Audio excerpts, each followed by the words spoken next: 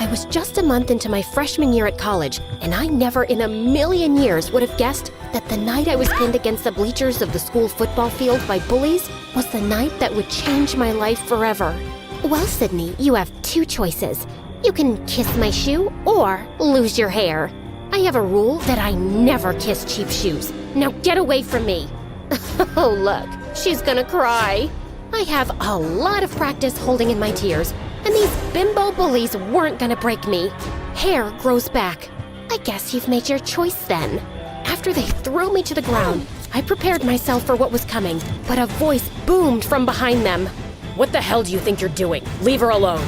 The girls turned around and sprinted away. The person walking toward me was silhouetted by the field's lights, so I couldn't see him. When he got close and helped me up, I saw who it was, and my jaw nearly fell off my face. Are you okay? Did they hurt you? It was Ian Gallagher, the son of the president. He also just started at my school and was the image of perfection. Flowing blonde hair, a chiseled jaw, and deep green eyes. Other than my pride? No, but there wasn't much of that to begin with, so I'm good. Thank you. Maybe you and Sydney should go get some food, Ian. Who was this guy, and how did he know my name? Yes, absolutely. Are you hungry? Joe Jr.'s Diner is just up the street. I'm Todd, Ian's assistant. Our driver will be happy to take you and then bring you back to your dorm room afterward. Right, Ian? Yeah, absolutely. Please stop saying absolutely. Absolutely. I mean, right. I wasn't sure what was happening here, but whatever it was really frickin' weird. Okay then, shall we go so you two can eat and get acquainted? Can you two hold on for just a minute? I need to pause this here. As you already guessed, my name is Sydney, and it would be awesome if you clicked like and subscribe. And while you do that, I'm going to fill you in on some quick backstory. I grew up in a huge house with everything a girl could want. Giant stuffed animals, so much chocolate that Willy Wonka would be envious, and an arcade packed with every video game that ever existed. There was only one thing missing: my parents. Sure, I had an amazing nanny who hated children and would lock me in my room when she wanted to be left alone. But all I wanted was to spend time with my mom and dad.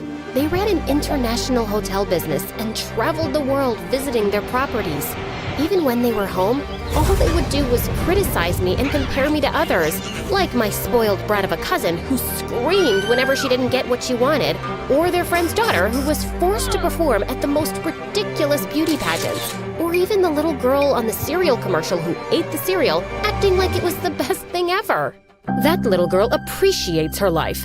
I've never seen you enjoy your cereal that much, Sydney. I felt so bad about myself that I developed this nervous facial tic where I would squeeze my eyes shut and then open them really wide. Yeah, weird facial tics are like catnip for bullies at school. And when you're the smartest kid in class, it just adds to their joy when they stuff you in the garbage can. So I kept to myself and didn't care about my appearance because there was no point. No makeup, big glasses, and my hair in a bun. I looked like a mini version of the school librarian. Okay, I did have one friend, Monty. We were friends since kindergarten because he was as awkward as me. He was also really smart and had asthma, so he was always walking around sucking on his inhaler. Also catnip for bullies. Okay, that's enough backstory. I think you get it. I thought college would be better, but clearly I was mistaken. Once an outcast, always an outcast, it seems. Now, back to the night I met Ian, because it just gets weirder from here. He took me to the diner, but our table was guarded by his two big, serious-looking Secret Service agents. His tiny assistant, Todd, sat in the booth across from us, just staring. Sorry about all this. It must be really weird for you, Sydney. This? Weird? Nah, I'm used to it. Happens every time I meet a president's son. He laughed. Someone actually thought I was funny besides me. And then he leaned in. Just imagine that your whole life is like this. It was manageable when I was a minor because the media left me alone. But now that I'm 18 and my father is running for re-election, it's like every move I make is under a microscope.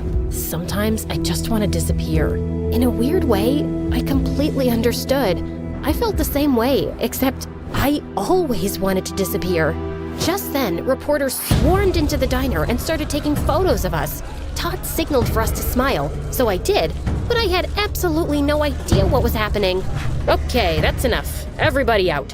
Why do they want pictures of me with the president's son? My own parents didn't want pictures of me. I think it's time you head back to your apartment, Ian. If it's okay with Sydney, I'd like to stay and chat some more. Considering all the insanity of the last couple of hours, the one thing that didn't feel completely nuts was the connection I had with Ian. It's like we instantly got along. I'd like that. Yeah, no. Sorry, we're leaving. Car's waiting outside to take Sydney home, so it's time to say goodnight.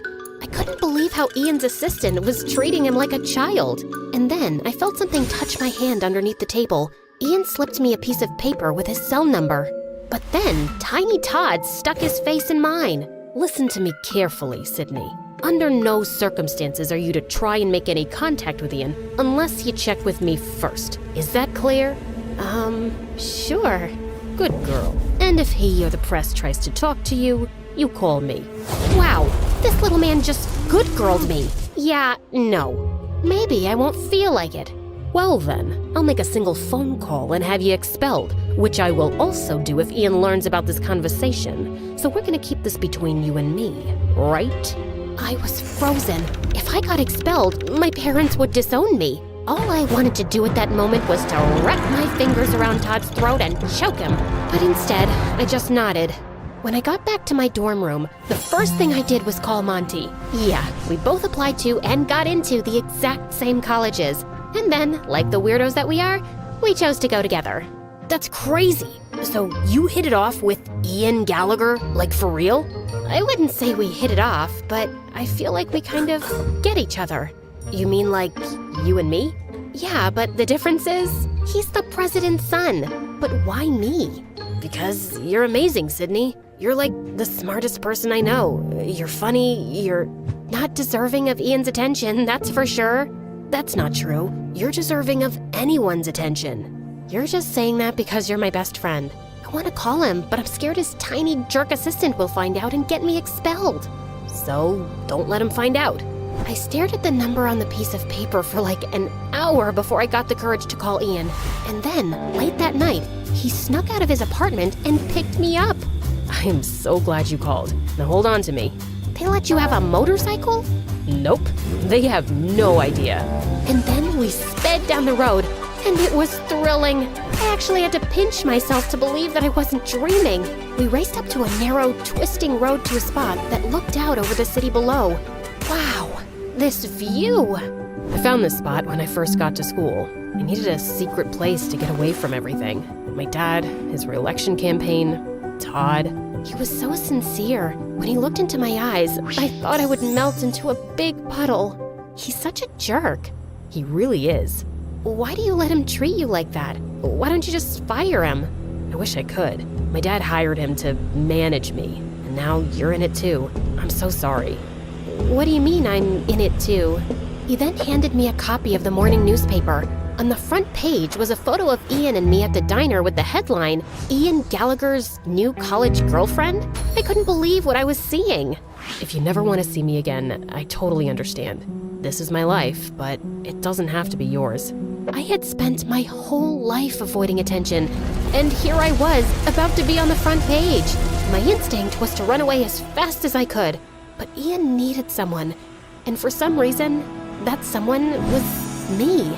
We just sat on a rock and talked and laughed for hours, but as the sun came up, Ian looked at his watch and panicked. Oh no, they're gonna be looking for me. We have to go, now. We sped down the road, but suddenly there were flashing lights behind us. It was the police. At that moment, I knew I was gonna get expelled. My life was officially over. But instead of being pulled over, Ian floored it. We raced down the road away from the police car. Forget about being expelled. I was going to jail. Ian pulled behind a tree and shut off the motorcycle lights. We watched as the police car sped by.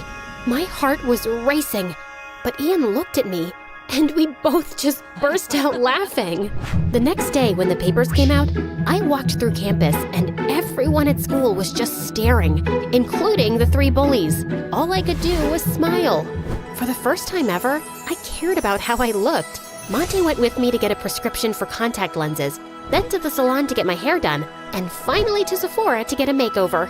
Listen, Sid, something feels off about this whole thing with Ian. Wow, is somebody getting jealous because someone else is taking up my attention for once? No, that's not it at all. You said it yourself. Why did Todd know your name? But I wasn't listening. All I could think about was seeing Ian again, and then the cosmetologist turned my chair around. So, how do I look? That bad, huh? You're beautiful. I hugged him as hard as I could. I don't know what I would have done without him all these years. For the next few months, Ian and I snuck out nearly every night and went on crazy adventures. We went to a closed amusement park and turned on one of the rides, did a Ouija board in an abandoned house, and went for a midnight swim in the park fountain. During the day, I struggled to stay awake in class and my grades went down, but I didn't care. I was falling in love. I was so caught up in Ian that I barely ever saw Monty anymore. I didn't even care that Todd kept posing us for the press. Until one day, when things took a dark turn, Todd had Ian and I meet. Well, look at you two lovebirds. It just warms my heart. I didn't know you had one of those, Todd. Every day there's a new surprise. Ian tried to contain his laughter, but Todd was not amused. When the press gets here, Ian, I want you to kiss Sydney. Ian and I hadn't kissed yet, which I thought was strange, but I felt like he was just taking it slow. Then, out of the corner of my eye, I saw Monty sitting alone on a bench eating his lunch. Is that necessary, Todd? Of course it's necessary, Ian. And I want you to kiss her like you mean it. Understand? What the heck was that supposed to mean? Why wouldn't he mean it? And like clockwork, Ian's bodyguards ushered a dozen reporters over to us. But Ian looked so uncomfortable. He gave me the most awkward, quick kiss. Now, I'm no kissing expert, but I would have to say it was pretty terrible. I looked over and Monty was gone. Ian and I got to the back seat of his limo. Todd got into the front and just exploded. What the hell was that? I'm sorry, Todd. I'll do better. For your father's sake, you better. For your father's sake? What does that mean, Ian? What does it matter to you, Sydney? You're not bullied anymore. People admire you, which I'm guessing is a first. So be a good girl and keep your mouth shut. Hey, don't talk to her like that. Or what, Ian? You gonna fire me? I was waiting for Ian to defend me, but he just went quiet. When I opened the door to my dorm room, Monty was waiting.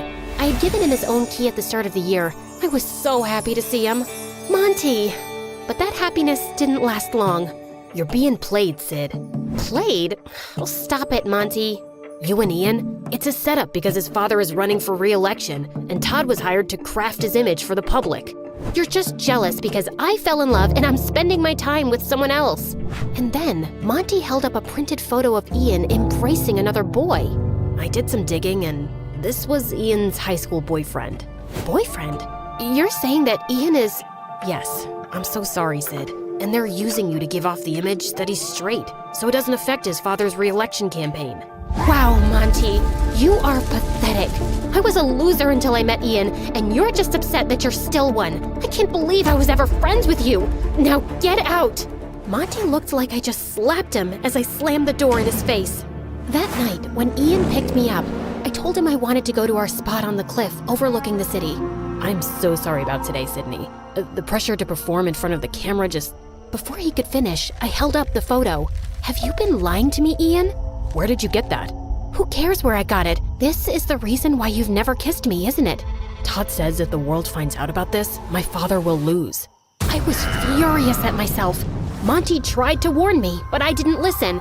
And now I've probably lost him forever. But it all suddenly made sense. Right. Choose a girl with low self-esteem who wouldn't question what was happening, who would be so thrilled with the attention that she would just go with it. And these adventures at night, were they part of it? Not at first, but the police officer that first night ID'd me, and Todd thought it was a great idea to keep them going. He threatened to tell my dad if I told you. I am so sorry, Sydney. I never wanted to hurt you. Your dad doesn't know about you? No. That was the only photo ever taken of my boyfriend and me in high school, and Todd found it too. Goodbye, Ian. Sydney, you need to see this through until the election. My dad is coming to campus tomorrow, and if you're not there, Todd will have you expelled. Doesn't matter. I'm dropping out anyway. I'm done. Ian dropped me off in front of my dorm, and I turned to him one last time. If you want to live your life trying to be someone you're not just to prove yourself, it will crush you. Trust me. The next morning, my face was puffy from crying. I loaded up my car with all my stuff and was preparing to head home, back to a life where I wasn't worth anything, back to face the judgment of my parents who already thought so little of me. I got into the car and tried to close the door, but it didn't budge. Monty was standing there holding it. What are you doing here? Stopping you from making a huge mistake? Didn't you already try that? Yeah, well, that's what best friends do, right? And then I just lost it. I am so sorry. I was such a huge jerk. Why do you even want to talk to me after those horrible things I said? I don't deserve you. Because I love you, Sid. I always have. Why do you think I chose this school? It was to be with you. And then he kissed me with a passion that I had never experienced before. My body felt like it was plugged into an electrical outlet. The president's about to speak. Shall we go watch? Why would I want to watch? And so we went to the football stadium, where Ian was standing on the stage next to his father. Todd was standing behind them. And as I stand on the cusp of the next presidential election, I want to hand the mic over to my son Ian, who means more to me than anything in the world. During my dad's first election, nobody paid attention to me because I was only 14 years old. But now that the world is paying attention, I want them to meet my true love. And suddenly, the boy from the photo walked onto the stage. The whole stadium burst out into applause. It was incredible. And then Ian turned and hugged his father. Todd looked horrified. After the speech ended, the Secret Service let Monty and me backstage, just in time for Todd to walk out. I hope you enjoyed your time here, Sydney, because you're as good as expelled. Nah, but you're as good as fired, Todd. Ian walked over, and for the first time, Todd looked terrified. You can't fire me, but I can. Mr. President, I was only doing this for you. Who told you to do that? You harassed my son for years and misused the power I gave you. Get him out of here. And the Secret Service dragged him away, kicking and screaming. It was glorious. I forgave Ian, and 4 years later, he and his boyfriend became the best men at Monty's and my wedding, at the White House. My parents were there, glowing with pride, but winning their approval didn't matter to me anymore. I was happy that at least they were there. And finally, I was just happy being me.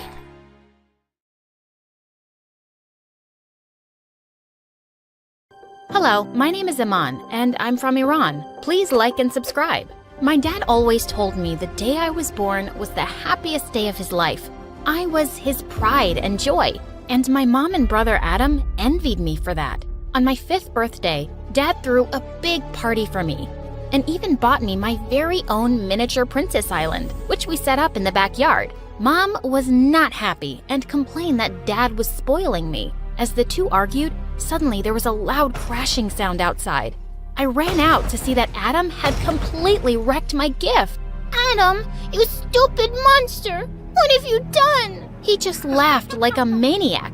And when Dad grounded him, Mom said it was just a toy and he was too harsh on Adam. Adam was 3 years older than me, and Mom spoiled him rotten. He failed the 2nd grade twice, and when he ended up in the same class as me, Mom insisted that I do all his homework and allow him to copy from my tests. Luckily, in the 8th grade, the teacher caught him cheating from me once, and he got suspended for a month, and it was the best month of my life. At school, I was the smartest kid in class and the class president. Everyone loved me, and Adam hated that I got more attention than him. So sometimes he'd take off his shirt and walk around during lunch breaks, showing off his abs. He thought he was God's gift to women. Once in the 10th grade, he sat down next to the most beautiful girl in school without his shirt, and she threw her soda all over him and told him to stop walking around like an ape. I laughed so hard I fell off my seat. I caught Adam glaring at me, and I knew I'd pay for it, but it was just too funny. And just a few days later on Valentine's Day, a boy in my class gave all the girls roses, including me. And the minute we got home, Adam told Mom that I had a boyfriend. Jeez, you're such a liar, Adam. Mom, the boy gave roses to everyone and— Wait, Mom! The boy lived in our neighborhood, and Mom was already storming off to his house. She barged in and yelled at the poor boy's mom. Your son gave my daughter a red rose today. Does he have any intentions to marry her? When should I expect a proposal? The boy's mother was speechless, and then she took the rose back and kicked us out. I felt humiliated and mad. Mom, I'll be the laughing stock in school tomorrow. Why do you always have to listen to Adam? Because he's your big brother and you're just a foolish girl. I can't trust you. Do you know what happens once you take a rose from a boy? What, Mom? What happens? A baby? Exactly. Ugh, I was so sick of the way Mom treated me. I brought home straight A's and trophies and did everything right, while Adam flunked exams and maxed out Dad's credit cards by buying stupid things. But he was still her favorite, and she couldn't trust me. A few days later, Dad called everyone into the lounge for a family meeting, and he made a shocking announcement. I've decided to give all my wealth to Iman, and she will take over the family business once she's old enough. What? You can't do that. That belongs to Adam. Yeah, it all belongs to me. Says who? He doesn't deserve anything because he's spoiled and irresponsible. Who do you think pays the credit card bills? And I'm not blind. I see the way you both treat my Iman. If you start being fair and change your attitude, I might change my mind. And the next morning, it was like I'd woken up in a different house because Mom and Adam were treating me like a princess. Oh, Iman, your bag looks too heavy for your shoulders. Adam will carry it for you. I'm used to it. Thanks. I insist. Adam took the bag off my shoulder with a big smile. Just then, Mom handed us our lunch money, and she gave me a lot more than usual. How come I'm getting what Adam usually gets? Yeah, Mom. Have you forgotten I'm a boy and bigger and need to eat more? Now, we need to be fair to Iman. You can have more tomorrow, Adam. She winked at him, and I just rolled my eyes. You guys should take some acting classes because you suck at pretending. I know why you're doing all this. I took my bag back from Adam and walked off to school by myself. Of course I was onto their plan to impress me just to get Dad to change his decision, but Adam still kept going overboard with his niceness. At lunchtime, when I was about to sit down at the table, he ran forward to pull the chair out for me, and I ended up falling flat on my butt. Dude, you're not really helping me. And just drop the act. It's not gonna work. But I'm trying to be nice, can't you see? I hope you're taking notes, because Dad needs to know. When it was time to go home, he insisted on carrying me all the way from school, saying that my legs were too precious to walk that far. And as soon as we entered the house, Mom announced that she'd give me Adam's room and already shifted all my stuff there. I just realized it's massive and has air conditioning. What does a boy need such a big room for anyway? Now come, Iman, I've made all your favorite dishes for lunch. Adam looked pissed, but I just grinned at him as I went downstairs and saw the massive spread on the table. Even though I knew Mom's reasons, I was loving this royal treatment. This is what being Adam must feel like. Once we were done eating, Mom asked Adam to do the dishes, and he looked at her confused, and then he smiled widely. Yeah, of course. I'll wash the dishes. Oh, also, Mom, you remember I'm having a party for my friends this weekend, right? I wrote down the menu you have to make. The brat had a party every month, and Mom was always happy to host it. But suddenly she said, actually, I was thinking of having a party for Iman this weekend. So, no, you can't have your friends over. What? Why are you throwing me a party? It's not my birthday. I just want to show you how much I love you, honey. But Mom, the dishes are not going to wash themselves, Adam. This was just amazing. But the next day, as Mom was preparing for the party, I walked into the kitchen to find Adam shouting. I thought you were on my side, Mom. I know we have to be nice to her for now, but this is too much. Why are you doing all of this for her? Maybe your dad is right, Adam. We've been unfair to her. Wow, do you really mean that? Maybe I was wrong about you. And you are just a weak, dumb woman who's scared of Dad and stupid Iman. Hey, cut it out, jerk. She does so much for you, and this is how you behave with her? Why are you defending this woman? Are you stupid? She doesn't love you. She's only doing everything because Dad is giving you his fortune. Well, even if that's true, she's still my mom, and you can't talk to her like that. I shoved him aside and started helping Mom, and he stormed off angrily. Mom looked a bit shocked, and then she thanked me for standing up for her. The next evening, I was having a blast during the party, and then some of my friends approached Mom, which caught her by surprise. Auntie, thank you so much for inviting us. And Aman really deserves this party. She's super smart at school and she's really kind to everyone. I'm sure you're so proud of her. Mom looked at me and smiled. Yes, I am. And then Dad pulled me away to stand with him while he gave his speech. Aman has always made us proud, and today we celebrate her and all her achievements. Everyone stood smiling at us, except Adam. His eyes were red like a raging bull's, and suddenly he started bursting all the balloons, and then he flipped over the table with all the food. Adam, what is wrong with you? I hate you. You don't deserve everything I do. Oh yeah? And why is that? Because I'm a boy and you're a girl. That made me so mad that I just pushed him into the pool. I don't care what you think. You're done making my life miserable. Adam came out of the pool completely drenched and furious. Mom, Dad, didn't you see what she just did? You're not gonna say anything to her? But my parents just stood there silently glaring at him, and he screamed and walked away. After everyone left the party, I was helping Mom clean up the mess when suddenly she stumbled and I caught her just in time. Mom, are you okay? Yes, just a bit dizzy. Just get me some water, dear. I'll be fine. This was the first time I'd seen my mom look so weak, so the next day I insisted that we go to the doctor. The doctor diagnosed her with tiredness, and when we got back home, I made sure she got rest. I did all the chores and cooked her favorite meal and took it up to her room. I'm really sorry, Aman. I was blind not to see how special you are. And believe me, I'm not saying this because of your fortune. You deserve it.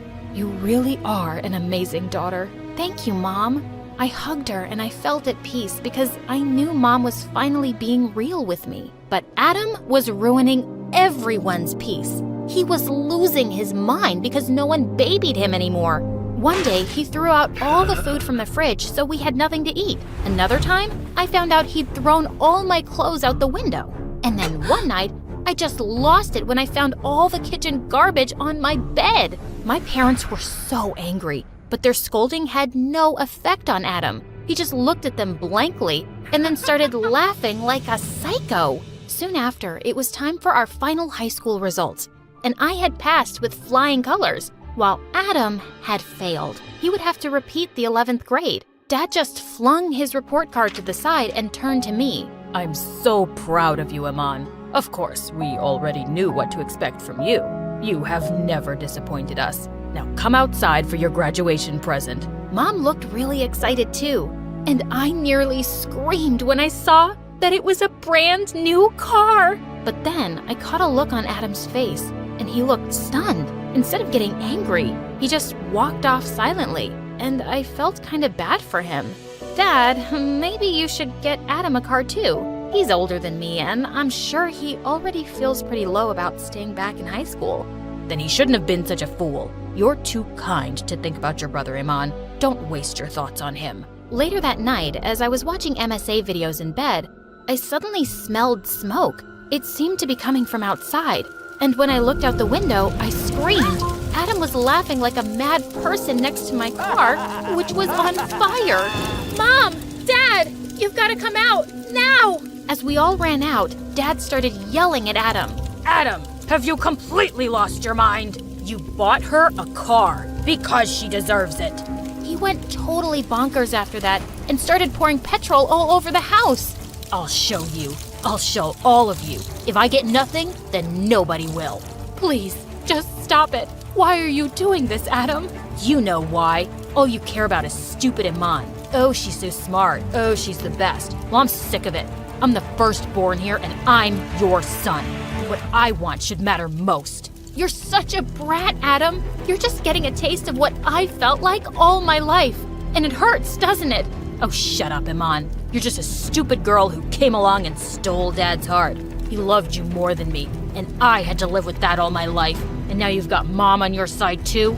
Well, you chose to be a horrible brother and son. And if no one's on your side now, it's your own fault. You've ruined everything for yourself with your stupid, jealous heart. Just then, Adam lit the match. But before he could do any damage, my uncle suddenly appeared. He was a cop and Dad had called him, and he'd come with his team to take Adam away. As we watched him leave, Mom suddenly broke down. This is all my fault. I made him believe he was more important being the son, and I spoiled him. Or maybe it's my fault. I never made him feel like I loved him enough. Mom, Dad, you both made mistakes with me and Adam, but it's not all your fault. Adam needs help, and hopefully he'll get it now and be better. I don't know how you got to be so wise, Aman. I want to be better too, starting with you. I hope you can really forgive me for all those years. Mom, trust me, I already have.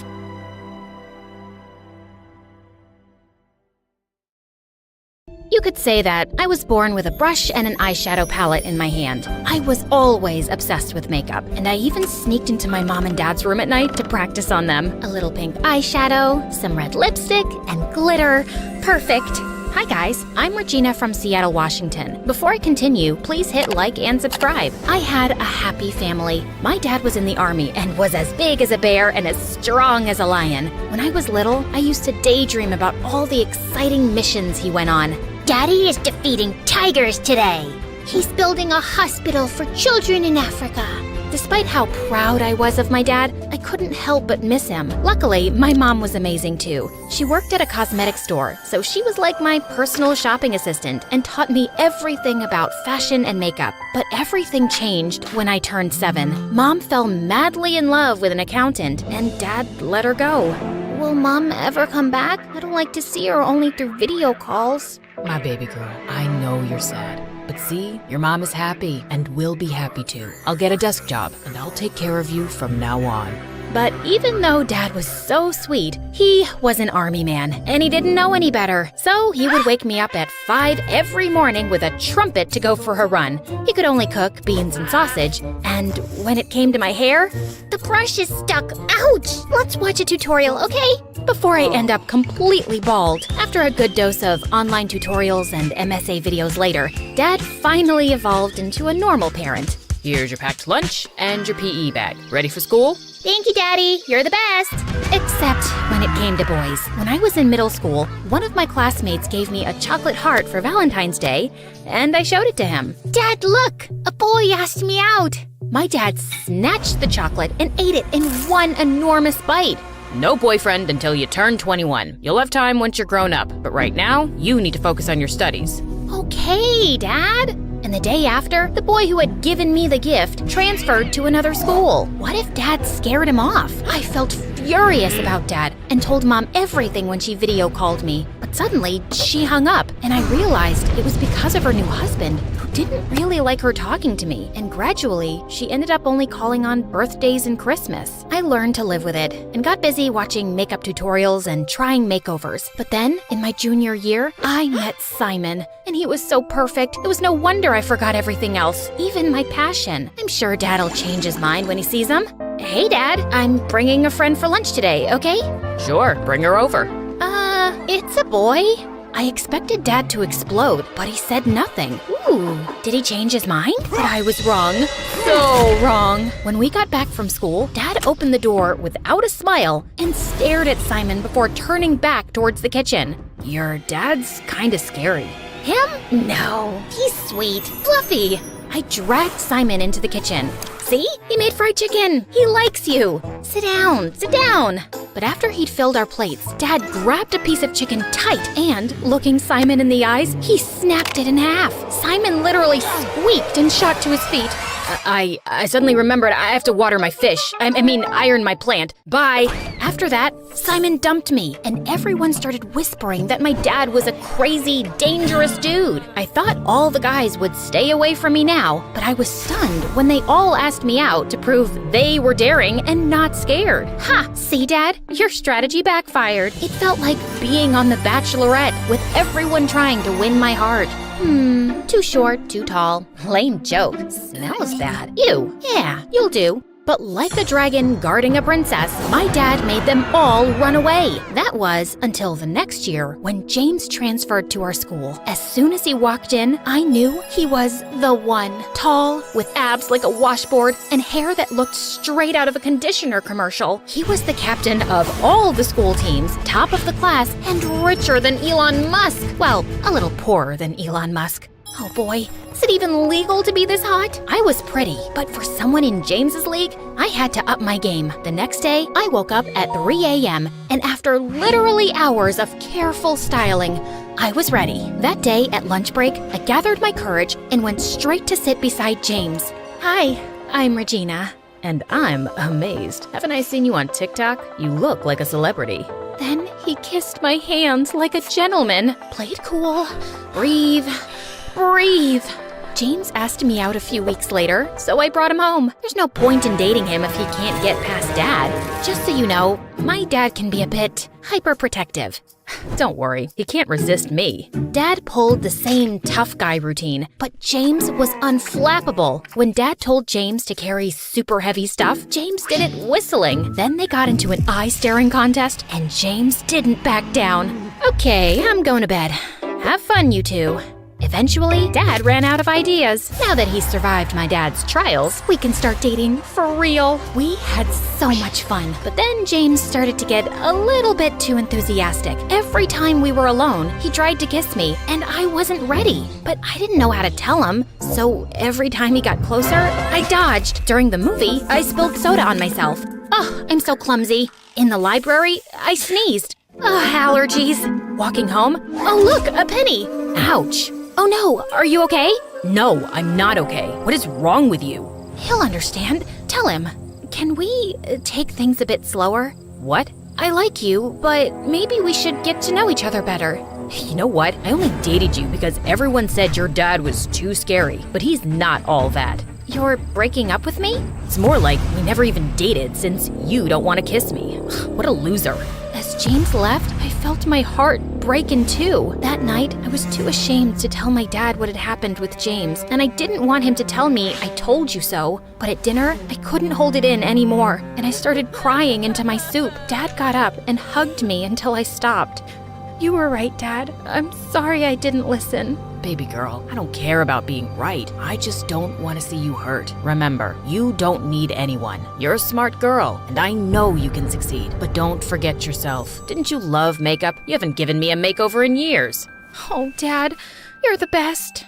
And then I vowed to myself, no more boys. From that day on, I only focused on my life and school. I made friends with a few awesome girls, and I started to go back to my passion, which was makeup and fashion. Once, when our teacher invited the whole class to her wedding, my friend couldn't believe I didn't hire a professional stylist. Your makeup is flawless. Maybe you could give me a little touch-up? Of course. Let me ask my dad to bring my beauty case. When my other classmates saw my friend's new look, they all wanted a makeover too, including my teacher. After that moment, word went around that I would give the best makeovers, and I became the school's unofficial fashion guru. Girls and boys lined up after class to talk to me. Have you tried an autumn palette? Ironic bow ties are for clowns only. You cut these bangs by yourself, didn't you? I liked how makeup positively affected my friend's self-esteem, and I spent all my pocket money on it. I wielded my brush like a Japanese samurai sword. But then one day, a girl came to me with a problem I couldn't solve. I want to go blonde, but the bleach ruins my hair. Is there an alternative? After Googling for a day, I realized that the only way to go blonde was to damage the hair. But what if I can find an alternative solution? Imagine how many people I could help. And so, I went down the rabbit hole of research, and when I thought I had found a solution, I got permission from my teacher to use the chemistry lab, even though chemistry was the only class I had failed. Okay, hair sample, check. Dye sample, check. Now, if I put this here, and then a drip of that there, OMG, it's on fire! My hair sample is on fire! A boy in the lab came to help me. Oh, thank you. You saved me. I'm Regina, the girl who has a scary dad. I'm Tyrell, and I'd love to know why you were setting fire to my lab. Your lab? Let's say I'm the resident chemistry nerd. I looked at him. Pimples, thick glasses, bad haircut, and oh my god, are those khaki pants? Gosh, this guy really needs a makeover. But I wasn't in the business of giving unrequested advice, so I told Terrell about my research instead. He gave me suggestions, and I realized that my love for all things beautiful was totally rooted in chemistry. Who knew science could be so glamorous? But no matter how much I wanted to learn, I kept messing up with chemicals. How did you do that? Instead of getting mad, he helped me fix it. In exchange for all his help, I offered to tutor him in English. Spanish was his first language, so he needed it. And I invited him to my house to do homework. Don't worry, Dad, he's just a friend. He's still a boy. Door open at all times. Yeah. Like I could fall for a guy like Terrell. He's not my type. I needed to test all my beauty products, and since Terrell was always around, I convinced him to be my guinea pig. One facial cleanser and haircut at a time, Tyrell turned into a hottie. You can't help yourself from turning frogs into princes, eh? But he's so cute now. No, don't think like that. You said no more boys. The more I tried to stop developing a crush on Tyrell, the more I realized how cool he was, until he walked into the lab with a gorgeous girl at his side. Oh no, he has a girlfriend? Why does this feel so horrible? Hi? Hey, Regina. This is my older sister, and she's an angel investor for women's startups. I told her about your ideas, and she'd like to invest in them. I was so relieved to hear that she wasn't his girlfriend that it took me a moment to register the rest of the sentence. An investor? You deserve a lot of success. But you helped me out a lot. It's hard to say no to a beautiful and smart girl like you. Tyrell blushed to the tip of his ears, and I couldn't resist. So I kissed him, and he kissed me back. I thought I was just a friend. You can be my friend and my boyfriend. Really? But your dad. I'll talk to him. Tyrell was nothing like the boys I had been with before, and I hoped that he could see it too. But when I explained, he refused. If he really likes you that much, he can wait a few years. No, that's not fair. It doesn't have to be fair. Now, didn't I promise to take you to the mall? If you think you'll mollify me with some shopping, you're mistaken. Dad really seemed determined to make me forget, and he said yes to everything I wanted. But I had other plans. I texted Tyrell to meet us in the garage where we had parked. If I can't convince him by myself, maybe Tyrell will. But when we were in the elevator to get to the car, it suddenly stopped, and the lights went off. I switched on the torch on my phone and pressed all the buttons, but nothing changed. It looks like we'll be stuck here for a bit. Dad didn't reply. He was staring at the floor. Dad, he doesn't look so good. I'm sorry, baby girl. Dark, small spaces bring back bad memories. My chest. I feel like I can't breathe. I looked at my dad, stunned. I always thought he was invincible, but the truth was, he was just human. I pressed the emergency button, but nothing happened. Dad started breathing very fast. He's having a panic attack, and there's no signal in here. Sit down, put your head between your knees, and think about nice things. I miss your mom most of the time. I sat beside my dad and wrapped my arms around him. I miss her too, but we are happy together, and you've been an amazing dad. I'm so proud of you. And I am of you too. I kept talking to my dad until he was a little bit calmer, and then the doors to the elevator opened. It was Tyrell and the firemen, and they were getting us out. My hero! I'm glad you're okay. I got worried when you weren't answering the phone. I realized the elevator was stuck, and I called the emergency service. That was very clever of you. I think your daughter is amazing. I came here to convince you to let me date her, but I know how much she cares about you. And if it's really important, I'll wait for her for a few years. But just maybe, please don't let me wait forever. Dad looked at me, and I could see something changing in his eyes. You have shown me that strength is not always in the muscles. Some old memories brought me to my knees, but you kept your cool and helped me through it. So yeah, I think you're strong enough to take care of yourself. And I like this guy. Oh, thank you, Dad. But if you hurt her, I'll crush you. Like a can. That is very clear, sir. Luckily for me, Dad didn't have to crush anyone, because Tyrell was the perfect boyfriend who grew up into a perfect man. With his help, I developed a makeup line that became a global sensation, and Tyrell became my head of research. Knowing I was in good hands, Dad retired early and started traveling the world, challenging himself to explore the darkest caves. And in one of those caves, he met a spry, adventurous widow, whom he married the next year. See, Dad? True love always finds a way.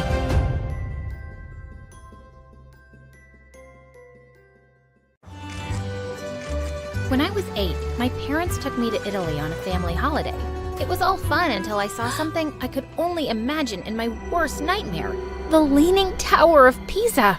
I ran to the building and started pushing against a wall. Mom, Dad, please come and help me get this straight. It's all wrong. What's wrong with that girl? Is she possessed? that kid's a freak. But Mom went mad hearing them. She's a perfectionist, not a freak, dumbhead. Dad dragged her away and took us both home before we could make a bigger scene.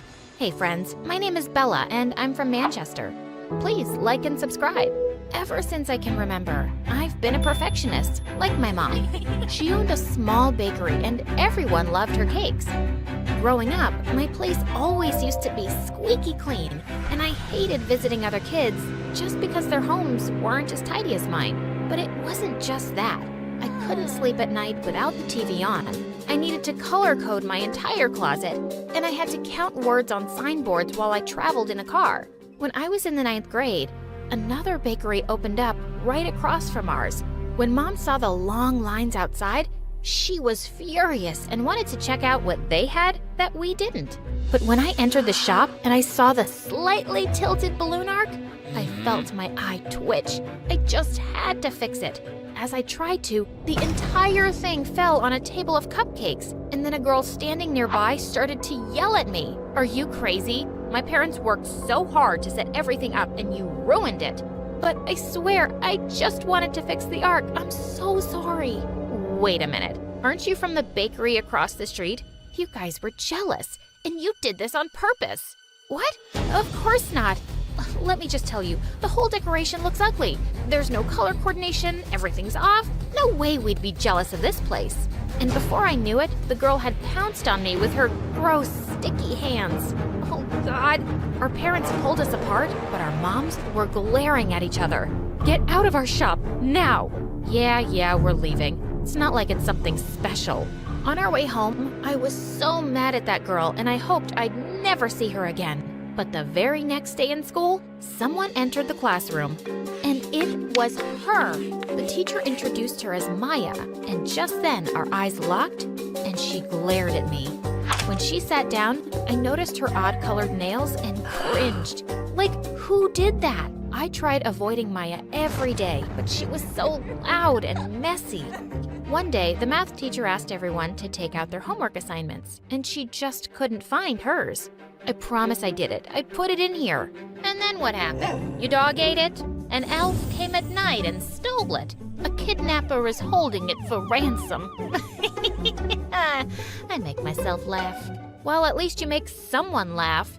And then Maya turned over her entire bag on her desk, and I was horrified at all the trash she had inside. She found her filthy assignment and a half-eaten donut. Want some? I'm sure it's only 2 weeks old.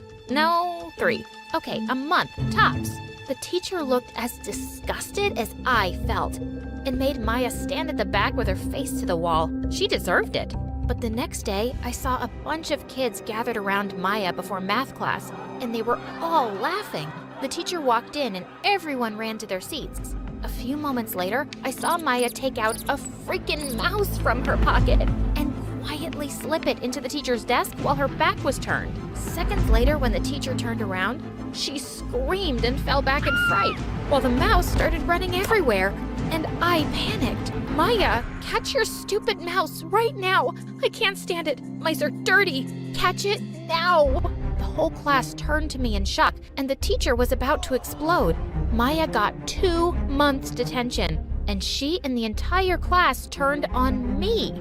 "You're such a snitch, Bella. Everyone knew it was me, but you had to announce it." "I didn't mean to." "Do you ever mean to do anything?" "Save it, weirdo."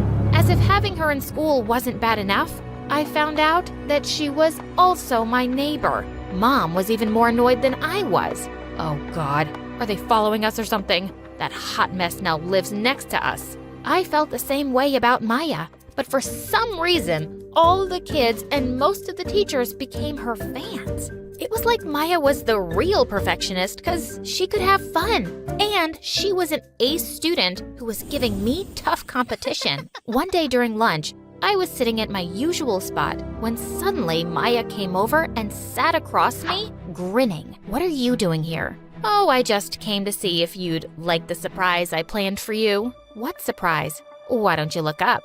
I looked up and saw a balloon coming right at me. And suddenly, I was drenched in paint. My hair, clothes, face, it was everywhere. Oh God, oh my God, no, what did you do?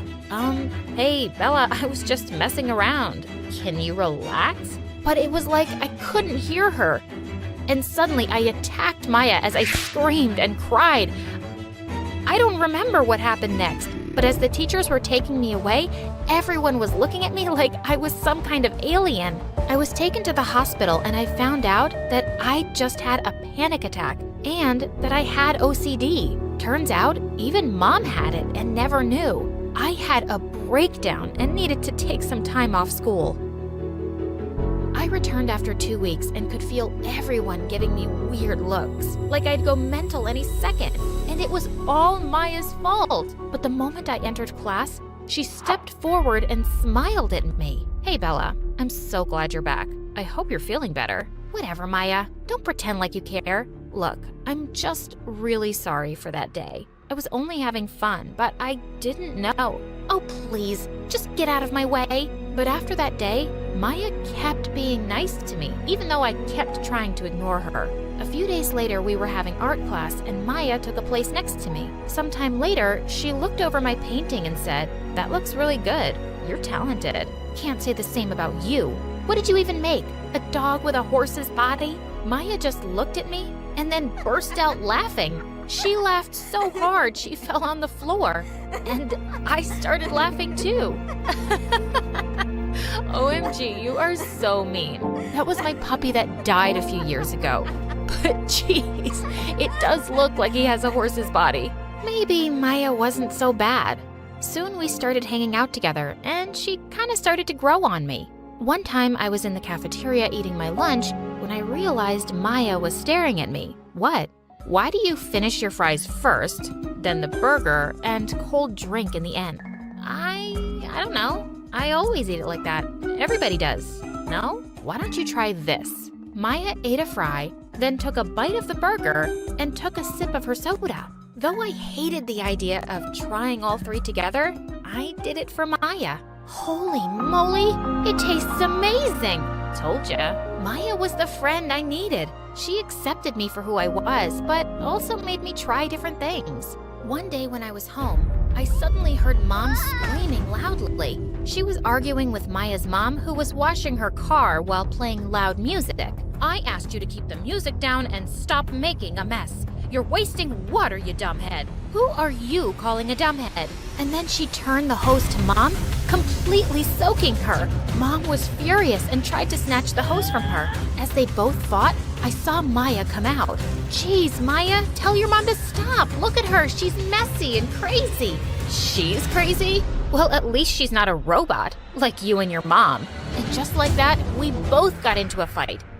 I was so angry at Maya, I totally ignored her at school the next day. And she was doing the same. In our science period, the teacher announced how there was going to be a science tournament and we needed to pick teams. Even though Maya and I were the smartest kids in class, everyone wanted to be on her team. You're going to make the project so fun, Maya. I want to be with you. Me too. Pick me, Maya. So I had to choose from 3 backbenchers. And as we worked together, I realized my team really needed to learn the basics. I could see Maya's project was almost done, and I was so far behind. So just one day before the submission date, I became a dictator. Listen to me loud and clear. We will get this done today. You got it? Go, go, go! I pushed those guys so hard, and by some miracle, we finished it. Well, team, I'm proud of you. I'm sure we'll win tomorrow. But Maya's project looks so much better.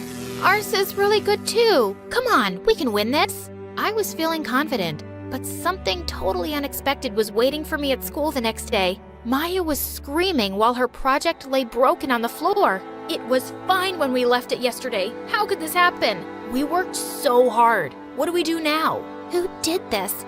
Do you think it could be Bella? Oh, shut up. She would never do this. I felt my heart swell hearing her words. She wasn't talking to me, but she still defended me. Just then, I spotted my team member snickering on the side. Ours is the best project now. What do you mean now? What did you do? Bella, we just wanted to win. What did you do? Spit it out. We kind of broke it yesterday before leaving school. Oh my God! I couldn't believe they'd do such a thing. I was beyond furious. I didn't want to win this way. So I walked over to Maya's stall and told her everything. You can tell the teachers. I'm really sorry. Well, that was a nasty thing your team did, but I appreciate you being honest. Help us fix this and we can forget about it, okay? I helped Maya and her team fix the project right before the exhibition started, and after the teachers judged everyone's project, they got first prize. And I was so happy for her. Just as I was walking away, Maya suddenly pulled me into an empty classroom, and she kissed me. Whoa, what just happened? I just wanted to do that. Did you like it? Maya, it's not a really good idea. Our moms hate each other and wouldn't even want us to be friends. Why don't you loosen up for once and stop caring, Bella? Did you like it or not? I looked at her and smiled. I think I did. I'll have to try it again to be sure. And then I kissed her. The next few weeks with Maya were amazing. We kept it completely secret from our moms, and we were always sneaking around them. One time, she asked me to come over at night, and I nearly passed out when I saw her room. There were clothes everywhere. Oh my God. Listen, I'm helping you clean this. Otherwise, I'm gonna have to break up with you. She laughed, and we spent the whole night sorting out the mess. Best date ever. Sometime later, Maya and I were selected to be part of a quiz competition that was gonna be broadcast live on a local TV channel. I was nervous, but so relieved to be doing this with Maya.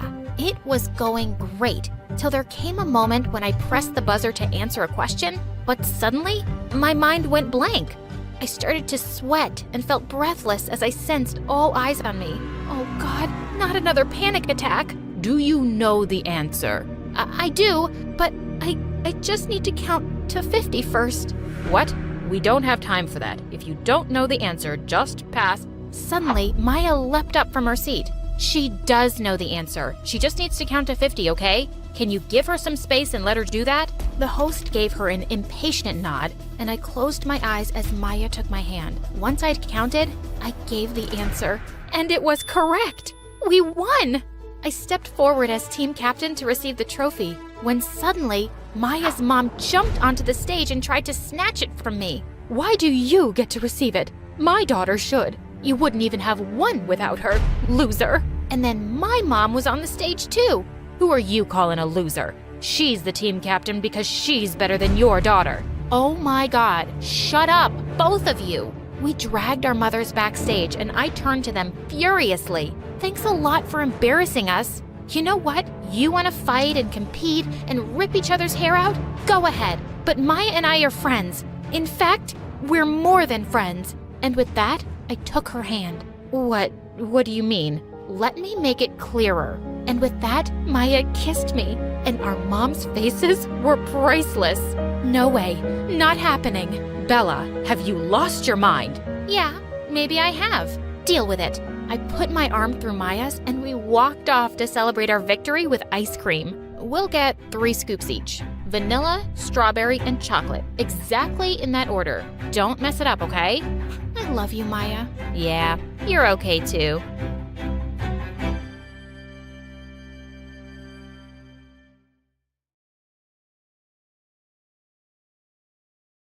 Hi friends, I'm Winter from Scotland. Please like and subscribe. Ever since I was a little girl, I noticed that I was a bit different from the other kids. And a lot different than my older sister Vinny. Whenever we went to the doctor, Vinny would throw the worst fit seeing a needle. But me? I was always calm. I didn't like getting shots, but I didn't feel afraid of them either. While Vinny would scream at the sight of most animals, I had a pet iguana named Santa Claus. I was totally fearless. But no matter how different we were, we loved each other to bits. On my 4th birthday, Mom took me and Vinny to the park. I was busy doing cartwheels when suddenly I saw something shiny and green slithering on the ground. I picked it up, totally mesmerized by the creature. Wow, you look like a mermaid. I'll keep you and love you and feed you. You can sleep with Santa Claus. Just then, Mom grabbed it from me with a loud scream and threw it away in the bushes. Oh my God, what were you holding? A snake? What, Mom? It was so cute. Mom and Vinny looked at me in horror. And from that day, they were on a mission to protect me from myself. Since Mom was mostly busy with work, it was Vinny who was always with me, and she wouldn't let me do anything fun. Once in 6th grade, I was feeling really bored one afternoon when I spotted some ripe mangoes on our tree. I immediately ran out and started climbing it, but moments later, Vinny came running. Winter, no! Come down, please, it's too dangerous. Just one more mango, Vinny. Oops, almost slipped. I'm fine, just relax. But Vinny wouldn't listen and started climbing the tree to get me down. The moment she got close to me, the branch below her feet broke and Vinny went crashing down. It was the first time I felt truly scared. Vinny had a concussion and was rushed to the hospital where she got stitches on her forehead. When she came back home after a few days and saw her face, she screamed. No, Mom, what's this? Oh my God, I'm ugly. What? Of course not. Vinny, it's just a scar. It'll go away. You promise? Yes, I'm sure.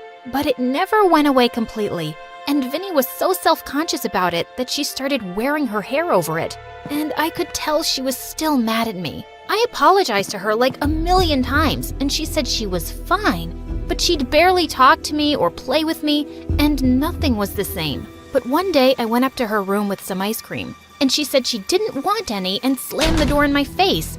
I'd had enough, so I kicked the door in. Look, Vinny, I'm so sorry and I should have listened to you, but it was an accident, and well, just get over it. You can't just ignore me and not talk to me. And your new hairstyle, it sucks. It's just a dumb scar, and you're still the prettiest girl I know. I tried hugging Vinny, but she shoved me away. You're just so full of yourself, Winter. Can't ignore me, not talking to me. Everything isn't about you. I'm tired of being your babysitter. You're old enough to be on your own and not be reckless and stupid. And even if you are, why should that be my problem? Just go away. Saying that, Vinny pushed me out of her room. After that day, I felt so alone at home. Mom was always busy and Vinny ignored my existence. She had this new boyfriend and it seemed all her time was for him. One time in 8th grade, I was bored when I spotted the gardener's bicycle outside, and I decided to try out cycling. Thanks to Mom's overprotectiveness, I'd never been allowed to ride one. I fell so many times, but I kept on trying. And just when I thought I'd gotten the hang of it, I went crashing into a bush. That was awesome. Do it again. It was like watching an idiot run into a glass window. God, it was my annoying next-door neighbor and classmate, Aaron. Ha ha ha ha, so funny. Not. And you're calling me an idiot? Aren't you the guy who posts stupid videos on his YouTube channel? Says the girl who can't ride a bike. The guy was really getting on my nerves. I picked up a shoe and hurled it at him and ran inside while he kept laughing. He was weird and had a YouTube channel that had stupid, pointless videos. And after that day, he even kept annoying me in school, but I just tried to ignore him. Once when I was in 9th grade, Mom was away for a business trip and Vinny announced that she was going to the movies with her boyfriend. I'm not babysitting you. You're a grown-up, so please, act like one while I'm gone and stay out of trouble. Can you do that? Yeah, duh. Go, do whatever you want. It's not like I asked you to babysit me. A few hours later, I was just studying peacefully when I noticed something odd. Santa Claus was not in his glass case. I looked for him everywhere and found him on the frickin' roof. I quickly climbed over and grabbed him, but suddenly I slipped. I went sliding down the roof and barely managed to cling onto a drain pipe. As I was hanging, I spotted Aaron recording me on his phone. Wow, I know you have a habit of getting into trouble, but this is epic. Hey, help me down, idiot! Before he could, I felt my hand slip and I decided to make a jump for it. Right when I landed, I saw Mom standing by the gate, glaring at me furiously. And when Vinny returned, she got the yelling of a lifetime in front of her boyfriend. It was the most intense drama I had ever seen with the two of them, screaming at each other, and her boyfriend ran away. First, I got this ugly scar because of her. And now you insulted me in front of my boyfriend and chased him away. She's not my daughter. You gave birth to her, so watch her yourself. Mom, please, stop it. It's not her fault. Vinny, listen, I'm sorry. Just get away from me, Winter. Let me breathe. I can't wait to be done with high school so I can get away from you. Vinny pushed me out of her way and I landed on my butt. She had never been so mean to me, and it broke my heart. After that crazy night, I was grounded too, and Mom kept a strict eye on me. I wished Mom and Vinny could get that I knew the difference between stupid and fun. But one night, I heard a knock on my window and found Aaron outside.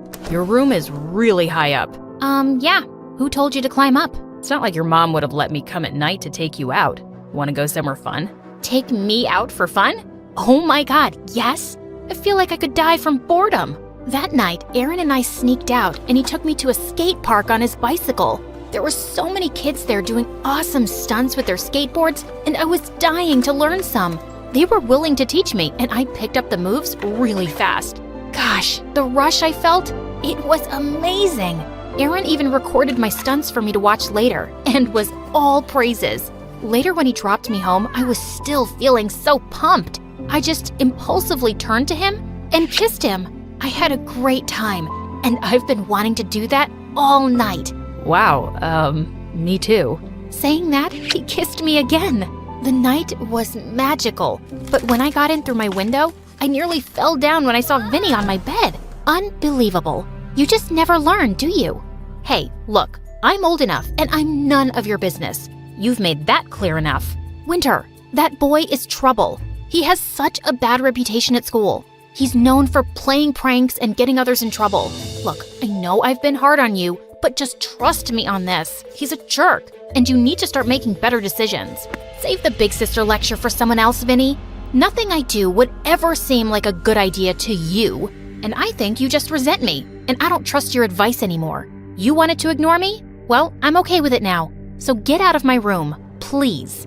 That didn't feel great, but what did she expect? Vinny left for college soon, and it was just me and Mom. But thank God I had Aaron.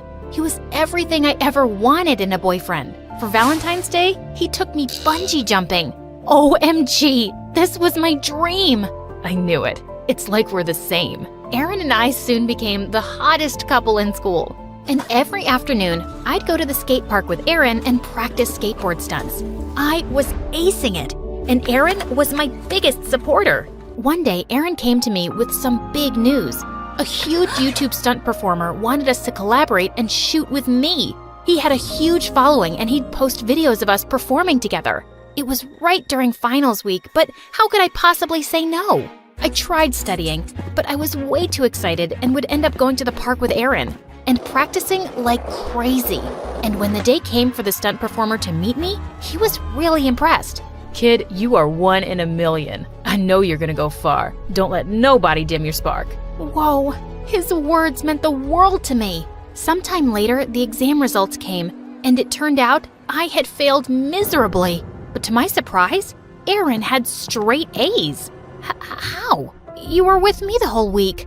Yeah. My dad kind of pulled some strings and I took all the exams later, so I got more time to study. So you want to hit the park? I have some stunts I want you to try. You couldn't have pulled some strings for me?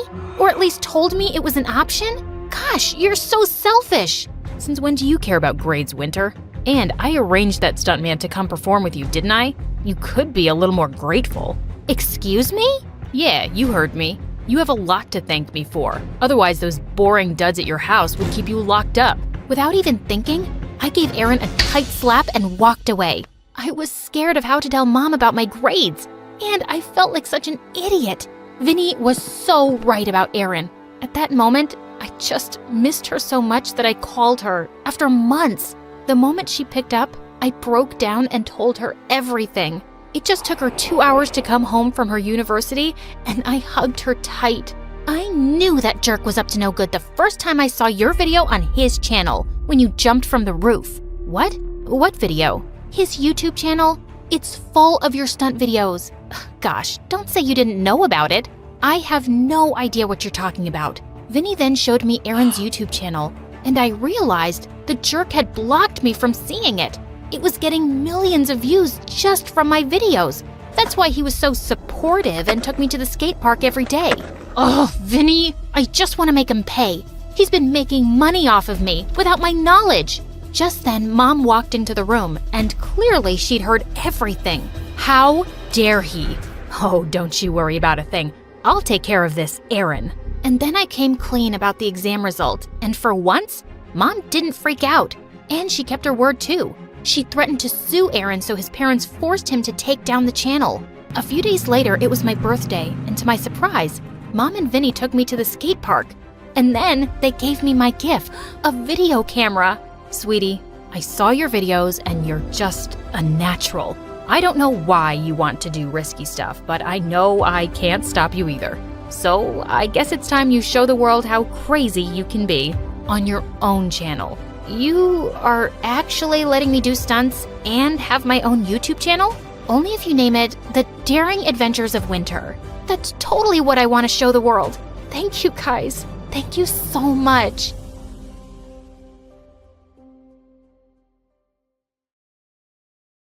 Hi, I'm Clover from Oklahoma. Please like and subscribe. I was born to a busy doctor mom who spent most of her days treating patients and performing surgeries. She loved her work so much that when I was about to come into this world, she was busy delivering other babies and the nurses had to pull her out to deliver me first. She's so pretty, like a snowflake. I was born with blue eyes and white hair, unlike anyone in my entire family. And wherever we'd go, everyone would stare at me. What a unique kid. You should have her tested. Maybe she's an X-Men with mutant DNA. Oh, go away! Listening to such stupid people and seeing how Mom got scared for me every time, I decided to fix things on my own. I took some paint colors and decided to color my hair all brown. Oh, Clover, what are you doing, honey? I don't like strangers coming up to me all the time, Mom. I want to fix it myself so I can be normal like the others. Sweetie, you are normal, and you don't have to change anything about yourself for anyone. But they just keep bothering me. Then give them time. When people see something they're not used to, they get excited, but over time, they'll get over it. Trust me. To my delight, I discovered what Mom said was true. When I started school, at first, all the kids would stare at me, but then they all wanted to be my friend. By the time I was 14, guys would go crazy over me. And even though I secretly liked all the attention, I wanted to focus more on myself and my studies. So I worked my butt off and got into the best high school in Texas. But when I told Mom this, she shocked me with something even bigger. She was going to volunteer in a small village in South Africa and asked me to move in with my aunt who also lived in Texas. My aunt? How come I've never heard of her after all these years? That's because she ran away to marry a super rich guy and got in touch with me only recently. But why her, Mom? And how am I going to live without you? The place I'm going to is very remote with almost no communication with the outside world. That's why I want you to stay with family who can look after you when I'm not here. And you're all grown up, honey. There's a world out there you need to explore on your own. Mom hugged me tight, but I really wasn't excited about her leaving like this. Days after Mom left, I took a flight to my aunt's place. But when I reached the address Mom gave me, I got the shock of my life. My aunt wasn't rich. Instead, she lived in a very small house, and when I knocked on the house door, a pan came flying at my face. What the flying pans? Oh, darling, I am so sorry. It's just this bratty daughter of mine. She keeps throwing nasty fits. You, come on in. She took me inside, and I could see this house hadn't been cleaned in ages. Yikes. It's just a pet. Don't freak out, princess. Freak out? I wanted to run from this place, especially because I had to share a room with nasty Nia, and she was the most unhygienic of all. So, what's with the white hair? Does it get you the boys, or do you have one of those real conditions like they show in MSA videos? You watch MSA? Yeah, and that's how I know I'm the main character. Now take the couch and don't fart all night. Ew. She was sick. But there was nowhere else I could go now, so I decided to make this place my home. And these people, my family, like Mom had asked me. The next morning, before Aunt and Nia woke up, I cleaned the entire place to give them a surprise. But when I returned from school, the house was all upside down again. You guys, I worked all night to clean this place. Well, who asked you to do it? And anyway, I couldn't find any of my stuff with everything so tidy, so I messed it all back up. Ugh, this girl was such a nuisance. I almost wanted to call Mom and tell her to come back. But that's when I learned that Mom got stuck because a serious illness broke out in the area where she was working. And the government in that state announced an emergency and sealed it. So when's Mom gonna come back? And is she okay? Yeah, she's safe, but I have no idea when she'll be back. Now tell me, did you clean the house all by yourself? Your mom told me you can cook too. And did she give you any money? And even though my heart kept sinking thinking about Mom, my aunt would keep me busy with the house chores. And just like that, I became a live-in maid for these people. and Nia and I became like siblings who quarreled all the time. What did you do with my boots? I sold them for $40 at school. Profit, you see. Only you ain't smart. They cost more than $400. Oh, you're so stupid. She'd even have wild parties at home just before my tests to annoy me. And my aunt would sleep peacefully on the couch, like a deaf bear in hibernation. God knows how she managed to run the house without money. She didn't give me any allowance, and I decided it was time to make my own money. So I took up a job at a local salon, but then one evening, while I was on my way back home, rain started pouring, and I started to run, but just then, a car came and stopped right in front of me. Camilla, get in. I kept ignoring him because that wasn't my name, but the guy kept following me in his car and then stepped out. I turned around to hit him, but he held my hand firmly. Hey, chill. Look, I'm not gonna force you to come back with me, but just listen to me once, okay? He let go of my hand and kept talking to me like I was someone else. Look, sir, I think you're mistaken. I'm not Camilla. It can't be. You both look so similar. God, is that your real hair? He then apologized to me and went away, but only after a few seconds, he came back running. What now? I can at least drop you at home. It's terrible weather and I'd like to apologize for my misunderstanding. He seemed like a nice guy, and because of the rain, I decided to take the lift. But on our way home, he showed me pictures of this girl who looked just like me. What's this? Did you Photoshop these? And then he told me something shocking. This girl was a model, but she ran away, and ever since then, he's been searching for her. But I'm not her. I know. That's why I want your help. Until I find her, do you think you can work in her place? And I'll pay you a lot, too. Me? I can hardly walk properly in slippers. I'm no model, but I can teach you. Look, I don't want to force you, but I took advance payments and Camilla ran away with all the money. Now, if you won't do the shows, I'll have to refund triple the amount and I'll go broke. I felt bad for him, but I had school and even mom wasn't around, so I politely refused. But then a few days later when I woke up, I saw all the stuff was put out in the garden for an auction sale. Nia, what the heck are you doing with all my stuff? Making more money out of it. Your mom's gone and we have no idea when she's coming back. You can't just stay with us for free. So, who wants this shawl?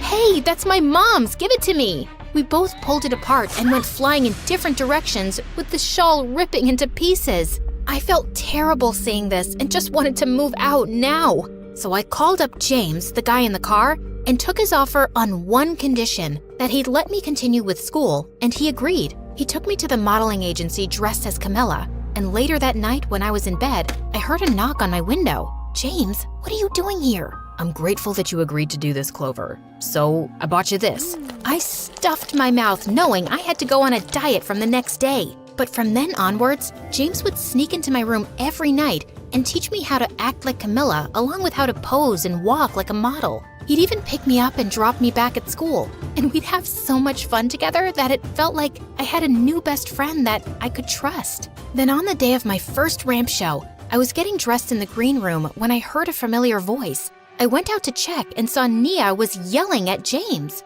If you don't pay me the rest of the money now, I'm gonna tell her the truth. Here, take this for now. I'll pay you the rest later. James went off, but I couldn't help thinking what all this was about. Nia, what are you doing here? And what's this money for? Why should I tell you, smarty princess? Did Mama teach you to be street smart and not get used? Get used? What do you mean? He paid me to make things difficult for you at home after he met you, so you'd take his offer. He followed you that night and knew you lived in my house, so we talked. You're lying. Of course, that's what you'll think because you've always thought of yourself as someone superior to me, and as a fool because I lived in poverty. There was no way she was right about this. So I immediately went to James and confronted him about this. I'm sorry, Clover, but I just wanted you to take the offer desperately, and I couldn't think of anything else. But why? Why would you do that? I don't want to gain sympathy, Clover, but the truth is, I have a chronic disease and I need lots of money for the treatment. Here, you can see my medical records. Oh, James, I'm sorry to hear this, but I'm not yet sure if this justifies what you did, man. I know. I just wanted to save my life, Clover. I know it was wrong, and I couldn't live with myself knowing I had tricked you into this, but I'm glad the truth came out. And it's okay if you leave, but I'm not leaving. What? Look, I don't want you to think of me as some charity case. No, it's not charity. What you did was wrong, but ever since, you've just been nice to me, and I want to help you, James. He hugged me tight and then I rushed to the stage because I was already late for the show. But the minute I got onto the stage, I realized there was something wrong with my dress. Thankfully, the model right behind me saw this and helped me cover it. And the show was a super hit. James took me out to celebrate and he looked so happy. God, you were breathtaking today. And so many people wanted to sign you for more modeling jobs, but I refused since you have school. What? No, you should have taken the offers. But Clover, I don't want you to compromise on something you love. Besides, I told you it'd only be a few shows and then you can go back to your previous life. But what if I don't wanna? I love doing what I do right now, and this isn't for anyone else but me. So you should take the offers, James. That brought the brightest smile on his face, and from then onward, I started working harder. I did 2 more shows for big brands, but then one day, something bizarre happened. As I walked out of the changing space, I got the shock of my life. Camilla? What are you doing here? What are you doing here? I saw you on the TV and magazines pretending to be me. Why the heck would you do that? 'Cause you ran away with James's money and he needed help. That's a pathetic lie. I ran because James is the biggest jerk on the planet. He used cheap tricks to get me into the spotlight, like messing with my wardrobe, and then wanted to make me do cheap shows for good money that he could make. What are you saying? Tell me none of that has ever happened to you, and he didn't use some cheap tricks to gain your sympathy. He's a big liar and crazy about money. He tricked me into signing some bad modeling projects, and when I refused to do them, he threatened me legally. That's why I ran away. All of a sudden, the ground beneath my feet shifted, and I felt devastated. But I knew I couldn't be weak now, and I had to come up with a plan to teach this jerk a lesson. There was one person I knew who could help me come up with an evil scheme, but she wasn't gonna do it for free. So, now the smarty pants princess needs my help. Yeah, the jerk didn't pay me the amount we agreed on. Can you imagine someone conning Nia, the queen of conning? And yeah, I'll help you, and I expect payment. So I want every penny you have saved up, and I want a foot massage. Fine, as long as you take a bath for once. We came up with a plan, and then a few days later, James came up to me with a bunch of documents. Just like you said, I took on those projects and now we just need to sign the papers. Oh, that's amazing. Did you sign them already? Yeah, I did. Perfect. Now let's put this on and let's get you on the ramp. Camilla, What nonsense. It's the same thing you've been doing to the other models all this time. Now it's your turn. what do you mean? These papers that you signed say that you owe us 2 times the money that you earned from all these projects, and if you fail to pay, you'll go to jail. What? How's this possible? These papers… I changed them. I broke into your office while Clover distracted you and changed these. Easy peasy. And I paid her to do that. I'm sorry, but I was desperate too. He tried to run away, but Camilla had called the cops in time and he got caught. As he was being taken away, Nia turned to us. Now, try to be a little more careful next time. Both of you idiots. You're right. Thanks for your help, Nia. And Clover, I want the money you promised to give me. Also, I have something to tell you, but no drama or I'll slap you. My mom called and said your mom is back and with my mom now.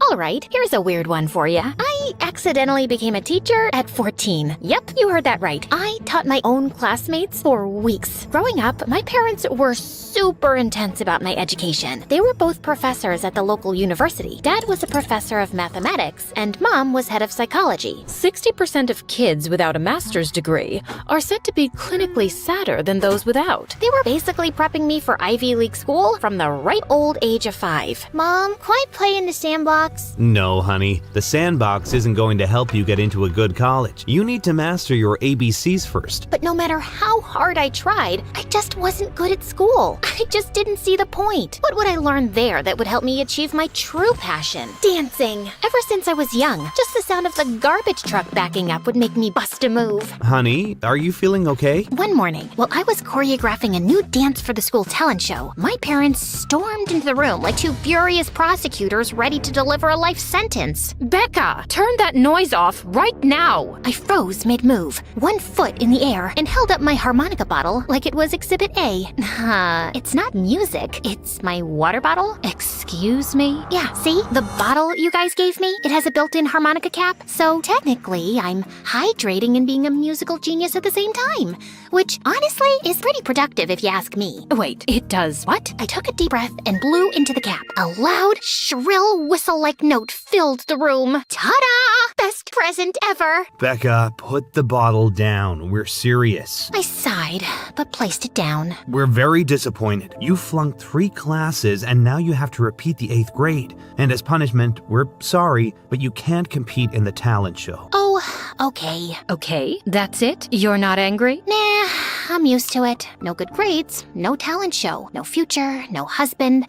I'll be outside, digging my own grave. Becca, don't be so dramatic. I picked up my harmonica bottle and played a slow, tragic tune. A funeral march, if you will. Too late. Ugh, Becca, we're serious. You need to get your priorities straight. Oh, I have priorities. Dance, talent show, become TikTok famous. Academics are like, 6th on the list. Well, they better move to first, or else. Fine, but I'm keeping my grave plot, just in case. To make things way, way worse, all my friends were all moving up without me. When I started 8th grade again, for the 2nd time, I was totally ridiculed. Becca, how about you? What's 6 times 6? 220? I think we need to send Becca back to 3rd grade. Ha, idiots. Laugh it up now. Just wait until I'm your teacher. First lesson, Advanced Apologies 101. Homework, begging for mercy.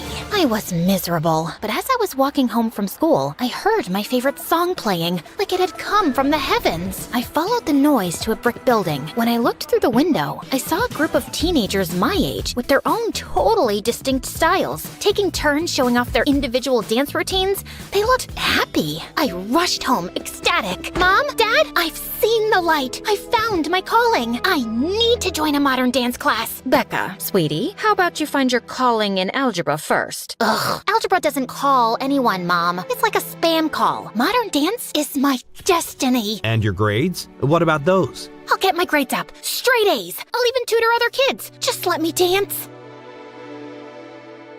Fine, but if your grades don't improve, we're canceling everything. Yes, thank you. I won't let you down. Unless it's a backflip. Then I might. Becca.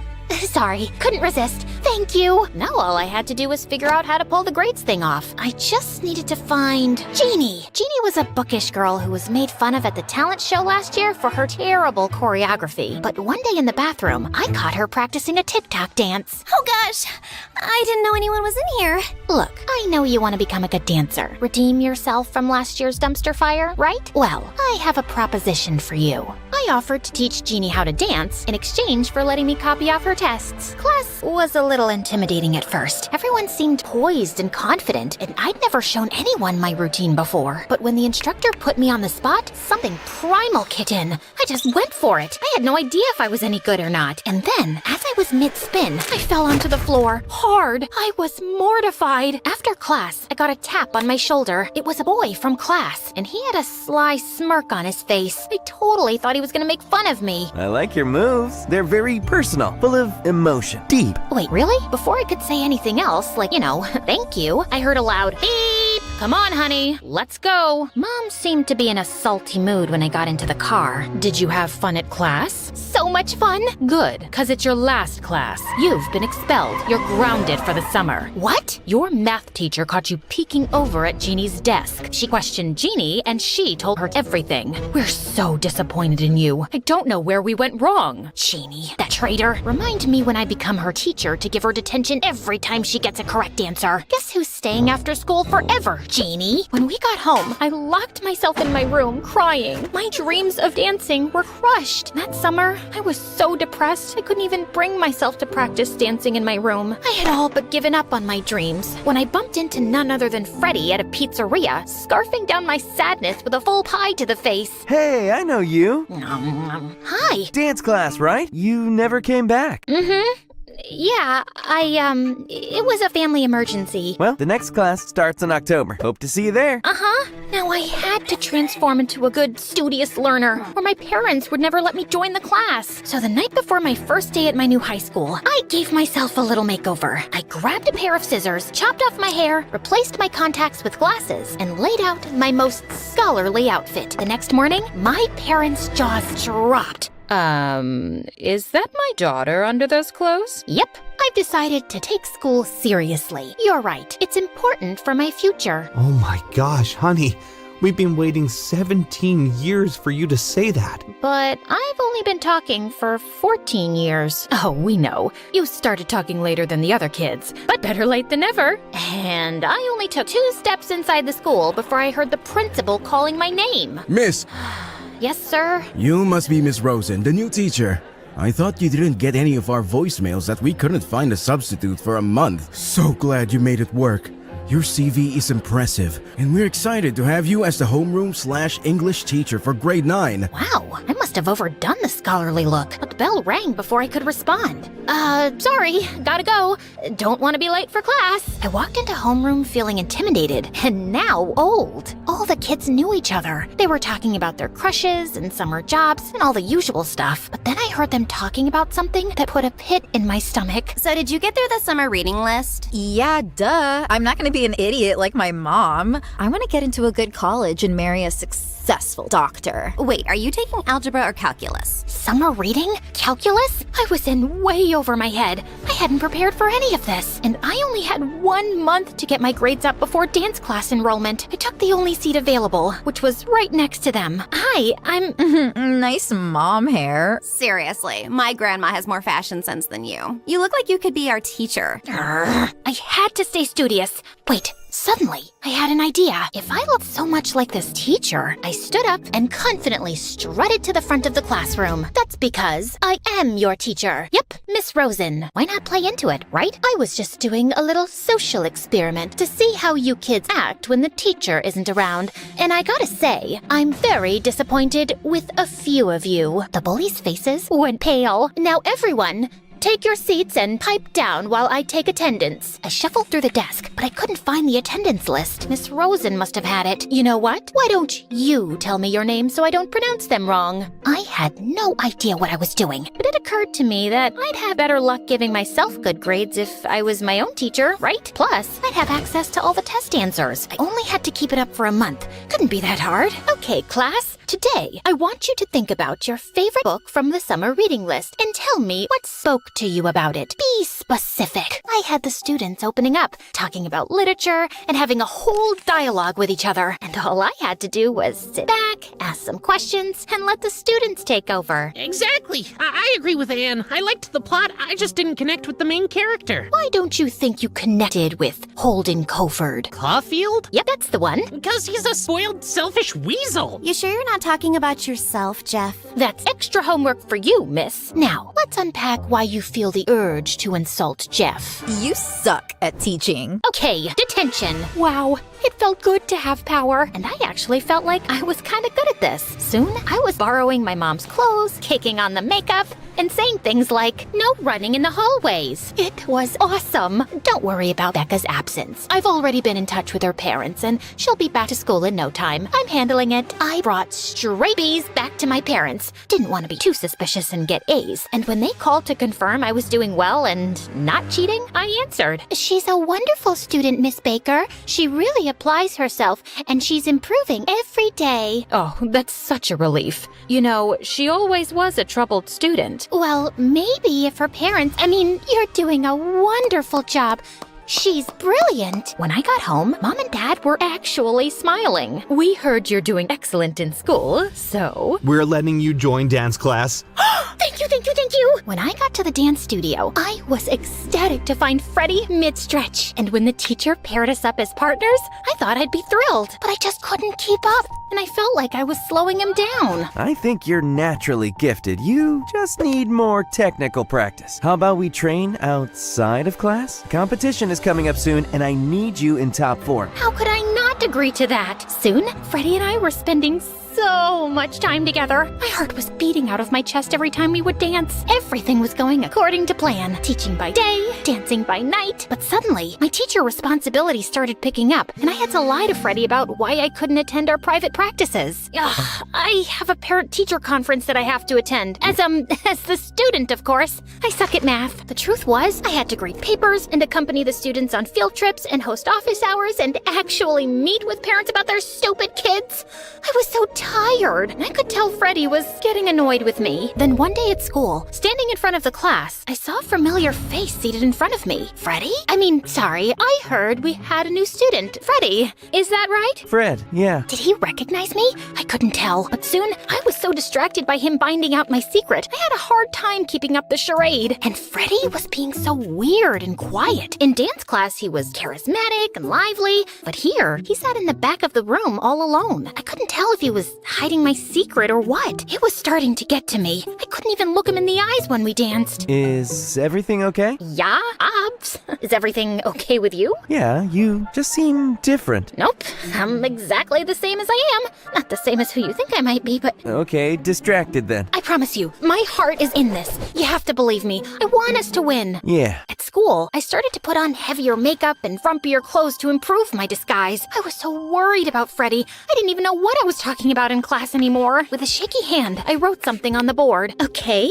where does the comma go in this sentence? The bully came up to the board and confidently drew a comma in. Correct! No, it's not. I was testing you. You don't even know basic grammar? Everyone in the class was snickering at me. I felt like I was the dumb student again. What? Of course I do. Are you guys hot? Is it hot in here? I took off my cardigan, and suddenly, Freddie's expression changed. He was staring at me, and then I realized my birthmark. I had a diamond-shaped birthmark on my shoulder. He was the only one who'd seen it. I have to go to the bathroom. I stormed off, exposed. Then I heard someone call behind me. Wait! Freddie rushed towards me, staring me in the eyes. He pulled off my glasses, which could have been romantic, but nope, not like this. Becca, is that you? I turned even redder. I was speechless. I can't believe it. It is. What's going on? Is this a joke? Okay, I know it sounds crazy, but hear me out. My parents wouldn't let me dance unless my grades went up, and then I found out I looked like this new teacher who was sick, and so I just pretended to be her, and I guess I kinda got carried away. That is crazy. Please don't tell anyone. The competition is only a week away, and I need to show my parents I'm good at this so they'll let me go to dance school and not their alma mater. Here I was, just excited to spend more time with you outside of practice. But for you, it was always about winning the competition. I'm sorry, and that's not true. I won't spill your secret as long as you do something for me. Parent-teacher night. No! I couldn't go to parent-teacher night. My parents would be there. But Freddie was right. I owed him. He'd spent so much time trying to help me, and all I did was hurt him. Freddie is wonderful. He's making so many friends. Everyone loves him. Really? That's surprising. He got into a bad fight in his last school because some football player was making fun of him for being a dancer. He broke the guy's nose. He did? Yes, we told you in the beginning of the semester, Ms. Rosen. Suddenly, a familiar voice interrupted. Hi, sorry to interrupt. We're here for our 5 p.m. with Miss Rosen. Oh my gosh, I was about to have a parent-teacher conference with my parents. I quickly powdered my face, pushing my hair in front of my face, trying to obscure myself. Yes, come in. I'm sorry. We'll pick this up later. So, how is Becca doing? Oh, Becca? She's an absolute dream. I'm sorry, I can't understand you.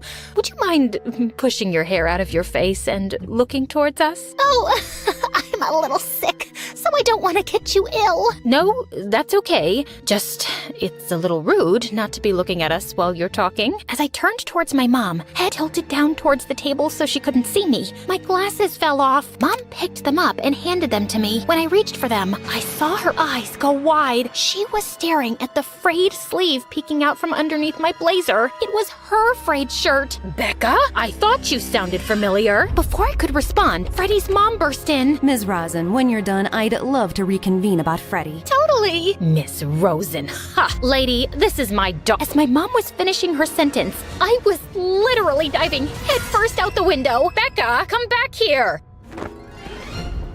I landed in the grass and sprinted away as fast as I could. When I finally arrived at the dance studio, I was exhausted and busted. I yanked off my teacher disguise, revealing the leotard underneath, and rushed into the competition. Becca, we're about to be on. Did you talk to them? How'd it go? Yeah, all good. They totally bought it. Freddie, you were in on this, weren't you? Oh yeah, they totally bought it. I whipped my head around to see Freddie's mom, boiling red, but not redder than the faces of my own parents who were right by her side. Becca, you are not dancing until you explain yourself. The music was starting. The spotlight was on us. I'll explain. Just dance. I locked eyes with him, desperate. He was fumbling at first. I could feel his nerves. Freddie, don't worry about them. This is for you. You got this. And then we didn't miss a step. Freddie was amazing. When it was over, I couldn't hear my parents screaming. I was overwhelmed by the applause and the glimmer in Freddie's eyes. You really pulled through. I'm impressed. I'm so sorry for lying. I really love spending time with you, even when we're not dancing, but especially when we're dancing. I saw him hiding a smirk, and that was enough of an invitation for me to lean in and kiss him as our lips touched. Becca! You tricked my son into going along with your charade so he could say he gets along with his classmates? You know he punched someone? Buzz killed. He was provoked. He shouldn't have punched them, but if someone insults your passion, sir, how would you feel? Freddie might not get on well with others at school, but here, in this place, he's the coolest, most adored guy. This is our family. This is our school. Freddie grabbed my hand, squeezing it. Yeah, and Becca is such an incredible dancer. She may not be good at academics, but she has a passion. All she needs is her parents' support. Plus, she is a good teacher. She taught me what it's like to fight for what you care about, no matter who tries to tear you down. I suddenly saw my mom's face soften, just a little. I guess that's something. And you did have good stage presence. I guess if dancing is your passion, I won't get in your way. As long as you have a backup plan. Wait, really? As long as you have a backup plan. I couldn't believe it. I finally got my parents' approval. Sort of. I hugged Freddie, and he grabbed my shoulders and kissed me like our parents weren't right there. I was on cloud 9. The rest is history. Freddie and I started dating, and I officially enrolled in school as a student. I finished the semester with all C's, under the perfectly boring teachings of the real Miss Rosen. But I got to keep dancing, and the following year, Freddie and I got into Juilliard. After a brief stint touring as a background dancer for pop artists, I got burnt out and wanted to spend more time at home with our new family. So I fell into my backup plan. All right, kiddos, don't hold back. I want to see those moves. Teaching dance classes to middle schoolers. And when my daughter told me she wanted to be a dancer, I freaked out for a minute. Who would want to have their daughter be a dancer? Oh, I guess my parents were right.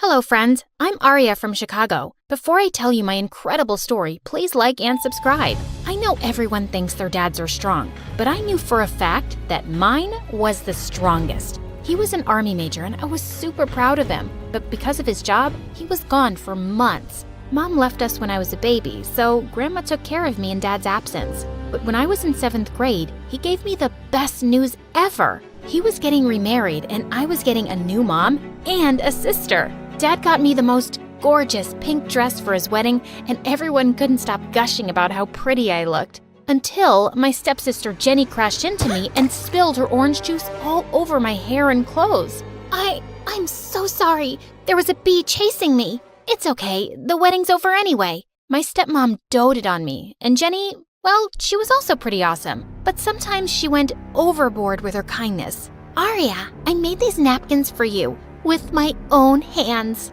That would have been cute if Jenny hadn't made that out of the dress I wore on our parents' wedding day. Once, Jenny and I were playing in a nearby park, and after a few hours, we felt hungry. So Jenny went home to fetch something to eat. Suddenly, I heard her screaming, so I ran to her and found one of our neighbors holding her by her collar. "What are you doing, Mrs. Sparkley?" "I caught this little thief trying to break into your home. She was crawling through the kitchen window." "That's because I forgot the key and no one's home." "Yeah, she's not a thief. She's my sister." "Your sister? I'm sorry, honey. You're so pretty. You both don't look related at all." It was true that Jenny and I looked different, but the way Mrs. Sparkley said that made me feel bad. and Jenny looked ready to explode. And you look like you're related to a family of pigs. Here, eat some dirt. Jenny grabbed a fistful of mud, threw it on Mrs. Sparkley's face, and ran away. Dad had to face the anger of a furious Mrs. Sparkley for an hour that evening. Soon, Jenny joined my school, and I was glad to introduce her to my friends. But I noticed that she tried to copy me in everything. We ended up buying the same clothes. She joined the school's drama club like me, and she even brought pasta to school every day like me, even though she hated it. Then one day, I got to know she wanted to play the role I was auditioning for in the school play, so I simply stepped back to give her the chance. And she did manage to land the role. When we got home, she happily broke the news to Mom and Dad. But just then, Dad got a call, and when he hung up, he cried with joy. It was your drama teacher. Some casting director watched your recent play, and he wants to cast you in an upcoming teen movie. I was ecstatic. Dad said he'd take us all to dinner at a fancy restaurant to celebrate. But that night, Jenny got a bad headache, and Mom had to stay back to take care of her. After that day, I started getting popular in school. Everyone suddenly wanted to hang out with me, but I felt Jenny slowly growing distant. She no longer wanted to play with me at home, and at school, she'd often say awful things to embarrass me. Did you guys know that Arya ate her bookers when she was little? Ew! And she loves smelling her socks after a sweaty gym session. Whenever I told Mom about it, Jenny started crying like a baby and said she was just having some harmless fun. 6 months passed, and one day, Dad got a call that he and his team had to leave for Afghanistan immediately. A couple of days after Dad left, we got the most terrible news. Dad and a few of his teammates had gone missing. I was devastated, but Mom and Jenny acted like everything was normal.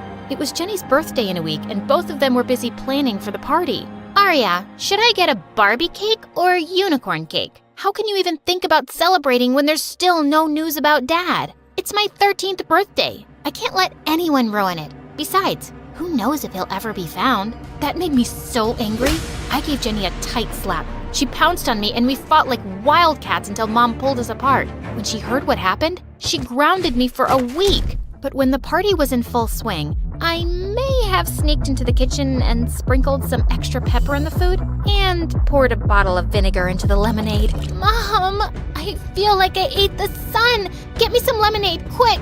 What did you mix in it? It tastes like pee.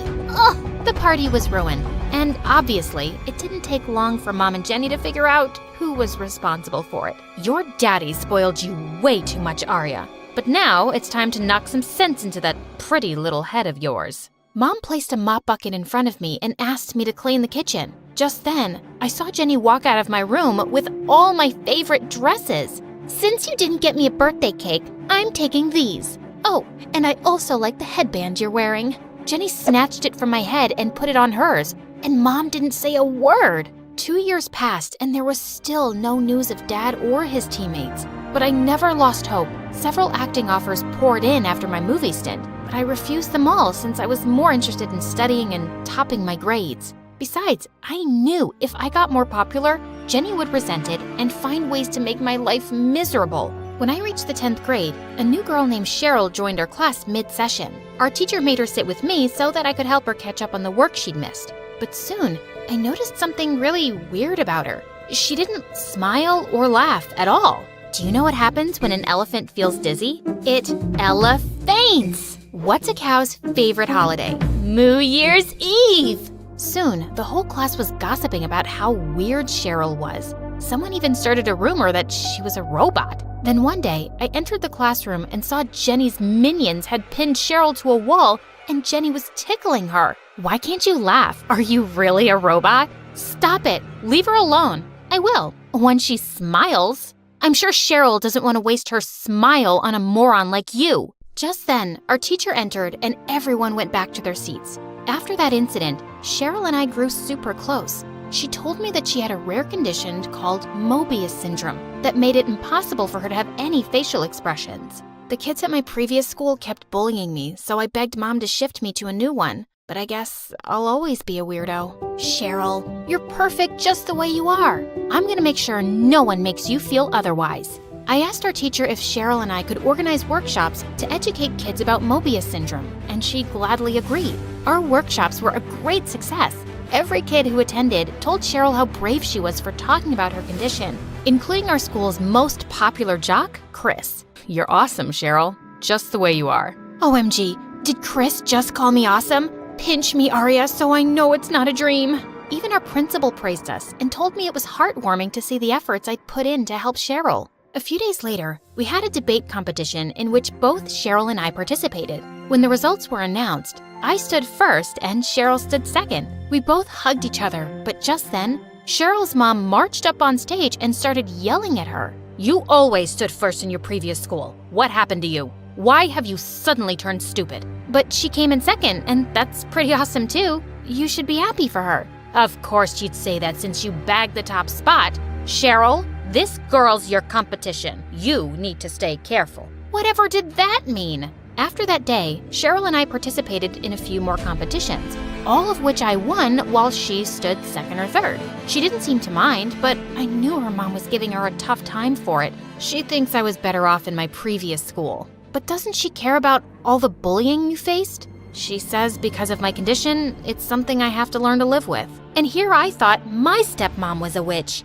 Months passed, and soon it was time for prom night. Cheryl had a massive crush on Chris since our workshop days, and she felt he liked her too.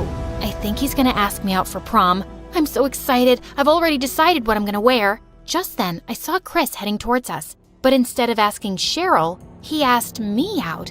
I felt awful, and obviously, I politely turned him down. Why did you do that? The way he was looking at you, I think he really likes you. You're so lucky, Aria. Everyone likes you. Oh, I have my share of haters too. Besides, how can I go out with a boy my best friend has a crush on? Remember? Sisters before misters? Later that day, our science teacher had asked us to prepare a project and told us the best one would get a scholarship opportunity at a prestigious university in New York. I need to win this one. I'm pretty sure my stepmom wouldn't spend a single penny on my college education. And if I win this competition, Mom would finally stop breathing down my neck. No matter which of us wins, a pizza party with lots of ice cream is guaranteed. For the next few days, Cheryl and I got busy with our projects. When we brought them to school on the submission day, I was surprised to see how amazing her project was. This looks so incredible. I'm sure you're winning this time. You really think so? I spent the last 3 nights working on it. Just then, it was announced that we had to keep our projects in the auditorium for the teachers to review. After placing my project next to Cheryl's, I was about to leave when a hand roughly turned me around. How dare you agree to go out with Chris? I asked him out for prom night, but he told me he was taking you. What the fudge? First Cheryl and now Jenny? Did the entire school have a crush on that guy? I have no idea why he said that. He did ask me out, but I refused. You lying witch. Suddenly, Jenny pushed me hard and I landed straight on Cheryl's project. Oh God, Jenny, what did you do? I frantically tried saving Cheryl's project, but just then I saw her walk in. What's taking you so long, Aria? Ah, my project! I'm sorry, Cheryl. It was an accident. Stop lying, Aria. I just saw you ruin this project. I tried to stop her, Cheryl, but she said she had to win this competition at all costs. I was shocked at how evil Jenny could be. I was about to slap her, but Cheryl caught my hand midair, and my heart broke to see the distrust in her eyes.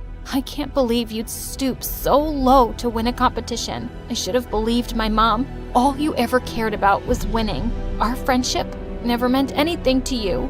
That's not true. I tried to stop Cheryl, but she ran away with tears in her eyes as Jenny smirked at me. I was summoned to the principal's office, but given my spotless track record, I was let off after a stern lecture. After that day, Cheryl refused to talk to me and started hanging out with Jenny instead. Watching those two together made my blood boil, and I couldn't concentrate on my studies. For the first time, I got a C in science, my favorite subject. My home life was already a mess, and whatever little happiness I found in school was being destroyed by Jenny. On prom night, I was in my bed watching my favorite MSA videos when Jenny barged into my room, dressed like a wannabe model. How does it feel to be a loser, Aria? Sitting all alone on prom night in your tacky clothes? Why do you hate me so much? What have I ever done to you? Remember Mom's wedding day? I was the flower girl, yet everyone kept talking about how pretty you looked. And then I bagged that play,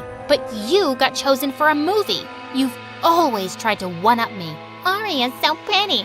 Aria's a genius. Aria, Aria, Aria. I didn't do it intentionally. And is it really my fault that I'm good at what I do? No. But do you have any idea how that makes me feel? So technically, I should have stopped my growth just because you weren't growing at the same pace? You know what, Jenny? I am not responsible for your insecurities, and I am so done with you. The moment she left, I called Chris and told him I was ready to go to prom with him if he was still interested. He gladly agreed, and when I arrived at the party on Chris's arm, I could see Jenny's jaw drop to the floor. And then she looked angrier than a raging bull and came charging at me. But before she could reach me, someone stepped in between us. Don't you dare mess with my best friend. Cheryl? You said you wouldn't be attending the prom. Well, guess what? I changed my mind, and I am so glad that I did. How else would I have gotten the chance to hear you bragging to your friends about how you lied to ruin things between me and Aria? Jenny looked stunned for a moment. Then she tried to attack Cheryl, but before she could, a crowd of angry girls picked her up and threw her out. Cheryl apologized to me a lot, and I decided to give her another chance. Later that night, when Chris dropped me home, I opened the main door, but right then, a bag came flying at me.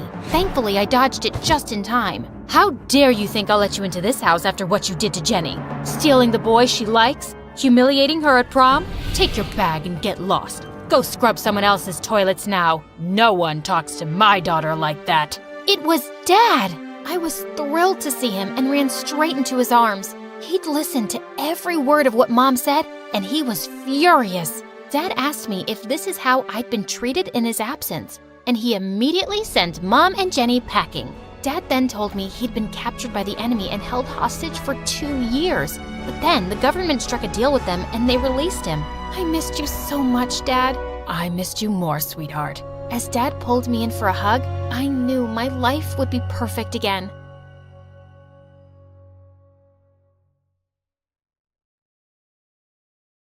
Hi, I'm Alice from Sweden, and my story is really crazy.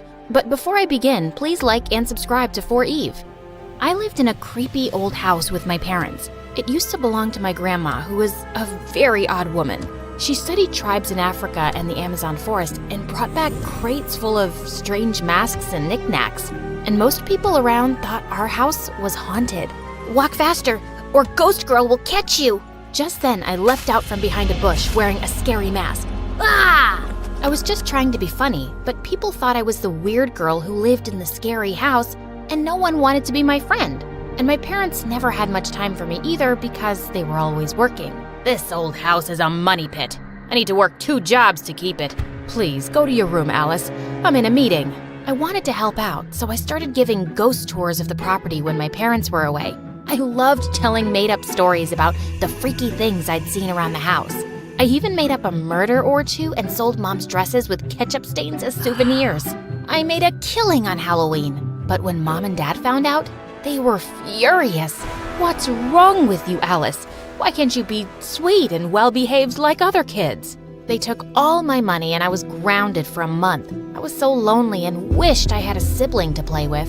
Then one day when I was 12, I got the biggest surprise of my life. I went looking for a snack in the kitchen when I found a thin, pale boy my age instead. Who are you and what are you doing in our pantry?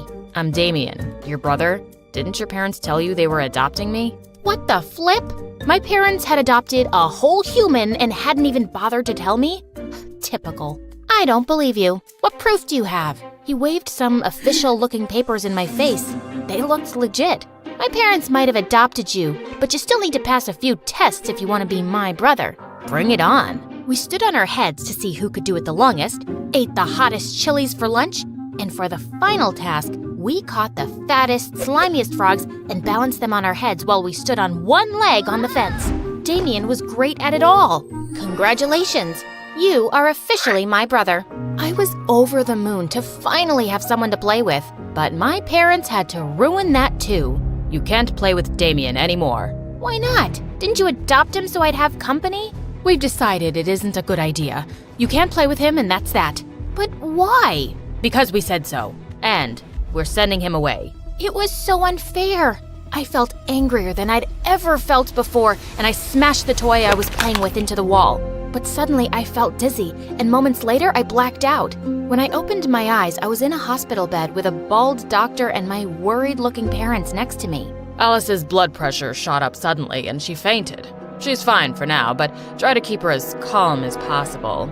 I'd also suggest you homeschool her for now. Mom and Dad took me home. They were being very nice to me, which was suspicious. Now they said I could play with Damien as much as I wanted. But when I ran to his room to tell him the good news, he was glaring at me angrily.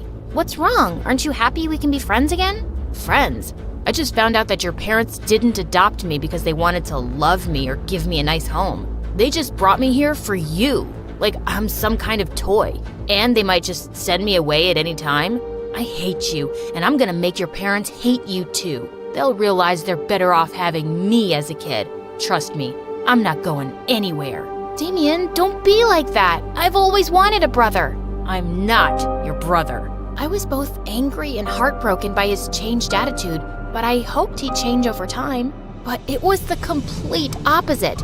Damien kept messing with my parents. He dropped the pearl earrings I borrowed from Mom down the drain, smashed Dad's laptop, and put dye in their body wash. They had shocking pink skin for weeks. And somehow, my parents were always upset with me and thought I was acting out. They never seemed convinced when I said it was all Damien. Was he really turning my parents against me? Stop being a jerk. These things cost money and Mom and Dad work really hard.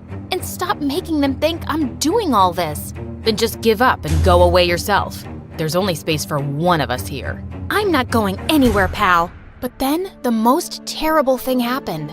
A few days after my 13th birthday, we were visited by some people from the museum. They wanted to use Grandma's tribal masks and vases for a display, and they said they'd pay us a lot of money if we allowed them to borrow it for a few weeks. Mom and Dad were over the moon that the dirty junk around the house was worth something. We can buy a new car and replace the laptop Alice trashed. We can pay off the mortgage and finally be debt-free. This could change our lives for the better. But minutes before the people from the museum arrived to collect the things, I heard a huge crash from the basement.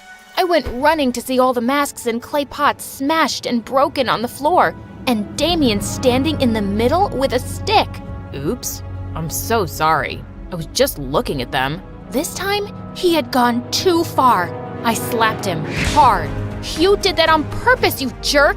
Just then, my parents came running in and looked at the mess in horror. And then they looked at me like I was the crazy one. Why are you looking at me like I did this? He's ruined everything and you're still gonna have him around? Why don't you send him away? You want us to send your brother away? You got so upset before. I was wrong about him, okay? He's not my brother. He's crazy and he's dangerous. Mom and Dad exchanged a weird, long glance and nodded. Fine. We'll send him to a special facility so he can get better. That night, I locked my door, but I could still hear Damien screaming and crying in his room. The next day, he was gone. Mom and Dad looked sad and broken.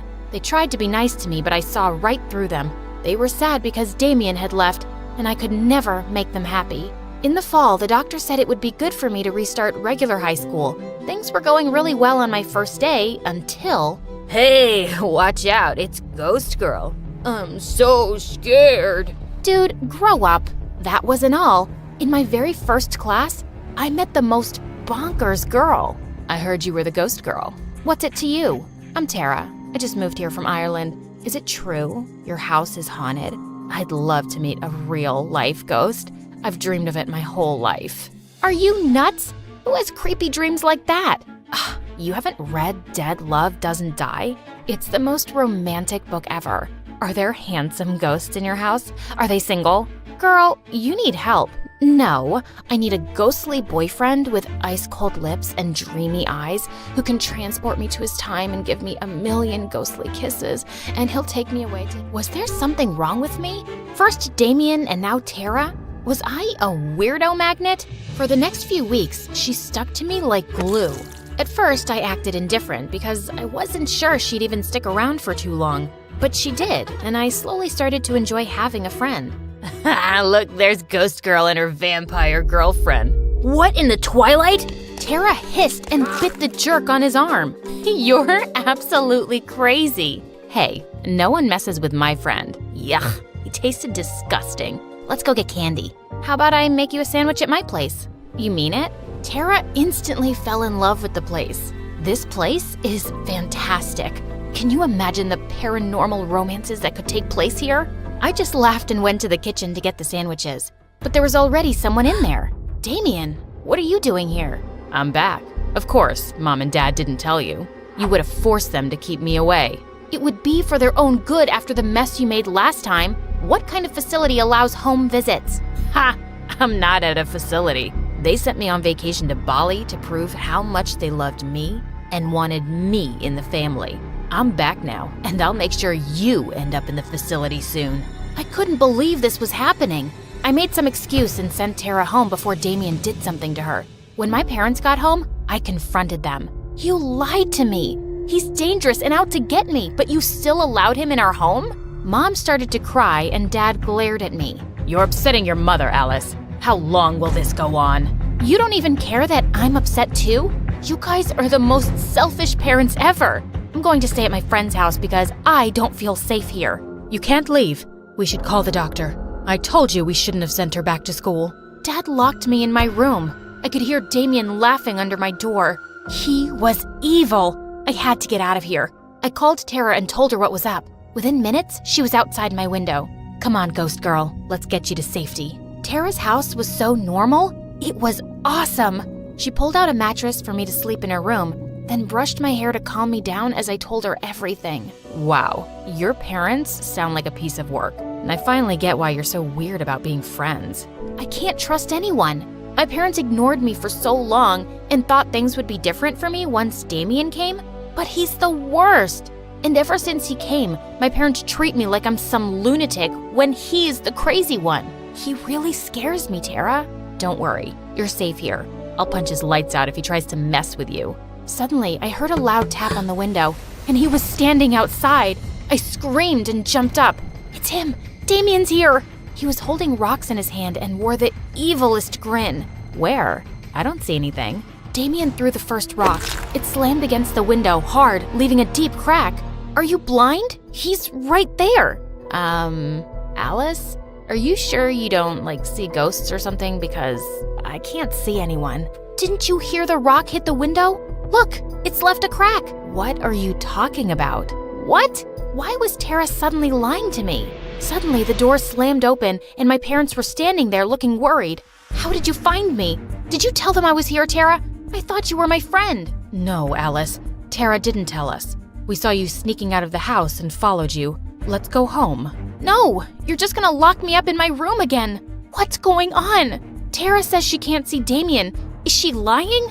Or am I crazy? The saddest look crossed my mom's face, and she broke down crying and hugged me. No, Alice, you're not crazy. That's when they told me how they'd never adopted a boy named Damien. We thought he was just a harmless imaginary friend, but when you started seeing him all the time, we tried to stop it by saying we'd send him away. The doctor said you had created Damien to help with your feelings of being alone and we should play along, so we agreed. But then you started acting out and blaming it on Damien. We were so glad when you finally sent him away yourself. We thought things were gonna be okay now, but then you said you saw him again and we just can't see you like this, sweetie. And it's all our fault. We should have given you more time when you were a kid. I was in utter shock. So, everything Damien did, the earrings, the laptop, the masks? It was all you, but we weren't mad about any of it. We were just worried about you. But if Damien was the friend I made up, why was he suddenly so mean to me? Your doctor said you suffered from low self-esteem. In your mind, no one wants to be friends with you for long. Oh yeah, it took me ages to get her to call me a friend. Are you real? Can you guys see Tara? I could pinch you. Ouch! Okay, you're real. Don't worry, dear. We talked to your doctor and he says we can start therapy sessions now. You'll be fine. And we'll be with you all the way. Me too. They all took me in a big bear hug, and suddenly, I didn't feel alone at all.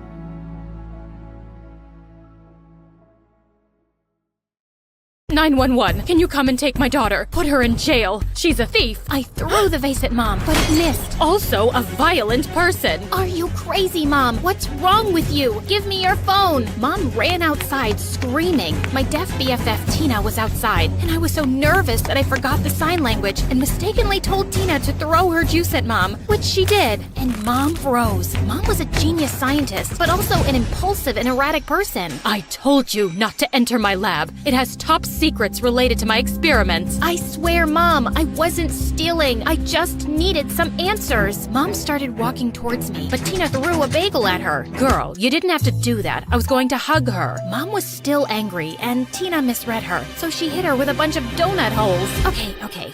This is really crazy, I know, but my life wasn't always this insane. You should start from the beginning. Good idea. Hi, my name is Melody, but before I continue, please like and subscribe. My mom wasn't always a crazy maniac. In fact, she was the kindest and sweetest person in the world. She's actually my stepmom. I first met her in the 9th grade. She was my science teacher. At the time, I was really lonely. My dad and I had just moved to a new city, and I didn't have many friends. Excuse me? Yes, I did have Tina. She's my BFF, and she lives next door. She's really smart. So smart that she skipped 4 grades and abandoned me to go to a fancy college across town. Abandoned you? Really? Yes, we did hang out on the weekends, but at school, I was all alone. Now, where was I? Oh yeah, somehow, I'd managed to turn all the cheerleaders against me. It may have been because at lunch one time, I got distracted by this cute boy named Lance, and I tripped over my shoelace. My lunch tray went flying, and my spaghetti flew into the air and landed right on a cheerleader's head. And she wasn't just any cheerleader, she was the team captain. To make matters worse, her boyfriend, the football quarterback, walked up and slipped on my spaghetti and broke his leg. He couldn't play for the rest of the season. After that, I was a pariah. The whole school, even most of the teachers were mad at me. I hated everything about my school, except my science class. My teacher, Miss Peach, made science so much fun that when I was in her class, I forgot about how much my life sucked. Then one day during a parent-teacher conference, my dad saw Miss Peach and he fell in love with her at first sight. They started dating, and after a few months, they got married. Things were great for a while. I even started calling her Mom. Mom quit working at the school so she could spend more time with me and Dad. We were a perfect, happy family. Then my mom lost her mind. It started when Dad got a new job. He had to travel a lot for work and was rarely home, so Mom built a secret lab in our basement and spent all day and night inside. On her birthday, I snuck down there to surprise her for lunch. Hey, Mom, look, I got tacos and cake. My hands were pretty full, so I tried to set the cake and tacos down on the counter, but honey, don't. I accidentally knocked over a beaker full of this smelly green liquid. Melody's really clumsy. No, I'm not. Yes, you are. The proper term is vertically challenged. Can I please get back to my story now? Go ahead. Once the liquid hit the floor, the green gas that smelled like a bag of farts filled the air. The emergency alarms went off, the room got all blurry, and the next thing I knew, I woke up in the hospital. Some weird men in suits and dark shades took me to a strange room and asked me a dozen questions and gave me all these medical tests, but everything came back normal. But then, a week later, things took a turn. I was suddenly really smart. I mean, like crazy smart. I had a photographic memory and could solve any math problem. I started acing all my tests, and soon I was at the top of my class. I told my mom about it, and she freaked out. I swear she started spying on me. A couple of days later, things got even weirder. All of a sudden, the boys in school started noticing me. Hey, Mel, can I carry your books? No thanks, I think I got it. Can I walk you to class? I'm sure I can handle it. And not just 2 or 3 boys, I mean all of them. In class, they fought over who would sit next to me. Hey, I was sitting there. No, I was here first. An hour later, a mob of boys were chasing me down the hall. Wait, Mel, don't go! Even the quarterback. You remember him, right? He slipped on Mel's spaghetti and broke his leg. Well, even he couldn't get enough of me. Mel, I think I love you. What did you do to my boyfriend, you witch? She jumped into the air like a ninja and tried to kick me. I ducked. Then she threw one of her pom-poms at my head. The thing really hurt.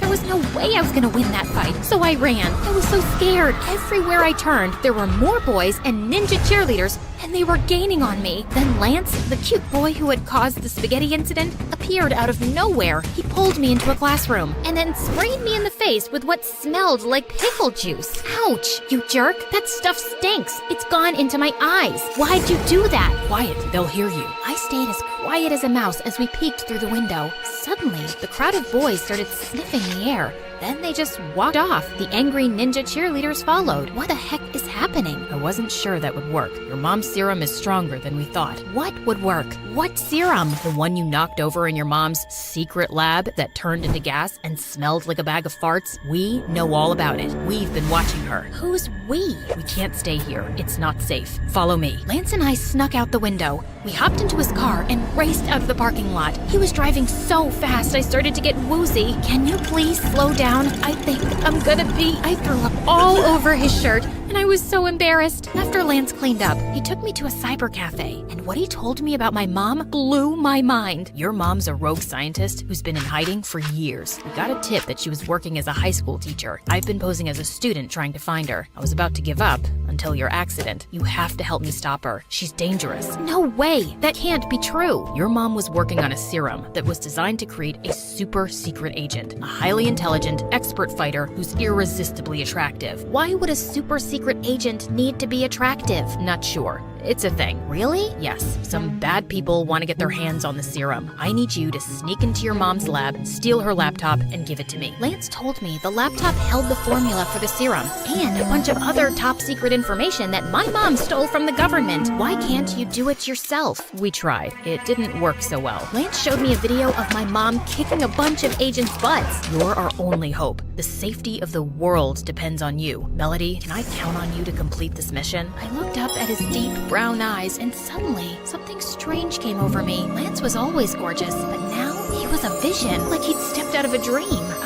I guess I could do it. That would make me so happy. Lance dropped me off a block from my house. I stood there in the street, watching his car drive away. I couldn't stop thinking about his handsome face and how his hand touched mine. Then Tina ran into me with her bike. Hey, watch where you're going. You're the one standing in the street. I told Tina all about Lance, the super secret agent serum, and my mission to steal Mom's laptop for him. Hold on, you don't even know this guy. What else is there to know? Lance is beautiful and amazing and charming, and what's he going to do with the serum when he gets it? Simple. He's going to... Wait, he didn't say. I'm not sure. I just have to help him. Why? I don't know. Oh, geez, I'm so confused. Tina dragged me into her house. I told her all about the crazy boys in school and everything Lance said about the serum. Then Tina picked up a handful of pencils and flung them at my face, and I expertly dodged them all. What are you doing? Tina threw a trash can, a stapler, a teddy bear, and a math book at me. I caught the math book and ripped it in half.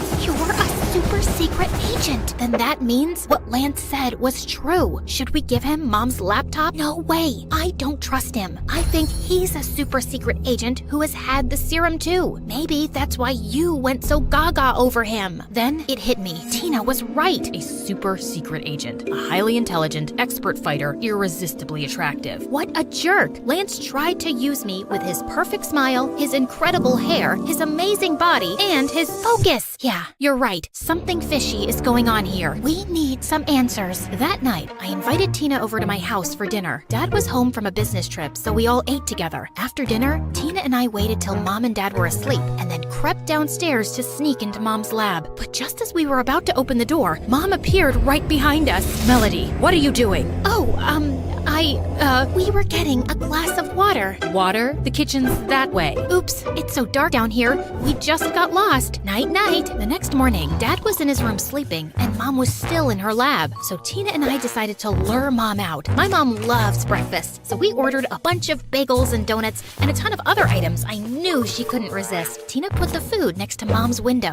Wow, that smells delicious. Just as Mom walked out of her lab, I snuck inside, and you wouldn't believe what I found. On her computer, I saw a bunch of files. I opened one and read that Mom wasn't making a super secret agent serum to sell to bad men. She'd made a love potion she used on Dad to make him fall in love with her. But it didn't stop there. I searched through Mom's computer and found a huge file on me. The green gas I inhaled from the accident made me smarter by the day, an expert fighter, and the most attractive girl on the planet until I was doused with pickle juice. The smell of pickle juice somehow made me less attractive. It all boils down to pheromones, a natural hormone that influences behavior. Tina, this is the most exciting part of the story. We don't have time for science right now. So, where was I? I was reading about pickle juice, and just then I looked up to see Tina outside the window signing at me. Abort! Your mom's coming back! I grabbed my mom's laptop and raced towards the door. I ran right into Mom, and she went ballistic. You're working with them? You'll never get my secrets. Mom snatched the laptop out of my hand and smashed it to pieces. Then she called 911, and that's how we got to the part in the beginning where Mom went crazy and Tina started throwing donut holes at her. Can we fast forward, please? No problem. Okay, we can start right about here. Mom was still angry and Tina misread her, so she hit her with a bunch of donut holes. I dove into the line of fire so my mom wouldn't get hurt, but one of the donut holes hit me in the eye. Then Dad stepped outside. What's going on out here? Everything's fine. Go back inside and get some rest. No, Mom, it's not. You've been lying to us the whole time. I know about the super secret agent serum, the love potion, and that you're a rogue scientist on the run. Dad gave Mom a strange look. Darling, it's time you told her. You're right. I haven't been honest. I used to work for the agency, but then I wanted to stop and have a normal life. I did use the love potion to make your father fall in love with me. But once I got to know him, I realized it was wrong, so I stopped using it and told him everything. She's telling the truth, Mel. But what about the super secret agent serum and the government? I shut down the super secret agent serum project months ago. It was dangerous. All the agents who took it went crazy. That's why I have a file on you, because I was monitoring you after you got exposed to it, Mel. I should have told you, but I didn't want to scare you. Thank goodness you were fine. The effects of the serum should wear off soon. I love you, honey. Please forgive me. Just then, Lance appeared out of nowhere. That's really sweet, but I need more of that serum. Now. There's no more serum left. Mel spilled the last of it. I don't care. Make me some more or the deaf girl gets hurt. Then Lance grabbed Tina, and I saw red. I sprang into action and tackled Lance to the ground. He kneed me in the side, and I punched his pretty face. He elbowed me in the nose, and I yanked his gorgeous hair, and he squealed like a pig. Ouch, that hurts. I guess the effects of the serum on him had started to wear off, because I was stronger and managed to overpower him and tie him to a tree. The police arrived 10 minutes later and arrested Lance. He was wanted in 10 different countries. He didn't even work for the government. He was the one selling secrets to the bad guys. I told you he was lying. A couple of weeks later, the super secret agent serum wore off, and my life went back to normal. Every day after school, Mom invited me and Tina to her lab to work on secret experiments. One day, a special agent showed up at our door with a special mission to save the world. So what do you say, girls? You in? Yes, of course.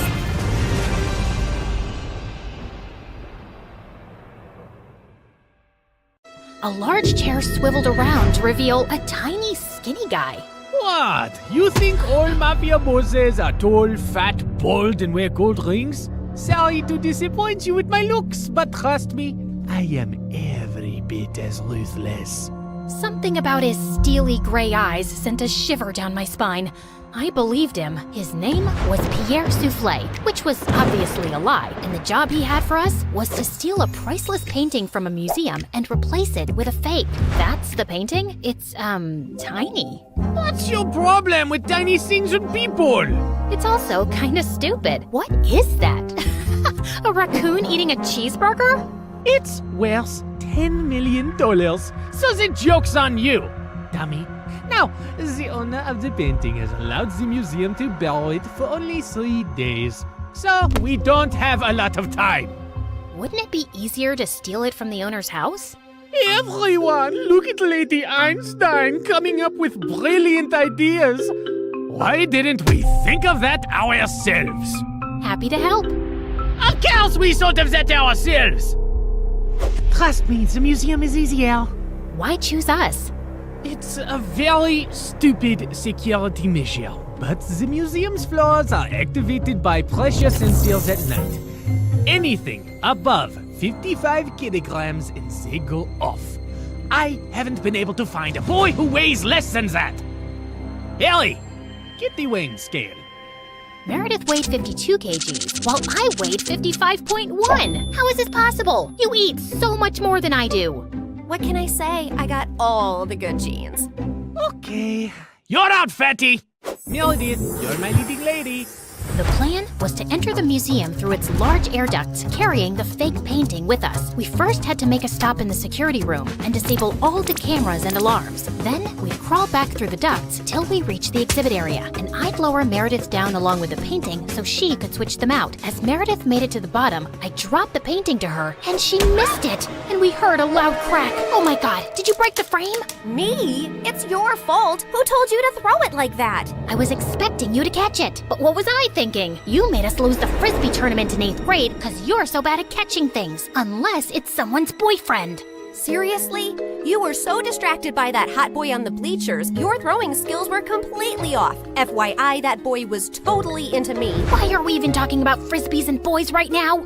You started it. No, I didn't. Okay, shut up. Let me think how to fix this. Are you trying to glue it together with your saliva? You got a better idea? Any idea would be a better idea than that. Look, it's a museum. They must fix broken, ancient things here all the time, right? I'm looking at the floor map, and there are some offices in the left wing. I'll go get some glue. It took me an hour to find glue and return to our spot, and I found Meredith eating a bowl of ramen. Where did you get that? I brought a packet of instant ramen with me, and you were taking forever, so I went to make it in the staff kitchen. There was someone's chicken sandwich in the fridge, so I used the meat from that. And there was also some tofu, and I added a dash of oyster sauce. I'm so happy you chose this moment in your life to become a gourmet chef. Just send the painting back up so I can fix it. I tried to fill in the crack as best I could, then sent it back down to Meredith, who took the real one off and put the fake one on the wall. But just as she started walking back, the whole floor lit up suddenly, and a blaring sound went off.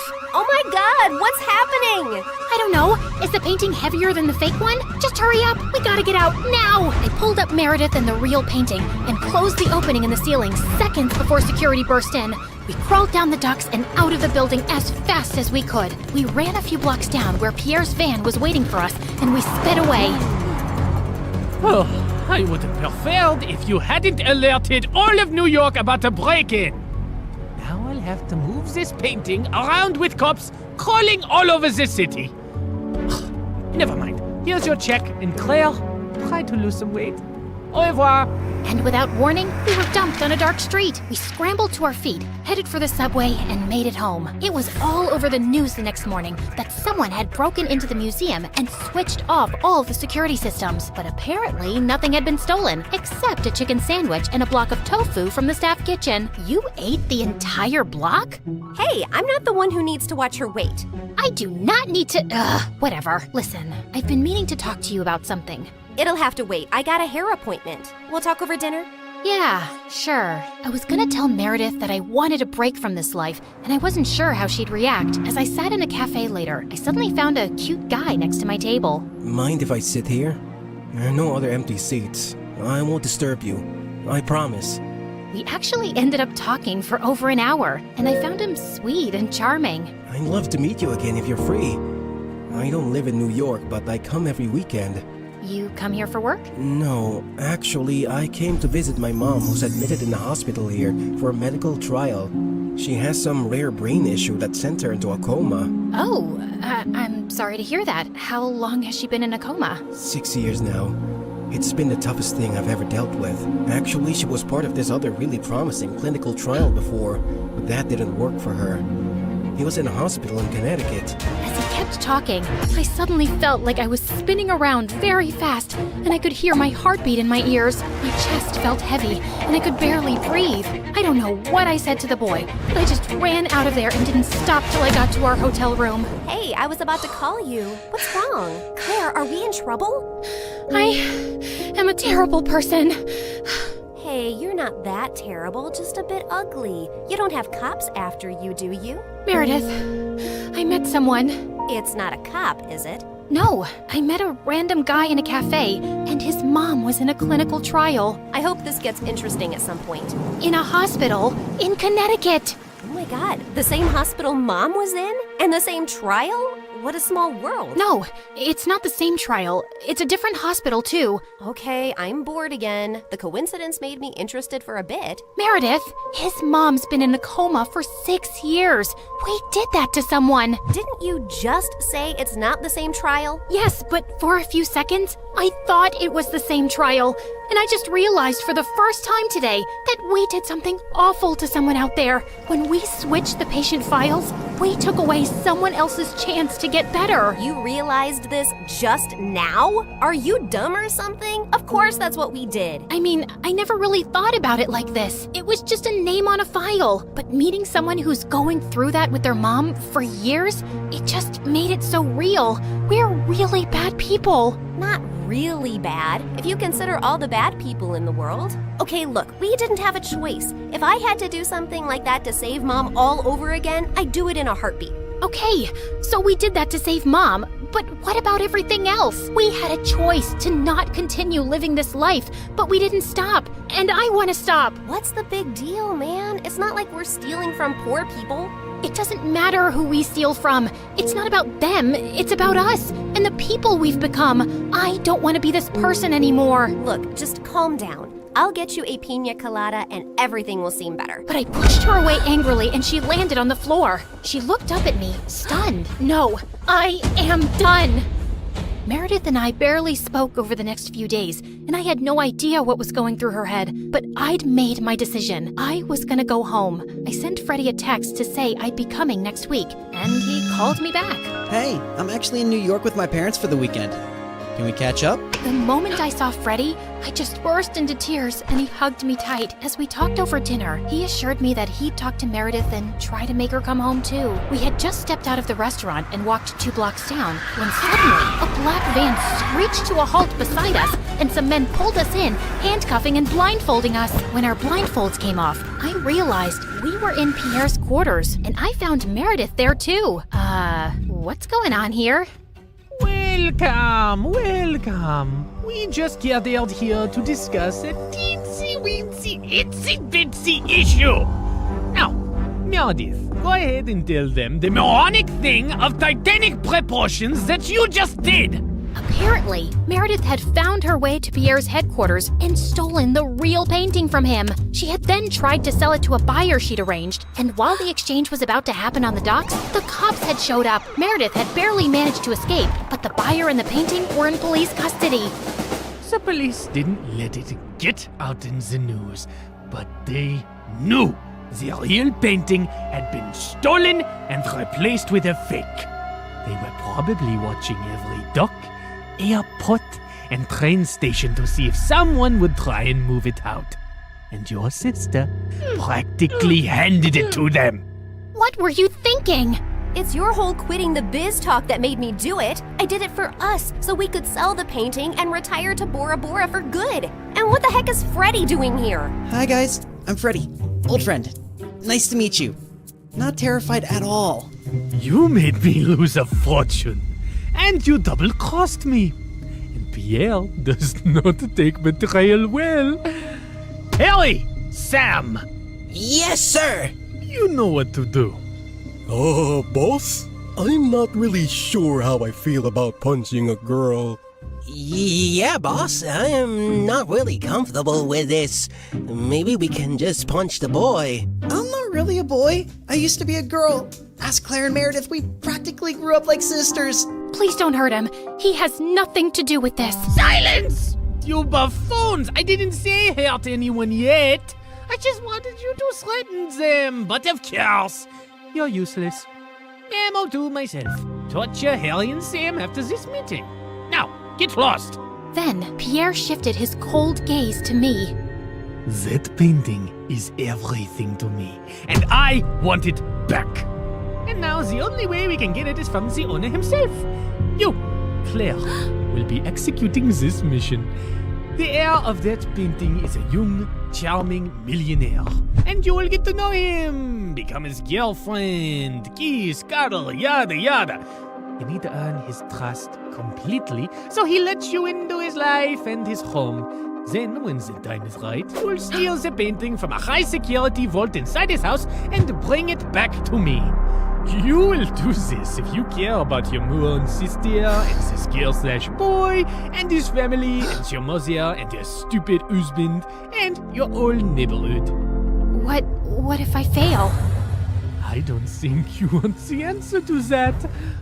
But once you succeed, I'll give you 2 enough to go to Bora Bora and never return. I'd be ecstatic to never set eyes on you annoying girls again. I had my eyes on the target from across the street. As soon as I saw him walk towards the cafe, I headed for the entrance. Just as he opened the door, I bumped straight into him, spilling coffee all over his shirt. Oh, God, I'm so sorry. I wasn't looking. I'll pay for the dry cleaning. His arm rested gently on mine.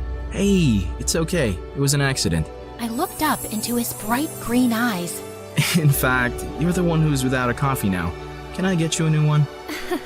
Sure, I'd like that. Can we also start over? Hi, I'm Christina. Hello, I'm Eric.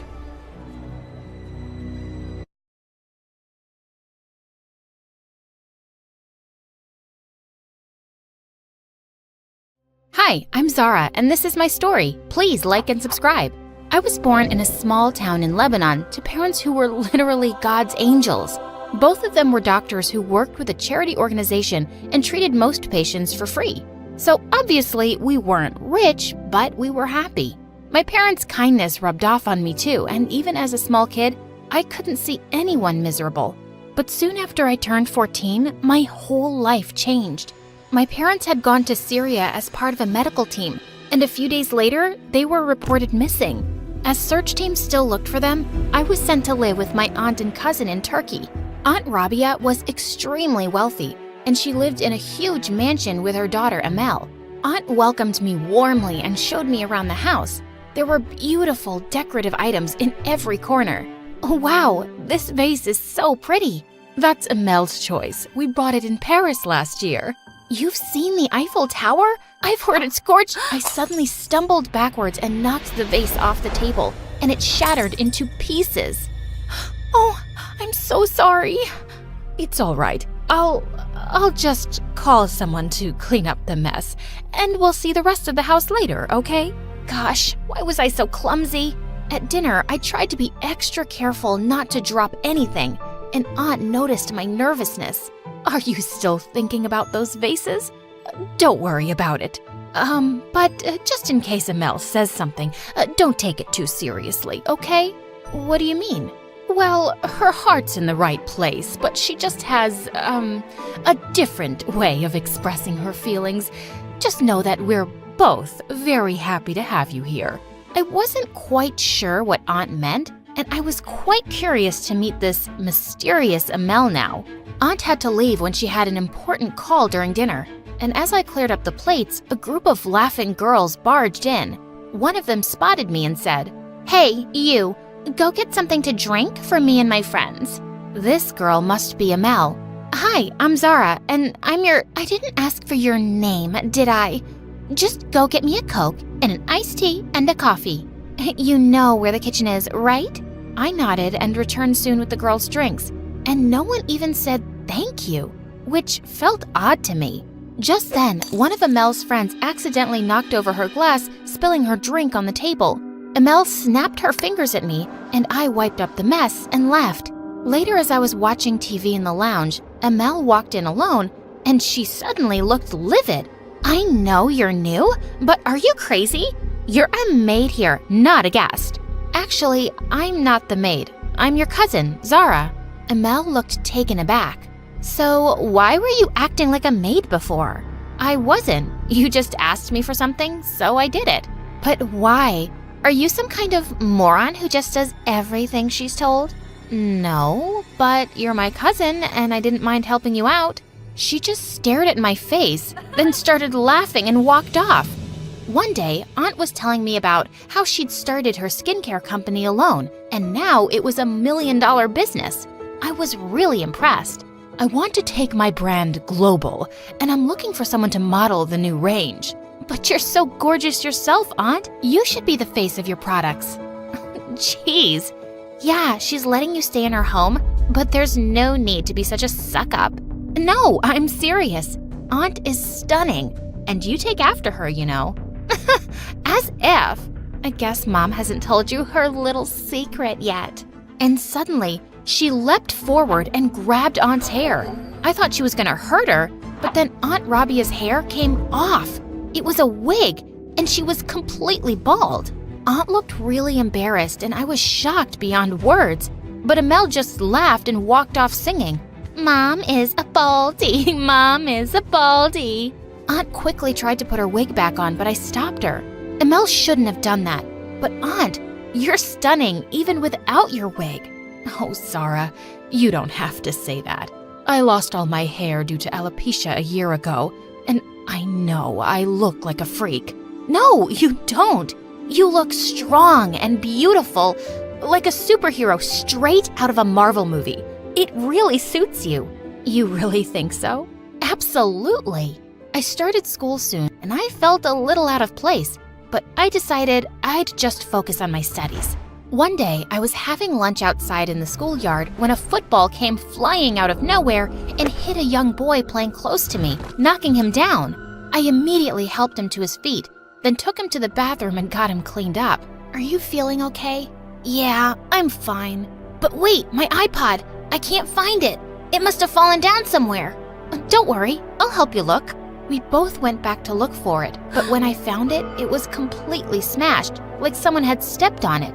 The boy was about to burst into tears, and I quickly said, "Hey, don't cry. Okay, how about I give you mine?" Really? Is your mom gonna be okay with that? Yeah, I'm pretty sure my mom won't mind. There, it's all yours. Thank you so much. You're awesome. Suddenly, someone behind me spoke. Wow, awesome indeed. I turned around to see a tall, handsome boy holding a football. I'm sorry, that was my football that hit him. Kicked it a little too hard. I think you should be saying sorry to him, not me. But the little boy was already skipping away with my iPod. I guess I owe you an iPod. Why'd you give yours away anyway? Because it's just an iPod, and look how happy he is. He was about to say something when suddenly Amel appeared and threw her arms around his neck. There you are, babe. I see you've already met my cousin. And Zara, this is my fiancé, Murat. Oh, you two are cousins? Yes. Remember I told you about the orphan cousin from Libya that we took in? You know how big-hearted Mom is. It's Lebanon, and I'm not an orphan. My parents will be back soon. But yes, my aunt is generous and amazing. And with that, I walked away. A few days later, Aunt was hosting a dinner for Murat and his parents. Everything seemed to be going smoothly. But when the soufflés were served, they had sunk in, and Amel called for the cook. Did you expect me and my guests to have this soup for dessert? I know you're not the brightest, but how stupid do you have to be to mess it up? Amel, that's enough, honey. You can go now. I felt furious. I wanted to tell Amel off so badly, but I didn't want to create a scene. Later that evening, as we all sat in the living room, Murat suddenly turned to me and said, "I've noticed that you're always wearing this big watch. It seems too heavy for your wrist." Oh, yeah, it's my dad's. Mom gave it to him for his birthday, and, well, I've just borrowed it till they get back home. Zara, could you please not talk about your parents? It's just uncomfortable. It's not uncomfortable for me to talk about them. Yes, but it makes other people feel weird. No one wants to talk about depressing stuff. I felt angry tears stinging my eyes, and I quickly excused myself and went out to the garden. I found the poor cook crying outside, and I consoled her as best as I could. As she walked away, I turned to find Murat behind me. Your cook seemed really upset. Maybe Amel was a bit harsh, but I guess you have to deal with servants a certain way. A certain way? The only way to deal with anyone is with respect. Yes, but she made a mistake, and Amel had to tell her. Not in front of everyone, and not like that. And the cook is only human. Her son is really unwell, and she's worried. And even then, she prepared a whole feast for us. Do you know everything about all the servants? I do talk to them. Don't you? Sure, to give instructions, but nothing about their personal lives. They live in your house and serve you every day. And you don't care to know anything about them? Wait, are you saying I'm arrogant? Well, yes. Yes, I am. I started walking away, but suddenly, he gently grabbed my wrist. Amel shouldn't have said that about your parents. I'm sorry, and I'm sure they'll be found soon. Me too. And thank you. And then I left. The next evening, when I went to the kitchen, the cook seemed to be in a really good mood. and she told me that Murat had offered to fully pay for her son's treatment. I guess he wasn't so bad after all. A few weeks later, I was walking out of a cafe in town when I walked straight into someone. Murat. A small velvet box fell at my feet, and we both quickly bent down to pick it up, and ended up bumping our heads really hard. Then we both burst out laughing and sat down on a bench. I just picked out a ring for Amel. You know, we have our engagement party in 2 weeks. What do you think? He opened the box to reveal a diamond ring. I'm sure she'll love it. But I asked what you think. It's lovely. I'm just the wrong person to ask about diamonds. Well, what kind of ring would you want if you were getting married? I've never thought about it. And I haven't thought about marriage either. But if it ever happens, I just hope I'm as happy as my parents. And they've never had anything fancy, so I don't think that stuff matters. Murat looked at me with a strange expression. And for some reason, it made my heart flutter. You're nothing like your cousin, Zara. In fact, you're unlike any girl I know.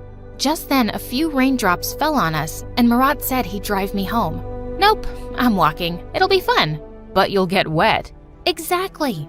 When was the last time you walked in the rain, Murat? Never. That's just sad. It won't kill you, I promise. I started walking, and he joined me. And then it started raining really hard. And he took off his jacket and put it over my head as we ran for cover, laughing like kids.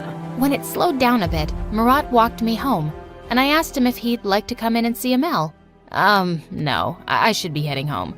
But thank you, Zara. I haven't laughed this much in ages. You're something else. He smiled, and my heart was fluttering again. I went in, trying to push away that stupid feeling. But just as I was about to walk into my room, someone pushed me hard. It was Amel. What were you doing with Murat, you witch? Hey, can you calm down? We just bumped into each other and he walked me home. Wait a second. Is that Murat's jacket you're wearing? Suddenly, I realized that he draped it around my shoulders and I'd forgotten to return it. Look, it started raining and he was just being nice. Listen to me loud and clear, Zara. He's my fiancé and I don't want you hanging out with him. I didn't plan it, Amel. I'll just stay away from him. You don't need to feel so insecure. Suddenly she pounced at me and snatched the jacket away. Why would you make me feel insecure? You're just a poor orphan living on our charity. Someone like him would never even think about someone like you. And neither would I. But if you call me a poor orphan one more time, Amel, I might just punch your face. And with that, I pushed her out of my room and slammed the door shut. I was getting sick of her. After that, I completely avoided Murat in school or any time he visited Amel at home. He was her fiancé, and it was best for me to stay away from him. The engagement party was being hosted by Aunt, and the whole house was buzzing with excitement. But just as they were about to exchange rings, Murat suddenly stopped and looked up at her. Amel, I can't do this. I can't get engaged to you. What? What do you mean? I'm really sorry. I tried, but I just can't convince myself to go through with this. It isn't fair to us both. What are you talking about, Murat? I'm in love with someone else, and it's not you. I'm sorry. Murat left the room, and everyone just stood there, speechless with shock. Amel burst into tears and ran off to her room. What had just happened? Aunt Rabia looked really upset. An hour later, when I went up to my room, I was shocked to see that the whole place was trashed, and Amel was standing in a corner, holding Dad's watch. Amel, have you lost your mind? And what are you doing with my watch? I was waiting for you to come so I could show you. And with that, she put my watch on a table and smashed it with a hammer. Oh my God, no! What did you do? That was my dad's. How could you? Well, I don't think he's coming back for it. And suddenly, I snapped. I leapt forward and grabbed her hair, and we broke into a huge fight. Moments later, Aunt walked in and pulled us apart. What's gotten into you two? She stole my fiancé. She's a snake, Mom. I don't know what you're talking about, you psycho. Aunt took Amel away, and I climbed into my bed and cried for what seemed like hours. The next day, Aunt came into my room with a really serious face. "Zara, I'm sending you away to live with my cousin in another city, and you'll be attending school there. I'll pay for everything, of course." I stared at her face, feeling a bit heartbroken. I loved my aunt, and I didn't want to be away from her. "I wish you would believe me that this isn't my fault, Aunt Rabia." "I do believe you, but I have to take care of my daughter, and I don't think it's a good idea for you two to be around each other. I hope you'll understand." I left to stay with Aunt's cousin the next day. I missed her a lot, but her cousin was kind too, and I soon settled into my new school and tried to forget about my life before. But I never gave up hope that my parents would be found one day. I worked hard for a scholarship and got into a good university. One day, as I was walking out of university, a gust of wind suddenly blew some papers out of my hand, and as I ran after them, I tripped and was about to fall face forward when someone caught me. "I got you, and your papers too." I looked up in complete shock. It was Murat. What are you doing here?" "Obviously looking for you." "But why, Murat? You don't know how difficult you made things for me." I know, and I'm really sorry. When I found out you left, I knew there was no use coming after you, because you'd never make your aunt or Amel unhappy. And I went away myself, trying to forget you, but I just couldn't. You somehow changed me, Zara. I don't want to just settle for something ordinary anymore.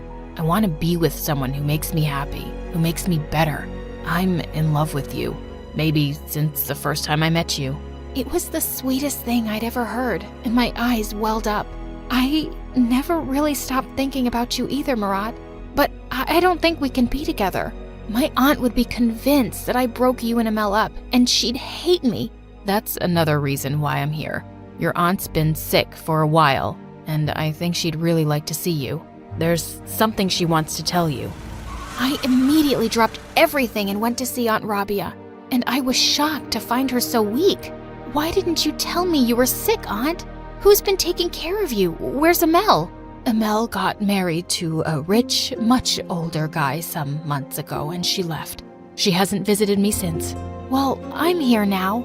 Aunt tearfully took my hands. My darling Zara, I'm sorry that I ever sent you away from me. I was angry then, but I don't blame Murat for falling for you.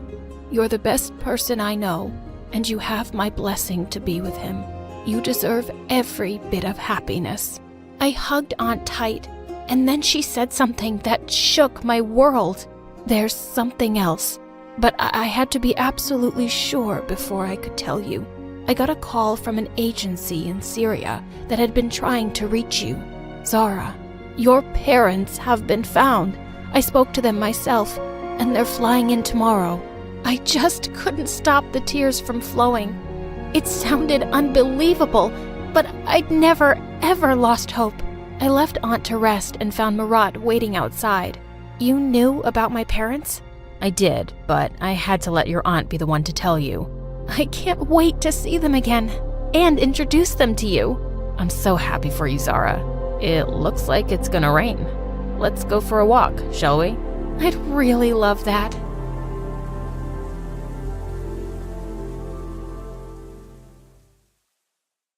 Hi, I'm Ava from Ohio. Please don't forget to like and subscribe to MSA. School was always a breeze for me. I aced all my classes, math, English, science, you name it, all A's. But grades were never my main concern because I had a bigger dream, to become an Olympic gymnast. My gymnastics coach Jenny saw potential in me. I was her star student, and she was confident I'd bring home a gold medal someday. Jenny was more than a coach to me. She was like a second mom. She'd invite me over for dinner after practices, and I found myself going over quite often. You see, my own mom wasn't a bad person, but we didn't always get along perfectly. She was often moody and quick to anger, which made my 3 older brothers keep their distance as much as possible. I knew she wasn't a bad person. She was just a bit challenging at times, and hanging out with Jenny just felt easier. One night, after a really hard practice, Jenny saw I was feeling down, so she took me to her place, picked out some inspiring sports movies, and got my favorite snacks ready. Ava, when you're out there, you're not just doing gymnastics, you're showing everyone what it means to love what you do. That's why you're amazing. We laughed, cried a bit watching the movies, and and talked about our dreams, but Jenny had one flaw. Her daughter, Becca, a year older than me, often behaved like she was 5 years younger than me. She was impulsive and wild. Becca would dress weirdly and act irrationally, and she never respected Jenny. During dinner one time, she showed up wearing the brightest neon colors and chewing gum. You know, Mom, I always thought I looked like you, but today I looked in the mirror and I suddenly realized that I was pretty, like model pretty. So there's no way I look like you because, Mom, let's face it, you're ugly. Well, I'd love for my daughter to be prettier than me. Any real mom would love that. Real mom? Yeah, right. You're a hypocrite who's too busy kissing her trainee's butt for some extra money. No, she's nice to me because I'm good with her and treat her well. So why don't you go home and be good with your own mom?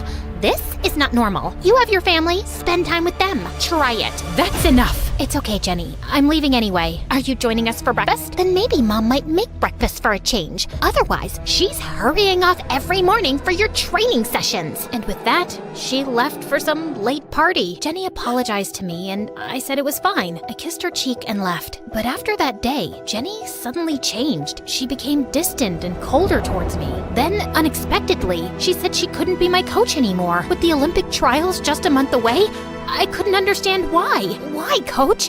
Why are you quitting on me now? You're amazing. Really, it's just... Is it because of Becca? I promise, I'll stop hanging out at your place. She wouldn't spill what was really going on. She just kept crying and saying she was sorry and then shut down her gym. Next thing I knew, she'd even moved from her current place. I was crushed. I stayed in my room for days, feeling really down. I thought I was done with gymnastics. Without Jenny, it seemed pointless. I swore I'd never practice again. My brothers did their best to make me feel better. They even tried reaching out to Jenny, but no luck there. Then one day, Mom came into my room and said something that really hit me hard. You're my favorite, and it hurts me to see you this sad. I know it's tough, but your talent and determination make me so proud to be your mom. Maybe you could try to start training again? What Mom said really affected me. Even though she had always let me do what I wanted, I never really knew she appreciated my talent so much. I decided to push away the hurt I felt at being let down by Jenny and focus on the love I had for my real mom. And her encouragement made it feel right to pick up gymnastics again. But little did I know, training for the Olympics on my own would be a lot harder than I'd imagined, especially when I found out that Olivia, the richest and most popular girl in school, was a gymnast too, and she was going to do anything to get me to give up. She'd turn up in the gym whenever I was practicing and kept ruining my focus with her dumb comments. Next, my equipment started disappearing from my locker. I knew it was Olivia trying to sabotage me, so I started hiding it in the school boiler room. Olivia had a boyfriend named Derek. He was a nice guy, not like Olivia at all. He wasn't rich or from her social circle, and I thought Olivia was only with him because he was attractive and seemed perfect. They often fought in public. Olivia would yell at him, calling him terrible names. When he finally said he wanted to break up, she'd start crying and begging for forgiveness, making a scene until he stayed. Even though she was richer and more powerful, she acted as if he was the boss in their relationship, which was odd because she was usually so tough and bossy. One day, while I was practicing my routine in the school gymnasium, Derek saw me do 2 full rotations in a pike position during basketball practice. Whoa, Ava, that was amazing! How'd you learn to do that? I told him I was naturally good at most sports, and we were having a good time talking when Olivia walked into the gym. And when she saw the two of us together, she got jealous. Nice shirt, Ava. Where did you get it from? The Lost and Found? Whoa, babe, that wasn't very nice. Are you joking, Derek? It looks awful. I don't think it's awful at all. Why are you always like this? As the two of them started fighting, I walked out of the gym to avoid their drama. Then, later that day, Derek caught up with me and said he and Olivia had broken up. Ava, would you like to have dinner with me sometime? Are you asking me out? Yeah, is that okay? Isn't it too soon? You just broke up with Olivia. I've broken up with her 100 times before, Ava. Our relationship's been over for a long time, but if you don't feel comfortable with this, I understand. I guess losing my coach and training alone had made me feel quite low lately, and Derek seems like a nice guy, so I said yes. That was a huge mistake. At first, Derek was great. He was fun and seemed to care a lot, and I appreciated his love and support. But after a few days, Derek started to act like I owed him everything. He got super clingy and always wanted me to hang out with him. I can't today. I have practice. I don't get it. I left Olivia for you because I thought you were nicer, but you're just an arrogant snob. Suddenly, I could see through him. He was just trying to mess with my head. Maybe even Olivia had put him up to it to throw me off my training. I see what you're up to, Derek. But why? Are you just playing games like you did with Olivia? Or are you caught up in Olivia's games? Do you really see what I'm up to? Here's a clue. Coach Jenny. What does Coach Jenny have to do with you? Let me spell it out for you. Becca, Jenny's daughter. What? Why would you be involved with that psycho? Don't call her that, okay? I don't like that. Oh, wow. So there is someone who sent you to ruin my life, but it's not Olivia. It's Becca? Oh, Olivia's nobody. Her tough act is just a facade. She's the weakest person I've met. I had the best time with her. She'd buy me whatever food I wanted. Yes, she's crazy and would call me names whenever I drove her mad, but she'd regret it instantly like a scared toddler. Okay, listen. I'm bored of this drama already. It's over, we're over. I go back to my training, and you go back to your girl. Olivia if you're hungry, or Becca if you're thirsty. You might actually want to head home and see what's going on there. What do you mean by that? After what we did to Jenny, you think we'd stop? It's your turn, babe. What do you mean? What did you do to Jenny? Man, you're annoying. I'm out of here. Just go home. With that, he stormed off. I felt a mix of confusion and worry. What had they done to Jenny? And what was happening at my house? Driven by fear, I rushed home. And upon arriving, I was shocked to see smoke billowing from the house. I ran to my neighbors, who immediately called 911. The police and firefighters arrived on the scene in minutes. Fortunately, nobody was home, so there were no injuries. And because I got there when I did, the house didn't suffer much damage. I shared Derek's comments with the police, but they got back to me later saying he denied having said anything of the sort, and they had no proof to take any action against him. Also, when they'd tracked Jenny's address down and gone to her place, her daughter had answered the door, saying she was completely fine. Becca can't be trusted. Can you please give me the address so I can make sure? That's private information, ma'am. We can't disclose it. You are not related to Miss Jenny in any way, and if her daughter says she is okay, we have no reason to believe otherwise. After the fire incident, I felt upset and lost and unable to focus on anything. Finally, I decided to meet up with Olivia and told her everything, who was apparently also fed up with Derek for being a manipulative jerk. I know we're not friends, but sometimes you have to join forces with an enemy to take down a common one. Do you have any clue what Derek meant? He once introduced me to his cousin named Becca, which was obviously a lie. He talked about her having a rough time with her mom and said he was helping her. I actually have Becca's number. Can you reach out to her? Get her to meet me, please? I have to find out if Jenny is okay. I might do that, or maybe even more. My dad can hire someone to track down Jenny for you, and in exchange, you want me to back out of the competition so you have a better shot at winning, huh? Exactly. Deal. But for now, can you arrange a meeting with her? Just tell her you want to meet her. Don't mention me, of course. The night before the big meetup with Becca, I couldn't shake off the unease. I was about to trade my dreams for some peace of mind. All the sweat and tears I'd shed in the gym would go to waste. But I also needed to know if Jenny was okay. So I ended up pouring my heart out to my mom. I didn't expect much, honestly. But Mom, in her own surprising way, gave me the clarity I desperately needed. Ava, sometimes the hardest choices reveal our true priorities. It's not just about winning or losing, it's about what you're willing to fight for. Remember, your value isn't measured by a medal, but by the courage to follow your heart, even when it leads down a difficult path. Her words resonated with me. I was going to meet Becca tomorrow. When I arrived at the cafe, Olivia was waiting for me at the entrance. Her look had a hint of sympathy. Becca isn't alone. Jenny is here too, and I think there's something wrong here. It's like Becca treats Jenny as a slave. She brought her to this meeting to hold her bags and stuff. I was stunned for a few moments. The thought of seeing Jenny made me emotional. Olivia stayed with me for a couple of minutes outside until I calmed down. Then I went inside. Ava, you can't be here. Tears welled up in my eyes. Why? What's going on? Ugh, here come the tears. Let's hold hands and cry. What are you even doing here, Ava? Ava, you know I care about you, but Becca, she's... What, Mom? Say it, Jenny. This is your chance. Becca, you've been unstable. She threatened me, Ava. It was getting out of hand. One day, she tried to do what she and Derek did to your house while locking me in the bathroom. She said she'd let me out, only if I promised to close my gym and stop training you. I'd do anything to ruin you and Ava. Derek and I have more plans. Derek is the only one who loves me and worships me. I always loved you, but I couldn't make you happy. Oh, shut up.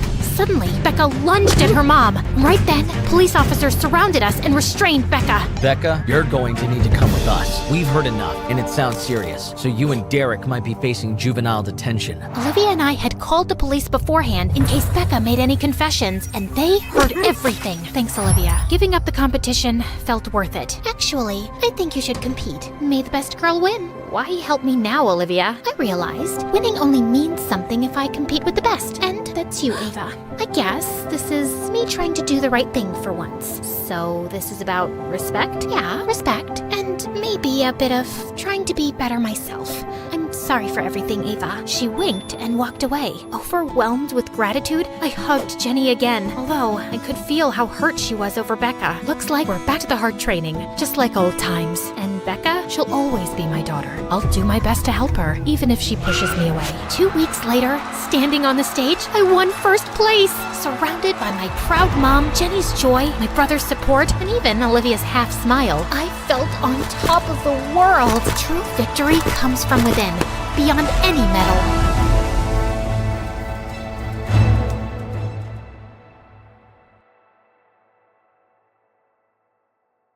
I'd been avoiding this all night, but it was time to face the truth. I was standing in the middle of the dance floor at the winter formal, surrounded by two of the most popular boys in school, Nicholas and Isaac. Nicholas gave me flowers. Isaac jumped in front of Nicholas and started singing me a love song. Nicholas threw a glass of punch in Isaac's face, then gave me a diamond necklace. Both of you, get away from me! How many times do I have to tell you, I don't love you? But we shared a chicken sandwich. I gave you half my fries. What about me? We walked on the beach under the moonlight and kissed under the stars. I liked all your Instagram posts, and I texted you 1,000 smiley face emojis with hearts in their eyes. The hearts were in all of their eyes, Ember. Do you know what that means? Leave her alone, you jerk. She's my girl. No, she's mine. No, mine.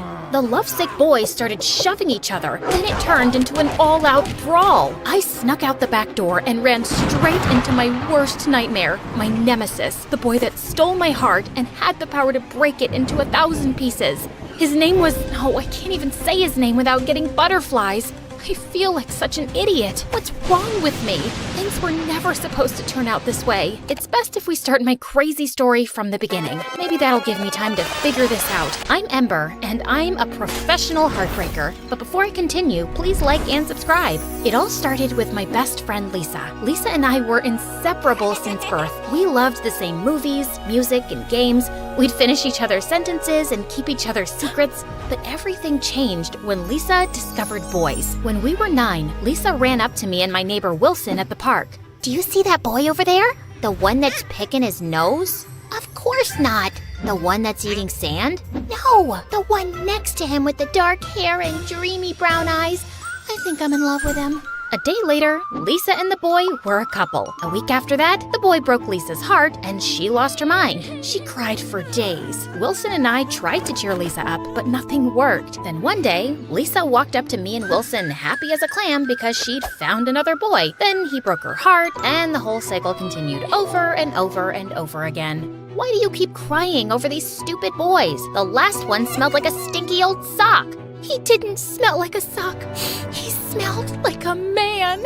But he was only 12. You guys don't get it because you're not as mature as I am. You're only 2 months older than we are. But you know nothing about the magic of love. It went on like that for years until we reached high school and Lisa fell in love with a football player named Nicholas. Yeah, the same guy from the beginning of my story. The one with the horrible singing voice and obsessed with heart emojis. Ember, he's the one. I just know it. You said that about the last boy. No, it's for real this time. I think I'm gonna marry him. A day later, she and Nicholas were Insta official. They dated for a year, but the whole time he was cheating on her and it broke Lisa's heart. The same thing happened with another boy at school named Isaac, a smooth-talking, rich model. Yep, he was the second jerk you met in the beginning of the story. Every time Lisa saw Nicholas or Isaac with another girl, she'd break down in tears. She couldn't pay attention in class. She started failing all her tests. Her grades dropped, she stopped coming to school, and eventually couldn't get out of bed. Lisa's parents got so worried about her that they moved away, and I lost my best friend forever. I was devastated. She even refused to contact us and changed her number and deactivated all her social media accounts. Her mom told us to respect her wishes. You still have me. It's not the same, Wilson. After Lisa left, I blamed myself. Nicholas and Isaac were heartbreakers, and all the girls loved them, even though they both had the IQ of a fly and were the most conceited boys on earth. They had a new girl every week and ripped the poor girl's heart to shreds. I should have protected Lisa from those jerks. She was my best friend in the world, but I wasn't there for her. I'm the reason she's gone. That's not true. Lisa made her own decisions. She chose to date those guys. If it's not my fault, why does it hurt so much? A couple years later, in my senior year, I had a major glow up. My dark olive skin and long curly hair got me so much attention, people thought I was a model or a movie star. Nicholas kept staring at me in gym class. I tried to ignore him, but he cornered me in the hallway. Hey, beautiful. I couldn't help but notice that you're almost as hot as me. I've never seen you around. Is this your first day? No, dummy. We've been in the same classes for 2 years. He looked at me like I was crazy. I'm Ember, Lisa's best friend. I don't know any Lisa. Your ex-girlfriend's Lisa? He shrugged his shoulders like he didn't even care. I wanted to slap him in his stupid jerk face. I'm captain of the football team, you know, and I've got 2% body fat. He lifted up his shirt to show me his washboard abs. Am I supposed to care? You're funny. Let's go out this weekend. I was pissed. First, Nicholas broke Lisa's heart, and now he wanted to go out with me? Suddenly, I had an idea. I could make him pay for what he did to Lisa. So, I said yes. Later that day, Wilson and I were sitting together at lunch. I was helping him fix his battle robot for the robotics club when Isaac walked up. Hey, babe, is your dad a genie? Because you're my wish come true. We should get together. You're not her type. No one asked you, nerd. Wilson's battle robot charged at Isaac. Isaac grabbed the robot and spiked it like a football. Wiper butt, no! Next time, mind your own business. Avenge me. Wilson jumped up to confront Isaac, and I slid between them. I'd love to go out with you, Isaac. I gave Isaac my number, then he walked away. Wilson was totally confused. Why would you go out with that jerk that broke Lisa's heart? I'm gonna go out with both jerks that broke Lisa's heart. I'm gonna make them pay for what they did to Lisa. After that, Wilson and I came up with a master plan. Nicholas was the first target. He was obsessed with sports and super competitive. He was on the basketball team, the football team, and the baseball team. But after a little investigation, Wilson and I discovered that Nicholas was terrified of heights. For our date, I invited Nicholas to a rock climbing gym. As we were walking inside, Nicholas saw a beggar on the street and yelled at him for asking for food. Get your own food, loser. Ugh, can't understand why these poor people choose to live on the sidewalk. There's an apartment building right across the street. I couldn't believe how insensitive and stupid Nicholas was, but I had to stay focused on my mission. Good question, but tonight's about us. Let's go have some fun. I took his hand and pulled him inside. Nicholas took one look at the rock wall and broke into a sweat. I don't know about this, Ember. Can't we just go to the movies? Are you scared? I didn't know you were a chicken. I'm no chicken. I'm not afraid of anything. I'll climb to the top twice as fast as you. You're on. I raced to the top, and Nicholas struggled to keep up. Come on, Nicholas. You can do it. Just don't look down. Nicholas looked down and freaked out. He started crying like a baby. It took 20 minutes for the instructors to pry him off the wall. Wilson recorded the whole thing on his phone and posted it online. The video went viral in minutes, and Nicholas was the biggest joke. The next day, I went out with Isaac. He got us concert tickets to see a famous pop star. He met me at my door with a huge bouquet of flowers, but when he wasn't looking, I slipped a couple doggy treats in his pocket. As we were walking to his car, my neighbor's huge dog charged towards him. Isaac got so scared, he turned to run, but slipped and fell face first in the mud. His clothes were ruined, and so was his perfect hair. I'm so sorry. It's okay. It was an accident. Too bad we'll miss the concert. We don't have to miss it. Come with me. I dragged Isaac inside my house and told him he could take a shower. I gave him a special bottle of shampoo to wash his hair and some of my dad's old clothes. 10 minutes later, I heard Isaac scream. My hair! Oh no! Silly me. I guess that wasn't shampoo. At least the green brings out your eyes. Isaac ran out of my house like a maniac. I wished Lisa was here to see what we did. She would have been so proud. Wilson and I celebrated. I even had the rest of the weekend to help him fix his broken battle robot. I really appreciate your help, Ember. It's the least I can do. I couldn't have gotten back at Nicholas and Isaac without you. I was worried that you'd fall for those guys like all those other girls at school. Give me some credit. Those guys are the worst. I like guys that are smart and kind. Then Wilson gave me a strange look.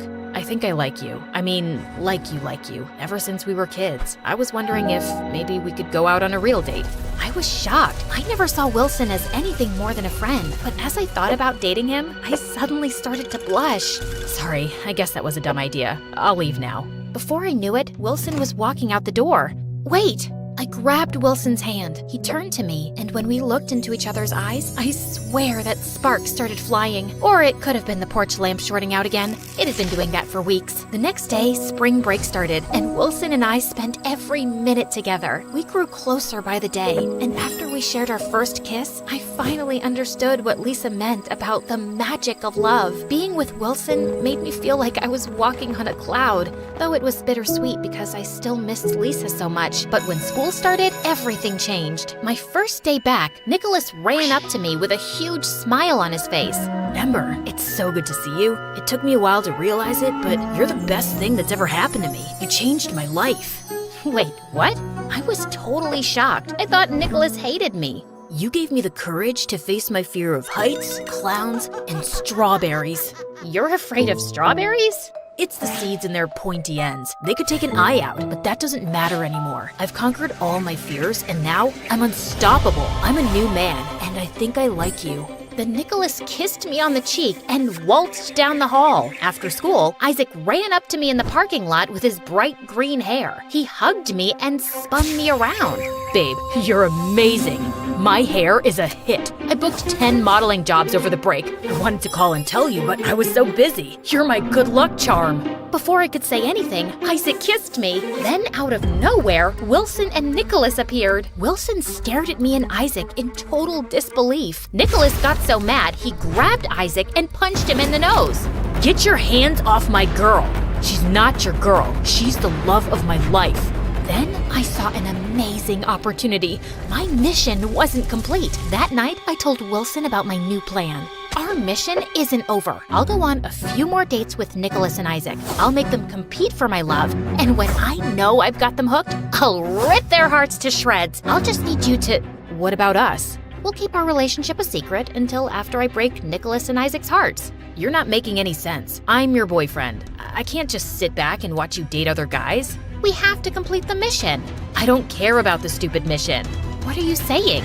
It's me or them.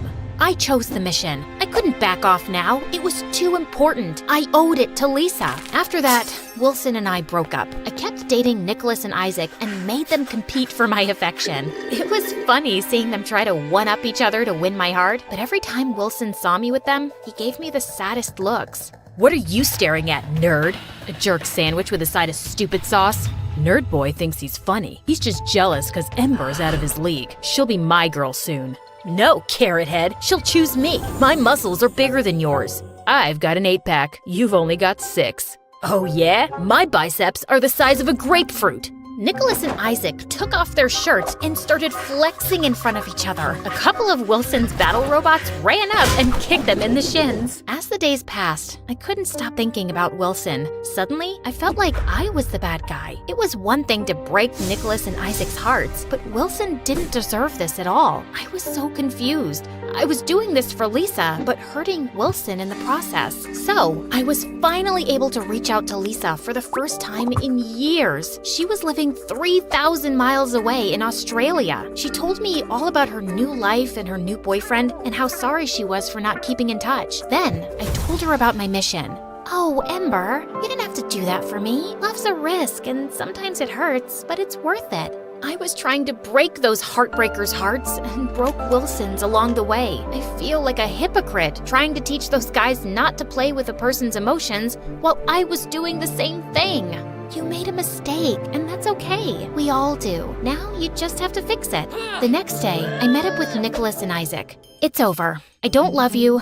I don't want to see you anymore. They didn't take it very well. They dropped dozens of teddy bears, candy, and love notes at my door, but I sent it all back. I tried to contact Wilson, but he didn't return my calls. And when I went by his house, his mom told me he was out of town at the National Robot Battle Championships. I was proud of Wilson, but so sad I wasn't there to support him like he'd always supported me. He posted a bunch of videos from the competition online. The moment I saw his face and heard his voice, my feelings for him rushed back, and suddenly, I was nursing my own broken heart. A week later, a couple of girls from class encouraged me to go to the winter dance. It was better than sitting in my room all alone, so I agreed to go. So, yeah, now we're back to where we started. Hey, editor, can you speed things up from here? No problem.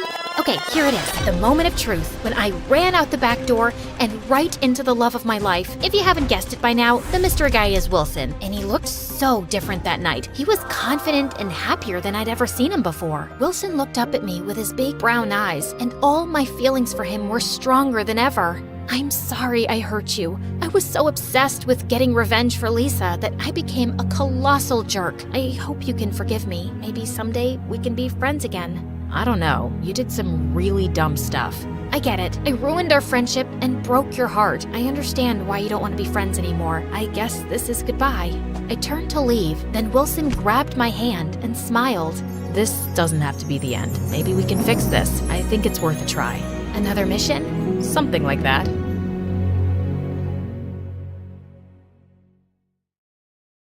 Hi, I'm Hope from Scotland, and this is my story. Please like and subscribe because MSA will give $1,000 to one lucky person in the coming 7 days. When I was little, Mom used to tell me I was a grown-up trapped in a child's body. I was different from my twin sister Faith, a typical sand-eating, jello, sticky kid. From the moment I started kindergarten, I'd help Mom with everything around the house. Laundry, cooking, taking out the trash. My sweet Hope, you're what we call an old soul. But I think I only helped Mom out because I was scared our lives would fall apart if I didn't. My dad lay around the house like a sloth all day, dreaming about becoming a famous actor. I wasn't born to do petty jobs. I'm here to be a great actor, like Michael Jackson. Dad, Michael Jackson was a singer. Ignore her, Dad. When you become rich and famous, will you take me to Disneyland? And can I have my own castle? My princess. I'll buy you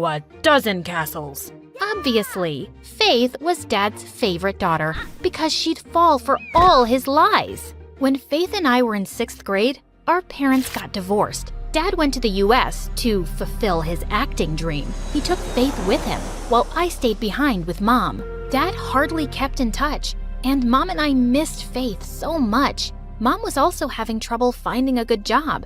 And then one day, I had a brilliant idea. Mom, you make amazing cupcakes and cookies. What if you put up a stall at my school carnival next week? Mom loved the idea, and sure enough, her stall was a huge success. From that day on, Mom set up baking stands at the park, and a few years later, she started her own bakery. But she worked long hours, so I was mostly by myself in the house. When I wasn't doing household chores, I was reading or studying. I was the top of my class at school, but I didn't have many friends. On my 15th birthday, my life took a turn. Dad called us with wild news. Faith is coming back to live with you guys. I'll send her flight details soon. With that, he hung up without even wishing me happy birthday. But Mom was overjoyed, and so was I. It turned out Faith had been living the life of a billionaire. Dad had married a wealthy woman who lived in a palace. They were sending Faith to us on a private jet. When Faith arrived, all she could talk about was America. I'm already missing the US so much. It's like the coolest country on the planet. Apparently, Faith also had a filthy rich boyfriend. She was wearing tons of gold jewelry that he'd bought her. His name is Nate, and he's a junior in high school. He's even flying in to see me soon. If your life is so great in America, why'd you move here? I needed some change. I thought the fresh country air would be good for my skin. Fresh country air? We live in Glasgow, Scotland's largest city. When we reached home, Mom asked me to show Faith around. That's when she saw the trophies I'd won over the years. OMG! I see you're still the same nerdy Hope. If nerdy means having top grades, then yeah, I guess. If I managed to get a C, I'd treat myself to a spa day. Studying really messes with my brain. The next few days, all Faith did was sleep or watch TikTok videos on her phone while I went to school and did all the chores. I even did her laundry, but apparently that wasn't enough for her. Iron them for me too. They're wrinkled. They're wrinkled because you tossed your clothes on the floor. I was basically a 15-year-old mom raising a royal brat. When Mom enrolled Faith at my school, She instantly became popular as this cool bubblegum chewing kid from America. Whenever I was with Faith, an army of students followed us everywhere. One time, some girls even followed us into the bathroom. She has to pee. Do you want to watch her do that too? Just then, Faith came out of the stall, totally transformed. She'd knotted her shirt way up her waist, exposing a belly piercing and tattoo. And her knee-length skirt was now barely reaching her thighs. Come on, girls. Who wants to take some pictures? The girls queued up for a selfie with Faith. Then they gave her £1 each. What was that? These girls wanted a photo of me when I told them about my tattoo and piercing. And since Mom gives us peanuts for allowance, I thought this would be the cool way to make some money. Mom does the best she can. Why do you have to complain about everything? Why do you always have to play the perfect child? Don't you get bored? Actually, I do. Some days, I want to be just like you, lazing around the house, sleeping like a log, and acting like a jerk. This made Faith so angry that she spat out her bubblegum and was about to stick it in my hair. But I pushed her, and she went flying into one of the cubicles, landing straight into a toilet bowl. Now this is a throne perfect for a spoiled princess like you. Faith and I pretty much ignored each other after that. She spent all her time hanging out with her friends and going to parties every night. And as usual, I was all alone. But on the last day of school, I walked to Mom's bakery and found Faith sitting outside, looking upset. Faith, what's wrong? Hope, I'm a failure. A stupid, dumb failure. I flunked all my classes. I have to repeat the 9th grade. What do you mean you have to repeat the 9th grade? How could you fail all your classes? Don't you see I already feel horrible? Stop judging me for once. I fell silent, and after a moment, I reached down and helped her up. It's not the end of the world, Faith. Come on, let's go in and help Mom out a little. Faith and I helped Mom out all day. Faith was sweating and exhausted, but Mom was overjoyed with the work we did. She offered us both summer jobs. You girls did so well today. And Faith, I think having a job will be good for you. To my surprise, Faith agreed. It took her weeks to get used to working in the kitchen, but after a while, we started having lots of fun. From that day on, Faith and I spent every minute together. I was having more fun and not working as hard. Faith even invited me to her friends' parties. But a couple weeks later, Faith's boyfriend Nate flew in to visit for a few days. He arrived at our house in a limousine with a white horse trotting behind. I got you your own horse, babe. We can ride him together. Oh my God, he's perfect! This is so romantic. Where are we going to keep a horse? We don't even have a stable. Faith ignored me and just walked into the house with Nate. I also found out Nate was obnoxious and bragged nonstop. It's tough being the son of a billionaire. All the girls want is a piece of this. Someone's gonna write my story one day because I'm just too special to be real. And worst of all, Faith was totally obsessed with him. She would share a chair with him at breakfast and take selfies of them kissing every 5 seconds. I'd started thinking she wasn't all that bad, but she was back to acting as immature as ever and left me working all alone at the bakery. Then one day as I was heading out, I saw Nate standing in the doorway and smiling. Excuse me, I have a job to go to now? I bet you look adorable in an apron. How about I go with you, beautiful? Nate leaned in closer and I shoved him away. Get away from me, you creep. Just one kiss. Faith doesn't have to know. Faith doesn't have to know what, babe? Faith put her arms around Nate, but I pulled her away. Your sleazy boyfriend just tried to kiss me behind your back. You're funny, Hope. But I know Nate, and boring and nerdy isn't his type. Don't be jealous. You'll have a boyfriend soon, too. Yeah, don't be jealous, Hope. Faith and Nate started to leave, but I grabbed Faith's arm. You're such an idiot. I've been at the bakery by myself for the past few days. You have to help out this afternoon. Okay, sis. I'm just taking Nate to the spa and then I'll come back. Yeah, drop your cheating boyfriend off at the spa. Faith ignored me, but did come to the bakery later. I left her alone so I could run to the library and study. But an hour later, I got a call. Hope, come back quickly. The bakery's on fire. I felt as if someone had pulled the ground from under my feet. I immediately called the fire brigade and rushed back. How did this happen?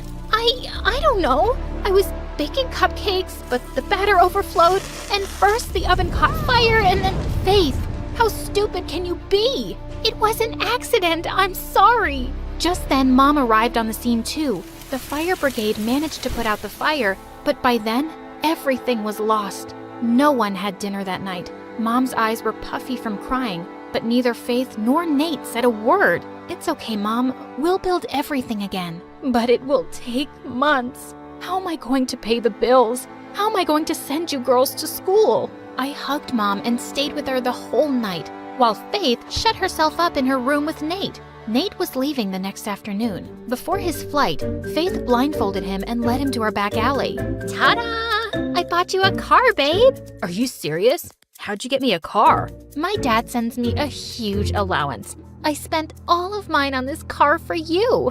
Are you kidding me? That money could have helped pay off damages to Mom's bakery that you burnt down. I ordered the car a month ago and hope the bakery fire was an accident. I already feel horrible about it, but you keep making me feel worse. I don't think you feel bad at all. You never even apologized to Mom. While you were living your perfect, fancy life with Dad, it was really hard for Mom to start her business from scratch. And I always had to be an adult. And you'll always be a spoiled brat who wrecks everything. I spent the next 13 hours studying like crazy. And when I wasn't studying, I tidied my room. I had to get my mind off Faith, and I had to stop worrying about Mom. Finally, at night, Mom came into my room. Sweetie, take a break and relax. How can I relax? We lost the family business in a fire because Faith's an irresponsible lunatic. It's not that simple, Hope. What do you mean? Honey, Faith got diagnosed with bipolar disorder last month. I didn't tell you because I didn't want to worry you. People who are bipolar do crazy things sometimes. Then they get really tired and sometimes even sad. It's why Faith sleeps so much and has trouble doing schoolwork. What? Why would you guys hide that from me? It was her decision. And honey, trust me, Faith feels terrible about the bakery. Go easy on her, okay? That night, I couldn't sleep. Why hadn't Faith told me about her condition? Was I a bad person for getting mad at her? The next day, Faith knocked on my door while I was studying. Mom said she told you about my diagnosis. I'm sorry I kept it a secret from you. I was just so ashamed. But why? Faith, I'm your sister. Yeah, my perfect sister who never makes mistakes or fails at anything. I came back to you guys because Dad and his wife couldn't handle having me around. You don't know what it's like to be a disaster like me. I ran over to hug Faith. I had no idea she'd been suffering, and I'd been so tough on her. Oh, also about Nate, I'm taking back the car from him and giving the money to Mom. I'm so sorry I didn't believe you. I caught him texting with some other girl, too. He's a jerk.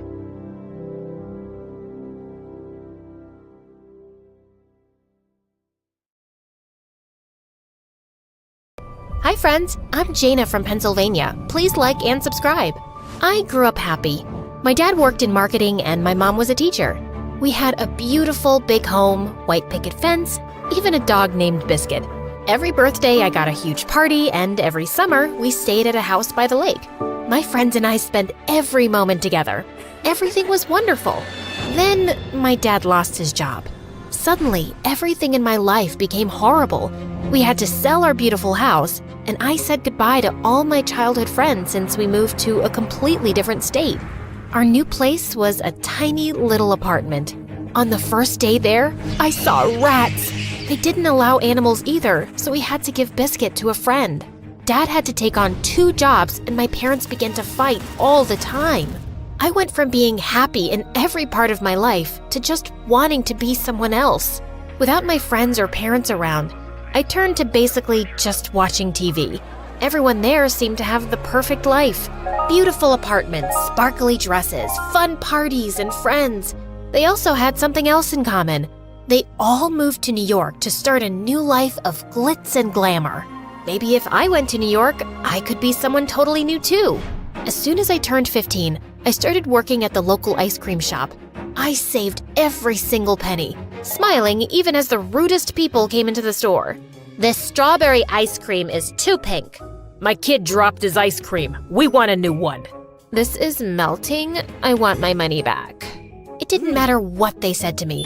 All I cared about was saving for my new life. Slowly, my savings started to add up. By the time I turned 16, I had enough for a weekend in New York. I knew I couldn't have a whole new life yet, but for now, a weekend would be enough. I finally told my parents on the morning of my birthday. I'm going to New York for the weekend. New York? That's so expensive. We can't pay for that, honey.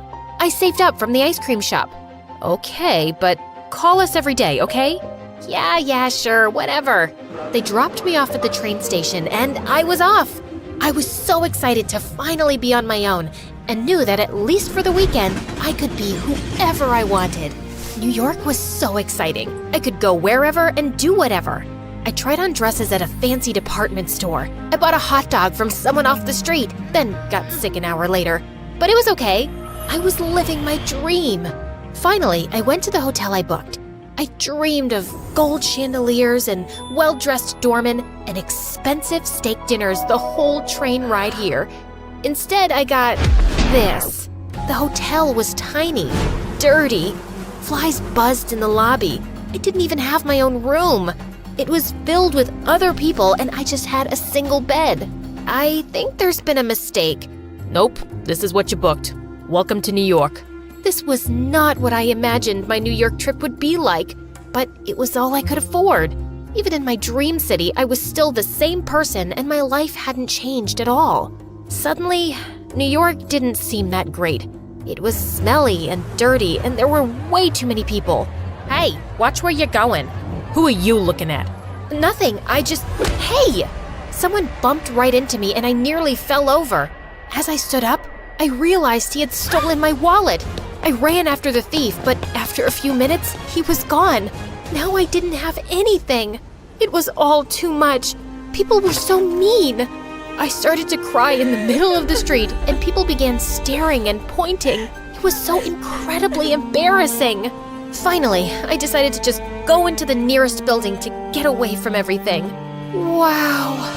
This was the hotel of my dreams. Big, beautiful chandeliers, doormen in fancy suits, rich women drinking champagne and dressed in sparkling gowns. This is who I wanted to be. I was so enchanted by everything that I ran headfirst into someone. Ow! Elena. Huh? That wasn't my name. This man must have confused me with someone. Where have you been? You can't just run off without telling someone. Who even are you? I'm Stefan. Your parents sent me to make sure you stayed safe. You have to tell me when you leave the hotel. Come, let's go back to your room. My room? The one with the bed surrounded by other strangers and mice? It was the last place I wanted to be other than home. I almost ran. Then I noticed that Stefan wasn't taking me out of the building at all. Instead, he was taking me further into the hotel. I was shocked as I stepped into an elevator completely made of gold. It whisked us away so high and so fast, I almost got sick. It felt like we were flying. The elevator doors opened directly to a hotel room. No, not a hotel room, a penthouse. This is my room? I know, it's not big enough, but you have to deal with it for now. And again, if you want to leave, you just have to ask. Your dad just wants to make sure you're okay. Not big enough? This place was a palace. Stefan left, and I had the whole room to myself. The bathroom was all marble with a built-in hot tub. The TV was huge, bigger than I was, and there were so many chandeliers, I lost count. Even the bed was luxurious, so tall and soft I could barely even climb on. Who the heck had such a nice hotel room? I knew I should have told him he had the wrong person, that I wasn't Elena and I didn't belong here. But then again, this was exactly what I had dreamed of. My stomach started growling, and I decided I would have to figure all that out later, after some free food. I raided the mini fridge in the room, snacking on soda and chips. I even ordered room service. By the time I was done, I was almost gonna fall over. Life had never been this good. My phone rang and I saw it was my parents. All I could think about was the fighting and the rats and losing our sweet biscuit. I hung up on them and decided I couldn't go back there. forever. I would stay in New York and start my life now, even if I had to take over this Elena girl's life to do it. I looked around and found her diary and laptop. I opened the laptop and, is that me? Suddenly, I realized who she was. Elena, a famous actress. My friends used to joke that she was my alter ego. Jaina and Elena sounded similar after all, except while Elena was living a perfect life, I was stuck with nothing at all. Elena would probably be back soon. If they caught me in the room, I would get in huge trouble. I had to get out of here before I was arrested or kicked out. But maybe I could go with a little something extra since my wallet was stolen after all. After changing into Elena's clothes, I told Stefan I was going shopping. He insisted on coming with me. When we got to the store, I said, I forgot my card. He just sighed and handed me the money, no questions asked. It was more cash than I had ever seen in my life. With this kind of money, I didn't have to go back to Pennsylvania at all. I grabbed a bunch of clothes and told him I was going to try them on, but as soon as I was out of view, I made a run for it. Maybe New York hadn't been that great at first, but things were going to be different now. Or so I thought. I hadn't even walked more than a few blocks when I realized I had forgotten my phone. But that was the least of my problems because suddenly, someone grabbed me from behind and everything turned dark. I woke up a few hours later, feeling dizzy and confused. Where am I? You! Hey, you! I looked around and saw a girl staring at me from across the room, but she was in total dark, so I couldn't see her. What are you doing here? I don't even know where here is. I don't even know who you are. Well, I've been kidnapped. It happens a lot, to people like me. What I don't understand is why you're here. I've never been kidnapped with other people before. Oh my God, does that mean I'm not special? She stepped into the light and I realized, Elena? That's me. Now, who in the world are you? I'm Jaina. Jaina. You seem familiar, but I don't remember meeting you at a party or a ball. We look a bit alike. As if I could never have such ratty, dull hair. Or put together an outfit that horrible. Horrible? It's your jacket. Oh my God, it is. You're stealing from me? What? No, well, kind of. Are you working with the kidnappers? No, Stefan thought it was you. Ugh, I can't believe he mistook you for me. That's so gross. I was starting to get mad. This girl was so rude. We have bigger problems here. Maybe you get kidnapped a lot, but I definitely don't. I'm gonna get out of here, with or without you. Now, are you gonna help me or not? Elena stared at me for a long moment. Fine, but only so I can yell at Stefan. The two of us sat down and hatched a plan. The kidnappers come to check on us every few hours. They have to unlock the door, which means we can escape.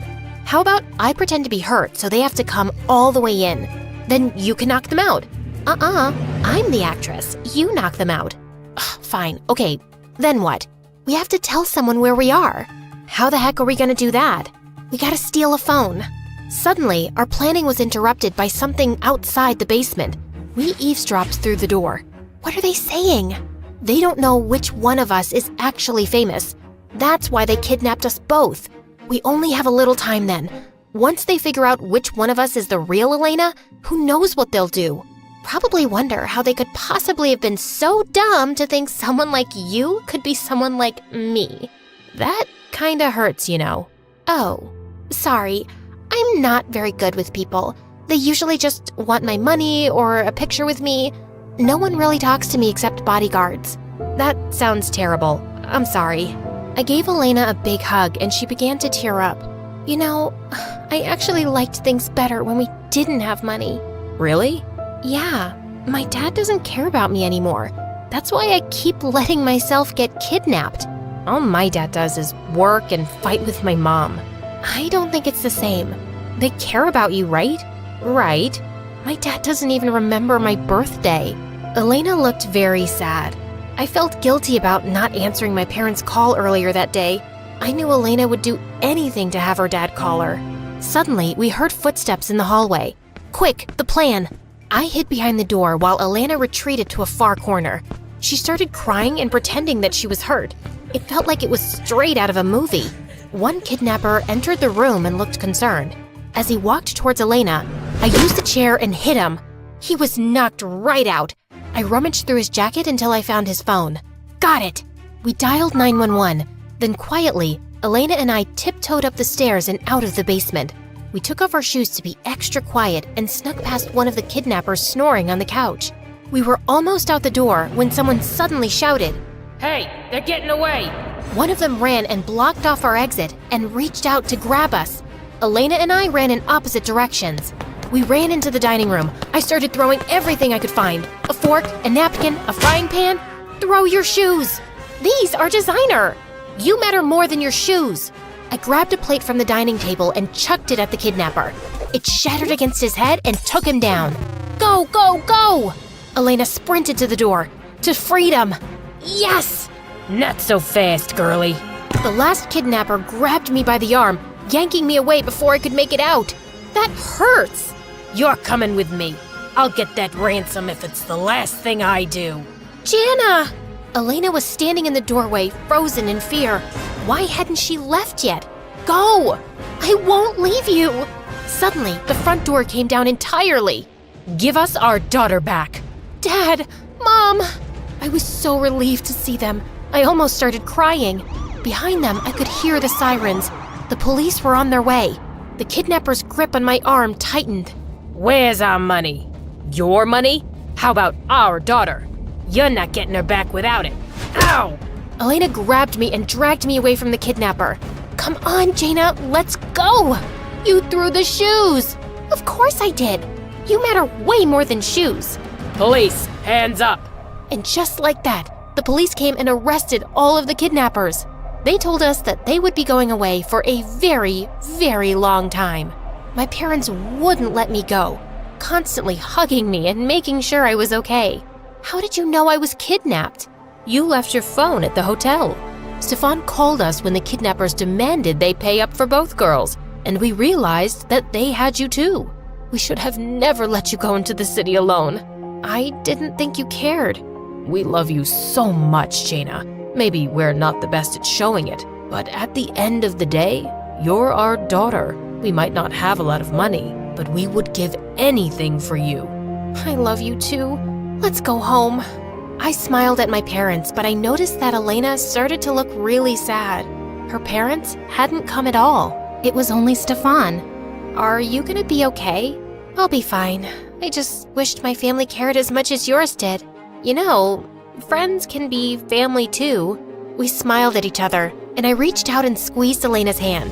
Come visit me in Pennsylvania? Pennsylvania? I would love that.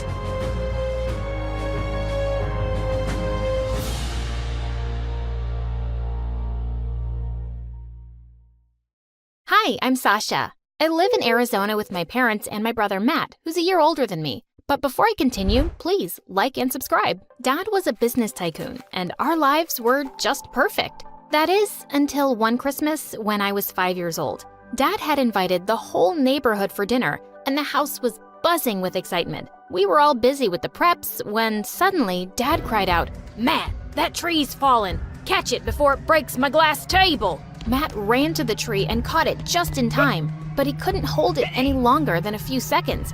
I dived forward and caught the tree, holding it up easily. But just then, Matt suddenly lost his balance and went crashing straight into the table, breaking it now.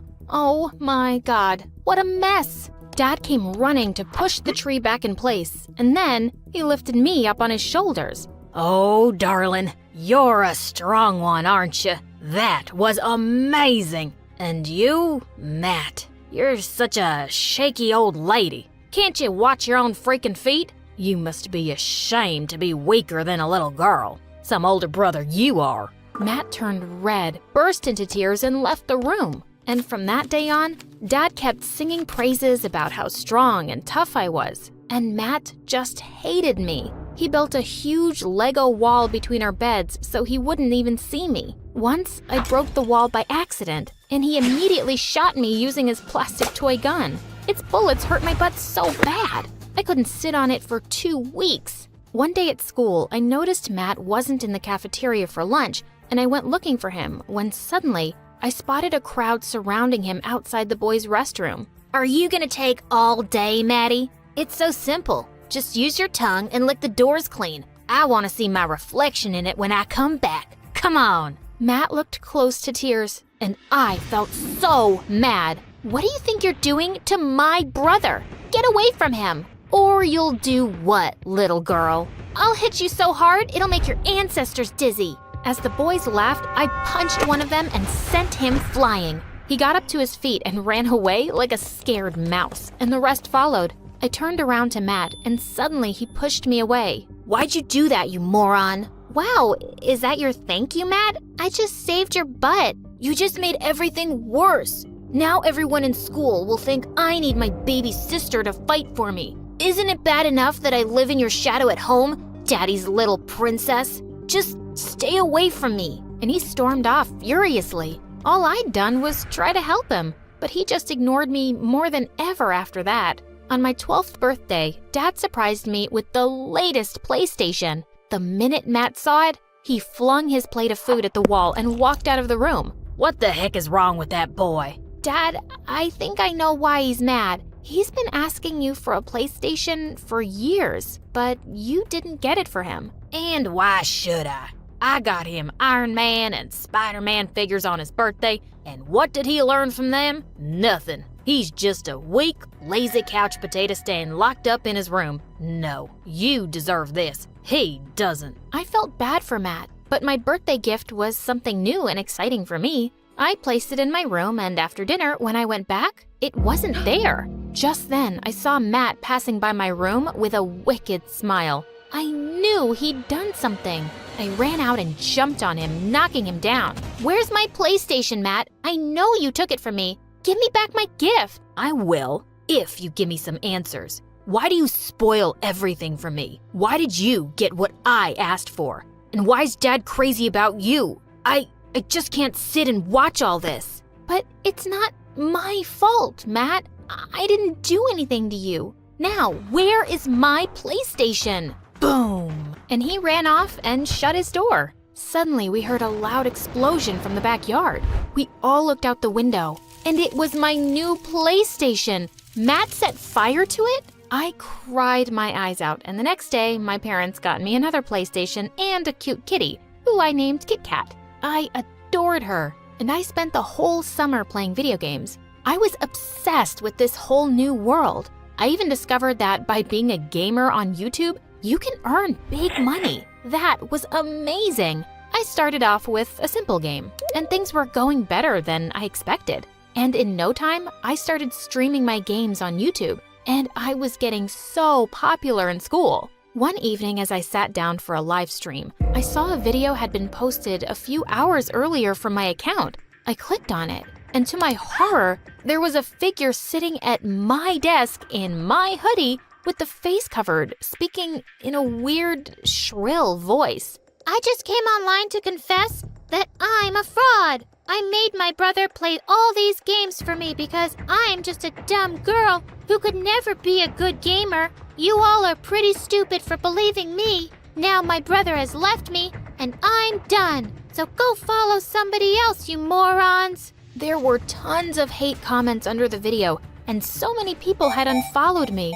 Oh my God, I was gonna kill Matt. Matt, what's your freaking problem? Your stupid prank could ruin my career as a gamer. My followers are hating me now. Well, yeah, it's time for you to know what hate really feels like. And it's just a reminder, girls can't be gamers. Oh, really, Matt? Well, you are so mistaken. I'm gonna get into a big esports team and earn more than you can imagine real soon. So watch out, loser. I ran to my room and recorded a video explaining everything and posted it, hoping to get back my viewers. Later that night, when I went to the kitchen to get water, I saw the light was already on, and I heard someone's voice. I peeked in to see Matt holding Kit Kat, talking to her lovingly. You're so adorable. Who wouldn't love you? Everyone loves you, right? Aw, was I just seeing Matt's sweet side? But suddenly, he put Kit Kat in a baking dish and opened the oven door.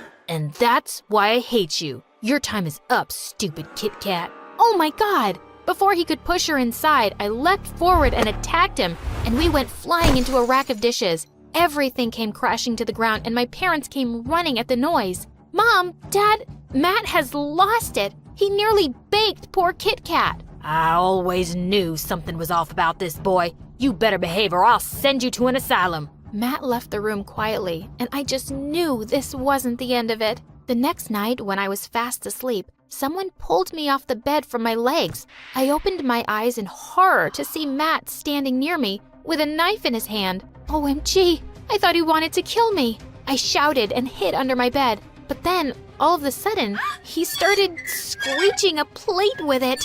Ow! It hurts my teeth. Stop it, Matt. Are you crazy? I'm trying to sleep here. No one sleeps when I'm awake, especially you. I'm gonna play this till morning, every night, even if you send me to an asylum. I screamed and managed to run out of my room, locking it from the outside. Matt kept beating the door with his chairs, almost breaking it. My parents arrived on the scene too, and they were horrified. That's when it struck me. My system, my camera. Oh no, he was gonna wreck everything. I asked my parents to open the door, and the moment they did, he ran out of the house like a maniac. Gosh, he didn't come back all night, and we were all so worried about him. The next day I went to school alone, and when I got back, there was a note stuck on the door from my parents. Sasha, we've left for Chicago. Grandma had a terrible accident. Tell us when your brother returns. We will be back tomorrow. What the what? So they'd left me alone? Oh no. How was I gonna deal with Matt if he came back? You're strong, Sasha. Why should you be afraid of him? And it's just a day. You'll be fine. The whole day went by, and Matt didn't come at all. The next morning, I heard someone at the front door.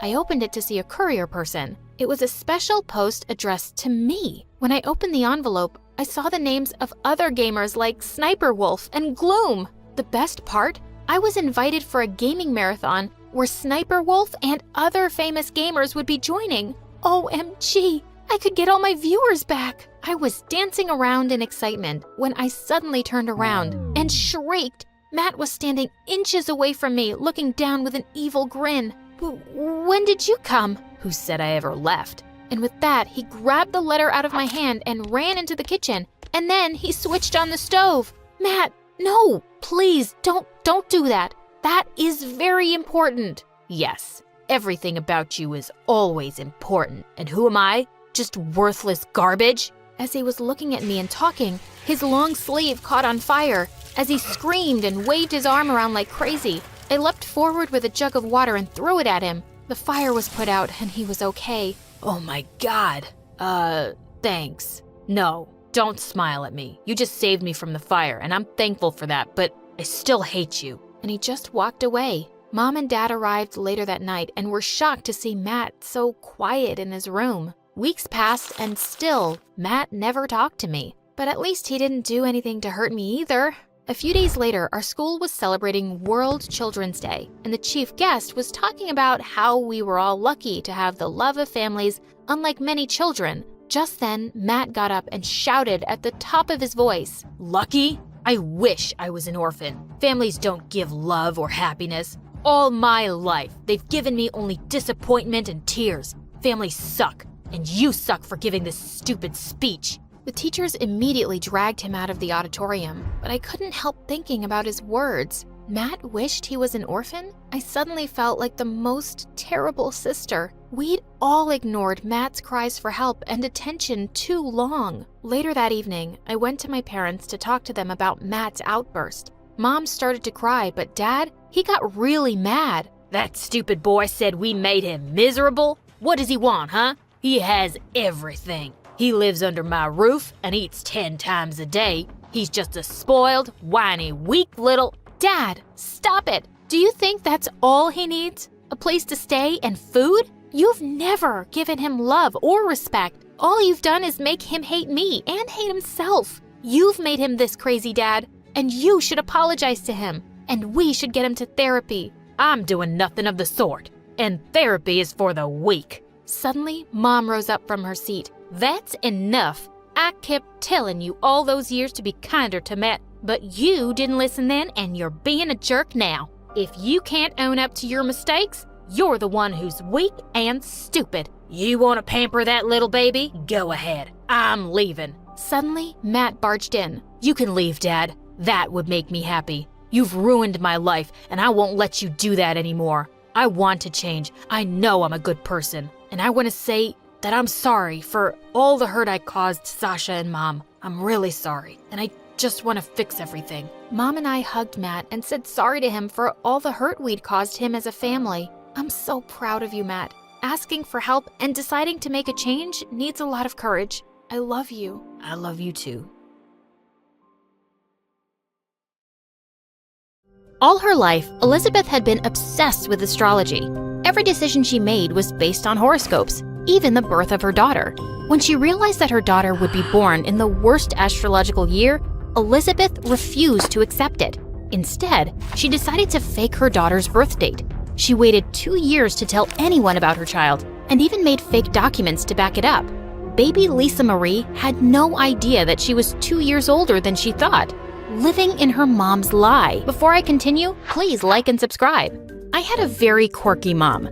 She believed in astrology, kept crystals all around the house, and loved everything supernatural. People thought she was a bit strange, but to me, she was an angel. I adored her, and she was my best friend. I grew up a lot faster than other kids. I was super smart, tall, and very big compared to kids my age, which made people uncomfortable. Why is your baby so big? She looks and acts like a toddler. When I was 5, I noticed kids my age were still so small and baby-like. Mommy, why am I so much bigger than the other kids?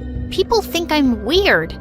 Nothing about you is weird. You're just special. Mom always made me feel loved. Life was perfect with just the two of us. But all that changed right before my 6th birthday. I was fast asleep one night when suddenly I heard something under my bed. Nervously, I peeked over the side, and a little boy jumped out and howled like a wolf. I screamed and Mom rushed in. When she saw him, she laughed. I meant to introduce you two in the morning. This is your cousin Charlie, and he's going to be living with us. I'm a werewolf. Ow! Wait, what? Mom explained that he was an orphan, and if we didn't take him in, he'd have to go live with strangers. Charlie is a handful, I know, but he's family, and family comes first. That's my girl. Life turned upside down after that day. Charlie was naughty and wild, but Mom never got angry with him. No matter how crazy he acted, she always took his side and asked me to be patient with him too. I tried my best to ignore him, for Mom's sake, but he didn't make it easy. One evening before dinner, I was studying in my room when I heard loud voices downstairs and rushed to check. Charlie had invited over a dozen neighborhood kids, and they were eating all our food. What's going on here? They're my friends and they'll be eating with us. Or I'll throw sand in your food, on the couch, in your bed. You'll find sand everywhere. Why are you so annoying? Why are you such an angel? Just shut up or I'll make my friends kick your butt. Mom had walked in too, and she just told me to let him be. I stormed off angrily, and he and his gang raided the fridge. I didn't understand why Mom put up with him. But he got even worse when Mom got a job as a substitute teacher at a fancy private school and enrolled us in the 7th grade. He became friends with a bunch of bullies and would land in detention every week. I had a hard time fitting in too. I was still the biggest kid in my class, and everyone stared at me as I towered above them. One day in gym class, we were playing dodgeball when I accidentally hit a girl in the head. She blew up at me. Coach, this giant almost killed me. She shouldn't be allowed to play with us. I'm sorry, I didn't mean it. I know, Lisa Marie. Maybe you'll be more comfortable with the 9th grade kids. You'd fit perfectly in there. I was so humiliated. When I told Mom, she gave me a big hug and told me the same old stuff, that I was special. Well, I'd rather be normal, but the stars had different plans for you, love. For the first time, I got annoyed at Mom. I didn't want to talk about the stars. I wanted to talk about my feelings. I wasn't buying her theories anymore, but I pretended to believe her. In the 8th grade, I decided to own my weirdness and not let it get me down anymore. I began playing sports with the older kids. I made friends and even met the cutest boy there. His name was Alex, and I had the biggest crush on him. My life got so much better at school, but at home, Charlie's attitude really changed towards us. I can't believe you're driving us to school in this piece of junk. You never had a problem with my car before. Yeah, that's because I didn't realize how poor we were. It's embarrassing. Hey, you could be a little more grateful. He doesn't mean it, honey. Yeah, I do. I don't like him treating you like this, Mom. But Mom just asked me to ignore it, as always. Ugh. The next day at school, Alex asked me to join him for lunch, and I was over the moon. I didn't even think he knew I existed. We had such a fun time talking, and when I got home, I wrote all about it in my diary. But the very next day, something horrible happened. I was playing basketball with Alex and the other kids during recess when suddenly Mom barged in, waving my diary in the air. Lisa Marie, you're in love and didn't tell me? Who is this Alex? It says you want to marry him someday. That's not happening, Missy. Not until I find out that your stars are perfectly aligned. Mom, stop! Why? Please don't tell me he's a Scorpio. My face burned as I felt everyone's eyes on me, and I couldn't even look at Alex. I just ran out of the gym and locked myself in the girls' bathroom. How could Mom do this? I'd never felt so angry at her. I skipped the rest of my classes and went home early. But when I entered my bedroom, I saw Mom inside doing some cleansing ritual with my diary in the center. And I just lost it. I picked up the big jar with some weird liquid and smashed it on the ground. Lisa, what have you done? That was important. For what? To become a bigger joke than I already am? What were you thinking, Mom? I'm just trying to protect you. Because some stupid horoscope said so? You're insane. I slammed the door and went out into the backyard for some air and found Charlie smoking. What do you think you're doing? Whatever I feel like. I heard you shouting at Auntie, and that's a side of you I've never seen. Get lost, Charlie. No, I like it. I think I want to show you something. Curious, I followed Charlie to his room. He dug out a huge bag from under his bed, and I was shocked to see piles of school documents inside. Copies of all the major test answers. I sell them to rich kids and can make a killing. I can hook you up too. Are you crazy? You could get into so much trouble. You have to get rid of them.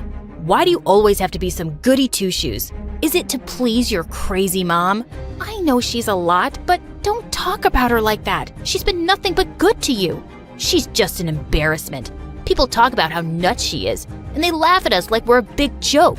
I make sure to tell everyone she's not my real mom. You're such a jerk, Charlie. And you're so blind. You don't even know all the crazy things she's done. If you knew, you wouldn't love her so much. What do you mean? But Charlie just grabbed his bag and began to walk away, only to turn around and say, if you tell anyone about this, I'll make sure you regret it. He never came home that night, and Mom was so worried. But then we found out he'd gone to live with one of his rich friends from school, and he wasn't coming back. Mom was really sad, and I decided to forgive her. I was completely dreading the next day at school, but when I bumped into Alex at lunch, he was so sweet. I'm sorry your mom did that, but in a way, I'm glad. I found out you like me because I like you too. For the next few months, things were calm. Charlie completely ignored me at school, and I did too. Alex graduated from high school soon, but we started dating, and thankfully, Mom didn't bring up his horoscopes again. Soon, it was time for me to send out our college applications, and I was anxiously waiting to hear from my top university where Alex had gone to. But then one day, I got a call that rocked my world. My application was rejected because my birth certificate was fake. Why would Mom have a fake birth certificate of mine? I contacted the Home Affairs office, but they couldn't find my certificate. According to their records, there was no Lisa Marie born in 2006. I was so confused. I begged them to keep looking, and the next day, I got the most shocking email from them. We found another Lisa Marie in your area, but she was born in 2004. I printed out the birth certificate they'd sent me and saw Mom's signature on it. What? Furious, I kicked Mom's door open and demanded an explanation. Mom, what is this? Did you fake my birth certificate? Mom looked at me and snatched it from my hands. How did you get this? So it's true. I was born in 2004 and not 2006. Why would you do this, Mom? I can explain. It's complicated. No, it's not. All I know is that I just lost 2 years of my life thanks to you. Maybe everyone was always right about you. Since when do you care about what people say about me? And I did what I had to do. You lied to me my whole life. You watched me suffer and get teased every day, and you did nothing. I protected you. It's my job as your mother, and I'm not going to apologize for it. Your original birth date had one of the worst predictions I had ever seen. I had to fake your birth date for a time when they got better. I'm so tired of your frickin' stars and predictions, Mom. It's a bunch of nonsense. And if you truly believe all this, you're just as dumb and crazy as Charlie said. I regretted my words instantly, but I was too mad to take them back. I rushed out of the room before I made things worse. I sent my real birth certificate to the university, and they sent me an acceptance letter soon after. And now I was even more eager to leave. It seemed like Mom didn't really understand what she'd done, and I just really needed some space and time away from her. I did miss her though, and we began texting soon after. Although our relationship wasn't the same anymore and we'd grown distant, at least we were talking. I couldn't bring myself to visit her though. Not yet. But I really loved life at university with Alex and made so many friends. I truly felt like I belonged for the first time. Things were good until one day in my 3rd year, I got a call from an unknown number, and I was shocked to hear Charlie's voice. Lisa, your mom is sick. She has been for a while, and I think you need to come home. My heart just dropped. Alex and I drove straight through the night, and when I got home, I rushed to Mom's bedside. Oh, Mom, why didn't you tell me? You were so mad at me, honey. I didn't think you'd care. Of course I care. I just needed some space to deal with everything. That doesn't mean I stopped loving you. You're here now, and that's all that matters. And Charlie's been taking such good care of me. I always knew he was a good boy. As Mom fell asleep, I left her to rest and found Charlie waiting outside. Thank you for being there for my mom, Charlie. It means the world to me. No, don't thank me. I'm just so sorry about how I treated her. I was in a bad place back then, and I made friends with all the wrong people and got into some serious trouble. If Auntie hadn't come to my rescue, I'd probably be in jail right now. I owe her everything, and I guess you too. I was really horrible growing up, wasn't I? He looked so sincere, and I lightly punched his arm and then hugged him. The worst! You were so annoying! I spent every day with Mom while she recovered, and soon after, she began to look like her old self again. One afternoon, I found her digging in the garage for something. What are you doing, Mom? Be careful. I'm looking for your old blankie. Why? She poked me in the belly and laughed. She's going to need it since she'll be born in winter. How did Mom know I was pregnant? I'd just found out and I hadn't even told Alex yet. How did you? Mom winked and pointed to the sky. And then we just burst out laughing. What were the odds?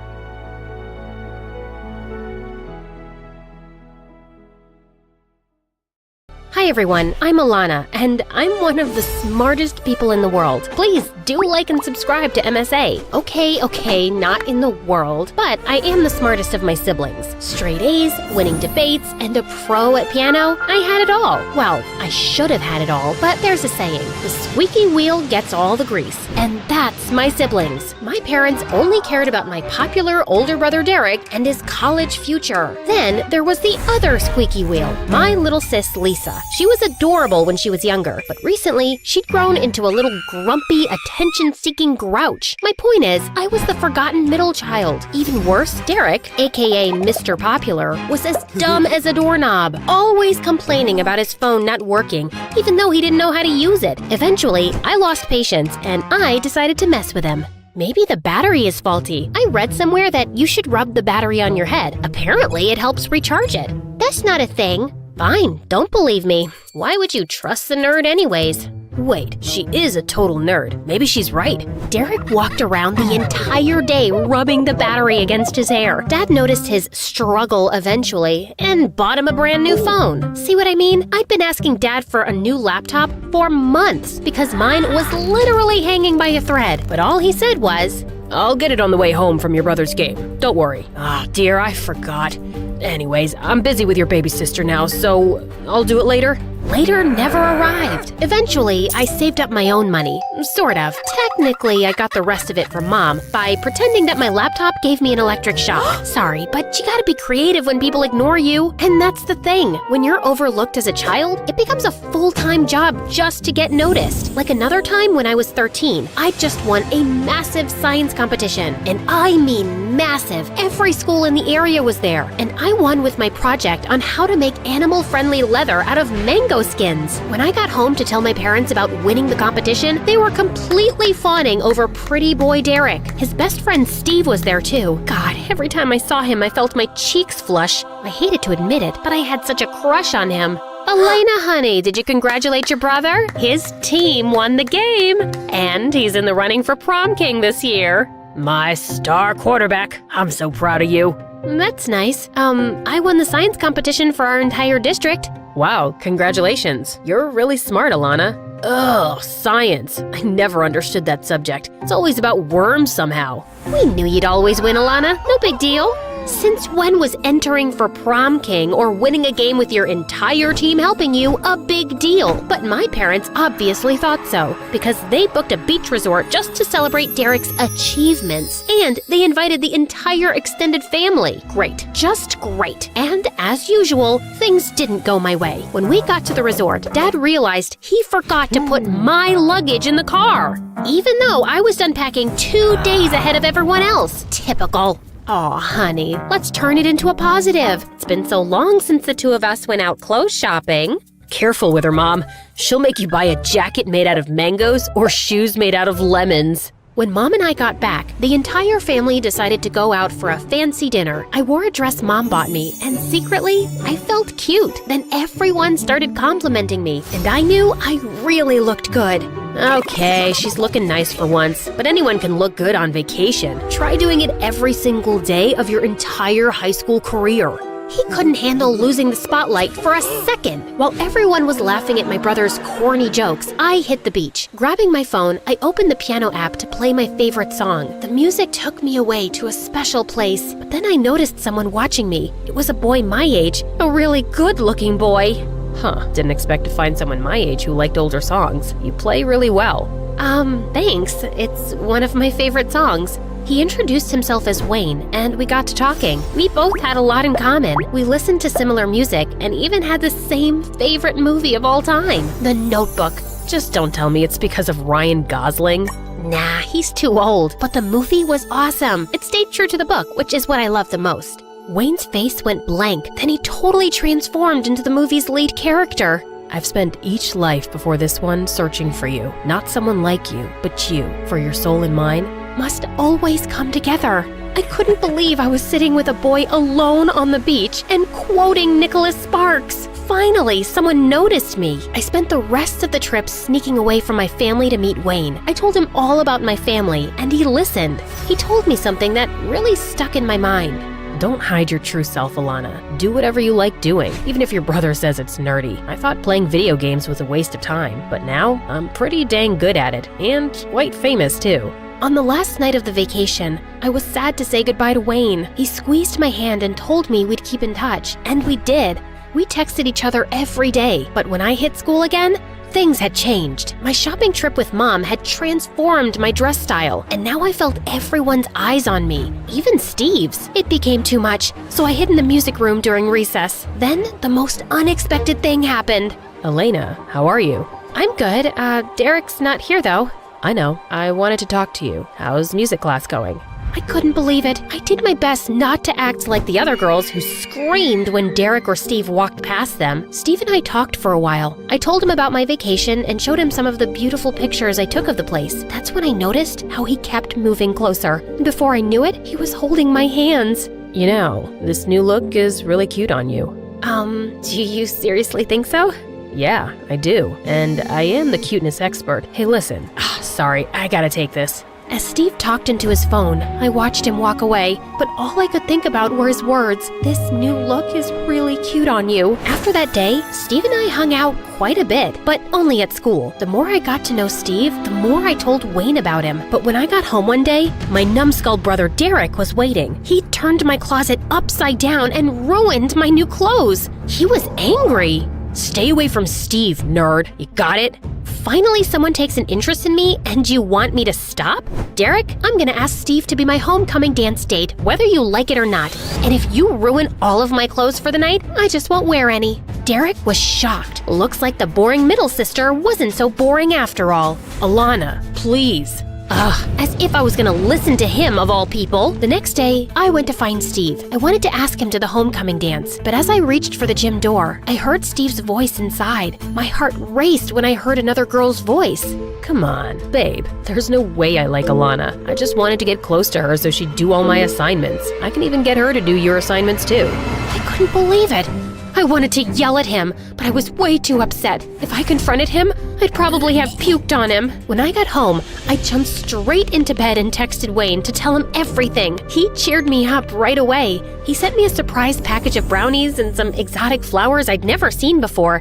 And of course, my parents bombarded me with questions. Did a boy send you this stuff? Yeah, he's just a friend. Do we know him? Derek, do you know him? Come on, Dad, it's Alana. No boys chase her. She's probably sending the stuff to herself. First of all, the boy exists. And no, he's not one of Derek's stupid football friends. I met him at the beach, actually.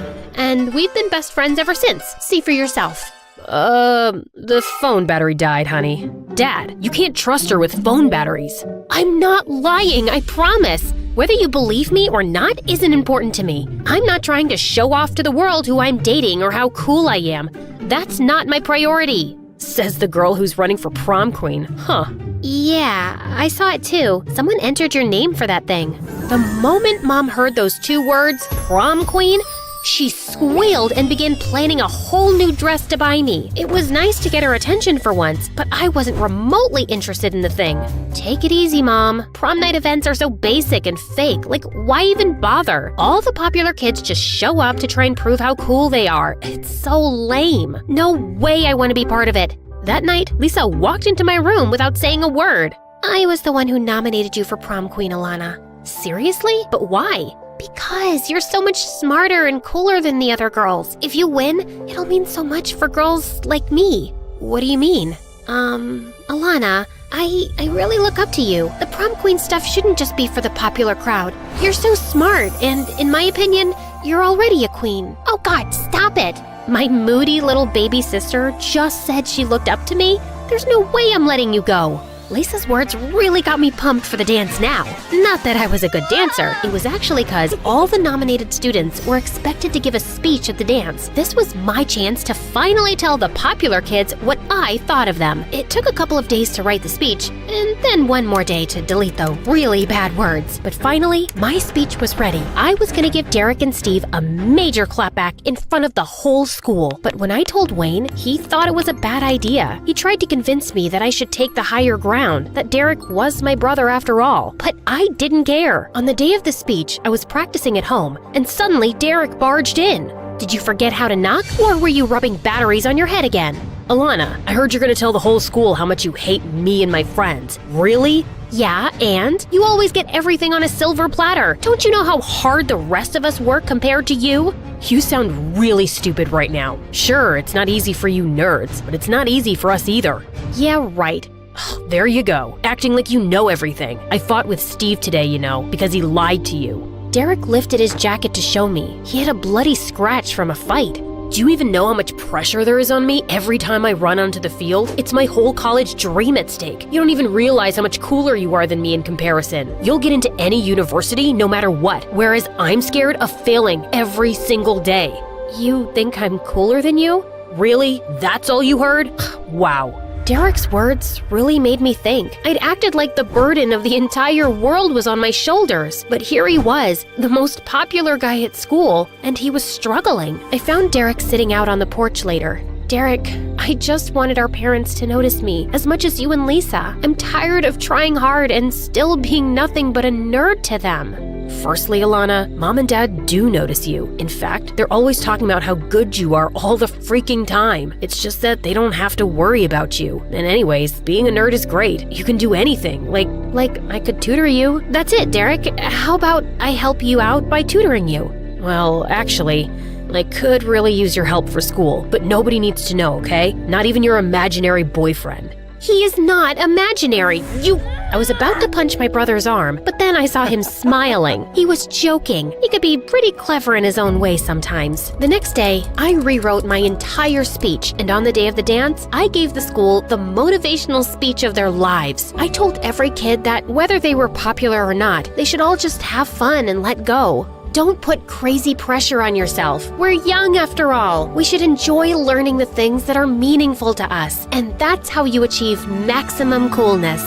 I'd like to think I convinced everyone in that hall, or at the very least, I convinced my little sis Lisa and Derek, of course. When the dance finally started, I thought I'd be left standing alone, but my brother swept me in his arms and my sister joined in. As we were having an amazing time, someone tapped on my shoulder. Wayne! He looked better than I'd ever seen him. I was so excited to introduce him to my school friends, but the thing that excited me the most? The look on my brother's face. His jaw dropped to the floor.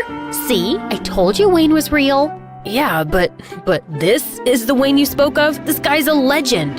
Turns out, Wayne was a much bigger gamer than I thought, and Derek was a huge fan. The way he behaved, it was like he wanted Wayne to be his date instead of mine. I didn't win anything at the dance, of course, but it's fine. That's not my main thing. I did have an amazing time with Wayne, and I felt more relaxed than I'd ever felt.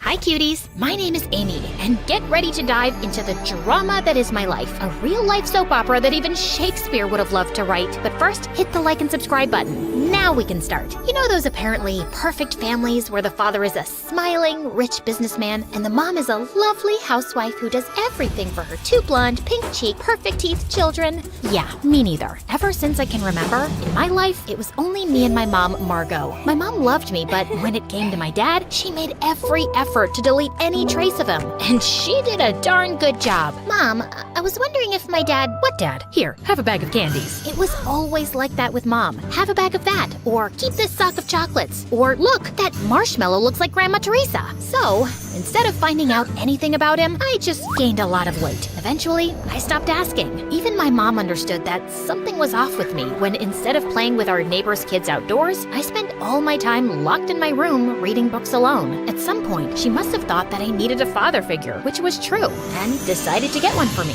Unfortunately, her dating life was so disastrous that it probably made Cupid consider early retirement. For real, it was the same thing over and over again. It went like this. Amy, please let me introduce you to insert name, my new boyfriend. We love each other so much. Of course, 2 weeks later, there we were, indulging in a second bowl of ice cream and watching Titanic, with her sobbing uncontrollably on my shoulder. Jack, take me with you. We were supposed to stay together forever. Mom, you met him like a month ago. The best month of my life. But honestly, my mom had a PhD in ruining her relationships. All of her boyfriends had a lifespan shorter than a goldfish's memory. She would get bored of them and then do something to sabotage the relationship. And then, magically, it was always their fault. Antonio the chef seemed like a perfect candidate because who wouldn't want a dad who can whip up 5-star meals? But then... Can you believe it? He left me alone all night to go to a restaurant by himself, choosing puff pastry over me.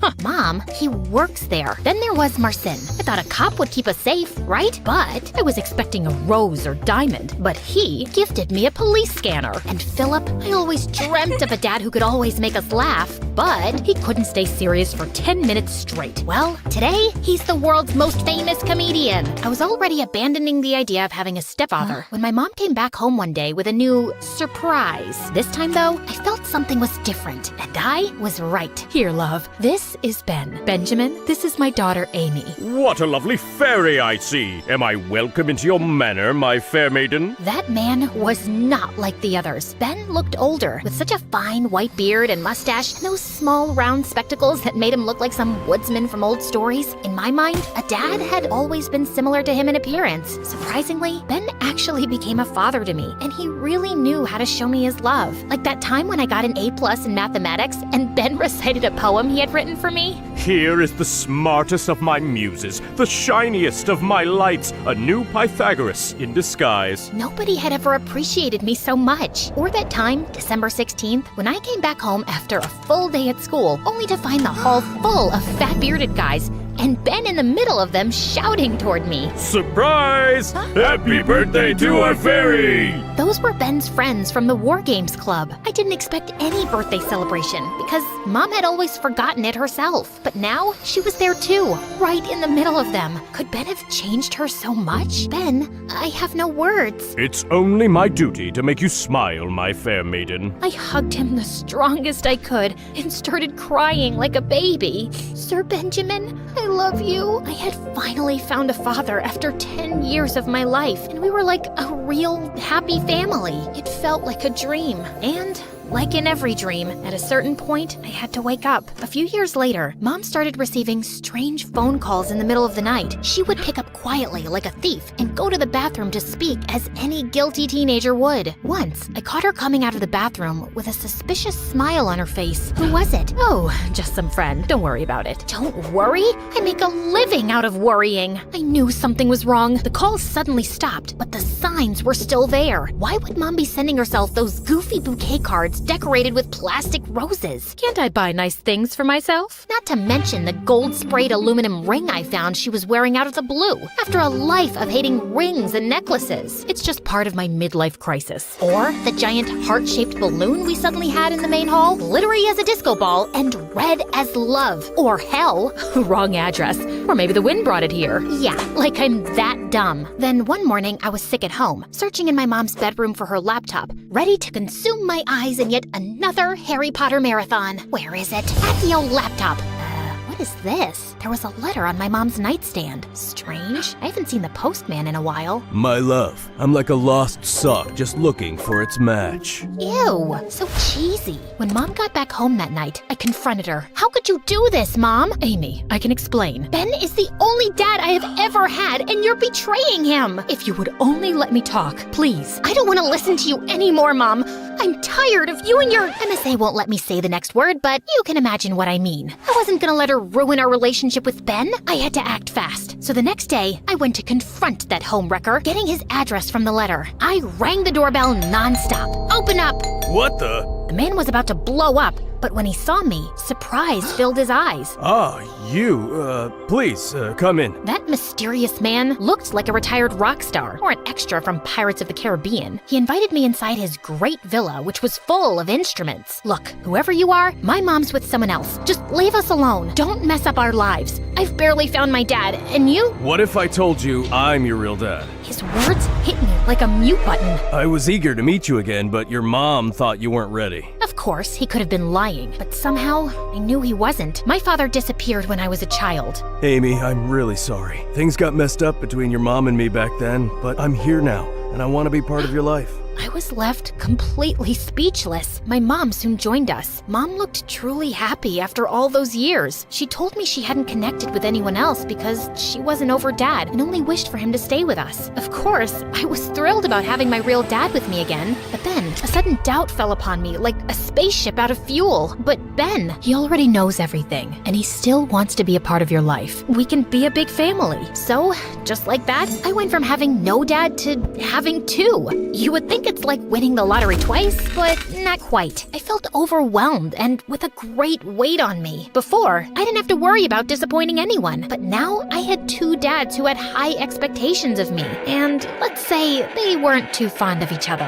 Luke, lower the volume. Amy's studying. Oh, just jam it out, man. Rockstar practice, you know? Oh, wow. But I thought rock and roll had been dead for a long time. Good music never dies. Besides, aren't you obsessed with knights and things from hundreds of years ago? Oh, absolutely. But unlike your music, knights never go out of style. Come on, guys. If you really think about it, rock stars and knights have a lot in common. Like, both loved leather and dying young. But while some wore armor and swords, the others used guitars and a lot of hairspray. That made a lot more sense in my head. Soon, things went even further south. One day, they forgot to pick me up, and I had to walk home in the middle of a storm. When Ben saw me, he went mental. Luke, you were supposed to pick her up. I asked you to do one thing as I had an urgent appointment. Oops, I totally lost track of time making these cookies to surprise her.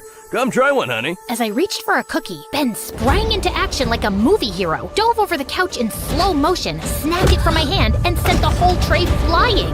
These have peanuts! Amy's your own daughter and you don't even know she's allergic to peanuts, or you just don't care. I don't even want to remember the fight that followed. Can you imagine two gunslingers in front of each other, ready to open fire at the slightest movement? Well, it was kind of like that. The constant fighting became a part of my life. I realized that this was affecting them as well. Ben looked more deteriorated and tired than ever, and my dad seemed constantly anxious, as if he was hiding a big secret. On my first Christmas with my new family, they dove into a full gift duel. The prize of it wasn't a juicy bounty, but my love. Dear, I got you, Ozzy, your new puppy. Are you serious? I got her Lady Godiva, the most majestic kitten in town. Aw, thank you guys. I love them both so much. Of course, getting double presents was quite fun, but soon my new pets were casualties of the parents' war. Lady Godiva was given away to our neighbor's children by my dad after he definitely saw me sneezing with her nearby. It was mid-December, by the way. A few days later, someone shaved Ozzy completely, making him a pink bear with a black nose. Oh, that's horrible.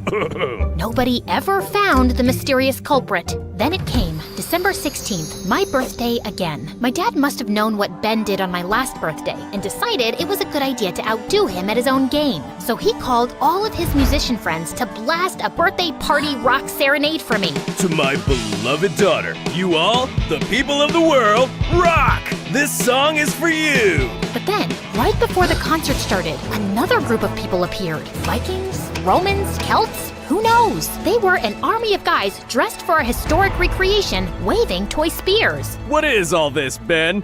There is a time for peace and a time for war, Luke. Men, be ready! Someone sounded a war horn, and my birthday soon became like the final battle of Avengers Endgame. But instead of aliens and superheroes fighting, I had cosplaying history nerds versus elderly musicians incapable of accepting the passage of time. A clash for the century! After watching the battle for a bit, I went home all set to blow out the candles and dive into the cake. But I found my so-called perfect family in the middle of a loud argument. What are you even doing here, man? Amy's with her real parents. She doesn't need you anymore. This whole uncle situation is bizarre. That's true. Explaining it to people is a real pickle. Say what you want, but I've been her father longer than you. Well, he has a point about that. Her father? A history nerd with a Willy Wonka mustache? You must be joking. I don't think Willy Wonka has a mustache. My mother's mediation skills are truly out of this world. Why don't we let her decide then? Oh no. Yeah, she's old enough to decide who should be her dad. No, I am not! Mom,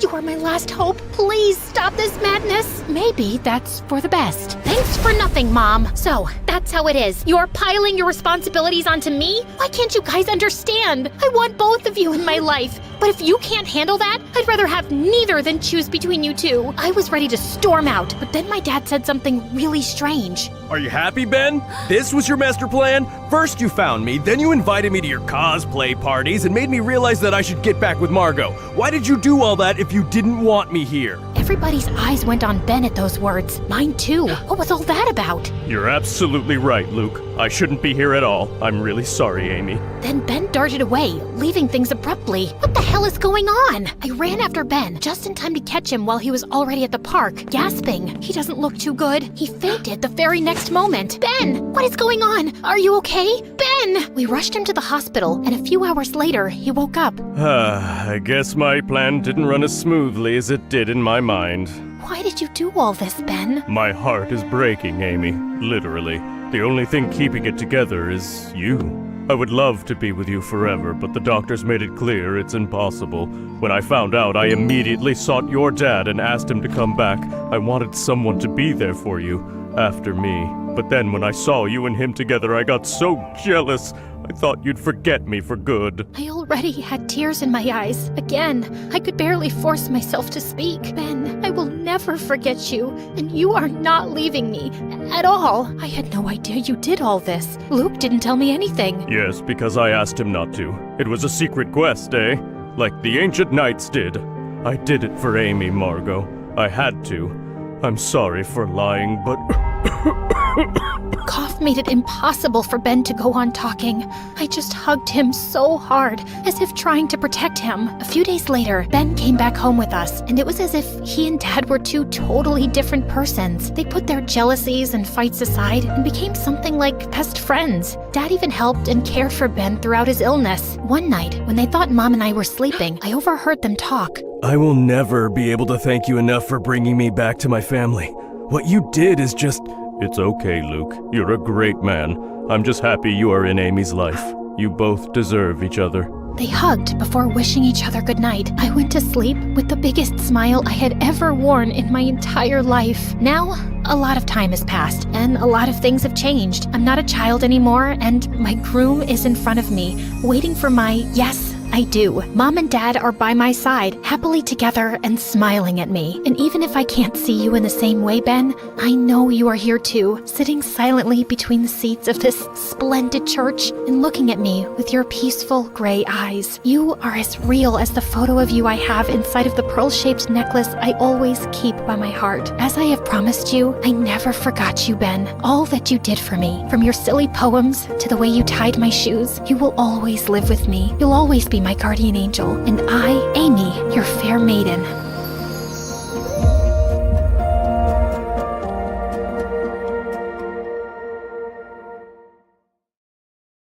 Hi, I'm Jody from North Dakota. Please like and subscribe, and you'll be able to fulfill all your New Year's resolutions. Ever since I can remember, Dad made me and my younger brother Josh compete for everything. This teddy's mine. I grabbed it first. So what? I saw it first. Don't fight, kids. The one of you who burps the loudest gets it. Josh's burp was way louder than mine, and the teddy went to him. So annoying. On our way back home, Josh and I fought over the window seat. And again, Dad had a weird solution. Let's see who can stick their head out of the window and spit the farthest. Josh won again. But I accidentally spilled some orange juice on the window seat, so his butt ended up all wet and sticky. Josh usually won these crazy competitions, and he and Dad were a team. But Mom adored me, and we spent hours baking together. And unlike Dad, she didn't make us compete for stuff. The purple cars for Josh and the red ones for you, Jody. Why buy 2 cars? They could have shared one. When will you understand that money doesn't grow on trees? Dad left the office looking upset, but Mom turned to us with a huge smile. I got you guys 2 packs of crayons too, but don't tell Dad, okay? You're the best, Mom. But Josh broke all his crayons in minutes, then grabbed mine and flushed them down the toilet. He really was a top-grade jerk. Other than that, my life was good. But then one day, everything came crashing down. Mom had ordered pizza for Josh and me, and we were fighting over the last slice when Dad came back from work early. You ordered pizza again? Why can't you cook, lazy woman? I'm not some millionaire. They had a huge fight that day, and suddenly, Mom was packing her bags to leave. I cried and tried to stop her, but she said she'd come and see us soon and just left. Then, Dad gave me the last slice of pizza, and I immediately stopped crying and stuck my tongue out at Josh. Don't judge me for not being sadder, guys. I was only 7 then. A few weeks later, our parents got divorced, and since Mom wasn't financially stable, we stayed with Dad. Mom only visited us on weekends and special occasions. Years passed, and Josh and I finally reached high school. One day, we came back from school to find Mom getting out of a flashy car. Jody, Josh, come quickly. I'm taking you to my new home for the weekend. Her new home was a freaking palace. It turned out that Mom's fiancé Steve was a real estate mogul, and this was one of his houses. Later after lunch, Mom said she had something important to discuss. I haven't been able to offer you a home before, but thanks to Steve's support, I can now. I'd love for you guys to come live here with me. What do you think? We were both taken aback, but then Josh said he wouldn't leave Dad and walked out of the room. Mom looked heartbroken. What about you, Jody? To be honest, I'd missed being close to Mom, and it wouldn't be too bad getting away from Josh and not fighting for everything. I think I'd like to stay with you, but what about Dad? I'll talk to him, don't worry, and you can still see him whenever you want. Oh, this is just such wonderful news. After the weekend, Josh went back to Dad and I moved in with Mom. She let me have the biggest bedroom. I love it here, Mom, and I love you. I've been waiting to hear that for so long. In the coming days, Mom got me anything I wanted. New clothes, new shoes, new handbags, new bedroom furniture. I even had 3 maids waiting on me hand and foot. One day, I decided to bake a cake for Mom, but I just couldn't figure out the fancy oven settings. Before I knew it, there was a small blast. Just then, a girl my age came running in. Are you trying to burn the kitchen down? I'm sorry, I was just trying to bake a cake. Well, it looks more like a volcano now. No wonder it caused so much destruction. She looked at me, and then we both burst out laughing. The girl introduced herself as Darcy, our butler's daughter. We got to talking, and I found out that Darcy loved baking too. We exchanged a few recipes and decided to try them soon. The next day, Mom got me enrolled into a fancy private school, but it looked more like a 5-star hotel. And the students looked like they'd walked off a modeling ramp. Feeling kind of nervous, I was trying to find my classroom when a group of the most gorgeous girls suddenly blocked my way. New admission. We like your Gucci's and Chanel, girl. You can join our pack. And just like that, I became a part of the most popular group in school, the Wildcats. And boy, these cats were wild. They partied like crazy, blew thousands of dollars on useless stuff, and got tattoos in the weirdest places. But for the first time in my life, I was among the popular kids in school, and I was loving it. A few weeks later, I was hanging out with my cool group outside school, and to my shock, they started smoking. One of them pushed me to try it too, and I didn't want to look uncool, so I did. But I started coughing like crazy. Jody, what are you doing?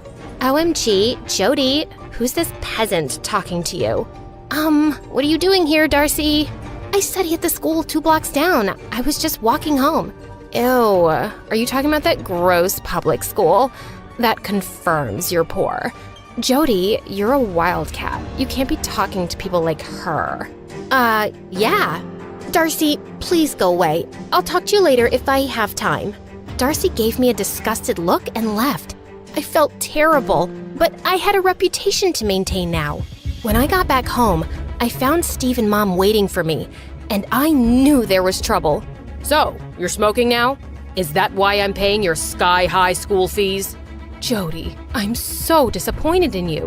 What? I didn't. There must be some mistake. Don't you dare lie to me. You were smoking, and the butler's daughter saw you. Steve was always so calm, and seeing him like that was kinda scary. He shouted at Darcy to come in. Tell me what you told us earlier, girl. Did you see Jody smoking or not? Darcy looked at me, then turned nervously to him.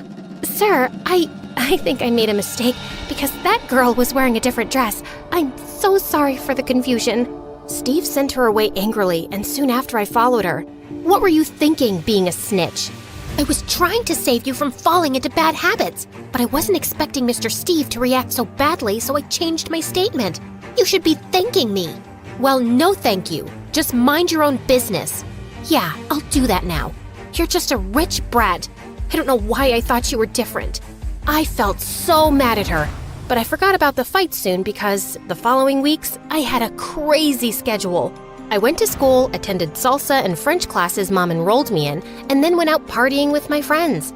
I was so busy with my new life that I almost completely forgot about Dad and Josh, too. Then one day, I got a call from Josh. Can you come home this evening? I want to plan a surprise party for Dad.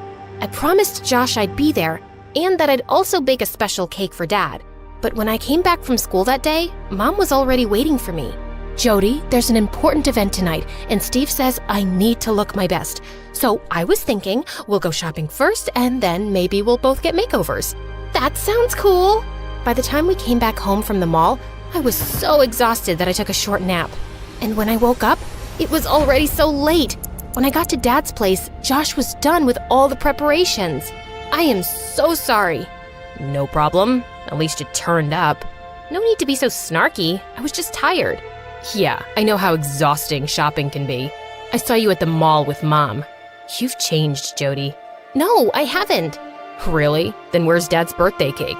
That's when I realized I'd completely forgotten about it.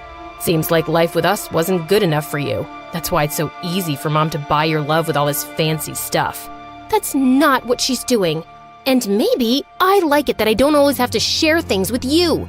And Mom and Steve never scold me for buying something I want. They aren't stingy like Dad. Just then, I realized that Dad had walked in.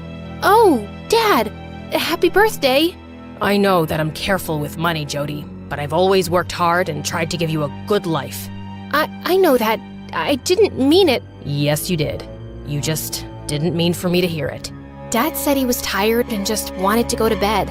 And Josh was so mad at me for ruining everything. Back at home, I tried falling asleep but kept feeling terrible. I didn't mean to hurt Dad. And was it true that I'd changed, like Josh had said? A few days later, Mom and Steve were out at some party, so I invited some friends over. We were having a great time, dancing, till one of them started a food fight, and the next thing I knew, they were all going crazy. Can you stop, please? My parents won't be happy about this. What? We're just having fun. And I'm sure you have plenty of servants to do the cleanup. Look, there's one. She pointed at Darcy, who just walked in with drinks and got hit by some food. Just then, one girl jumped on the couch, knocking over a large crystal vase and smashed it to bits on the floor. That's it! Enough! You guys don't get to disrespect anyone, and you don't get to act like spoiled brats in someone's house. Leave, all of you! You can't talk to us like that. We made you one of the most popular girls in school, and we can end that instantly by kicking you out of the Wildcats. Sounds amazing! That's exactly what I want. Now get out! The girls stormed off while Darcy and I stared at the mess. I'll take care of this. You don't need to help. You'll never get this done alone before Mr. Steve's back, so let's not waste time. We worked our butts off for the next 2 hours and finally sat down exhausted. Hey, I'm sorry my friends acted like jerks. I don't care about them, but I hadn't expected you to be like that, or even have such friends. I know. I don't even know who I am these days. I've been trying so hard to fit in with these people I don't even like. And also, I forgot my dad's birthday and hurt his feelings. And my brother, he thinks Mom's trying to buy my love by giving me all these gifts. Do you feel the same? Maybe. She hasn't spent much time with me ever since I moved in here, but she does get me whatever I want. Darcy suggested I tell Mom how I felt. So later that night, I walked up to Mom's room to talk when I heard her and Steve arguing. Steve, I changed myself completely for your sake. I tried my best to be a good partner, but I can't tolerate you cheating on me. Do you have another option? Do you want me to throw you and your daughter out of this house? No. There's nothing I wouldn't put up with for my daughter's happiness. I finally have her love after all these years. I wouldn't be able to bear it if she leaves me. Then stay quiet and don't interfere in my matters. I slid behind a statue as Steve marched out of the door. When I peeked into Mom's room, I found her crying. And just then, reality hit me. Mom wasn't trying to buy my love. She was just showering me with hers. Mom? Oh, Jody! I think I have something in my eye. I heard you and Steve talking, Mom. And I want you to know that I love you, whether you have money or not. But on my own, I don't even have enough to give you the kind of life you were living with your dad. I was just a waitress, and I met Steve. I don't care, Mom. It's you I want to be with, not your house or the stuff you can give me. You know what? I've always wanted to start a small baking business. Maybe we should do that together. The next day, Mom and I moved out of Steve's mansion with our hands empty, but our hearts full. We rented a tiny apartment and started our baking business from home. And I took the time to reconnect with Dad and Josh and even kept in touch with Darcy. In a few months, our business took off with massive help from Josh.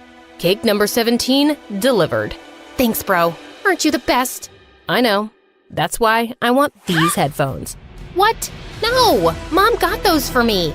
Some things never change, do they?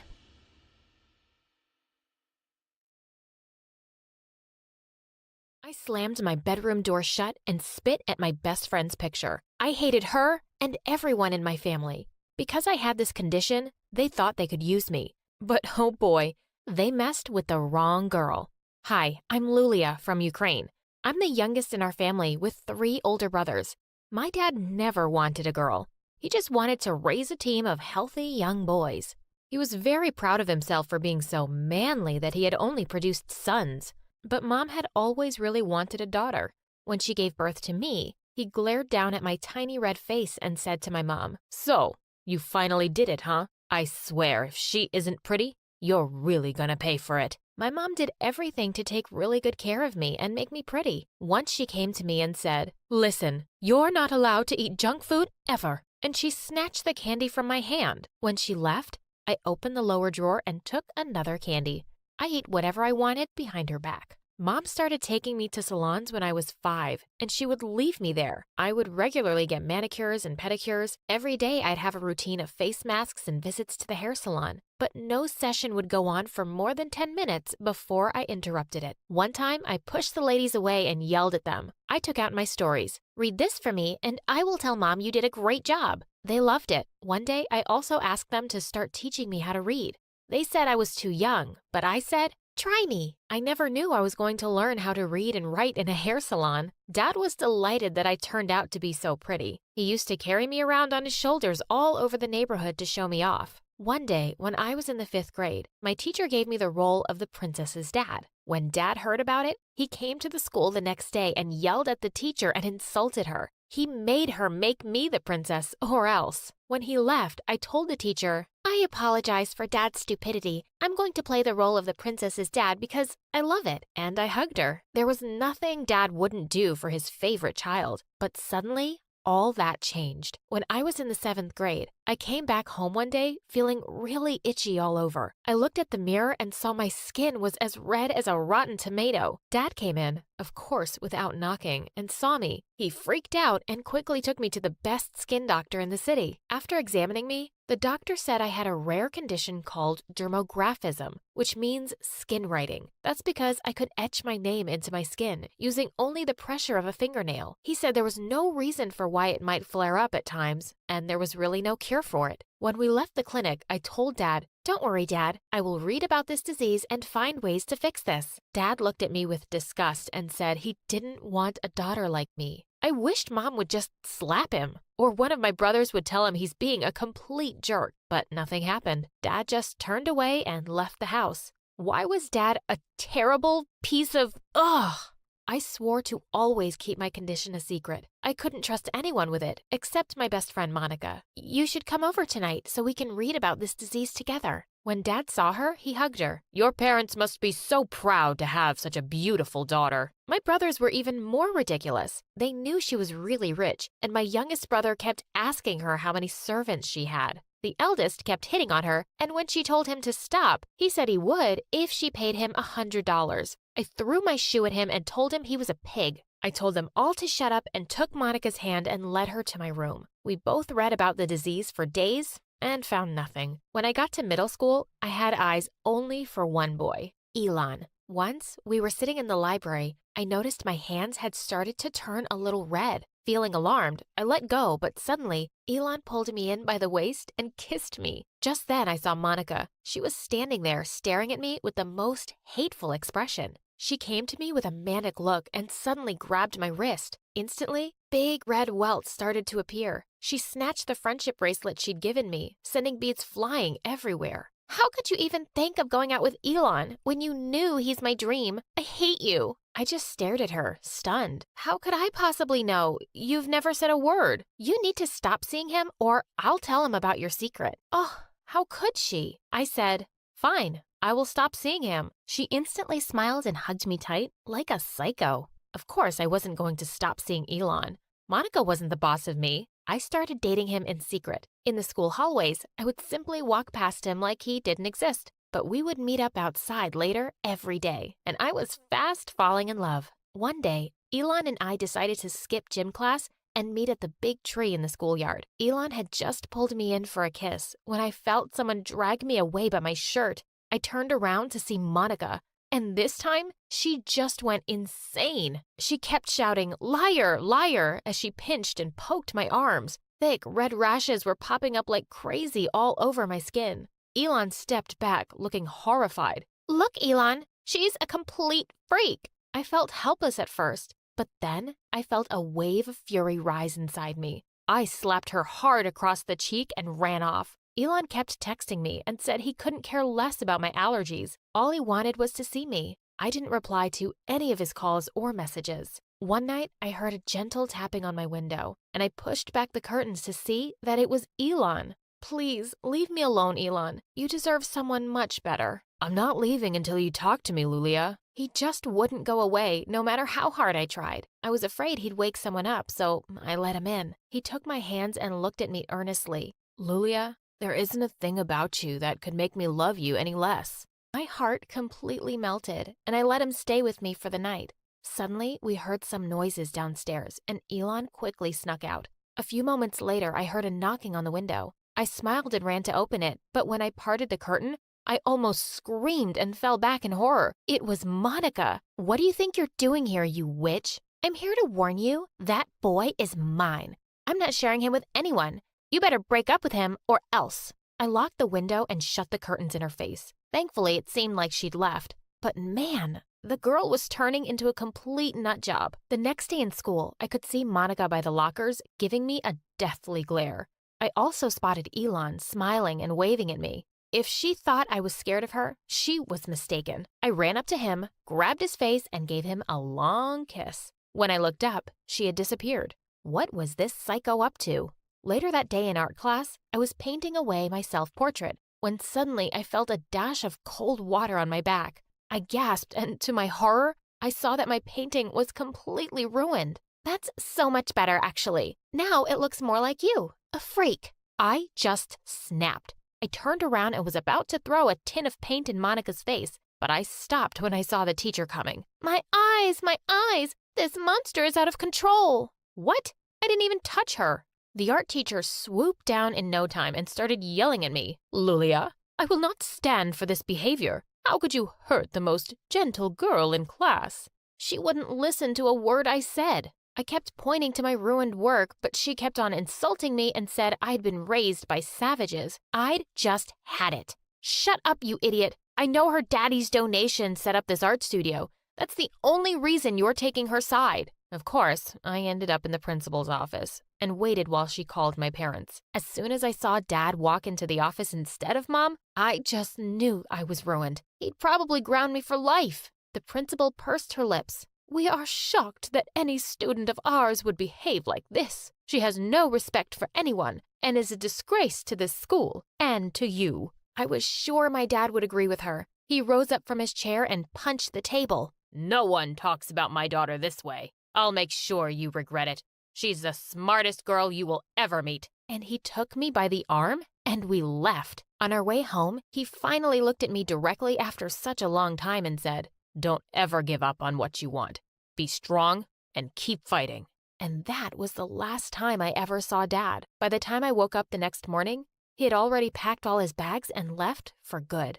Mom, where did Dad go? My stupid brother scowled at me. You finally drove him away. It's your stupid condition that made him so depressed. He couldn't handle having a broken daughter anymore. Mom banged her glass on the table. Shut up and stop treating your sister that way.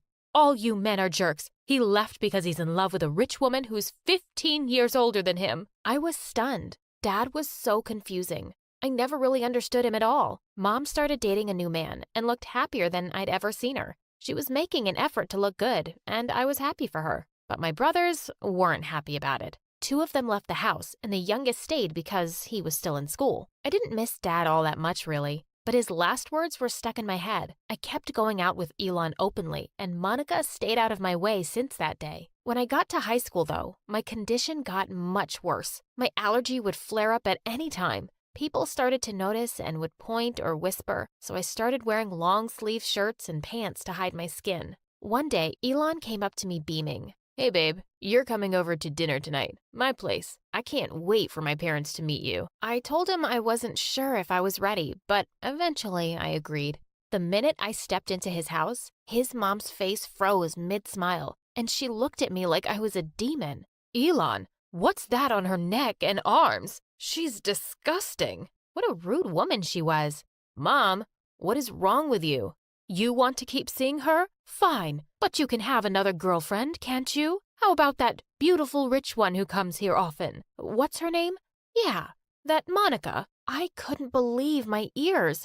What a cheater! Elon turned to me and said he could explain, but I just slapped him and left. I was so heartbroken and angry at this betrayal. I never spoke to Elon again. He tried approaching me at school a couple of times, but I always rejected him. One day, I was sitting alone on the bleachers when a handsome jock came and sat next to me.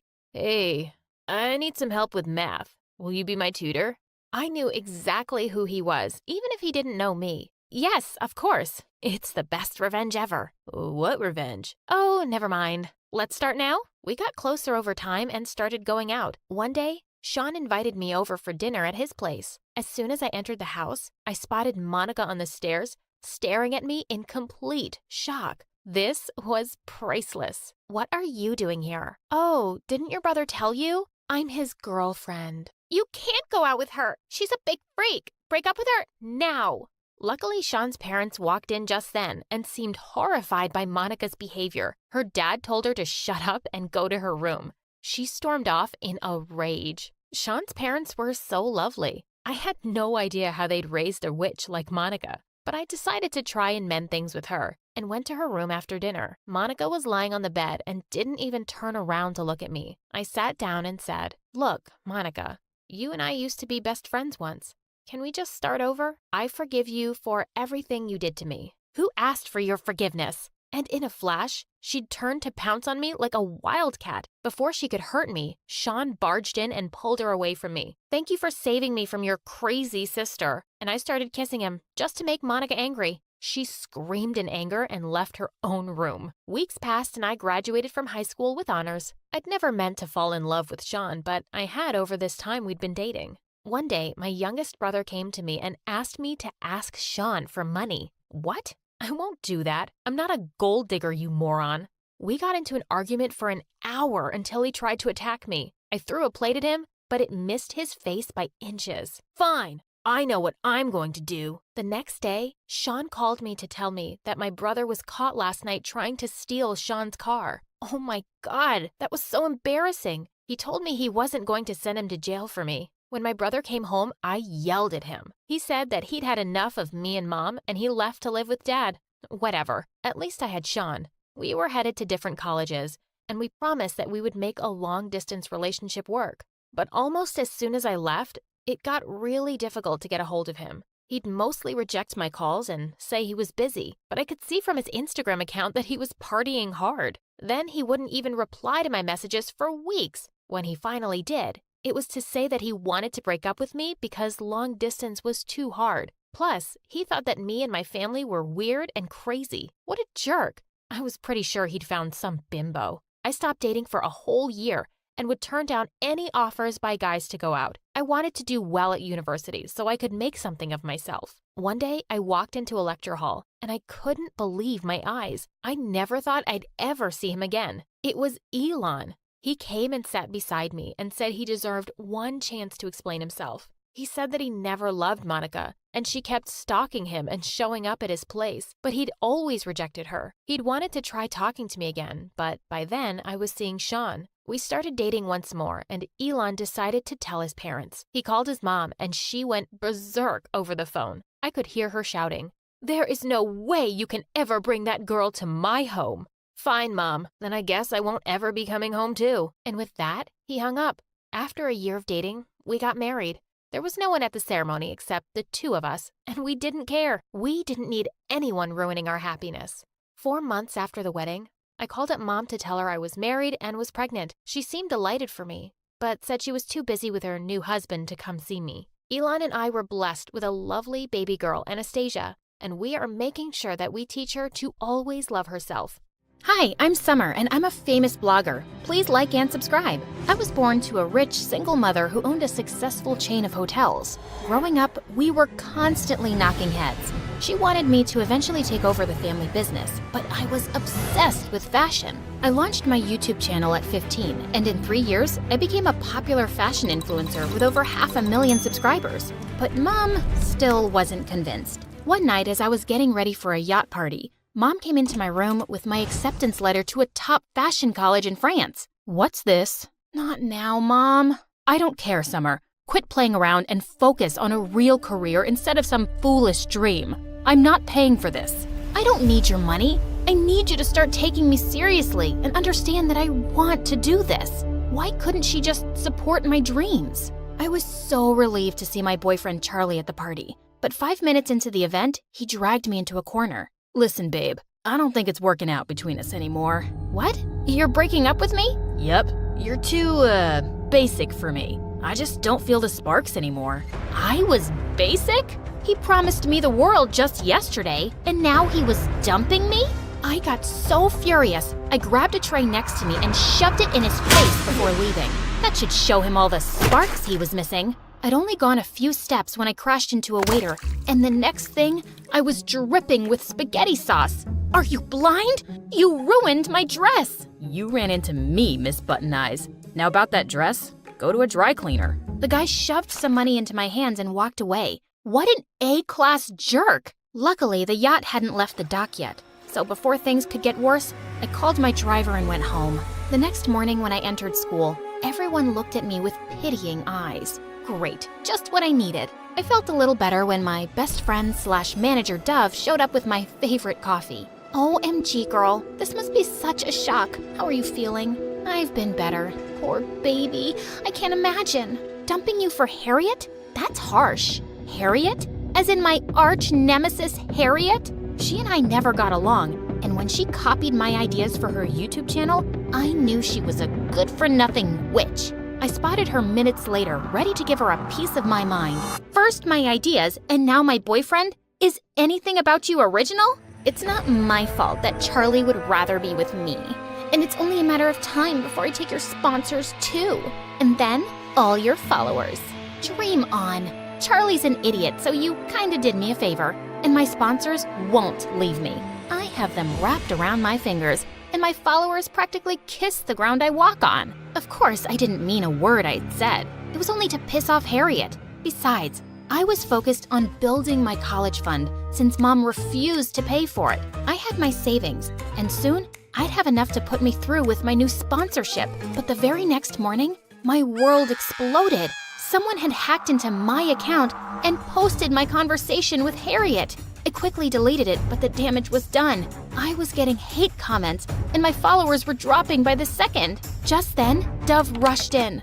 I just got a call from 3 sponsors saying they're canceling their contracts with you. Told you this fashion stuff is stupid. Now, if you're done goofing around, can we decide seriously about college? No way! I'm gonna turn this around. You better, or you'll do as I say. This is your last chance. That's not fair. But Mom was already headed out the door.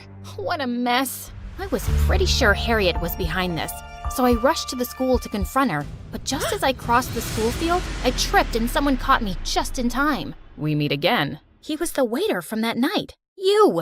Ever since I met you, my life's been a mess. Don't blame me for your troubles, princess. Now, if you're done being blind for the day, could you move? You're spoiling the view. I looked over to see that he was busy painting a trash can? That dumpster is your view? He rolled his eyes and put on his headphones, completely ignoring me. Ugh, such a bozo. I continued on my way, and minutes later, I spotted Harriet in the cafeteria with Charlie. Tell me you had nothing to do with that stupid video. Oh, but I did. Besides being a fashion icon, I also happen to be a genius hacker. Why would you stoop this low? You called my baby an idiot. I had to do something. I wasn't kidding when I said that. I made Charlie popular. Strip all that attitude away, and he's nothing but a guy with an IQ of a tree. I can easily get another boyfriend anytime I want. Fine, prove it. Prom's in 2 weeks. If you find a date before that, I'll eat my words, take responsibility for the video,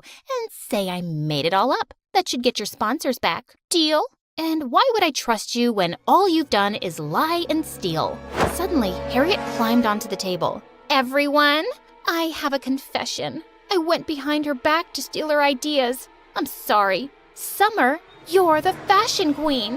What the heck was that? Proof that I'll keep my word. I didn't want any bet with Harriet, but doing this was the only way to get her off my back and get my sponsors. Deal. The next guy who walks into that door will be my new boyfriend. I prayed someone hot would come through the door, but I almost fainted when I saw who it was.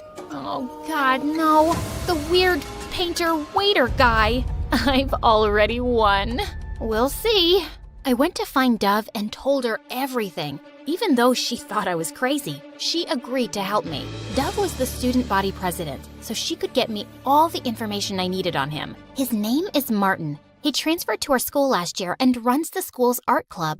Perfect. That's where I'll start. But you know nothing about art. Of course I do. Makeup's art too. I decided to put my plan into motion by visiting Martin's art club. It was just him and 2 other guys staring at me like I was a piece of cake. Lost your way, princess? Call me Summer, and I'm here for my art class. Wow, did you paint that? It's amazing. It's a dot. It's the prettiest dot I've ever seen. Why are you really here? Fine. I was looking for you. Why? I want you to go out on a date with me. The boys in the room fell silent. I know you think we're all pathetic, so please go and bug someone else with your jokes. I'm not interested. Before I could say anything, he just packed his stuff and stormed off. So rude. I'm available. Ugh, as if. Later that day, Dove and I spent hours planning my next move. Just follow him around. You'll find something that you could use. I took her advice, and later when I saw him leaving the school, I followed him. I saw him park his bike near a cafe. I got down and peeked from the window to see him hugging a girl my age. Was he already dating someone? This could ruin my whole plan. I saw her leave for the bathroom and went in. You know, stalking is illegal in all 50 states. What? I'm just here for some coffee. That's not illegal, right? I'll have a latte, please. Martin made a face and left me to get my order. Just then, the same girl he was hugging approached me. She said she was a huge fan and wanted to say hi. Her name was Jane, and she was Martin's younger sister. Oh, thank God. As we chatted, I realized how different the 2 siblings were. She was so sweet and nothing like her sour brother. Their father was a sailor and was often away, so they lived with their grandmother and helped her run the coffee shop. Don't you have work to do, Jane? And you, here's your order. Take it and go, won't you? Slow down, tough guy. We're having a conversation. I'll pay for her time. Unlike you, some of us have to work to get money. I work hard too, you know. It's not easy to follow your dreams when... Ugh, forget it. I just turned and left. I wasn't going to allow him to talk down to me. I'd only taken a few steps when I remembered I had to make him date me to win that stupid bet. Ugh. Just then, Martin caught up with me. Hey, I'm sorry. That was uncalled for. So does that mean you'll go out with me? Why? You haven't noticed me in a year, so why now? Because I find you interesting. Think of this as an apology for not noticing you. Since you won't leave me alone, fine, but I'll pick the place. Deal. We exchanged numbers, and I left feeling proud of myself. Soon after, Martin texted me the address and asked me to come there at 6 a.m. sharp. Who wakes up that early on the weekend? But I had no choice, so I arrived 5 minutes early at some random dock. Suddenly, I spotted him working on one of the boats, shirtless, with the abs of a Greek god. Yummy crackerjackers. You're early. Yeah. So what's the plan? He reached his arm out to help me into the boat. As soon as I took one step, I stumbled, and Martin pulled me close to keep me from falling. You wanted a date, right? So let's take you on one. On a boat? They're kinda unlucky for me. So you're backing out, scaredy cat? Scaredy cat my butt. Let's do this, sailor boy. Martin smirked at me as we untied the boat and set out onto the water. So you're a painter, sailor, waiter, anything else I should know? You ask too many questions. You never ask any. What do you want to know? You paint all the time, but no one has ever seen any of your finished stuff. Why's that? I paint to escape the world, but I don't think I'm ready for people to see it. It's my passion, not my career. Why not? If you're good at it, it should be your career too. Not everyone has your confidence, fashion queen. So, you've seen my videos, huh? I have a sister, remember? We laughed and talked more before he dropped me back. That entire night, I couldn't wait to go to school and see him again. He was nothing like I'd imagined. Soon after, Martin and I were always together. We would talk for hours, and once, he even agreed to paint me for one of my videos. My followers couldn't get enough of him. Is he your new boyfriend? He's so much cuter than Charlie. I didn't confirm the rumors, but my numbers were rising, and Harriet was not looking happy. A few days later, we had an art exhibition in our hotel, and I invited Martin. I was over the moon when he agreed, but when I saw him, I was blown away. Wow, you clean up well. Even nerds can look good. And you. I know. I showed him around and we were having a great time, till Mom interrupted. The Dean of Yale is here. Go meet him and be nice. Can't, Mom. I'm in the middle of a conversation. Mom gave me a stern look, but I took Martin's hand and walked into the garden. What was that about? Nothing. Just Mom being Mom. She wants me to take over the family business, but I have no interest in it. My YouTube channel means everything to me. It's what I'm good at. I'm not giving up. I think you're brave. Suddenly, I felt Martin's hand in mine, and my heart started racing. Let's get out of here. Where are we going? You'll see. In a couple of minutes, we were parked outside his cafe. He closed my eyes and led me inside. Are you planning on kidnapping me? Another side passion? Just wait for it. You're the first person who's ever come down here. After my mom. I opened my eyes to a room full of phenomenal paintings. You did these? They're amazing. People should know how talented you are. You should do an exhibition. I'll talk to my mom. Right now, all I wanted was for you to see them. I never thought I'd say this, but Summer, I like you. I felt my stomach doing wild spins as Martin bent down to kiss me. But just then, I snapped out of it and pulled away. I gotta go. Wait, did I say something wrong? No, you didn't. It's just late. I'll see you in school. Bye. I ran as fast as I could to get away from him. I was head over heels in love with this guy, and he was perfect. But I was lying to him, and that was wrong.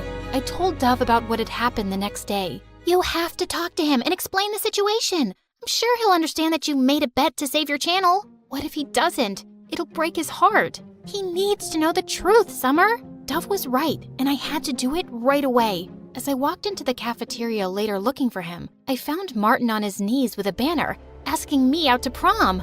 Martin, there's something I need to... Oh my God, Summer, that's so cute. I turned around to see Harriet walking in our direction. Go away, Harriet. What's your name? Sharton? No. Farton? Oh, I remember. Martin, right? Congratulations, dude. Your girlfriend just won a bet. Shut up, moron. Am I missing something? You don't know. Your girlfriend here just placed a bet that she could make anyone her boyfriend. And well, you just ended up being the random dude she picked. Don't you feel special? Don't listen to her. She's just an idiot. Oh, but I'm smarter than you think. Harriet pulled out her phone and played an audio clip of me and Dove talking about how I'd made a bet to save the channel. So, I was a bet? I thought you actually liked me. I should have known. This was too good to be true. Wait, I can explain. I felt my heart crush as he stormed off furiously. I tried to call out to him, but he ignored me completely. Well, that was embarrassing. But a bet's a bet, and I'm a lady of my word. I'll tell everyone I'm a genius hacker and I was behind the video. I felt like I didn't even care. All I cared about was losing Martin. Harriet actually kept her side of the bet, and I got almost all of my sponsors back, but nothing made me happy anymore. I even planned on skipping prom, but Dove forced me to get dressed. Just then, Mom walked in. So, guess you got your sponsors back, but not the right time, Mom. I just came here to tell you, I'll pay for your fashion school. You've worked hard, and you deserve a shot. Let's see how good you are. I couldn't believe my ears, and I realized that if I could change her mind, I could do the same for Martin. All I needed was a chance to make him hear my side of the story. I hugged Mom tight and rushed to his cafe, but it was closed. I called his house, and his grandmother told me that his father had shown up and they were leaving for a sailing trip for a year. It'd be too late by then. I rushed to the docks and was just in time. Wait, you can't take that. That's my portrait. I made it, so it's mine. What are you even doing here? Don't you have a prom to get to? Not without my date. Too bad. You should have thought about that before lying to me. I know, but I was afraid to lose you. I thought it mattered what people said, but after meeting you, I only cared about how you felt. I'm sorry, I was stupid, but I love you, Martin. You really mean it? Of course. I love you, you weird waiter painter guy. Then I guess I'll stay. He pulled me in for a kiss, and it was worth the wait. Hi, Hi, my name is Kayla. Please like and subscribe to MSA while I tell you my story. My whole life, I've been a book nerd. Stories are my escape into new worlds where I can fight dragons on the top of the highest mountains or move cars out of my way using my mind. However, in real life, I'm virtually invisible and usually powerless in the face of danger. Hey, watch where you're going, geek! Sorry. What's the point of those dumb glasses if you can't see anything? Thankfully, help was never too far behind. Ow! You hurt my head! That was the idea. Now imagine what I can do with all these. Are you okay? I am now. Hey, is that Harry Potter? I love that book. You know, I think we're gonna be best friends. That was the first day I met Faye, and she was right. We instantly bonded over our love of reading, and I was forever in awe of her confidence. Everyone, make way. Your queen is coming through. She proved to me that being into books did not mean you had to be timid. And that ends my presentation on why every Friday should be pizza day at the cafeteria. While Faye's life was forever blasting out loud, I felt like something was missing from mine. I'd read so many romantic tales of a prince riding into town, conquering the angry monsters just to be with the one he loves. And then I wonder, is my prince ever gonna come and save me? Snap out of it, Kayla. Huh? Look around you. These boys are no match for your intellect. They're all stinky and stupid. Speak for yourself, nerds. That's why you weren't invited to the big house party this weekend. Your fly is undone. Huh? Oh, oops. You see what I mean, Kayla? Is that the prince you were looking for? Yeah, maybe you're right. Except I really did want to go to that house party. I knew there was no way that was gonna happen. Or at least, that's what I thought, until everything changed one day as I was looking for a book in the library. Hey, what's this? Looks like a secret compartment. Pull it up. Whoa! Hidden beneath the shelf was a dusty book we'd never seen before. I blew on it and read its title, The Secrets to Get Boys to Fall in Love with You. That is the dumbest thing I've ever heard of. No wonder somebody hid it. Look at this stuff. How to dress for a man, how to talk to a man. I wonder if it works. Who cares? Shove it back where you found it. Actually, I think we should try it out. What? You can't be serious. I am. We could test it out tonight at the house party. Think of it as a social experiment where we see how easy it is to get boys to fall for us. Well, I do love a social experiment. All right, why not? I'm in. After school, we rush to my house and follow the book by the letter. Always wear bright red lipstick for attention. Check. Clip in hair extensions for more bouncy hair. Check. Learn how to walk correctly by balancing books on your head. Check. Juice your meals to digest them faster. Check. Ugh. Lift weights to tone your figure. I'm exhausted. Don't sit down, you'll get chair butt. And according to this book, boys hate chair butt. Eyelashes, short skirts, pink everything, and ta-da! Wow, we look like completely different people. More like complete bimbos. I didn't care what Faye said. I was super excited. And when we arrived at the party, everyone was looking at us, and I felt seen for the first time. Hey there, good looking. Can I get you some punch? I'll give you a punch. Faye, remember the book? Like, oh my gosh, I would totally love some punch. Duh. Once alone, I scanned the room looking for my prince. And oh my god, there he was. He was the most beautiful boy I had ever seen. Tall, muscular, well-dressed, and looking so cool. I wanted to go over there, but I remembered what the book said. Chapter 13, don't pester boys. Rather, stand against a wall and look mysterious, and they'll come to you. And so, that's what I did. But unfortunately, it attracted the wrong guy. Excuse me, miss. My name is Ricardo. And let me just say you are a radiant vision of sunbeam perfection. Oh, thanks. Please, let's swap numbers. Okay. Now, watch my superb dance moves. This weird dude distracted me with the most bizarre dance in the world. And when I looked over, my prince was gone. And then Faye came up to me. We have to go. Wait, I need to find someone first. Hey, that's the girl that dumped the guacamole bowl on my head. Like I said, we have to go now. We ran away as fast as we could, but I turned just in time to see Ricardo blowing kisses after me. Ugh. But hey, at least we knew the book worked. The next day, I woke up to 100 messages from Ricardo. Some of them were sweet, but others were a little creepy. Like when he sent selfies of himself with roses in his teeth, or pictures of sketches he'd made of me, and and there were a lot of them. Of course, I was just gonna ignore him. I was still hung up on finding the dream boat from the party, and I decided something else that weekend. I liked my new look and how other people looked at me. But on Monday at school, Faye didn't see it the same way. Excuse me, Miss Barbie, why are you still bimbo-fied? I think I want to try this out for a while. It makes me feel different, except it makes you look just like every other bimbo here. Can you stop calling me that, please? You know, I think we didn't fully commit to our social experiment, so let's read a few more chapters and then go to the arcade tonight. Why would we do that? Just then, as I opened my locker, an avalanche of teddies and gifts and love letters poured to the floor. Looks like Ricardo found me. Whoa, wait a minute. I'm starting to get the picture. You think you're actually gonna get your prince this way, don't you? You mean this guy? I don't even like him. Please, just come to the arcade. Do it for me, Faye. Hard pass. I'll be at the library where the smart people usually are. You're on your own. I hated to see Faye so annoyed, but I figured she'd get over it. Besides, I needed to continue my mission. That night, I read a few more chapters and then went to the arcade alone, where all the popular kids hung out. I felt super nervous by myself and considered leaving when— Hey, are you just going to stand there or are you going to play something? Oh my gosh, it was the hunk I saw at the party, and he was talking to me. Think quick, Kayla. What did the book say? Oh yes, chapter 7. Always laugh at boys' jokes. You're so funny.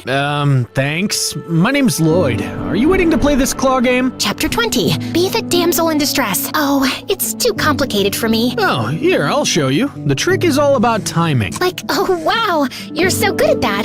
Thank you. Sure thing. Would you like to get ice cream? Uh-oh. Chapter 3. Avoid fatty desserts. How about a low-fat milkshake instead? As we shared a vegan milkshake, Lloyd started telling me about his life. He was a part-time model, but his true passion was volunteering at the children's hospital. I mean, can someone be more perfect? I gazed into his eyes, and then we both moved forward to sip our straws at the same time. Our faces were so close, I almost thought he might kiss me, when suddenly my phone rang, and it was my mom telling me to come home immediately. Apparently, my grandma had broken her hip, and my parents needed to go out of town to see her. Since I couldn't miss school, they asked me to stay with Faye for a few days. I know the timing isn't great, and you're mad at me. Don't be silly. What are friends for? You packed all that makeup to bring over? Since when do you even have so much makeup? I went shopping yesterday. And what is this ridiculous bag? Wait, I've seen all the cheerleaders carrying this lately. Are you gonna start waving pom-poms in my face next? Faye, is me staying over gonna be a problem? No, of course not. Fine, I won't say anything. Although, the amount of money you spent on that makeup could run a soup kitchen for a year. Okay, I'm done now. But she really wasn't. She stared at me disapprovingly every day as we headed out for school. She huffed away angrily whenever any of the popular girls gave me compliments or invited me to sit with them at recess. And she gave me the silent treatment as I headed out for the arcade in the evenings. I'd met up with Lloyd there a couple more times, and I thought it was going well. Just as we were sharing another milkshake, we almost came close to kissing again, when suddenly— Hey, bestie! I thought I'd find you here. Ooh, aren't you gonna introduce me to this hunky monkey? What? Faye was here? And she was dressed by the book too? Lloyd Faye Lloyd. That's such a manly name. So Lloyd, can you show me how the photo booth works? Oh my gosh, it's so confusing. Yeah, I can show you. This was crazy. Faye was trying to steal the spotlight from me. Well, two can play at that game. Oh wow, look at these photos. We'd make such a cute couple for sure. If you say so. Oh, Lloyd, let's have a dance battle. All right. Oh, Lloyd, let's sing karaoke. Okay. Oh, Lloyd, let's get some cotton candy. Sure. Oh, Lloyd, let's shoot some zombies. Can do. Oh, Lloyd, let's break the basketball high score. No, Lloyd, let's trade some prizes for our tickets. Well... Oh, please, Lloyd. Ow! Lloyd, this way. Ouch! Come on, Lloyd. Stop! I don't know what's happening here, but it's freaking me out. It's not me, it's her. She's a phony. Me? You're the phony. Look at her. What the heck? Look, I don't know what's going on here, but you two clearly have some serious issues, and I don't want to get in the middle of it. Goodbye. No, Lloyd, come back. I can explain. Wait, Kayla, don't be a fool. Suddenly, I heard a loud crack and turned to see Faye tumble to the floor. Ow, these dumb heels. Faye, are you okay? I think I broke my ankle. Call an ambulance. As we waited for the ambulance, Faye turned to me angrily. This is all your fault. Me? You're the one who thinks all boys are trash, but then you just show up here to hit on Lloyd and ruin my chances with him? What's wrong with you? I don't want Lloyd. I was just trying to show you the mirror by acting like you. You look pathetic trying to be someone you're not just to make some stranger like you. I thought we were the cool, smart ones who don't care about what's on the outside. If you don't care about that, why does it bother you how I choose to dress or what I put on my face? You know what? You're just so used to bossing me around, you're pissed off I'm doing something on my own that you don't agree with. Fine, be a wannabe bimbo. We can't be friends then. Thanks for letting me know that our friendship is conditional on me always listening to you. The ambulance arrived and took Faye away. I didn't want to go to her place right away, so I went to my own house to cry it out. But to my shock, I found my room was overflowing with gifts from Ricardo. Heart-shaped balloons, bouquets, and dozens of teddy bears. This was all too much. And when I looked in the mirror, I didn't even recognize myself. I had lost my chances with Lloyd, and things with Faye were all messed up. Plus, these new clothes were so uncomfortable. And that's when I realized all these troubles started with the book. I opened it up to the final chapter and read in horror. Chapter 31, Charm Boys by cleaning up after their mess. Chapter 32, make boys sandwiches when they are sad. This was not a magic guide to romance. This was the most sexist book in the world. And I had been such an idiot. I needed to make it right. The next day, I returned to the arcade, only this time as boring old Kayla. Excuse me, Lloyd? Hey, Kayla? Yeah, this is how I really look, and I'm just here to apologize. I've been acting like somebody I'm not, which isn't cool or fair to you. Seems like you have some self-work to do. Most definitely. Okay, well, sorry again. Goodbye. Hold on. Do you want to get a milkshake? As long as it's full fat. The rest of the evening, we played arcade games and then went for a romantic walk by the river. And Lloyd seemed to like me for me. I went home on cloud 9 that night, and when I woke up the next morning, I was determined to fix everything else. Starting with, Faye, I just wanted to apologize. You're right, I shouldn't have to change anything about myself to get noticed or be liked by anyone. Kayla, I owe you an apology too. To be honest, I just got jealous and insecure. I mean, you're out there trying to find your Prince Charming, while I'm perfectly happy just the two of us in the library. I just didn't want anything to change. We can have both, Faye. You'll always be my bestie, no matter who else comes into my life. I can handle that, as long as whoever he is appreciates the Kayla that I know. Deal? Deal. Yoo-hoo! Huh? It's me, Ricardo. I've been searching for you for days. Why are you ignoring my gifts? There was something crazy in his eye. Ricardo, you're coming on too strong. You broke into my house to leave me gifts, and now you're following me around? We don't even know each other. But we can spend our whole lives getting to know each other. We're meant to be. I love you. Ew, catch a hint, dude. She doesn't like you. No, I will not rest until you're mine. Ricardo grabbed me by the wrist, and I was about to panic when suddenly... Let go of her! Two boys battling over me sounded like a fairy tale in a romance novel. But now that it was actually happening, I didn't like it one bit. And that's when I remembered the book. The whack. Ow! You break my heart, and now you break my head. I don't want to be here anymore. At least this book came to some good use. Girl, I am so proud of you.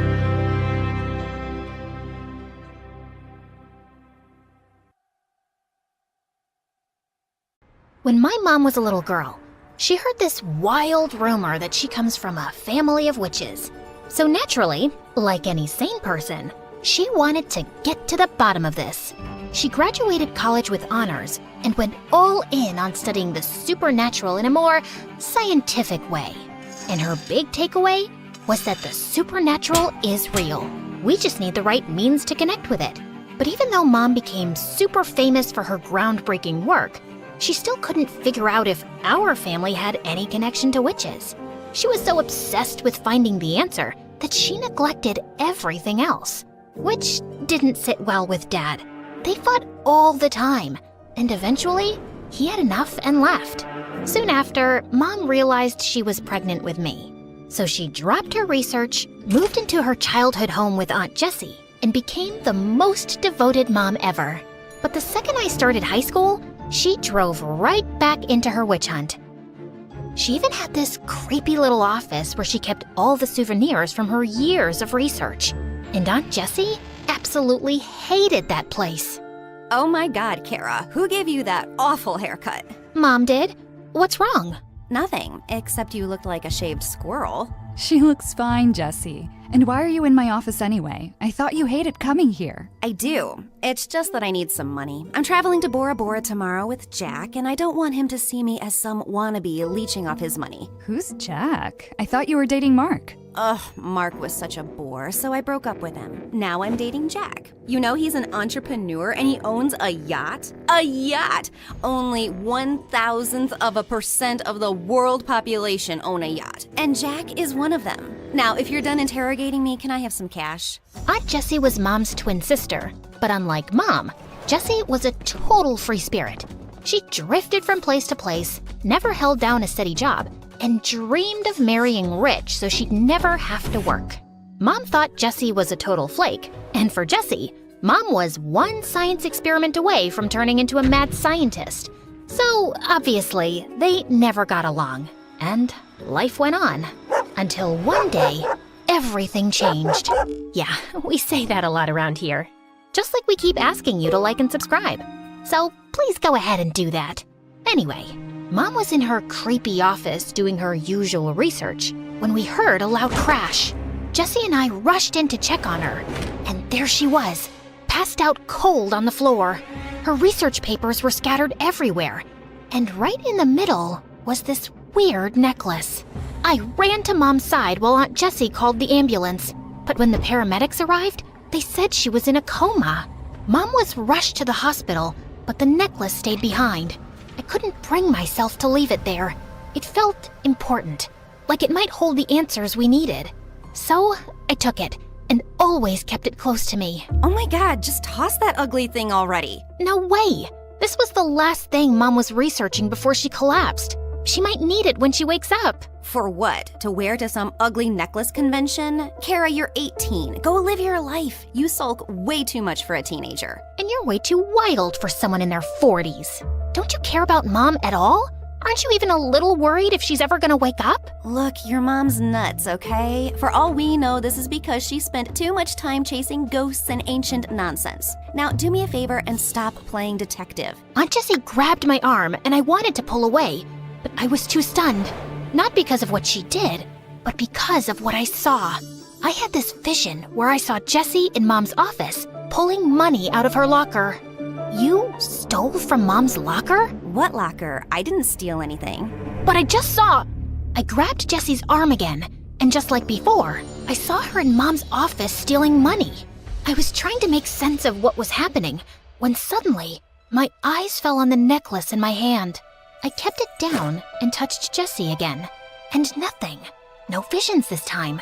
Could this necklace actually be showing me something? Oh no, you've got that look. The same one your mom got whenever she went on about ghosts or spirits or whatever nonsense she wasted her life chasing. Jessie kept groaning about something, but my brain was stuck on the fact that the necklace actually had powers.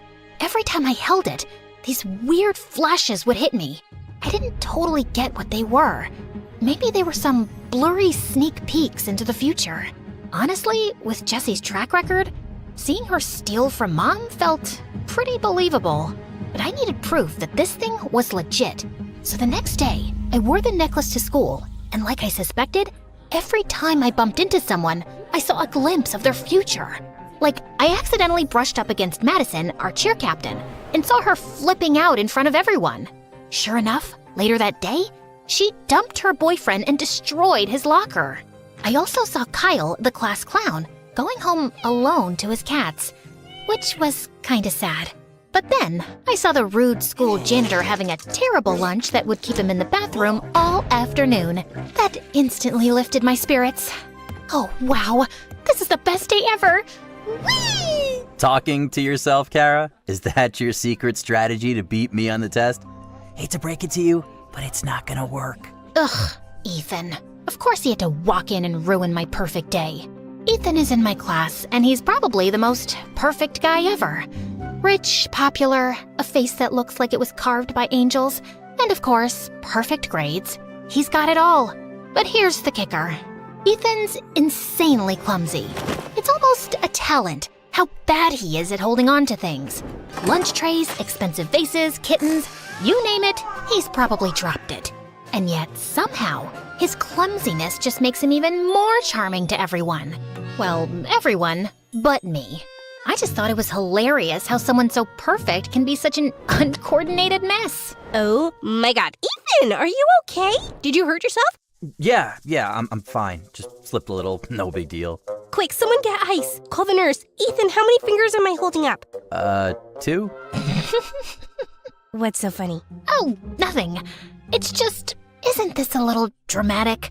He just tripped. He's not dying. Just for the record, I could have seriously hurt myself. What if I hit my head and broke my neck? Would that be serious enough for you? Oh my god, you're fine. You may have a concussion, but that's about it. And you literally fall every day, Ethan. Multiple times a day. And you're walking just fine, aren't you? Ethan gave me the stink eye. And since then, he's been in this weird, unspoken competition with me. He tries to beat me at everything. Grades, gym class, who gets to the front of the cafeteria line first. And even though I have no idea why he's doing that, one thing's for sure. There's no way I'm letting him win. I'm here. I'm not late. Ew, what's that smell? Did you run here? Just ask Kara and I'll lend you a couple bucks for the bus next time you're late. At least I can run without tripping over a rock and rolling down the street. I don't need to run. I have a car with a private driver. And thank God for that. Or God knows how many people you would have run over by now, you clumsy fool. How dare you! Ethan lunged at me, but his foot caught on the desk, and he crashed right into me. As soon as we touched, I had this crazy vision of Ethan wandering through a forest, moving deeper like he was searching for something. And then suddenly, he reached the edge of the cliff and fell. If you keep staring at me like that, you'll fall in love. Ugh, as if. Get off me. And yeah, maybe stay away from cliffs for a while, okay? What?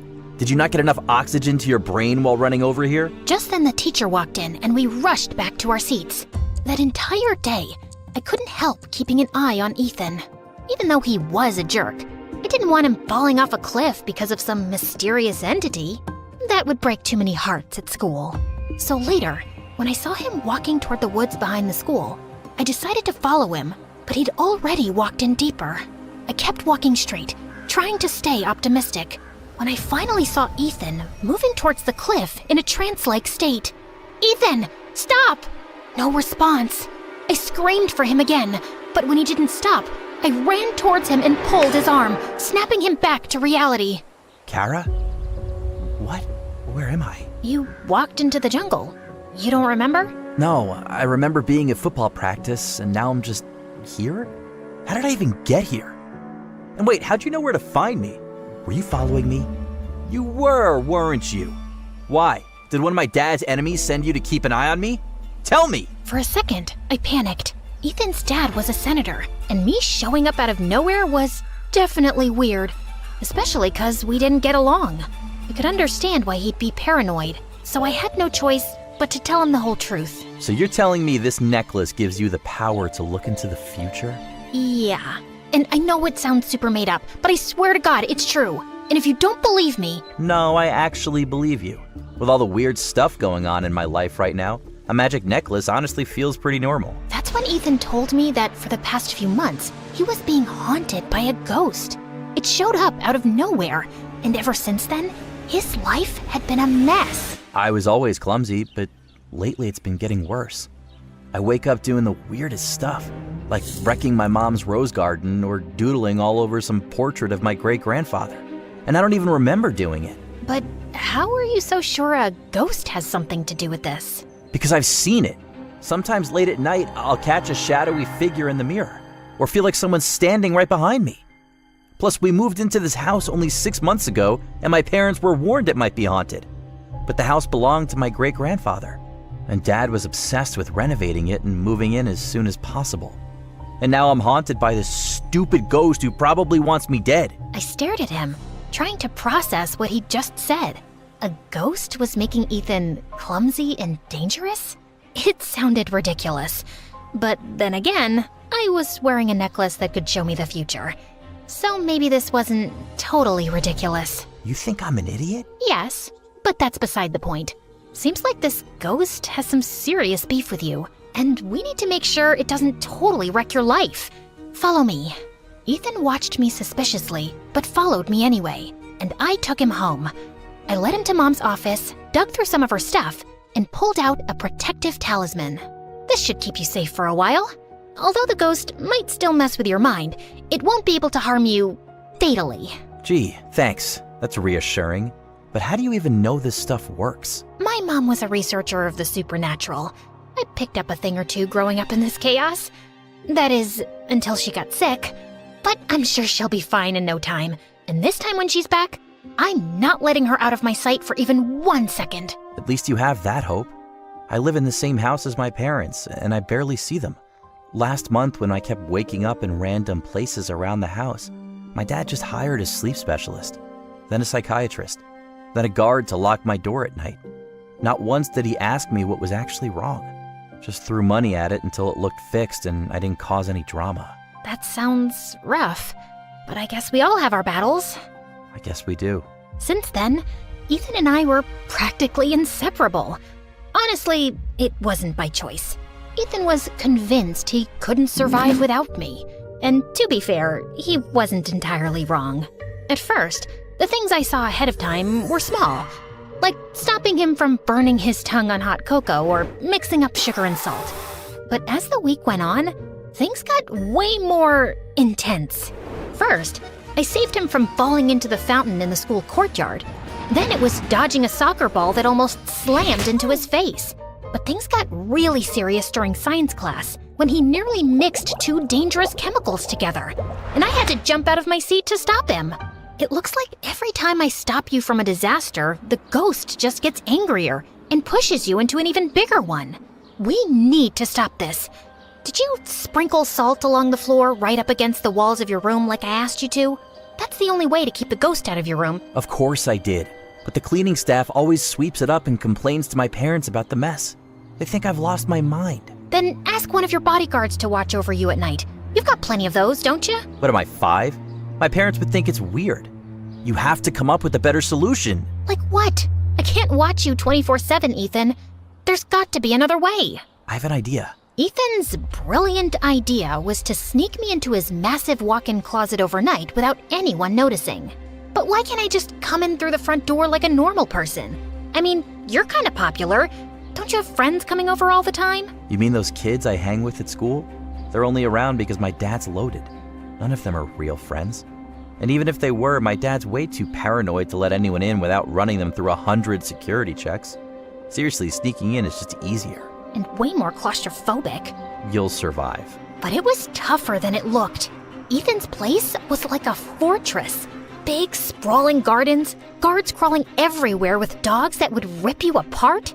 Even his closet was bigger than my room. So I slipped in and waited for Ethan while his guards patrolled the house. But with the blackout, the air felt heavy, and I started to feel dizzy. Before I knew it, everything went dark, and I passed out. When I opened my eyes, I wasn't in the closet anymore. Instead, I was standing in a dimly lit hallway with creaky wooden floors and walls lined with old paintings. Finally awake, Sleeping Beauty? I spun around to see a girl my age, dressed like she had just walked out of a 19th century drama. What is this? Where am I? Who are you? Slow down, woman. One question at a time. You're having a dream, and I'm the ghost of this gorgeous house. You're the one haunting Ethan? Haunting is such a dramatic word. Let's just say I'm invested in his miserable little life. Why? Because I enjoy tormenting pretty boys. In life, I scarcely had the time for such amusements, but now, as a ghost, I can slip in and out of their lives as I please. It's one of the few pleasures I have left. Now, if you're done pestering me with questions, there's something important I need to show you. She led me down a narrow staircase and finally stopped in a weird cave that looked like it was centuries old. The walls were all stone, and on them were strange looping symbols repeated over and over in neat rows. I was trying to make sense of what they meant when the ghost gestured towards the end of the cave, to a red door. If you want answers, just walk through that door. What's behind it? The truth. You're really enjoying this, aren't you? Oh, immensely. Now do as I say. You don't have much time. I took a deep breath and walked over to the door. But just as I was about to turn the knob, I heard a scream coming from the end of the cave. I got so spooked, I immediately recoiled and fell. My head hit the ground, and I don't remember what happened next, except I woke up staring at the ceiling in Ethan's living room. I slowly got up, trying to make sense of what happened, when I saw Ethan holding a lighter, standing inches away from the curtains. Without thinking, I lunged forward and snatched the lighter out of his hand, when suddenly Ethan's parents walked in. Who are you and what are you doing in my house? Dad, I'm not asking you, Ethan. You go to your room. But Dad! I said leave! Ethan's mom took his hand and took him to his room, while I just stood in the living room, motionless. As for you, girl, you broke into my house, and judging by that lighter in your hand, I'd say your intention was to set something on fire. Some rival sent you to sabotage me, so I stepped down from my mayor campaign? What? No! I wasn't trying to burn anything. I was helping Ethan. Ask him. I don't have to ask him anything. My son would never be friends with someone like you. Excuse me, sir, but you're crossing a line here. I agree this whole thing looks suspicious, but I'm telling you the truth. You can call my aunt. She can vouch for me.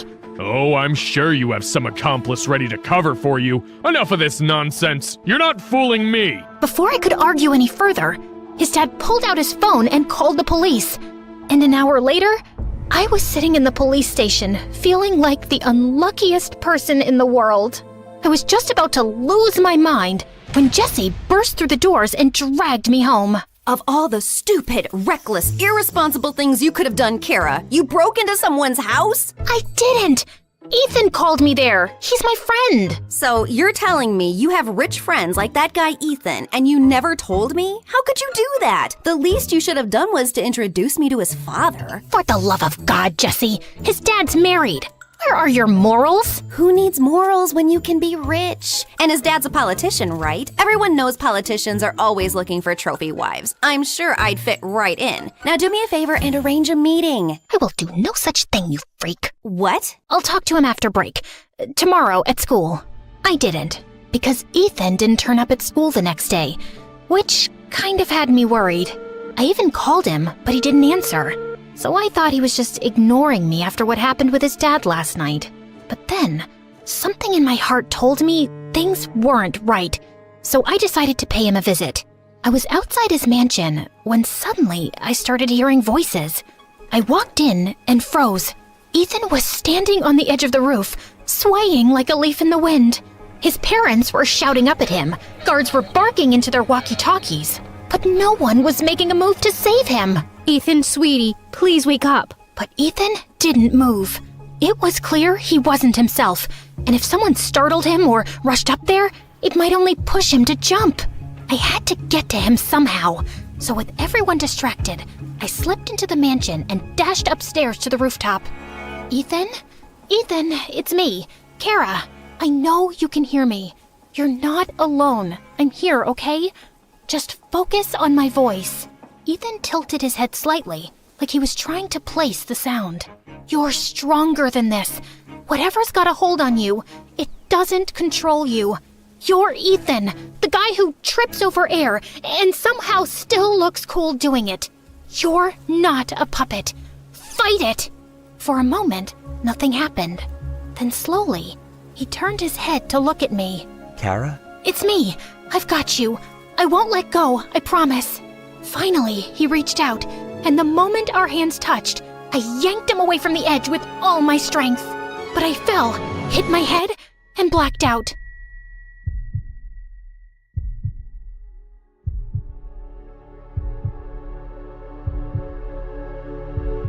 And when I woke up, I was in Ethan's room. What happened? You hit your head. Kara, I don't know how to thank you. If you hadn't come, I don't think I'd still be here. Good thing I showed up then. There's also something else you should know. Ethan reached into his pocket and pulled out my necklace. The chain was snapped, and the strange pendant was cracked right down the middle. I found it next to you after you fell. Oh no! It was the one thing that still connected me to my mom. I'm so sorry, Kara. I'm sorry that I dragged you into this mess. It wasn't your battle to fight. In fact, there's something you should know. And Ethan told me that he wasn't actually possessed, but had a rare psychological disorder that caused blackouts and hallucinations. It started when he was a kid, but it went away. We thought it was fine until these past few months. He started having these episodes. His dad's political campaign, the pressure, moving into this old place with all its creepy stories. It must have triggered it again. And we tried to keep him safe, secured the entire place, but we failed. My parents didn't tell me this because they thought I might freak out and maybe the condition will worsen. But what's worse than jumping off a roof? Sorry, bad time to joke. But the bottom line is that I'm truly sorry for everything I've put you through. And I'd really love it if we could be friends. Ethan was still talking when my phone buzzed. It was Aunt Jessie, and she told me that Mom was finally awake.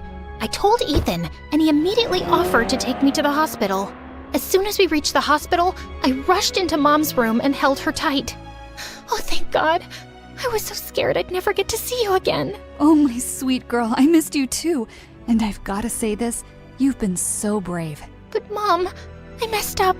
I broke the necklace. Well, you kind of did me a favor there. Mom's eyes drifted to the broken necklace, and she told me that it wasn't just some souvenir, but an ancient relic designed to imprison souls. I studied it thinking it would confirm our family's history with witchcraft.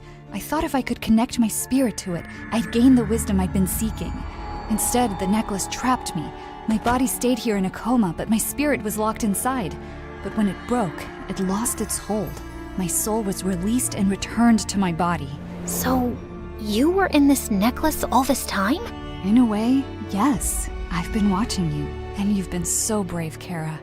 Although I got a bit freaked out when I saw you walking towards that red door. Wait, you know about the red door? How? I never told anyone about that vision. I know because I was there. That scream you heard was mine. And it wasn't a vision, Kara. The necklace was messing with your head. It feeds off your fears and uncertainties. And when it sensed your confusion about Ethan's haunting, it created the image of a ghost to prey on your emotions. It was all a trick to get you to walk through that red door willingly. And if you had, you'd be trapped just like I was. So, you mean everything I saw in my visions was my imagination? But what about the stuff that came true? The necklace has this strange power of showing you bits and pieces of the future, but never the full picture. It keeps you curious, making you rely on it to guide you. That's how it earns your trust and manipulates you. I think I'm gonna lose my mind. No, you won't, because I will never let this happen again. I'm done with these studies, Kara. I lost sight of what matters and nearly lost everything. I think I want to focus on my family again. I'd love that too, Mom. Great! Now that you're both reunited, maybe we can talk about my Bora Bora trip? No? Fine, I'll just sit here quietly. We all laughed, and it felt like a new chapter had begun. The necklace was gone, Mom was awake and back with me. And as for Ethan,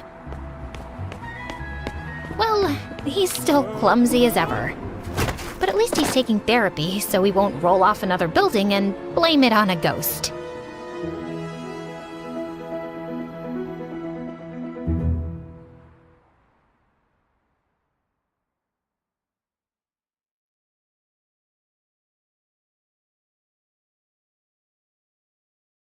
Hey, it's Maeve here. Goth, movie geek, the odd one out in school. Please smash that subscribe button before I continue. I just grew up different. Other kids had playdates, while I had horror marathons. Horror movies, horror books, horror cosplay, you name it, I loved it. But it usually wasn't anyone else's cup of tea. Like once when I was 15, I met this cute guy at a book club who asked me out and suggested watching the latest horror flick in the cinema. Big mistake. He spent the whole movie clinging to my sleeve and crying on my shoulder. Worst date ever. As I was heading to the bathroom to wash his tears off my shirt, I bumped into a guy and soda went flying everywhere. Watch where you're going, you blind— Oh, I realized just then that I was staring up into the dreamy eyes of the coolest guy in school, Tao. He was a football star, a genius, and every girl's crush. I'm sorry, I was just thinking about the big plot twist in the horror movie I watched. You watched a horror movie? Alone? Yeah, I love horror. Horror's my middle name. Actually, my middle name is Jung, but you know what I mean. Okay, he was weird,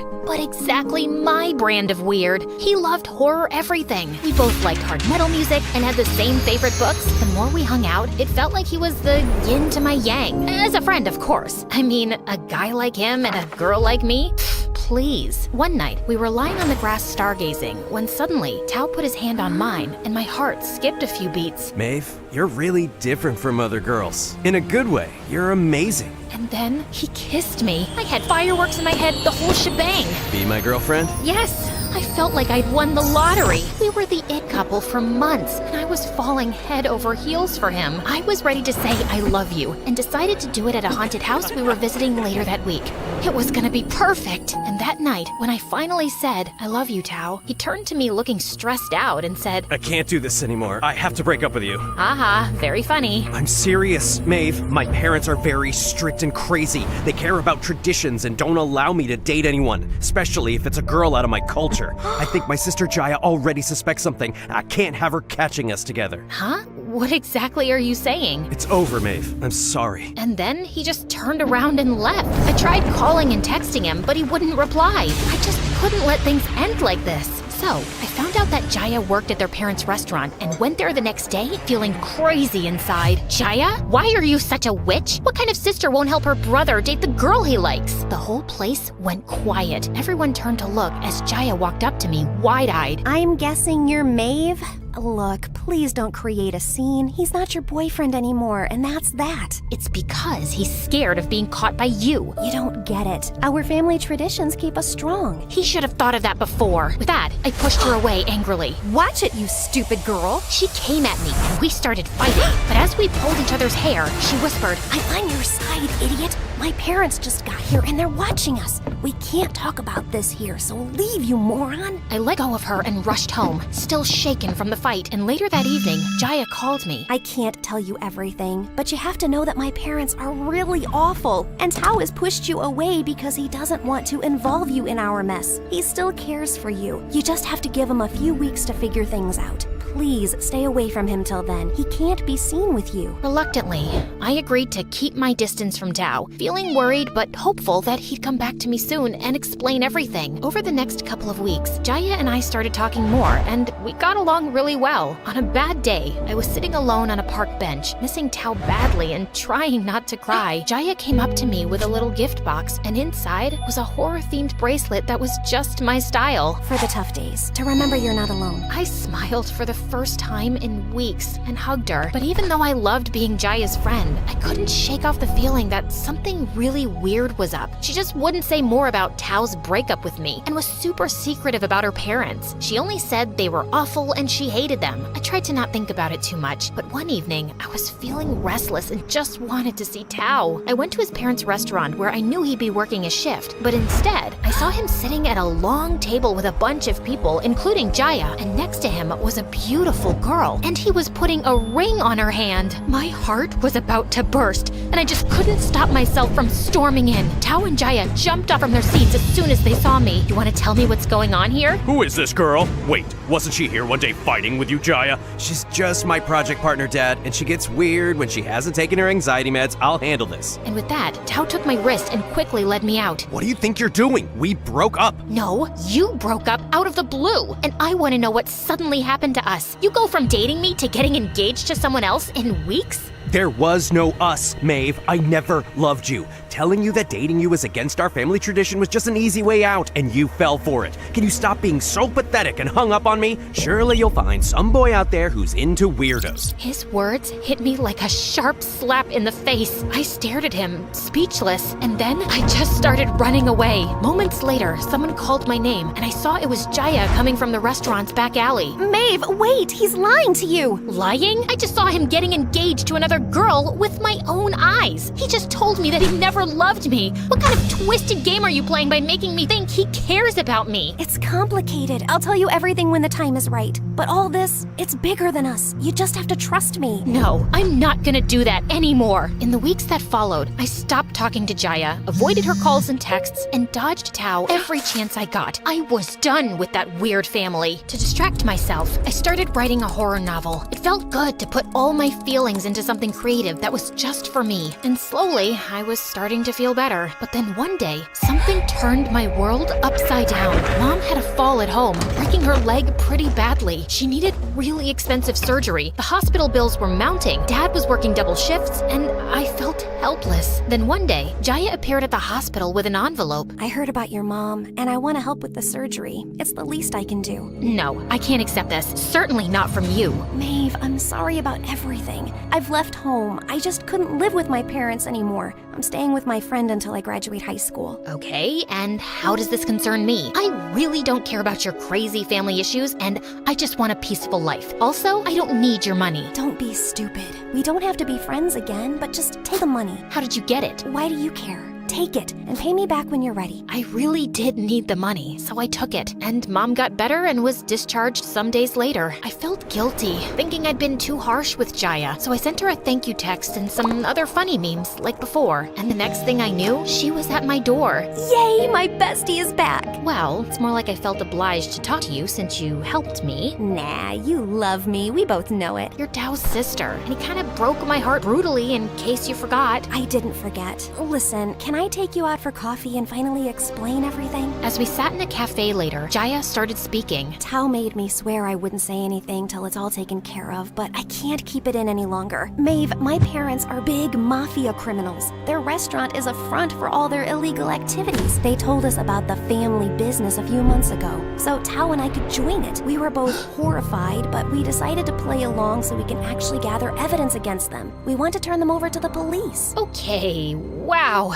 You all just got a whole lot weirder. Still, how does this explain why Tao dumped me and got engaged to that girl? She's a private investigator. We convinced our parents she's his girlfriend because she's from our culture, and her family is well respected. Getting them engaged just provides really good cover for her to be around all the time. We're close to getting enough evidence, but a few weeks ago my parents got an innocent waiter at the restaurant framed for a crime, and I just couldn't pretend to be okay with all this anymore. I lashed out at them and left home. Gosh, this is a lot to process. Listen, Jaya, I get that you're trying to explain things, but I'm moving on from Tao, and I really don't want to be part of your family drama. I'll return the money as soon as I can, but I don't think we should see each other. Take care and good luck. Just as I was about to leave, suddenly Jaya's parents and Tao walked into the cafe. When they spotted us, Tao looked shocked, and his parents looked furious. I was hoping never to see your face in this town again, Jaya. You think you're so brave running off? You're probably begging for money from this girl, aren't you? Or spreading lies about us to anyone who will listen?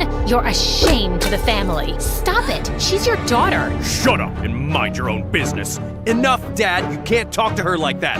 You're going to talk to your father like this because of some stupid stranger? You ungrateful child! His hand flew up, aiming for Tao, but I jumped in front. Don't you dare! My fist met his cheek before I even realized what I was doing. He staggered and fell back, and the room fell silent. Tao's mom started screaming and called the police, and the next thing I knew, I was in jail for assault. I was allowed to make a phone call to my parents, but before they reached the police station, I was told my bail had been paid and I was free to go. And I found Tao standing outside with Jaya a few steps behind. Maeve, I'm really sorry. Look, I don't have time to explain right now, but... No, I don't have time to listen to you or your crazy sister. I don't care what explanations you have. I just need you and your bizarre family gone from my life for good. Don't ever come near me again. A month after the chaos, Dad got a job offer in another city, and we moved, leaving Tao and Jaya's drama behind. For a year, life was peaceful. I graduated high school and I published 2 horror stories. Until one day, out of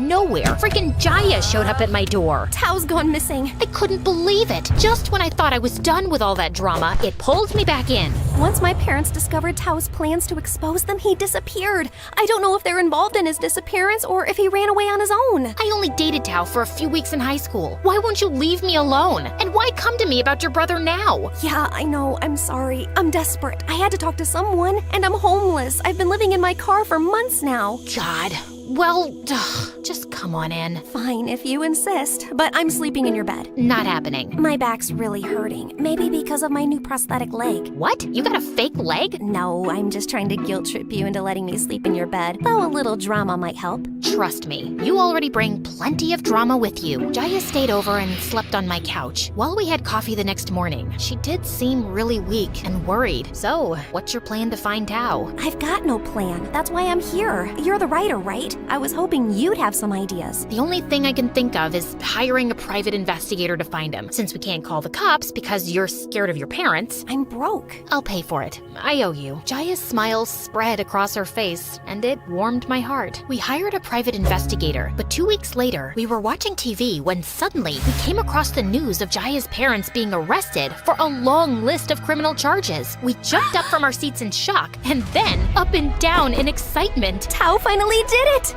Oh my God, he really did it! I hugged Jaya, and we cried happy tears. A few days later, Tao showed up at my doorstep. He was thinner and looked older than his years. Tao, where the heck have you been? We were worried you might be, I don't know, dead? I had to lay low. I can't even tell you the horrible things our parents did to me to stop me from exposing them, but I managed to escape and finally got evidence to the police. Are we really out of this whole mess now? Yeah, they're gone, Jaya. It's over. We're finally free. And then he looked at me with a smile. I'm glad you're okay. Maeve, let me start by saying I'm really sorry. More than you can ever know. I hated hurting you and I've missed you.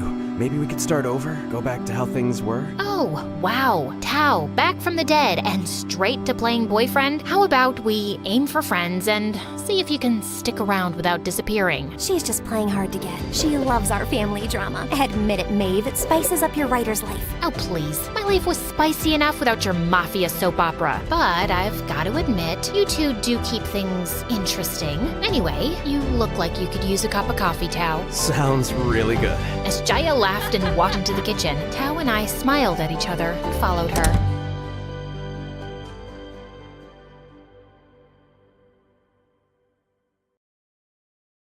When the music kicked off and everyone started dancing, I escaped to the garden for some fresh air. As I sat down by the fountain and sighed, a soft object hit me squarely in the face. Then someone in black jumped down from the tree above me. Brought your favorite cheeseburger. Meredith, what are you doing here? And why would you hit me with a burger? Wait, are you dressed up like Catwoman? Yeah, it's been my look for weeks now. 1, it shows off my fantastic figure, which is a service to humanity. 2, every vigilante hero needs a costume, and I've always found Catwoman classy. 3, vigilante hero? You basically rob people. Yeah, like Robin Hood, stealing from the rich and giving to the poor. You steal for yourself. I am the poor. And what's all this you nonsense? Last time I checked, we were a team. But sis, what's taking so long with this mission? It's not that simple. It's pretty simple. You make this rich dude fall for you, get access to his vault, steal the painting, and we run off to Bora Bora. Are you having trouble making him fall for you? Maybe he hates your eyebrows. I don't know, but I feel like punching you in the face every time I see your eyebrows, which is basically every time I see your face. Shut up, Em. Everything's going fine. Okay, but hurry up. This catsuit is giving me a butt rash, even though I use baby powder under it. I want to put it away soon and retire on a beach in a bikini. Aren't you looking forward to it? Just take the stupid suit off. You're a con artist, not a cat burglar. And of course, I'm looking forward to it. You should go before you blow my cover. And thanks for the burger. It's not a gift. Duh. You're gonna pay me back. I've noted it in my diary. See ya.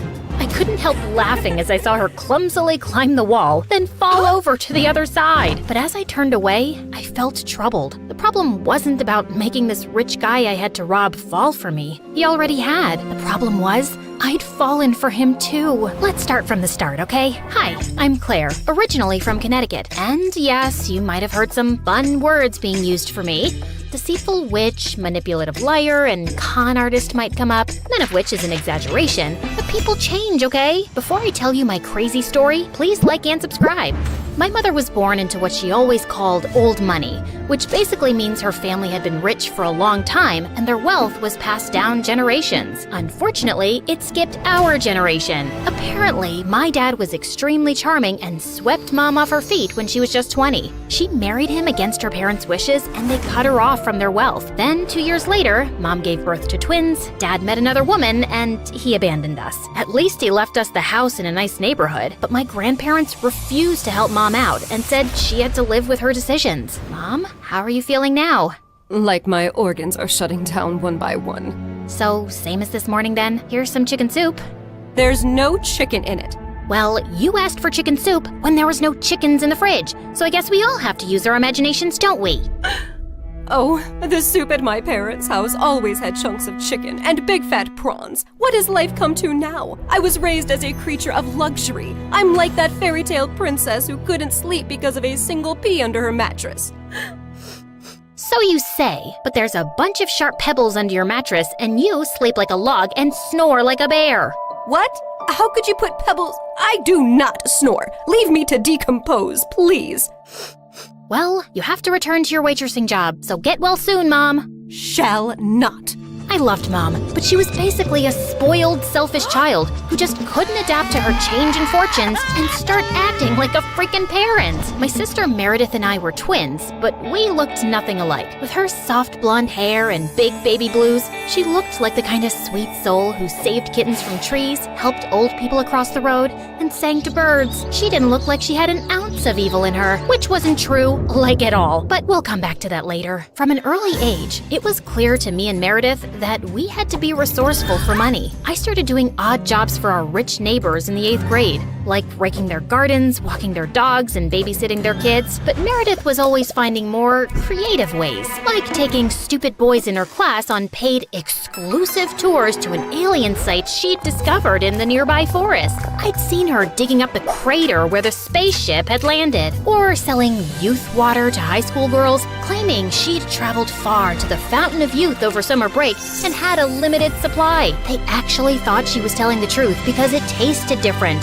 Yeah, that's because she was filling up bottles from the neighbor's gross jacuzzi. People eventually caught on and stopped buying from her, and that's when she started stealing from me. But whenever I'd confront her, she'd throw a tantrum and deny it like I'd accused her of killing someone. So the next time, I hid money in my diary and made my latest entry. Dear Diary, guess what? What? When Mom took Meredith to the hospital for her sore throat the other day, the doctors made a shocking discovery. Meredith has a rare, incurable disease. She only has a few more months with us. We've decided not to tell her so she isn't scared and lives the rest of her short life in peace. Yes, I'm sad, but not that much because my baby sister is going to a better place and leaving me all her stuff. I knew my trick had worked when Meredith came down one morning with swollen eyes. When Mom asked her what was wrong, she burst into tears about her incurable disease. Where would you get an idea like that?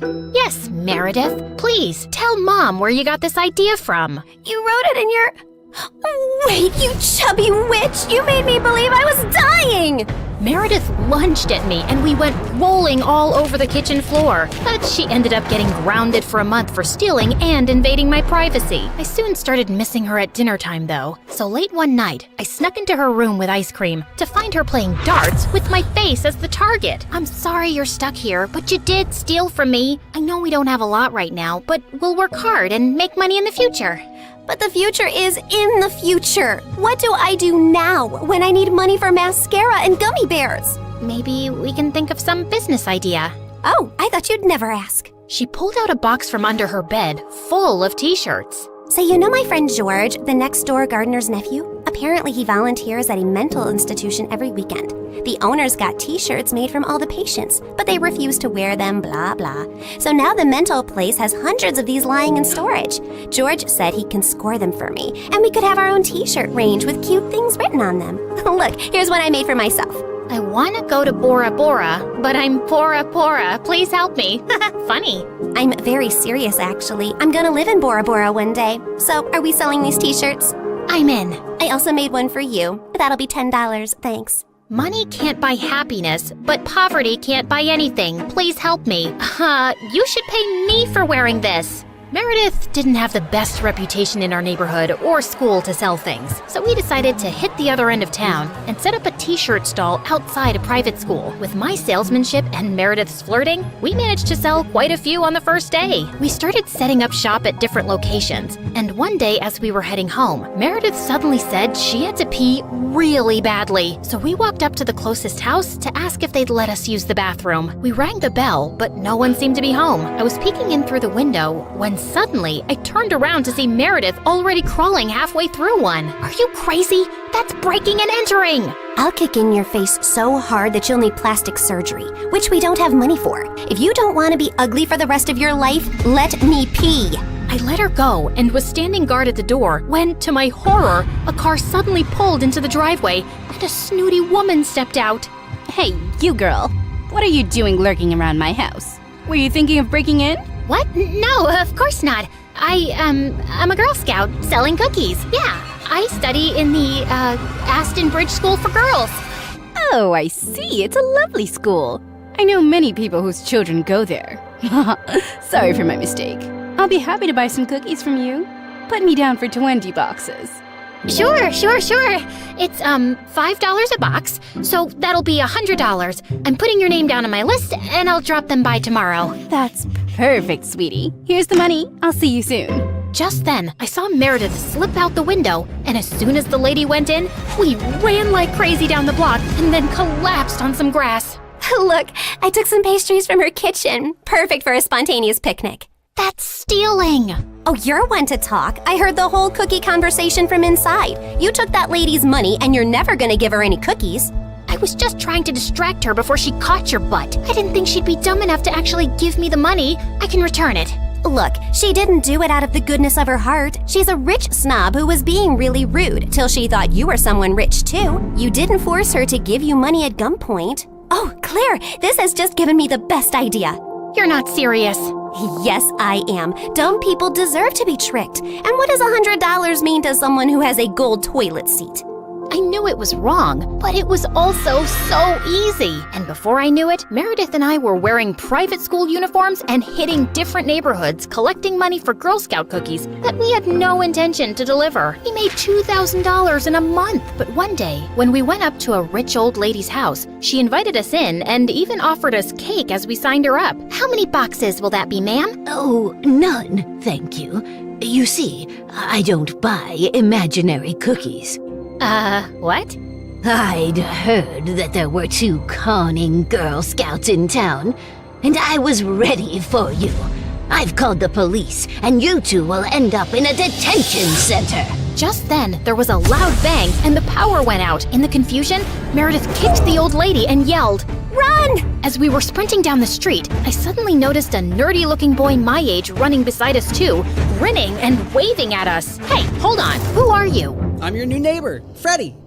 I'm the one who saved you from that old crow. What? I'm so confused right now. New neighbor? You moved into the house next to ours? Why are you here? I was bored and saw you girls leaving your house, so I followed you for fun. Don't worry, I won't tell anyone about your little cookie secret.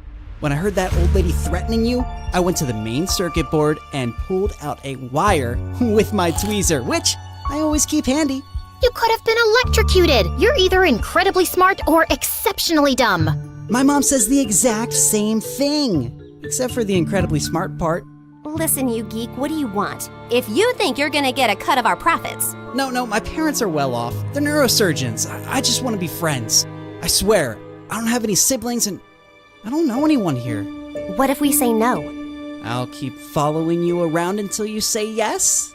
Okay, fine. Congratulations. You got yourself 2 friends. Oh, I'm so happy! Merry Christmas and a Happy New Year!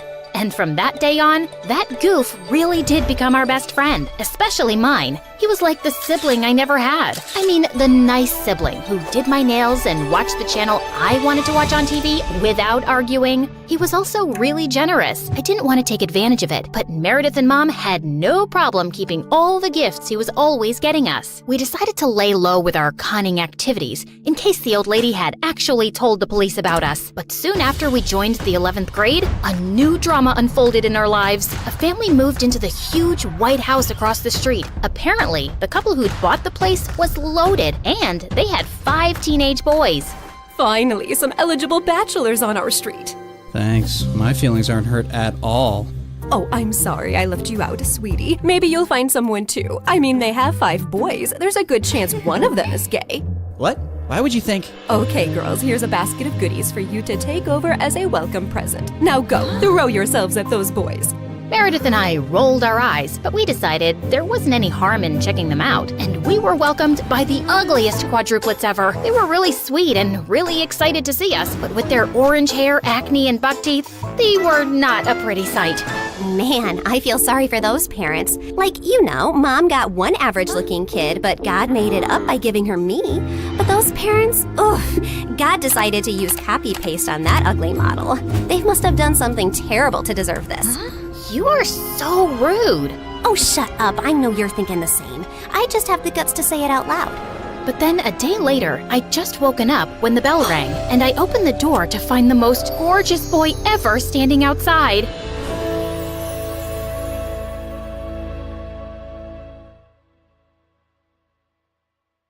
Hi, my name is Rose, and I'm from Florida. Please like and subscribe. Ever since I can remember, I've always led a pretty normal life, filled with the 3 F's: food, friends, and football. And when I turned 14, I knew I wanted to try out for my high school team. Girls playing football? Ha! Please. I threw the ball at them to show them my skills, but right then, this girl walked in its path. Ow! You missed. You do better as a cheerleader. I ignored them and rushed over to her. I am so sorry. Are you okay? No worries. I'm okay. But I have the combinations for their lockers. Huh? I saw how those jerks were acting, and I was actually coming over to give them a piece of my mind. Yeah, those boys make me so mad. But I say, don't get mad, get ants. April and I filled their helmets and couldn't help but laugh as we watched them squirm and swat while trying to explain to the coach. I'm April, by the way. Nice to meet you. I'm Rose. We've been partners in crime ever since, making prank calls to our classmates, baking cupcakes with gummy worms for the bake sale to annoy the snooty girls, the usual high school stuff. But then things took a turn when I hit sophomore year. One day, I was running late for class, but I had to pee. When I came out of the stall, I saw this beautiful dark-haired boy with the most intense green eyes. This is the ladies' room? Excusey. Sushi? In the bathroom? Then he pointed to the wall, and I realized I was in the wrong place. Oops. I was in such a rush. Hey, you must be one of the exchange students. Where are you from? Italia. Oh, do you speak any English? Well, I know some Italian too. Una mattina mi sono alzato. Oh, bella ciao, bella ciao, bella ciao, ciao, ciao. Who told you that if you slow down and speak louder, that someone will understand your language better? Oh, so you're a comedian. Well, do you understand sign language? 'Cause I've got a gesture for you. Relax, everyone. I'm keeping it PG. Talk to the hand. Oh, don't be like that. I just thought you were cute and I was messing with you. Don't go. I stormed out, but he grabbed my hand to stop me, knocking my phone on the floor, and when we both went to pick it up, I accidentally headbutted him on the way back up. Ow, I think you broke my nose. Just then the bell rang, and I couldn't be late again to Miss Sanders' class. Sorry, I don't have a tissue, but this tampon may help. You'll be fine. I made it to class 15 seconds after the bell rang, and I couldn't wait to tell April. But just as I was about to give her the deets, he walked in. Class, I'd like to welcome one of our new exchange students. Holy moly. She asked if anyone would volunteer to take him to the nurse, and April's hand shot up in the air like a rocket, but Miss Stander pointed at me. Since you were late to your seat, perhaps you need a lesson in thinking of others, not just yourself. Come on, holy moly, let's get you all better. As I walked him to the nurse's office, he kept trying to talk to me. I'm Billy. But I knew, like this, I might fall for his charms. So I panicked and pinched his arm to get him to stop talking. Ow. Oh look, here we are. Bye! And after school, all the girls, even April, started gushing about how gorgeous Billy was. I mean, even with his nose all bandaged up, he's so dreamy. The next day, I was having lunch with April when we saw Billy talking up some of the cheer squad. I bet he loves the attention. Ugh, he's such a flirt. Then we heard a familiar voice behind us. Yes, he is. Am I having the side effects of today's lunch food, or is he in 2 places at once? Oh, that's my twin brother. Yo, Blaine. April and I were both shocked. I was glad Billy wasn't a flirt, but then my brain was working overtime on a plan as Blaine walked towards April. Billy for me, Blaine for April. Woohoo! We'd be one big family. I gave April an encouraging look, signaling her to talk to Blaine, but she didn't utter a word. Blaine, this is April and Rose. Hey, Rose. Wow, not only do they look alike, they sound the same too. So you're the one I can thank for making me the better-looking twin. It looked like the entire cheer squad agrees with you. So Blaine, you know if you want to pass your classes, you need a study buddy. I mean, April here is a whiz. Right, April? Yeah, let's have a study group. We'll meet you guys at the library after school tomorrow. As we walked away, I turned to April. Oh my God, did you see how Blaine was staring at you? I don't know, Rose. I just met him. So the next day, I gave April an awesome makeover, and I added 12 more layers of lip gloss when trying for the 13th layer. This gloss will last for a whole week now. Let's go. Our study date was amazing. I found out that Billy was really sweet. I talked to him all the time, and April kinda looked happy with Blaine too. Then one day, I hopped to the store to grab snacks for our library session, and as I was reaching for the top shelf, I felt someone slap me on the butt. No way was I gonna let some random weirdo do that, so I whipped around and went full demon karate girl on the guy. But as I kicked him, I realized it was Blaine. Ow. What the heck, dude? He pointed to a cockroach on the floor that apparently had been crawling on my butt. You could have just told me. Okay, but you should be thankful. Thankful? You should apologize to me. Ha! Why don't you just leave? You can't tell me to leave. This isn't your family store, you know. My dad could buy this store for me with a snap of his fingers. Oh, really? My family is richer than yours. We use $100 bills as napkins, and I have even more money in my piggy bank than you have in your entire bank. He waved his card at me before he put it in his back pocket. I sneakily swapped it with my library card when I purposely knocked into him. Then I walked out of the store. Not for long. I was the first one to arrive at the library, and just as I reached for the book, I felt a hand sweep across mine. It was Billy, but I turned around too quickly, and the book fell on his head. How? You had to pick the biggest book in the library? Well, what's up with the sneak attack? I thought I could admire your pretty face in secret. Really now? I hope my pretty face doesn't blind you. He laughed, and we talked about football. Suddenly, his eyes twinkled, and he leaned closer to me. My heart raced as I realized he was gonna kiss me, and just then he sneezed right on my face. Ew! Yuck! He quickly tore some pages out of the book and handed it to me. I am so sorry. Here, wipe your face on that. And what's worse, the librarian saw us and threw us out. Just then, he pulled the tape off of his nose. Blaine, you jerk! Sorry, Billy's not gonna make it today. He's with Mom, so I decided to pay you back for the card switcheroo you pulled on me. You can imagine how embarrassing it was to try to pay for food with my library card. Blaine held up my card, but as I went to grab it, he moved and held it above his head so I couldn't reach it. What's the matter? You can't take it out of my hand. You forget, I'm not a basketball fan, more of a footballer. I tackled him to the ground. Jeez, girl, you've got moves. Don't try to butter me up now that I've taken you down. I'm serious. You know, my dad's got connections with sports agents if you want me to set you up with a meeting. But it has to wait, because I'm enjoying this closeness with you. Oh my God, is he flirting with me? We were trying to get up from the floor, but my foot twitched and I fell, causing Blaine to go over me. Then he touched my face. Wait, stop. I like Billy. Or do I? Or I like Blaine? I'm so confused. Guys, help me out here. What should I do? And we kissed. You guys did say kiss him, right? It was amazing. But I pulled away when I remembered April was supposed to be with Blaine. Too late though, because she showed up just in time to see us kiss. What's going on? I thought she looked so betrayed. I couldn't think of anything better, so I faked a stomachache. It's bad tacos. I dashed off, but April had enough and she ran after me. Don't you dare run away. Just tell me, why did you kiss him? It wasn't a kiss. He was giving me CPR. What? Yeah. Remember when I puked in Miss Dander's exam? I had just found out that I had cancer, and today I fainted, so he was helping me. I kept it to myself, not wanting anyone to pity me. But April, how could you think of me like that? I felt bad for lying, but I truly didn't want to ruin our friendship. I would have to cover up for now, but soon I would tell her the truth and we could laugh about it. Oh my God, Rosie! I'm so sorry. I was so wrong. Please forgive me. Seriously? You're using my shirt as a snot wiper? The next day at school, Blaine brushed his hand against mine as he walked by. My heart skipped a beat. I was confused about why I didn't feel the same around Billy. I shrugged it off and looked for April. What do you need? You want to hold my hand? A bottle of water? See, this is why I didn't tell you. I don't want you to treat me any differently. And don't tell anyone either. Okay, you got it, bestie. I have an idea. Why don't we go to my family's cabin by the lake this weekend? We can have a fun slumber party like we used to. Absolutely! That weekend, April picked me up, but when we got to the cabin, I was shocked to see Billy and Blaine were already there. Surprise! I thought now you could have Billy and I'll just hang out with Blaine. I was so on edge around Billy and Blaine. We unpacked our stuff and we were about to make dinner when Billy grabbed the pan. I'll be making a special dinner for someone special tonight. I don't think anyone wants food poisoning, so I'll be making dinner tonight for my special lady. Oh, really? Your special lady? You have no idea what me and Rose have, so you better shut your pie hole or I'll do it for you. April was stunned and Billy took a tampon out of his pocket and shoved it in Blaine's ear. A tampon? I knew you punched like a girl, but this is a whole other level. Actually, it was a gift from Rose, so I'd like it back. I was supposed to spend the weekend with my friend, forget about boys, and get everything back to normal. But instead,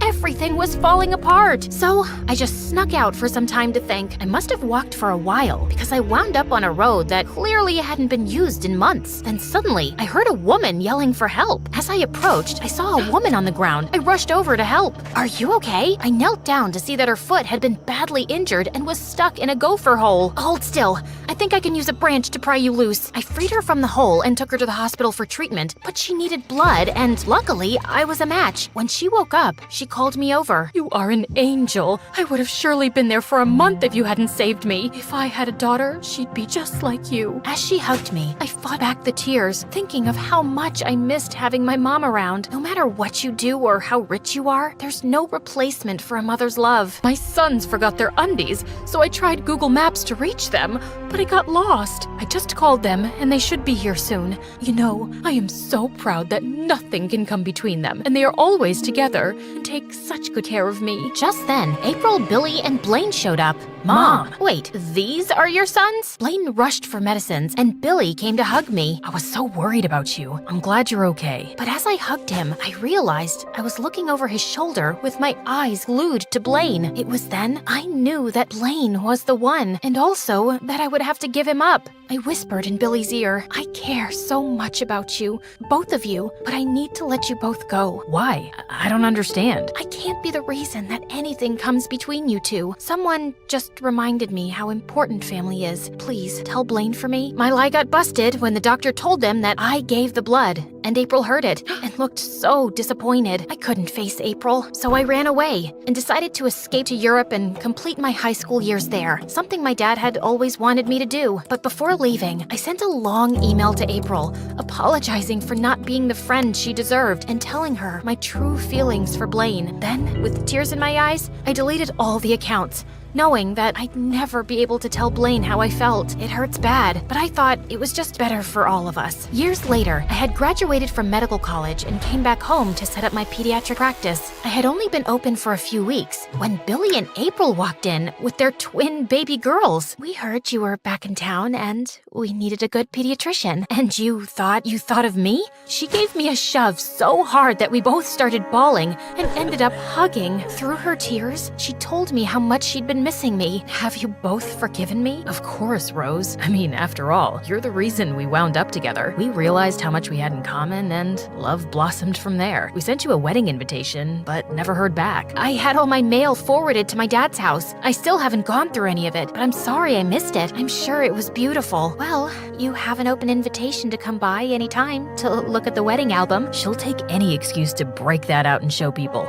We've gone through 3 mailmen. Oh, sweetie. That night, I swung by my dad's old house to go through all the mail and find the invitation. But what I found instead shocked me to my core. Hundreds of letters from Blaine. Once I started reading them, I was so happy. He had been waiting for me and writing to me all these years, telling me how much he loved me. I Googled the return address on the letters and rushed over to his house and banged on the door excitedly. Blaine, I know it's late, but you're not gonna believe I just got all your letters. The door opened and my heart pounded. I went to hug him, but stopped suddenly when I saw a beautiful girl had answered the door. Can I help you? Oh, I'm sorry. I'm Rose. Just an old friend of Blaine's, and I just stopped by to say, hi. He's not home right now. But do you want me to tell him that you stopped by? I was crushed. My heart sank to the bottom of my chest, and I could barely get the words out. No, thank you. I stopped my car at the football field at my high school. I was so heartbroken that I just sat and cried until I heard a knock on the window. It was Blaine. What's the matter? Did you try to buy food with a library card? Because I can tell you from personal experience that doesn't work. I got your letters, but I'm too late. Well, I'm no expert, but I think ghosting someone for a few years does qualify as very late. Blaine took my hand and helped me out of the car. How did you find me here? When my mom's assistant said you were at the door, I figured I'd find you here. I felt a wave of relief wash over me, knowing about her. I'm so sorry, Blaine, and I can't find the words to say how much I love you too, Rose. We were leaning in for a kiss when a football suddenly came flying our way. Blaine grabbed it, tossing it to me. Care for a little match, Rose?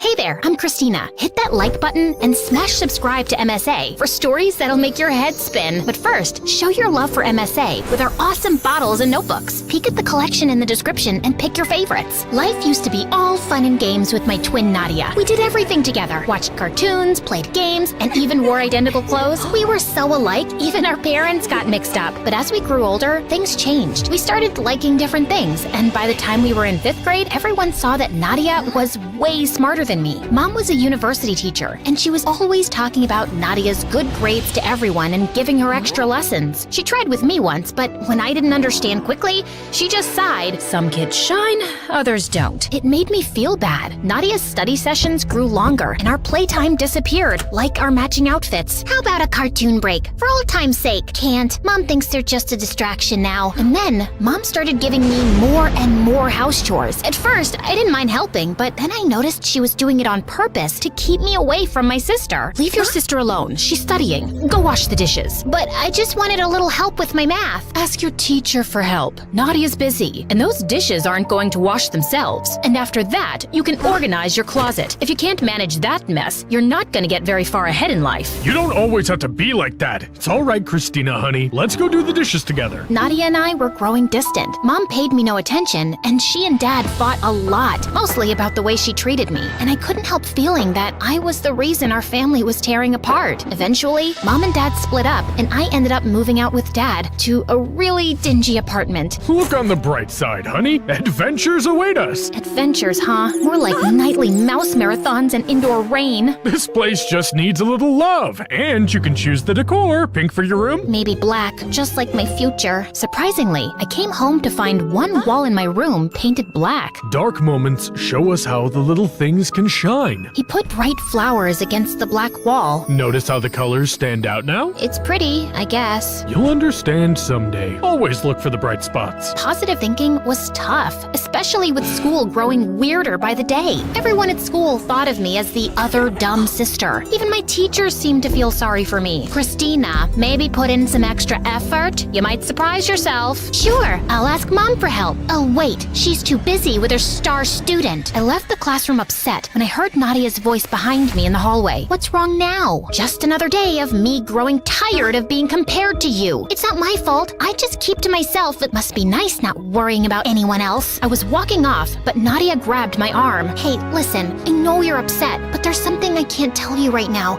It's why I am the way I am now. Please trust me. Or maybe you're just self-absorbed, and that's some stupid, mysterious lie you made up to make yourself sound more interesting. Well, it's not working, 'cause not interested. Later, Nadia went to a fancy school for smart kids, and things got quiet. I missed her a lot, because even though we drifted apart, she was still my twin after all. And after that, I hardly saw her anymore. Even when I visited Mom's place, Mom was always too wrapped up in her own world, and I couldn't help but notice that among the family photos on the walls, there wasn't a single one of just me. On my 15th birthday, Dad had a big grin and said he had a surprise for me. Guess what? I've got a girlfriend! She's Italian and she owns a pet shop. Let's go see it. Vanessa's super cool. You'll see. We walked into the pet shop, and it was like a jungle. Instead of puppies and kittens, there were snakes and big bugs. Holy moly, what is this? Vanessa had a big snake around her neck and smiled. That's just Ziggy, my whip scorpion. He's nice once you get to know him. Vanessa was full of energy and made the scary animals seem cool. And this majestic creature is Mr. Bean, the python. He's quite the gentleman. I thought I was the man in your life. Oh, you are. But Mr. Bean here is the silent type, and he never complains about my cooking. The way they were flirting with each other was so cringy. On the drive back, Dad wouldn't stop talking about Vanessa, and it was too much. Dad, I like Vanessa, but I'm not ready for a new mom. He looked sad, but I had to say it. Next time he invited me out with them, I said no. It felt like everyone was moving on except me. Dad had Vanessa, Nadia was busy being smart, and here I was feeling stuck and unnoticed. Vanessa, the snake lady, started hanging out at our place a lot. One afternoon, she was trying to bake a pumpkin pie, and she dumped a whole bag of flour on the floor and then tripped over the cat. I couldn't help laughing, even though I was trying to ignore her. After some time, Vanessa plopped a piece of pie in front of me, raising an eyebrow. Truce? She asked, and honestly, it smelled too good to ignore. Look, I know you don't like having me in your dad's life, and honestly, I never saw myself as a stepmom. I'm more like a free spirit, you know? But hey, your dad's got my heart doing cartwheels, so let's try to be friends, huh? I'm not like your typical stepmom witch type. Does that mean you won't give me a hard time for eating junk food? I'm the one offering pie for lunch, aren't I? Okay, she was quirky, and she had a point. Later on, I found myself helping her cook, and Dad got all teary seeing us getting along. Turns out, Vanessa was kinda cool to have around, but I still felt a bit like I was on the sidelines of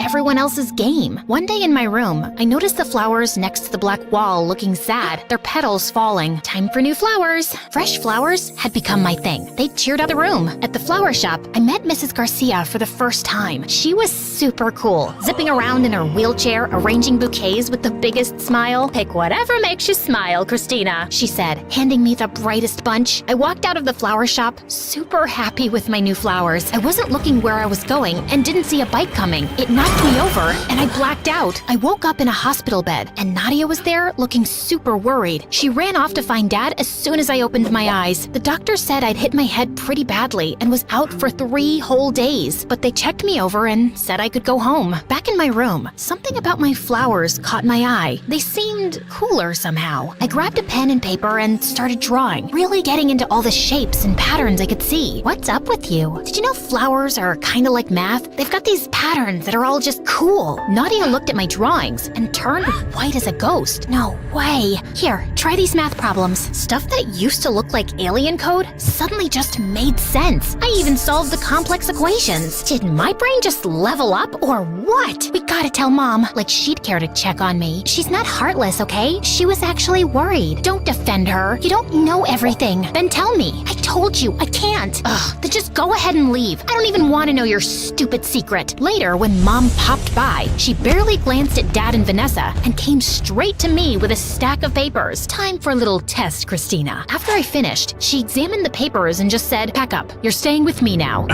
What? Can we talk about this first? No need. She's got a gift, and I'm going to make sure it doesn't go to waste. Wait, you can't just show up and decide to take her. Where were you before, and why are you suddenly loving her now? My God, I can't believe I'm even standing here listening to you, a nobody. I'm her mother. But if you must know, Christina might have acquired savant syndrome, and it's not something either of you can deal with. I can help her. She explained that sometimes a head bump can switch on a talent for things like art or math. She thought that's what had happened to me, and I couldn't help feeling excited. Could this be my shot to shine and get Mom's attention? I begged Dad, and finally, he said yes. Better watch out, Christina. My cousin in Rome got that acquire servant syndrome. He became arrogant and a real pain. Then he bumped his head again and went back to being stupid. Not that you're stupid, but you know what I mean. What kind of dumb syndrome is that, Vanessa? Did you come up with it while watching cartoons? I ignored Mom and ran to hug Vanessa before leaving. Mom enrolled me in Nadia's school, and on my first day, I felt nervous. But I noticed Nadia was popular, and people were also interested in me. When they wondered why I just started there, Nadia jumped in. She was sick and overseas for treatment. Come on, Christina. Later, I asked her why she lied. Mom's orders. Just play along, okay? That sounded weird, but I brushed it off because I had lots to do. Before long, I caught up with all the school schoolwork and even started getting better grades than Nadia. That's when Mom finally said she was proud of me for the first time in my life. And late one night, I overheard Mom screaming at Nadia in the living room. You call this a report card? Pathetic. All the years I spent working so hard with you, down the drain. I'm trying my best. Your best? Your best is a joke. You're nothing like your sister. If you don't smarten up, you'll be a nobody, just like your father. Hearing this, I felt stunned. Why was Mom being so harsh with Nadia? And calling Dad a loser? That was just mean. I snuck into Nadia's room later and told her I heard the argument. Great, now what? Mom's on my case, expecting the best, and you're making it harder. You're doing all this for her? Yes, she's always pushing me, being super strict. If I don't do well, she gets really mean, and I can't deal with that. I didn't say anything before about how mean she is, because I thought I wanted to be the best too, and she was helping me. Now, it just feels like she's making me miserable. Mom was even tougher on Nadia than I thought, and hearing that shook me. And now, Mom was dragging me to these math contests too that usually Nadia competed in. I didn't want to stress out Nadia more, but I also wanted to shine. Was that so bad? And soon, I was winning the math contests with record-breaking results. People started calling me a genius. Reporters interviewed me, I got my pictures taken, and I even spoke at Mom's university. All that praise and validation should have felt good, but somehow I still felt empty inside. This isn't what I wanted. Ugh! That weekend, I needed to clear my head, so I visited Dad. On the way, I stopped by the old flower shop. Mrs. Garcia was there. Hey, Christina, what's new? How are you feeling now after the accident? And catching up with her, I spilled out my whole story. She was putting together a bouquet as she listened. Then she looked up and said, "You know, Christina, a flower doesn't worry about being the tallest or the brightest in the bunch. It just grows at its own pace. That's kind of like us too." Suddenly, it made sense. Being myself was enough, whether I was winning math contests or not. Dad, Vanessa, and my friends didn't care about any trophies. They just liked me for me. They always had. Mom was the one caught up in who was the tallest, brightest flower. But Mrs. Garcia saw something else. A garden where every flower mattered. Seeing Nadia so unhappy, just trying to please Mom, made me sad. I used to be jealous, but not anymore. And I decided that something had to change. I got Dad and Vanessa on board, and we cooked up a plan. We just needed the perfect time to kick it off. That chance came during a live TV interview with me and Mom. The host asked me what it was like growing up with a ton of books. She loved it. Actually, that was Nadia. She always had her head in a book and never got to have any fun. The crowd was shocked, and Mom got stiff. I wasn't the bookworm. My smarts came after a head bump. You mean the illness you had? That's just Mom's story. She didn't want to acknowledge she had a dumb kid, I guess. Be quiet. I won't, and I don't care about winning math contests. Nadia doesn't either. We're done trying to please you. With that, I walked off and went backstage to find Nadia. Why'd you do that? Mom didn't bat an eye when she separated us, ruined her marriage, and used you to become popular. She ignored me all my life, and now she's using me. Nadia, we deserve better. Aren't you tired of being Mom's puppet? Come with me. We bolted before Mom could stop us. Dad was outside, ready to whisk us away. You can't take my kids. They're old enough to choose. Or do you want to take this up in court? Mom looked furious, but she stayed quiet, and we went home. Vanessa had a lovely dinner waiting, and it felt like a fresh start. And Nadia started helping Vanessa with the snakes, and it seemed to be her calling, working with those slimy creatures. As for me, I'm still figuring things out, but for now, I'm just happy with the good stuff around me.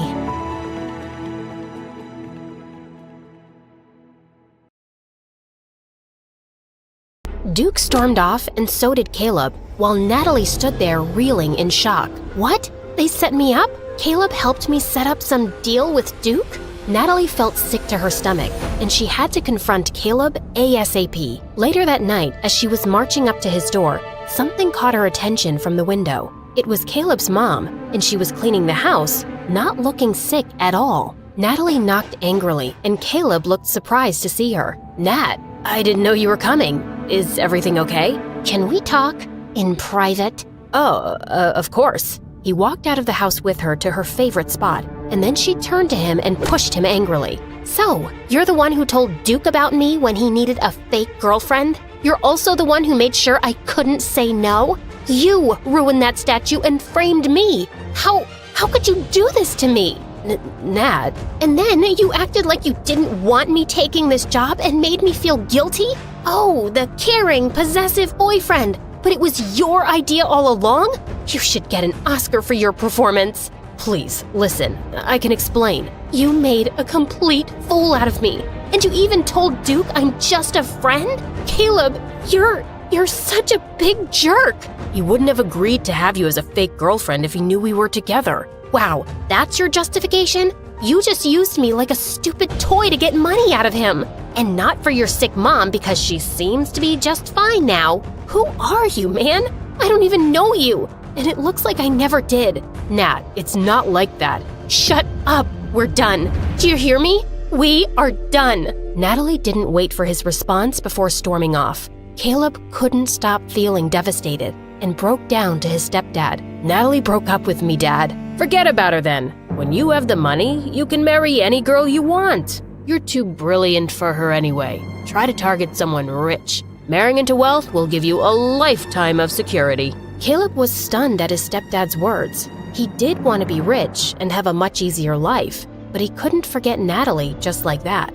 Dad, Nat means a lot to me. I wanted the money, but I never meant to lose her in the process. And why would some rich girl want me, a poor farm boy? I have a plan, and if this succeeds, we're gonna live in the city like royalty. But I need to make sure I can trust you not to mess things up by getting emotional. Of course you can trust me, Dad. Mr. Cross smirked as he revealed his long-time plan of stealing some diamonds and money from the Harrisons. But that's a really big crime. What if we get caught? I've been working for them long enough to know every corner of the mansion. I know when to make the move and how to get away scot-free. Besides, it's not really stealing. Think of this as payment for taking advantage of the poor and treating us like dirt. This is about justice, kid, and your future. Mr. Cross eventually convinced the ambitious Caleb, but he still wasn't ready to let Natalie go. He would try to make her forgive him and win her back. Meanwhile, Natalie almost went to Duke to confront him too and end the contract immediately, but she stopped herself. No, she would play along and get the money he owed her. But it feels disgusting to still play along as his girlfriend. Duke couldn't stop thinking about Natalie. He'd lied to Caleb when he said he didn't want to be involved with her, because the truth was, he wanted to be close to her all the time. The next day, he was attending a huge charity event where he was a big donor and he invited her, but he couldn't help noticing that she wasn't really herself. Her smile seemed fake and she barely said a word. When he took her hand, she almost cringed and pulled it away. When they sat down for dinner, she suddenly spoke. Oh wow, are you kidding me? We're eating dinner costing $1,500 per person while raising money for some poor, hungry kids? So ironic. And you rich people are just so shallow and unbelievable. Natalie, what are you doing? Are you saying the food is overpriced? It's just $1,500, sweetheart. Just $1,500? I wish I was deaf right now because that's the stupidest thing I've ever heard. Can you please do us all a favor and buy your girlfriend some class? The world would be a better place if you could all buy yourselves some good hearts. Duke was speechless. But just then, he was suddenly called on stage to give a speech. It has been an honor to be part of this event, and I would like to... As Duke met Natalie's glare from across the room, his mind just went blank. While he was embarrassing himself, Natalie went to the bathroom to calm herself down. Just then, she heard familiar voices. Mrs. Harrison and Harper. Mom, I'm really worried about that farm girl. It doesn't seem like a fling to me. I think he's really in love with her, and he wouldn't have invited her here otherwise, and he didn't even do anything after all that stuff she said. Your brother is such a pain, and I'm really running out of time. Sheila and her family are really pressuring me. We have to get rid of that stupid girl or else. I'll think of something that will ruin her big time. I don't want to just ruin her. I want her to disappear. She only has that poor single mother as family, right? Right. Oh yeah, we could definitely use her. Mom, you're brilliant. They then laughed like maniacs as they walked out. Okay, that's it. Enough of this madness. I can't have them hurting Mom. I have to end things with Duke, now. Natalie ran out of the event looking around for a cab, but Duke found her before she could escape. You're leaving? Why were you so angry in there? I thought we were friends now and you wouldn't embarrass me. Friends? You really think we're friends, Duke? Yeah, I've started to. I care about you, Natalie. And there's something I've been wanting to tell you for a while, but I haven't had the guts to. What? I know this will make you even angrier, and Just say it! A month ago, our gardener introduced me to his son Caleb, and we became friends. I told him about Mom pressuring me to date this crazy girl and how I'd lied about already having a girlfriend. I asked Caleb if he knew a girl who could pretend to play the part for a while. I didn't want anyone from school. And then he recommended his friend, and that's you. And he told me you'd never agree because you hate my family, so he planned to set you up, and I agreed to it. We got you in trouble just so you'd be indebted to me and would be forced to play the part. I feel terrible about doing that to you, and I'm really sorry. I would understand if you're not able to forgive me. Natalie was stunned. She wasn't expecting Duke to confess. I already know everything. I heard you and Caleb talking about this at the back of the school the other day. You did? Why didn't you say anything? I thought, I'll play along since I can't repay you, but I don't care now. What are you gonna do? Send me to jail? Of course not. You didn't do anything wrong in the first place. We framed you for that statue. Exactly. I just want to stay far, far away from your family and you. Natalie got into a cab before he could say anything more. It kind of broke her heart that this was how things had ended between them, but she had to walk away while she could still control her feelings. The next few days, Natalie skipped school. She couldn't bear to see Duke and tried getting her mind off things with farm work. Hey, Mom, can I help with anything? It's fine, honey, I got this. I don't know why you're missing school. Mom, I just need a break, okay? And I would really like to help. All right. Get some grains from the back and feed the chickens. Just as Natalie returned with her grains, she saw her mom sidestep one of the geese, lose her balance, and hit her head on a rock. Mom! Her mom was rushed to the hospital and needed surgery, but Natalie simply couldn't afford the amount. She felt desperate and helpless, and then thought of the one person who could help her, Duke. I'm such an idiot. Why did I end things with him for free? He made me compromise my values and self-respect. I should get back with him to make him pay the price of my dignity, then dump him again. Ugh, why did I even love this jerk? Back at the Harrisons' mansion, Duke had been missing Natalie, and his heart leapt when she suddenly gave him a call. I'm sorry for the way things went down between us the other day. I was just really hurt because you lied to me. Can we meet tonight at the cafe? I'll be there at 7. But when he got there, he found Natalie panicking. Duke, I have to go to the hospital right away. Mom had an accident. He immediately drove her to the hospital, and it broke his heart seeing Natalie cry. Later that day, he heard her talking to the doctor about the price for the surgery. I'll pay for it. Duke, no, you don't have to.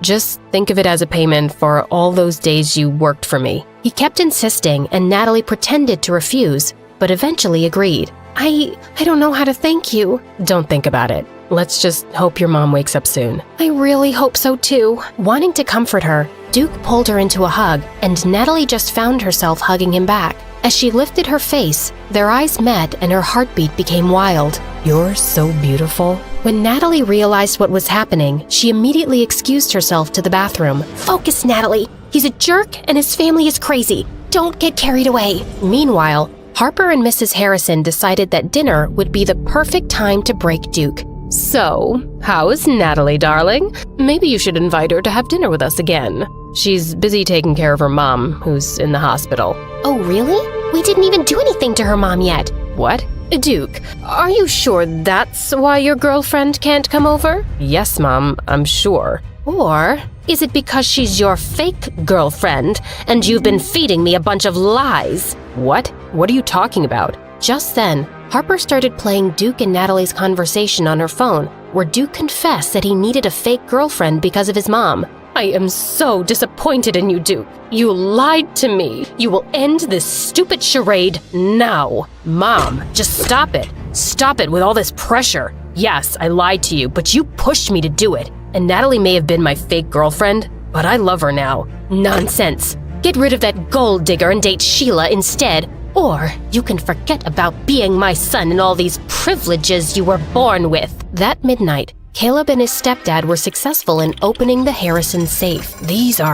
Wow. Dad, we're gonna be rich. I told you, son. Now, let's put everything into these bags. Hurry. The father and son were almost done getting everything in the vault when the door suddenly burst open and the Harrison security team barged in with policemen. The next day, the news was all over town that Mr. Cross and Caleb had been arrested for theft at the Harrison mansion. Natalie could hardly believe her ears.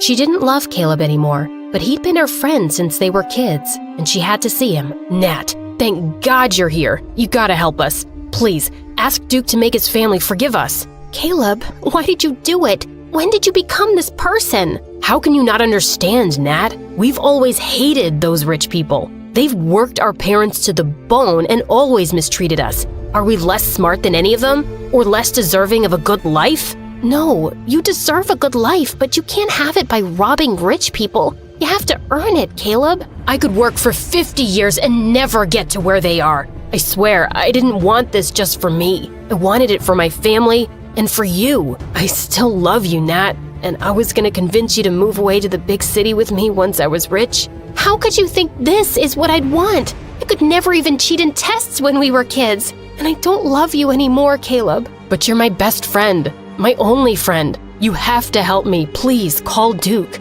I can't do that.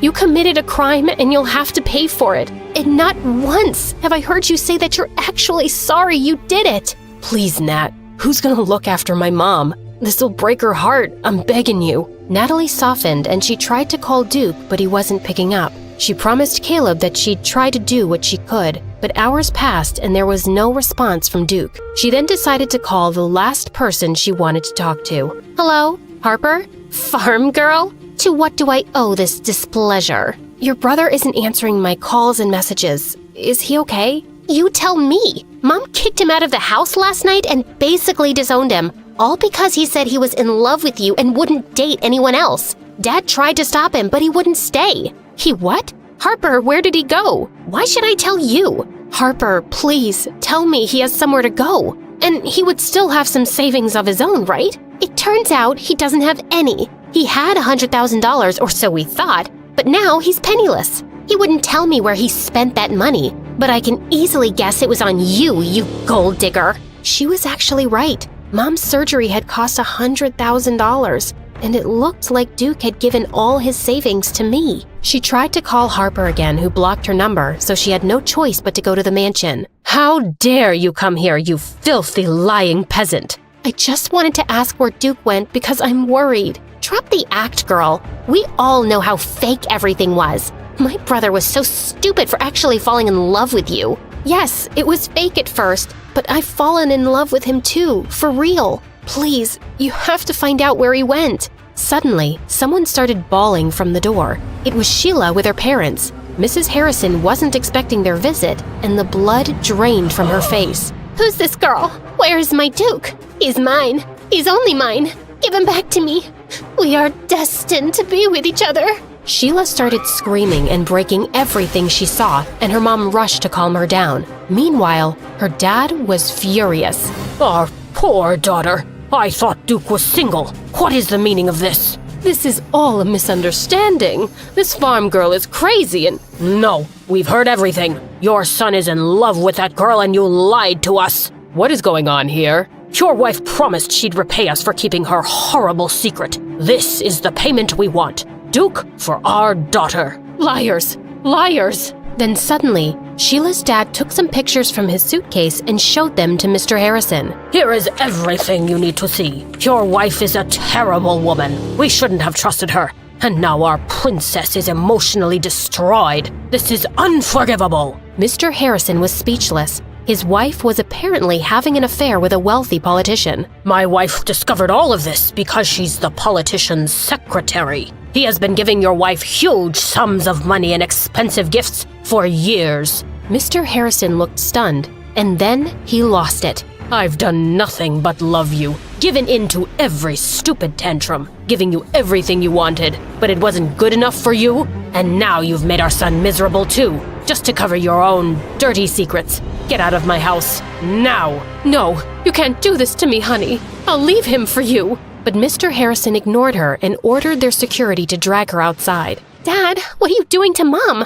Can't you just forgive her? If you want to stay in this house, you will listen to me and stop being such a spoiled brat. Otherwise, you can leave with your mother. Is that understood, Harper? Yes, Dad. Mr. Harrison then called the police to help him find his son. Natalie then remembered about this secret place Duke once took her to. She went there alone and found him.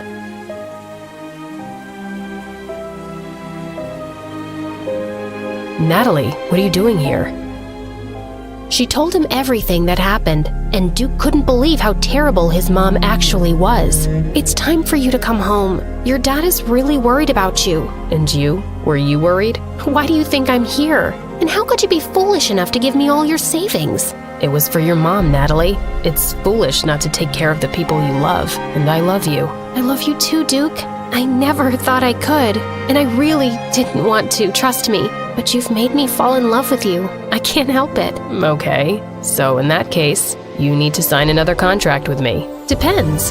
What kind of contract is that? A contract to be my baby queen forever. Oh my God, please don't ever call me that again. I'll think about it.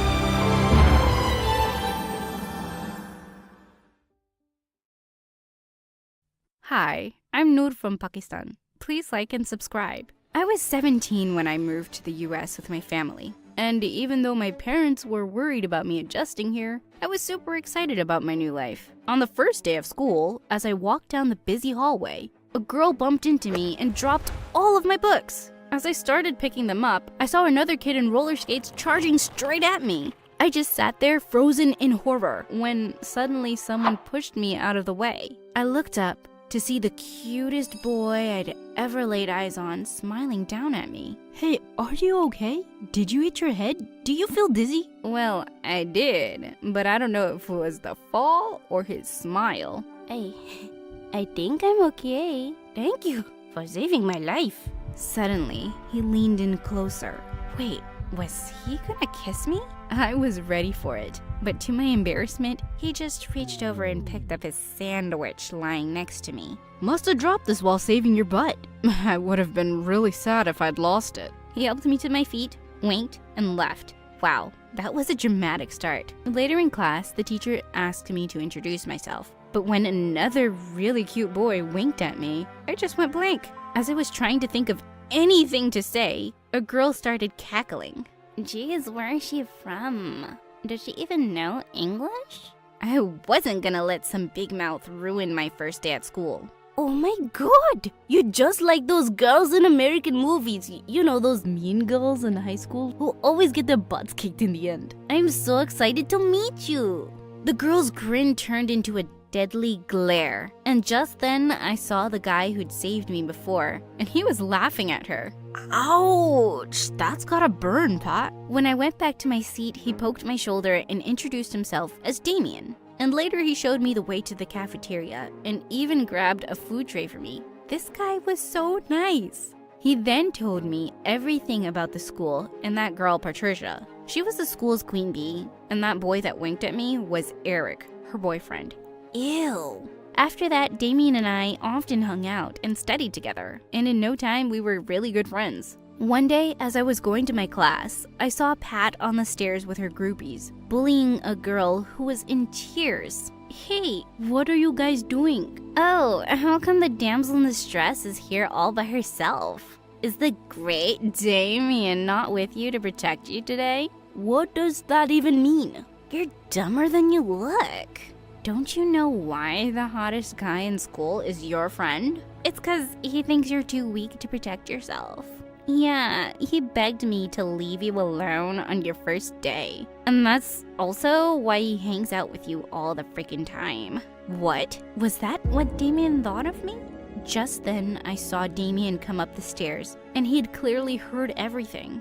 Listen, Noor, I can explain. Oh, everything is clear, Damien. Did protecting me make you feel good about yourself? Oh, well, you can go be someone else's bodyguard. I can take care of myself. Thank you very much. And with that, I stormed off angrily and planned to ignore him for a very long time. A few days later, I was paired up with Eric for an experiment in the science class. There were rumors that he and Pat had broken up, but she kept giving me death glares all the time he sat next to me. While we were doing an experiment, a test tube slipped from my fingers and almost fell on me when Eric pulled me to his side and I fell over him. And Pat jumped off her seat like it was on fire. Girl, where have you been all my life? Hiding from you I pushed him away and left the class. I didn't want Pat's sleazy ex or more drama, but it wasn't like I could avoid it. We were having elections for student council in the coming weeks, and I entered my name for the same position that Pat was competing for. Oh, you think you can win? That's cute. Right. I am really cute, and it's gotten me very far in life. But yeah, if the position can only be filled by a bad-tempered witch, I'm sure I'll win this year too. I'm gonna. Easy there, Pat. Kids might not vote for you if they see you going all wild on me. You gotta be cool and a little cute. She looked furious as I walked off. That day, I was waiting for my bus outside school. A car stopped in front of me and the backseat window opened. Come on, Noor, get in, I'll drop you home. No thanks, I'd rather stay on this spot the rest of my life. Oh, you're hurting me, babe. I know it may look like a jerk, but trust me, I'm not one. He literally stood there for 20 minutes, and when I realized the bus wasn't coming, I gave in. Just this once. When we reached home, he got out first and opened the door for me. And then, he pulled me close and kissed me. What the what? I pushed him away, but he just smirked. How dare you do that? Easy there, princess. It was just a kiss. Was it your first? I was so mad at him, but I didn't want to create a scene in front of my house, so I let him leave unscratched. But when I entered my home, I saw both my parents standing near the window looking shocked. I thought I was going to be grounded for life. But when I told them how the loser just kissed me out of nowhere, they calmed down and told me to be careful. The next day at school, the campaigning for the student council election began. I'd made all my posters and left them to dry in the art room. But when I got there, I saw they were all trashed. Of course it was that witch. I could almost cry. As I frantically started all over, I felt a gentle hand on my shoulder, and I turned to see Damien. Hey, you look like you could use some help. May I?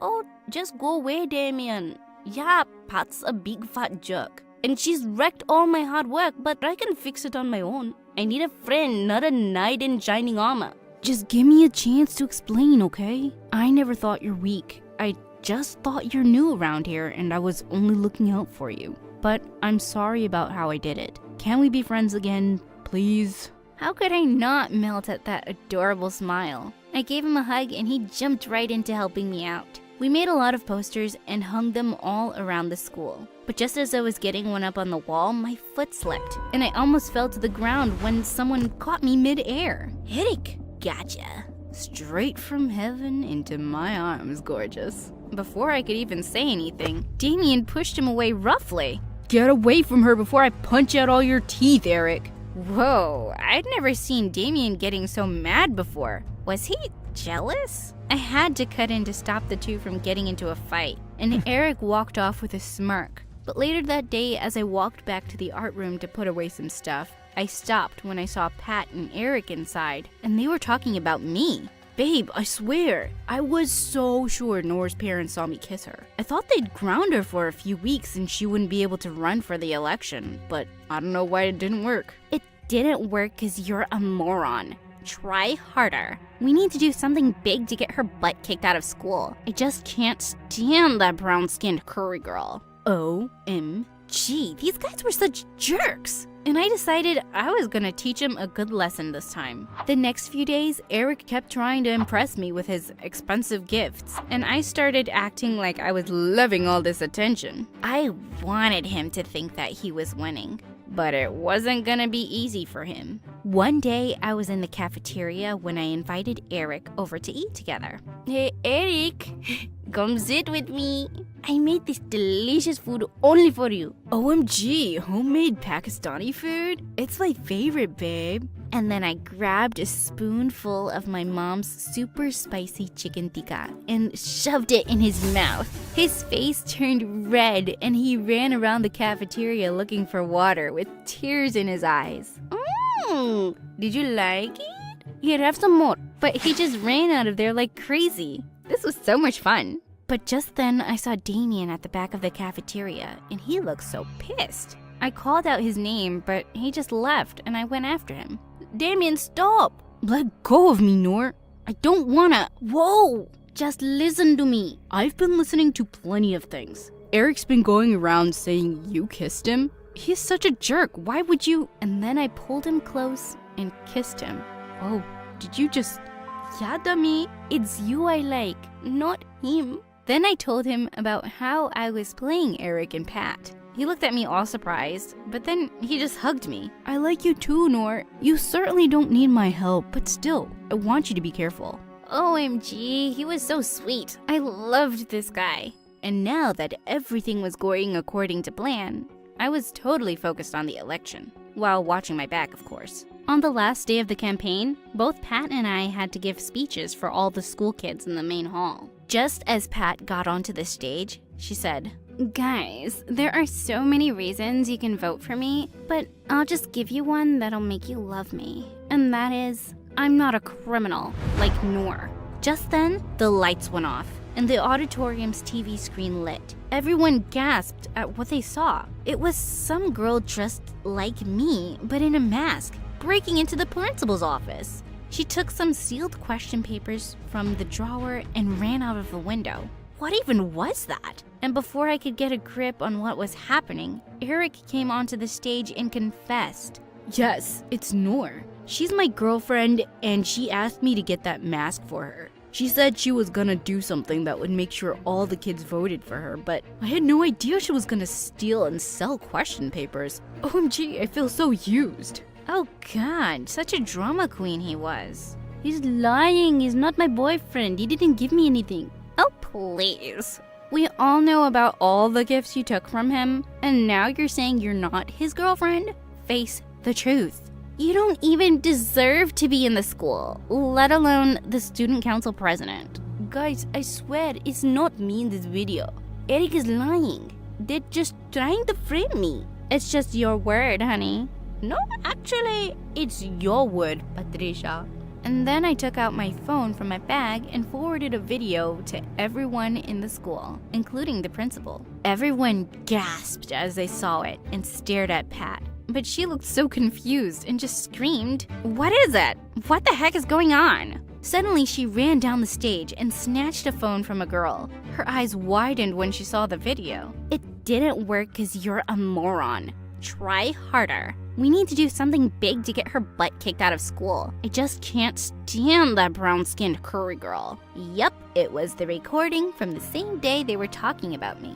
Luckily, I recorded it just in time. Suddenly, Pat looked at me and ran towards me like a mad bull. Thankfully, Damien got in the way and stopped her. I think I told you to stay away from her. Just then, the principal came forward and said, "I can't believe you would stoop so low to win an election, Patricia. You broke into my office and framed an innocent person. And I even have complaints against you for bullying. You're being expelled from the school, Missy. And you too, Eric." The looks on their faces were priceless.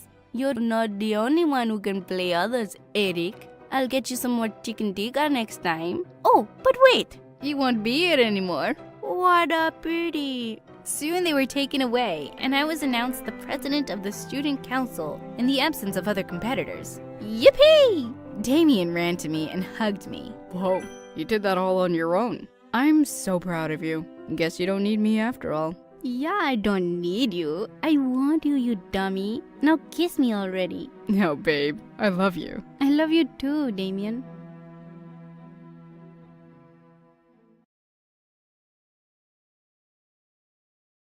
Hi there, I'm Ellie, and I've got a story that'll make you laugh, cry, maybe even question your own sanity. But hey, don't we all need that from time to time? So like and subscribe and strap in, because this roller coaster is about to take off. You see, I was born with a slight anger problem, the kind that made me want to karate chop a stuffed animal when I was just 5. Yep, I had anger issues. On a sunny day at the park, 5-year-old me just wanted to have fun on the swings and slides, but things took a different turn. I'm gonna slide like a penguin. Move it. I'm going first. Hey, no cutting. That's not nice. Do I look like I care? The bully pushed past me, smirking. Feeling furious? I climbed the ladder fast with my juice box in hand. You'll be sorry, mister. I squeezed the box hard, squirting juice straight into the bully's eyes. Then I slapped him and pushed him down the slide, and his nose started bleeding. He started crying like a baby, and his dad came running over. What is wrong with you? Behaving like a monster? You should be ashamed of yourself. I picked up a pebble and threw it at him, but it missed him by an inch. Don't tell me how to feel. You should be thanking me for teaching your awful kid a lesson.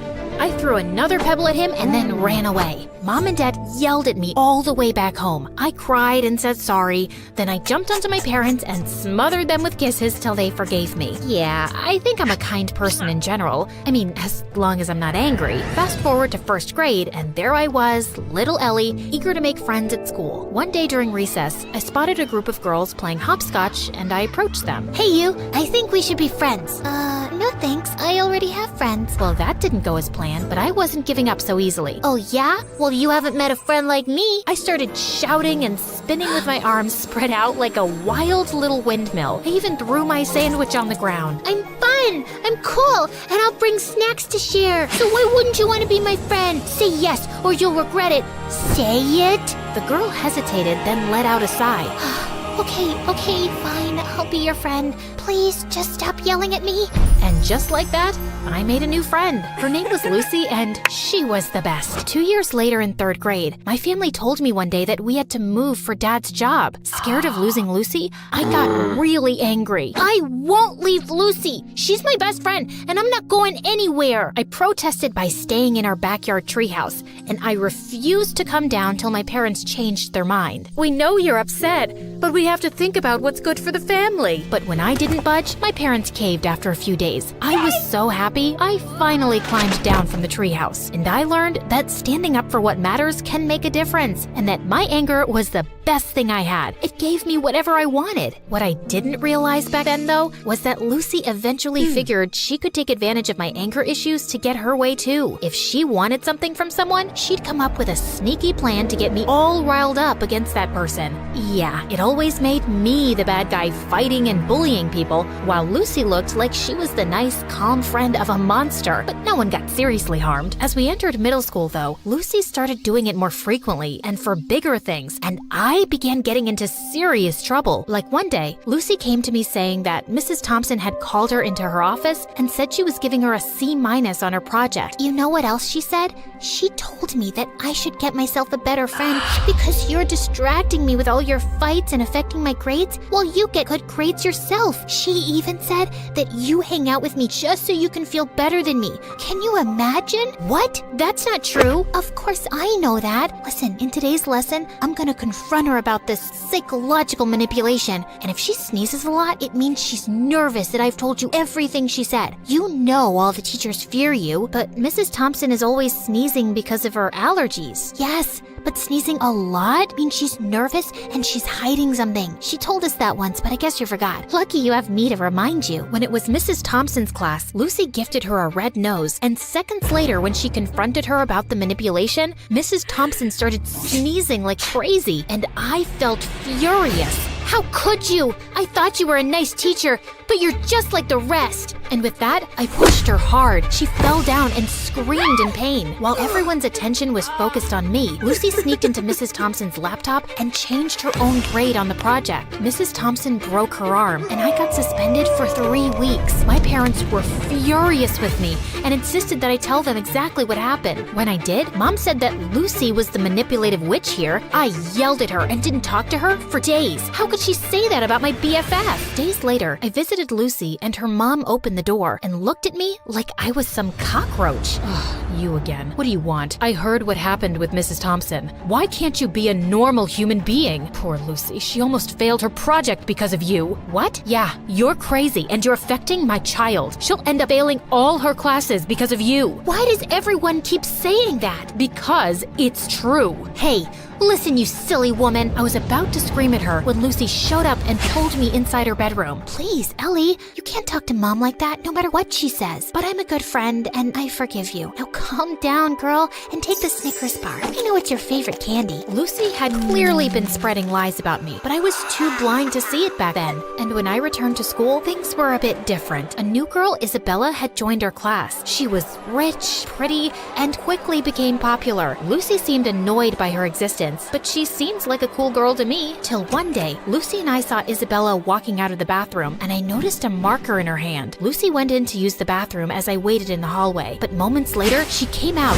dragging me back into the bathroom with her. OMG, you gotta see this. You won't believe what Isabella wrote about you on the door. It's totally her handwriting. I'm so done with this annoying psycho Ellie. She's always bullying everyone. I want a peaceful, calm school that I can brag about to my rich friends. I offer $1,000 to anyone who can get rid of her. DM me on this Instagram account if you're interested. What a stupid, ugly witch. Furious, I stormed over to Isabella. How dare you write that about me on the bathroom door? I saw you with that marker, so don't you dare lie to me. Ellie, seriously? I had a marker, but I was working on an art project. I didn't write anything about you. Oh yeah? Well, Lucy seems to think it's in your handwriting, and Lucy said that? Okay, you should stop listening to that friend of yours. She's just using you like a puppet. Can't you see it? For some reason, Isabella's words struck a chord with me, like she just said something out loud that I kinda already knew. But I quickly brushed my thoughts away. You don't know anything. Just leave me alone. But Isabella didn't leave me alone. She'd always make an effort to talk to me and waved at me with a smile. I started warming up to her and we got closer. But that drove Lucy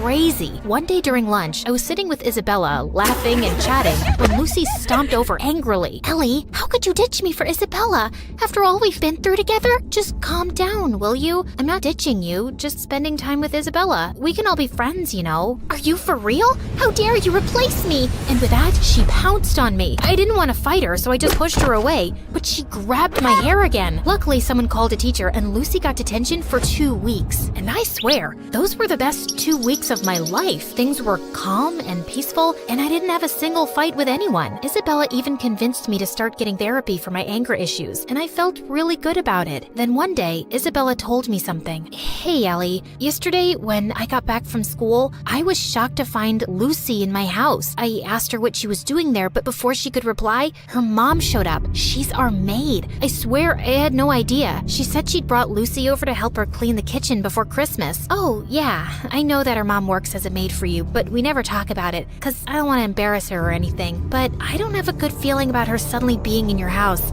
She might be up to something fishy. So we decided to keep an eye on Lucy that afternoon, and we watched from a safe distance as Lucy's mom gave her instructions to clean. But just a few moments later, after her mom left, we heard a loud crash, followed by Lucy's scream. We rushed to find Lucy lying on the floor with a broken shelf and scattered kitchenware around her. We tried to help her up, but she screamed in pain and couldn't move. Just then, Lucy's mom and Isabella's parents came running too. Oh my God, what happened? Oh, Mom, I was just reaching for something on the shelf, but it was unstable. It just all came crashing down on me. Lucy's mom turned to Isabella's parents furiously. This is all your fault. You knew this shelf was broken and you never bothered to fix it. I told you so many times. Now my daughter is injured because of your negligence. I'm gonna sue you for this. You'll pay for the harm you've caused my daughter. Isabella's parents tried apologizing repeatedly, but Lucy's mom didn't listen to a word and called an ambulance to take Lucy away. I couldn't help feeling sorry for Lucy, although I was almost sure she'd hurt herself on purpose to cause trouble for Isabella and her parents. She probably hadn't expected it to be this bad. And sure enough, the injury was very bad, and Lucy couldn't walk for a few months. A few days later, the teacher planned a visit to Lucy's house for the class to cheer her up. But the moment we entered Lucy's room, she went ballistic, calling me a horrible friend who'd betrayed her and calling Isabella bad names too. I was feeling angrier by the second, but I tried staying calm. Just then, Lucy's mom walked in and she started calling me a bad friend too. Are you here to hurt my Lucy even more, Ellie? You've made it obvious whose friend you really are. But be aware, Isabella, I'm certain she only chose you because you're rich. Ellie has always been a bad, rotten egg. Suddenly, I just snapped. I jumped at Lucy's mom and she fell back and hit her head on the floor.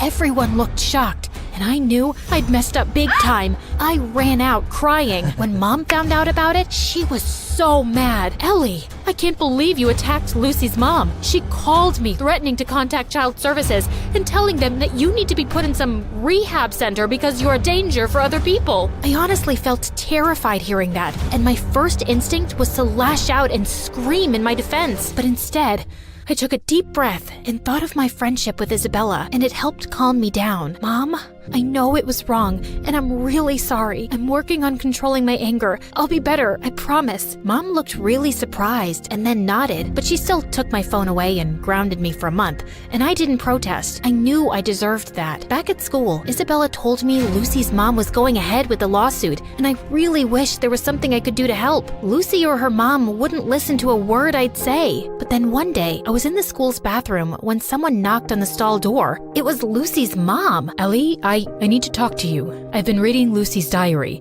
and I've discovered the truth about her actions. She's been using your anger issues to her advantage. I sometimes had a feeling that something was off with Lucy's behavior, but I never knew for sure. Are you still gonna sue Isabella's parents or report me to Child Services? No, I just wanted to apologize to you, and I won't be causing you or Isabella's parents any more trouble. I'll also get Lucy the help she needs. We might even move to another town and live with my sister if it means Lucy can get better therapy. I'm so sorry for everything, Ellie, and I want to thank you for being a good friend to Lucy, despite everything. With that, she gave me a quick hug and left. I felt tears pricking my eyes. I was kind of sad I wouldn't get to see Lucy again, but I also felt lighter and free. Moments later, Isabella walked in. Ellie, everything's gonna be okay. Isabella hugged me tight, and for the first time in a long while, I felt like everything would be okay.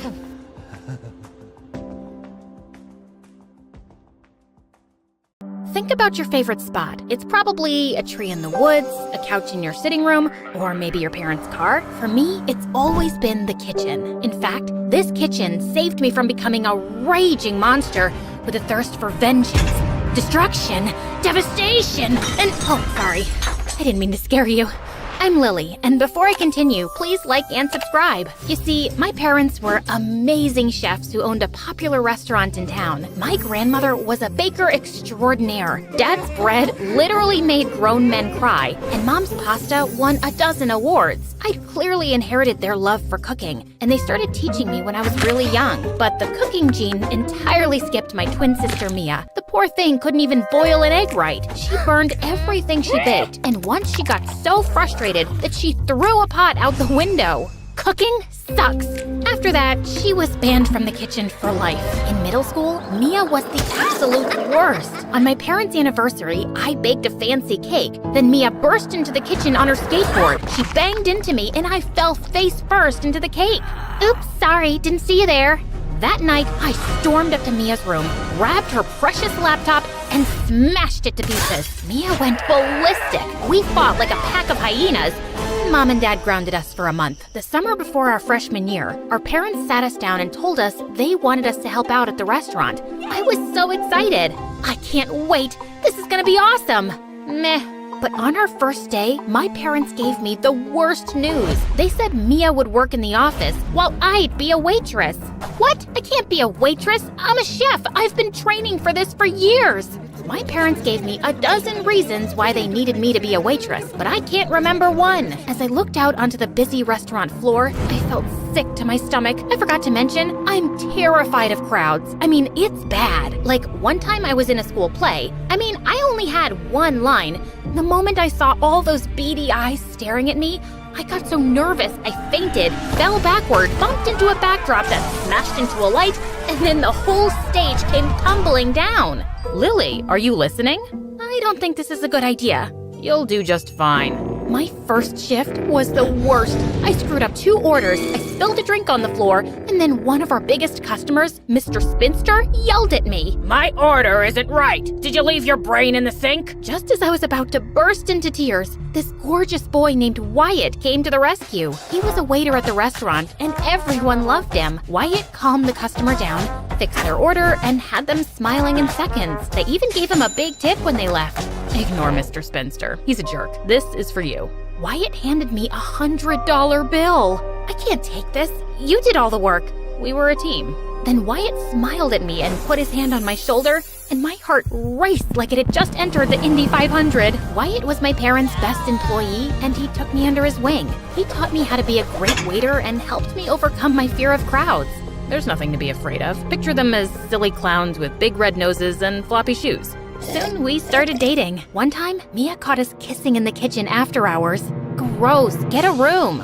Wyatt and I had so much in common. We loved the same foods and MSA videos. He even wanted to own a restaurant someday. Wyatt was my first love, and even my parents adored him. It took some time, but Mia eventually warmed up to Wyatt after he fixed her laptop. But when school started, everything changed. Wyatt was my senior and one of the most popular boys in school. All the girls had a crush on him, but he only had eyes for me, which didn't sit well with his ex-girlfriend, Sophie. One day, Wyatt and I were talking near my locker when Sophie marched up to us. She was the most popular girl in school. Her father owned a dozen hotels around the world, and she was a social media star with millions of followers subscribing to hear about her ultra-rich life. And then Sophie shoved me to the side. Out of my way, nerd. Hey! I lost my balance and stumbled backwards. I marched towards Sophie so I could smack her in her stupid face, but then two huge bodyguards grabbed me and set me down 5 feet away.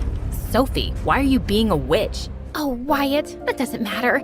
Listen, I was thinking, breaking up with you was a mistake. I traveled the world and dated a dozen boys, but I could never stop thinking about you. I love you, Wyatt. Let's get back together and make it Insta-official. Sophie pulled out her cell phone and started recording as she leaned in for a kiss. Wyatt moved to the side and Sophie fell flat on her face. She was so embarrassed. Sorry, I have a new girlfriend. What girlfriend? Wyatt marched straight up to me. Her name is Lily, and we're in love. Sophie took one look at me and laughed. That's your girlfriend? No way! I thought she was your mutant brother that lived under the stairs because his face was so ugly, he made your mother cry. I was so mad I wanted to throw a book at her, but then Wyatt pulled me close and kissed me. Come on, babe, let's get out of here. Sophie was so angry, she started screaming like a peacock. Yeah, peacock scream. I saw it on YouTube. It's actually pretty wild. That night, Wyatt and I were in my room studying and kissing when Mia barged in. Jeez, Mia, get out! Can we have some privacy, please? What did you guys do to Sophie? She's trashing our restaurant. Mia showed us Sophie's latest live stream on her phone. So I ordered their famous spaghetti and meatballs, and it was like I was eating rubber bands. And don't even get me started on their so-called gourmet burger. It was as dry as the Sahara Desert. I had to drink a gallon of water just to wash it down. Sophie made a dozen more posts just like it and got 1 million likes. The next day, people stopped coming to our restaurant, and it continued for weeks. The bills started piling up, and my parents had to lay off most of their employees, including Wyatt. They were devastated. I tried to reason with Sophie. I'm just being honest. Your parents' food is as disgusting as your gross face. By the way, has anyone ever told you that you smell like a rotten egg that ate a pile of poop? Sophie and her friends laughed like it was the funniest joke in the world. Then something inside me just snapped. I'll show you, disgusting! I charged Sophie like a bull. I slipped past Sophie's bodyguards, punched her in the eye, and shoved her hard. Sophie fell and broke her arm. The next day, Sophie's parents filed a lawsuit against me and my family, sued my parents for a ton of money, and won. My parents' bank accounts were drained, and they were forced to close the restaurant. I felt horrible. I'm so sorry. This is all my fault. I don't know what came over me. You turned into a crazy maniac, and now we're poor. Everything will be fine. I've got this under control. Dad took all the money out of our savings account and started giving it away to charities. He invested in a ton of shady business ventures and even threw $500 into a wishing well. Dad, have you lost your mind? Don't worry, girls. The more money you put into the world, the more you'll get back. That doesn't sound right. We lost our car, then our house, and then we had to live with our grandmother. Mom got so pissed, she left Dad and moved to another town. A few weeks later, Dad and one of his shady business partners were arrested and sent to jail for fraud. My life was in shambles, but at least I had Wyatt. On Wyatt's birthday, I walked to his house to surprise him with his favorite cookies, but I caught him kissing Sophie on his front porch. Hey, loser, what's up? Wyatt finally came to his senses. He's no longer interested in trolls. I just stood there, speechless. I couldn't believe my eyes. If you're gonna stand there like a dummy, do you mind making yourself useful and taking a good kissing picture of us? I'm commissioning a world-famous artist to make some oil paintings of us as a couple. How could you do this to me, Wyatt? I thought we were in love. Things changed. I realized that I'm still in love with Sophie. Sophie convinced her dad to give me a new job at one of his restaurants. Isn't she an angel? I'm perfect. I can't help it. I'm irresistible like cotton candy and gummy bears. Sophie and I never should have broken up. I didn't mean to hurt you, Lily. I hope we can still be friends. Or not. I'm allergic to losers, and every time Lily's around, she makes me want to puke. At school, Sophie and Wyatt were all over each other. Every time I saw them, I got angrier and angrier. Mia tried to be the voice of reason.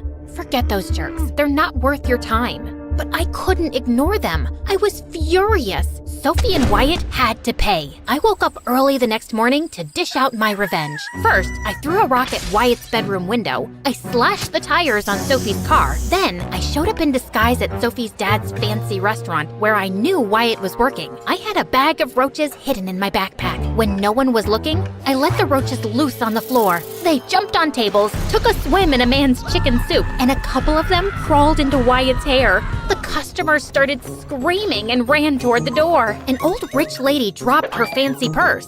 "Hey lady, you forgot your purse!" But the lady was so scared, she rushed right past me, hopped into her limousine, and drove off. The next day, the health inspector shut the restaurant down, and Wyatt lost his job. Mia caught me laughing in my room as I watched the whole thing on the news.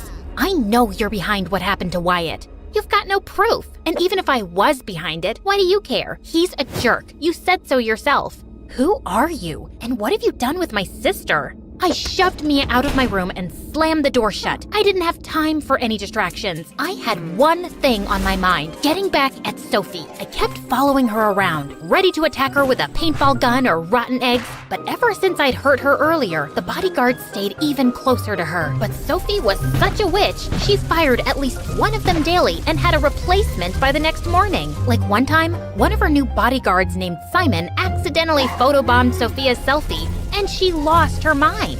You stupid idiot! Your hideous face ruined my selfie! I'm sorry, ma'am. It won't happen again. Of course it won't, because you're fired! Simon begged Sophie to let him keep his job, but Sophie just laughed in his face. So the next day, I met Simon at a coffee shop. He was so pissed at Sophie that he wanted to humiliate her just as much as I did. Sophie's gonna be attending a really posh event at the National Museum tomorrow. Everybody who is anybody will be there. If you're gonna try something to humiliate her, that would be the place to do it. I was so pumped. I had the perfect time and place. Now all I needed to do was figure out how to crush Sophie in the worst way imaginable. Then the best thing happened. I was walking home when I saw this news report about how some old rich lady's purse was stolen at one of Sophie's dad's restaurants. And inside was a priceless diamond necklace. There was a $50,000 reward for anyone who returned it. The old lady's face popped up on the screen, and I immediately recognized her and her purse. I raced home and found the purse in my closet with the diamond necklace inside. Then I had an amazing idea. I could frame Sophie for stealing the rich lady's necklace and make sure she got caught at the museum event. The next day, I put on a disguise, and just as I was putting the necklace in my bag, I heard Mia behind me. You better be returning that necklace to get the reward money, because if you're planning what I think you're planning, you've lost your mind. It's none of your business. I pushed past Mia and headed toward the front door. Then a salt shaker hit me in the back of the head. Ouch! Step away from the door, sis. I can't let you do this. Mia grabbed a huge wooden spoon. I grabbed a rolling pin. I'm leaving. Then you'll have to go through me.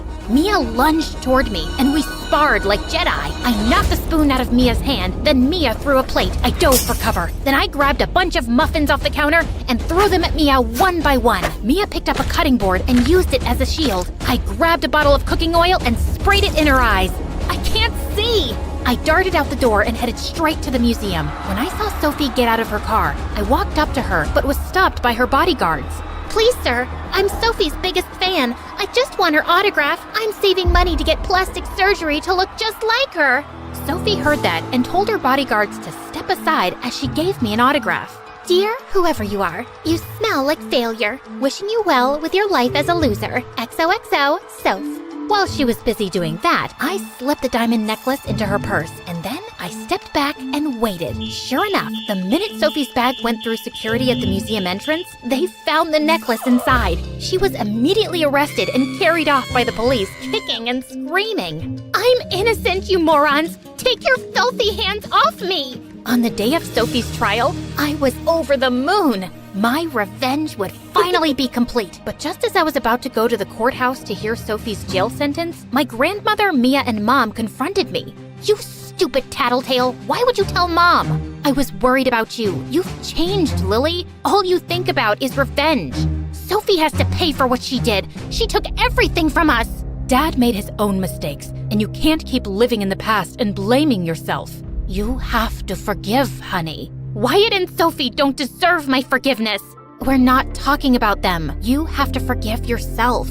Tears streamed down my face as the weight of the guilt I was carrying dropped down on me like a ton of bricks. We're here for you, Lily. You're better than this. You have to let this go and move on. I went to the courthouse and told the judge that it was all a misunderstanding. I explained how I'd found the diamond necklace and gave it to Sophie to return to the lady. Is this true? Sophie went along with my story, and the judge dismissed the case. Afterward, Sophie came up to me.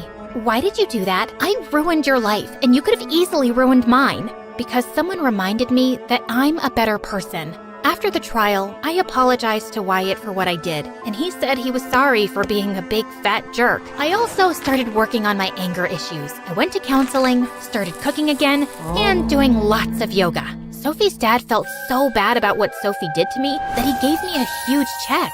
No, thank you, sir. Your apology is enough. Mia pulled me to the side. It's great that you're zen and all now, but don't be stupid. Mia was right. I ran to catch up with Sophie's dad. Excuse me, sir. On second thought, we'll take the check. I used the money to reopen our family restaurant. Dad even came to the opening since he got out early on good behavior, and it was the happiest day of my life.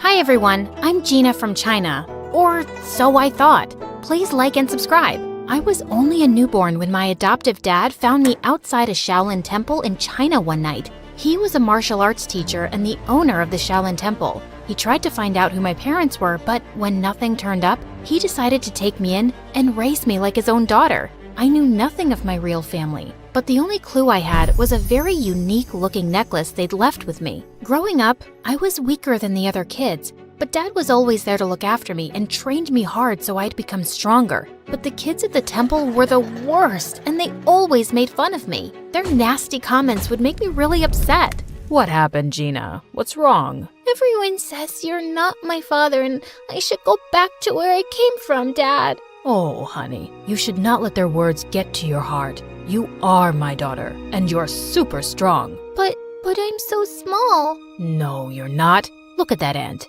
It may seem small, but see how she's lifting a sugar cube? The same way, your strength should come from your mind and not your body alone. Dad's words always encouraged me, and I started focusing on myself. By the time I turned 8, I had a sudden growth spurt, and suddenly I was taller than most kids my age. With time, even my martial arts skills improved a lot, and I started winning many competitions. But the kids at the temple would feel jealous and try to mess with me all the time. This went on until I was 17, and then one day, something weird happened. I was in the market when I crashed into someone, and all my groceries fell to the floor. Hey, watch where you're going, and say sorry. But he just ran off into the alley, and I went after him and pinned him down. Oh God, stop! Are you gonna kill me? What were you trying to do, huh? He told me his name was Drake, and he was a super famous singer from the US.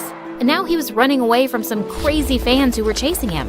I left my hotel in disguise to take a walk around the city, but my fans somehow recognized me. I'm totally lost. Please, help me get back. I decided to help him, but he didn't even know the name of his hotel. What? But you have your phone, right? Call someone. I left it at the hotel. Gosh, he was such a handful. Take me with you. What? I can't do that. No outsiders were allowed inside the temple, but this guy kept begging me, and I decided to sneak him in. You have to stay all quiet in here, okay? Ugh, I sneaked in my share of the food, and he ate like he was starving for days and didn't leave any for me. That's it. You're gonna have to leave tomorrow morning, or you're saying all this because you have no idea how popular I am. Otherwise, you'd have never wanted to let me go, baby girl. Huh? Who did he think he was? Suddenly, he grabbed my phone and started showing me all these pictures of himself online. And that's when I noticed something very strange. A woman in one of those photos was wearing the exact same necklace as mine, and she looked so much like me. Who is she? You want to know her and not me? Ah, fine. She's a family friend, but why? Could I really have some connection with this lady? But what were the chances? The next day, I woke up to loud noises in the temple and saw Drake was being taken by his security people. Turns out, one of the girls from the temple knew him and reported it to his managers. I didn't even get to say goodbye. But ever since that day, I kept wondering about who my real parents were and why they left me. And my dad could tell soon that something was bothering me. Gina, it seems like you're lost, my dear. What's the matter? I told Dad everything that was going on in my mind, and he had the best advice. If it bothers you so much, you should go out there and seek the truth for yourself, my love. But Dad, how can I leave you and go all by myself? I raised you to be strong and independent. I know you're going to be just fine. Oh, Dad. A few weeks later, when I reached the US, I tracked down Jake's place and went over, but his security people wouldn't let me in. But I know him well. Oh, yeah. All the crazy fangirls know him well and try to break in all the time. You see that line over there? That's why we're hiring personal bodyguards for him. Well, yeah, that's exactly why I'm here, to be his bodyguard. Nice try, but it's male bodyguards only. Now off you go, little girl. I couldn't give up like that. Only Drake could lead me to that woman, and I had to find a way to get to him. So, I bought some makeup and wigs from a nearby shop and disguised myself as a guy. Later, when I went to audition for the job, everyone was fascinated by my smooth martial arts skills, and they hired me in an instant.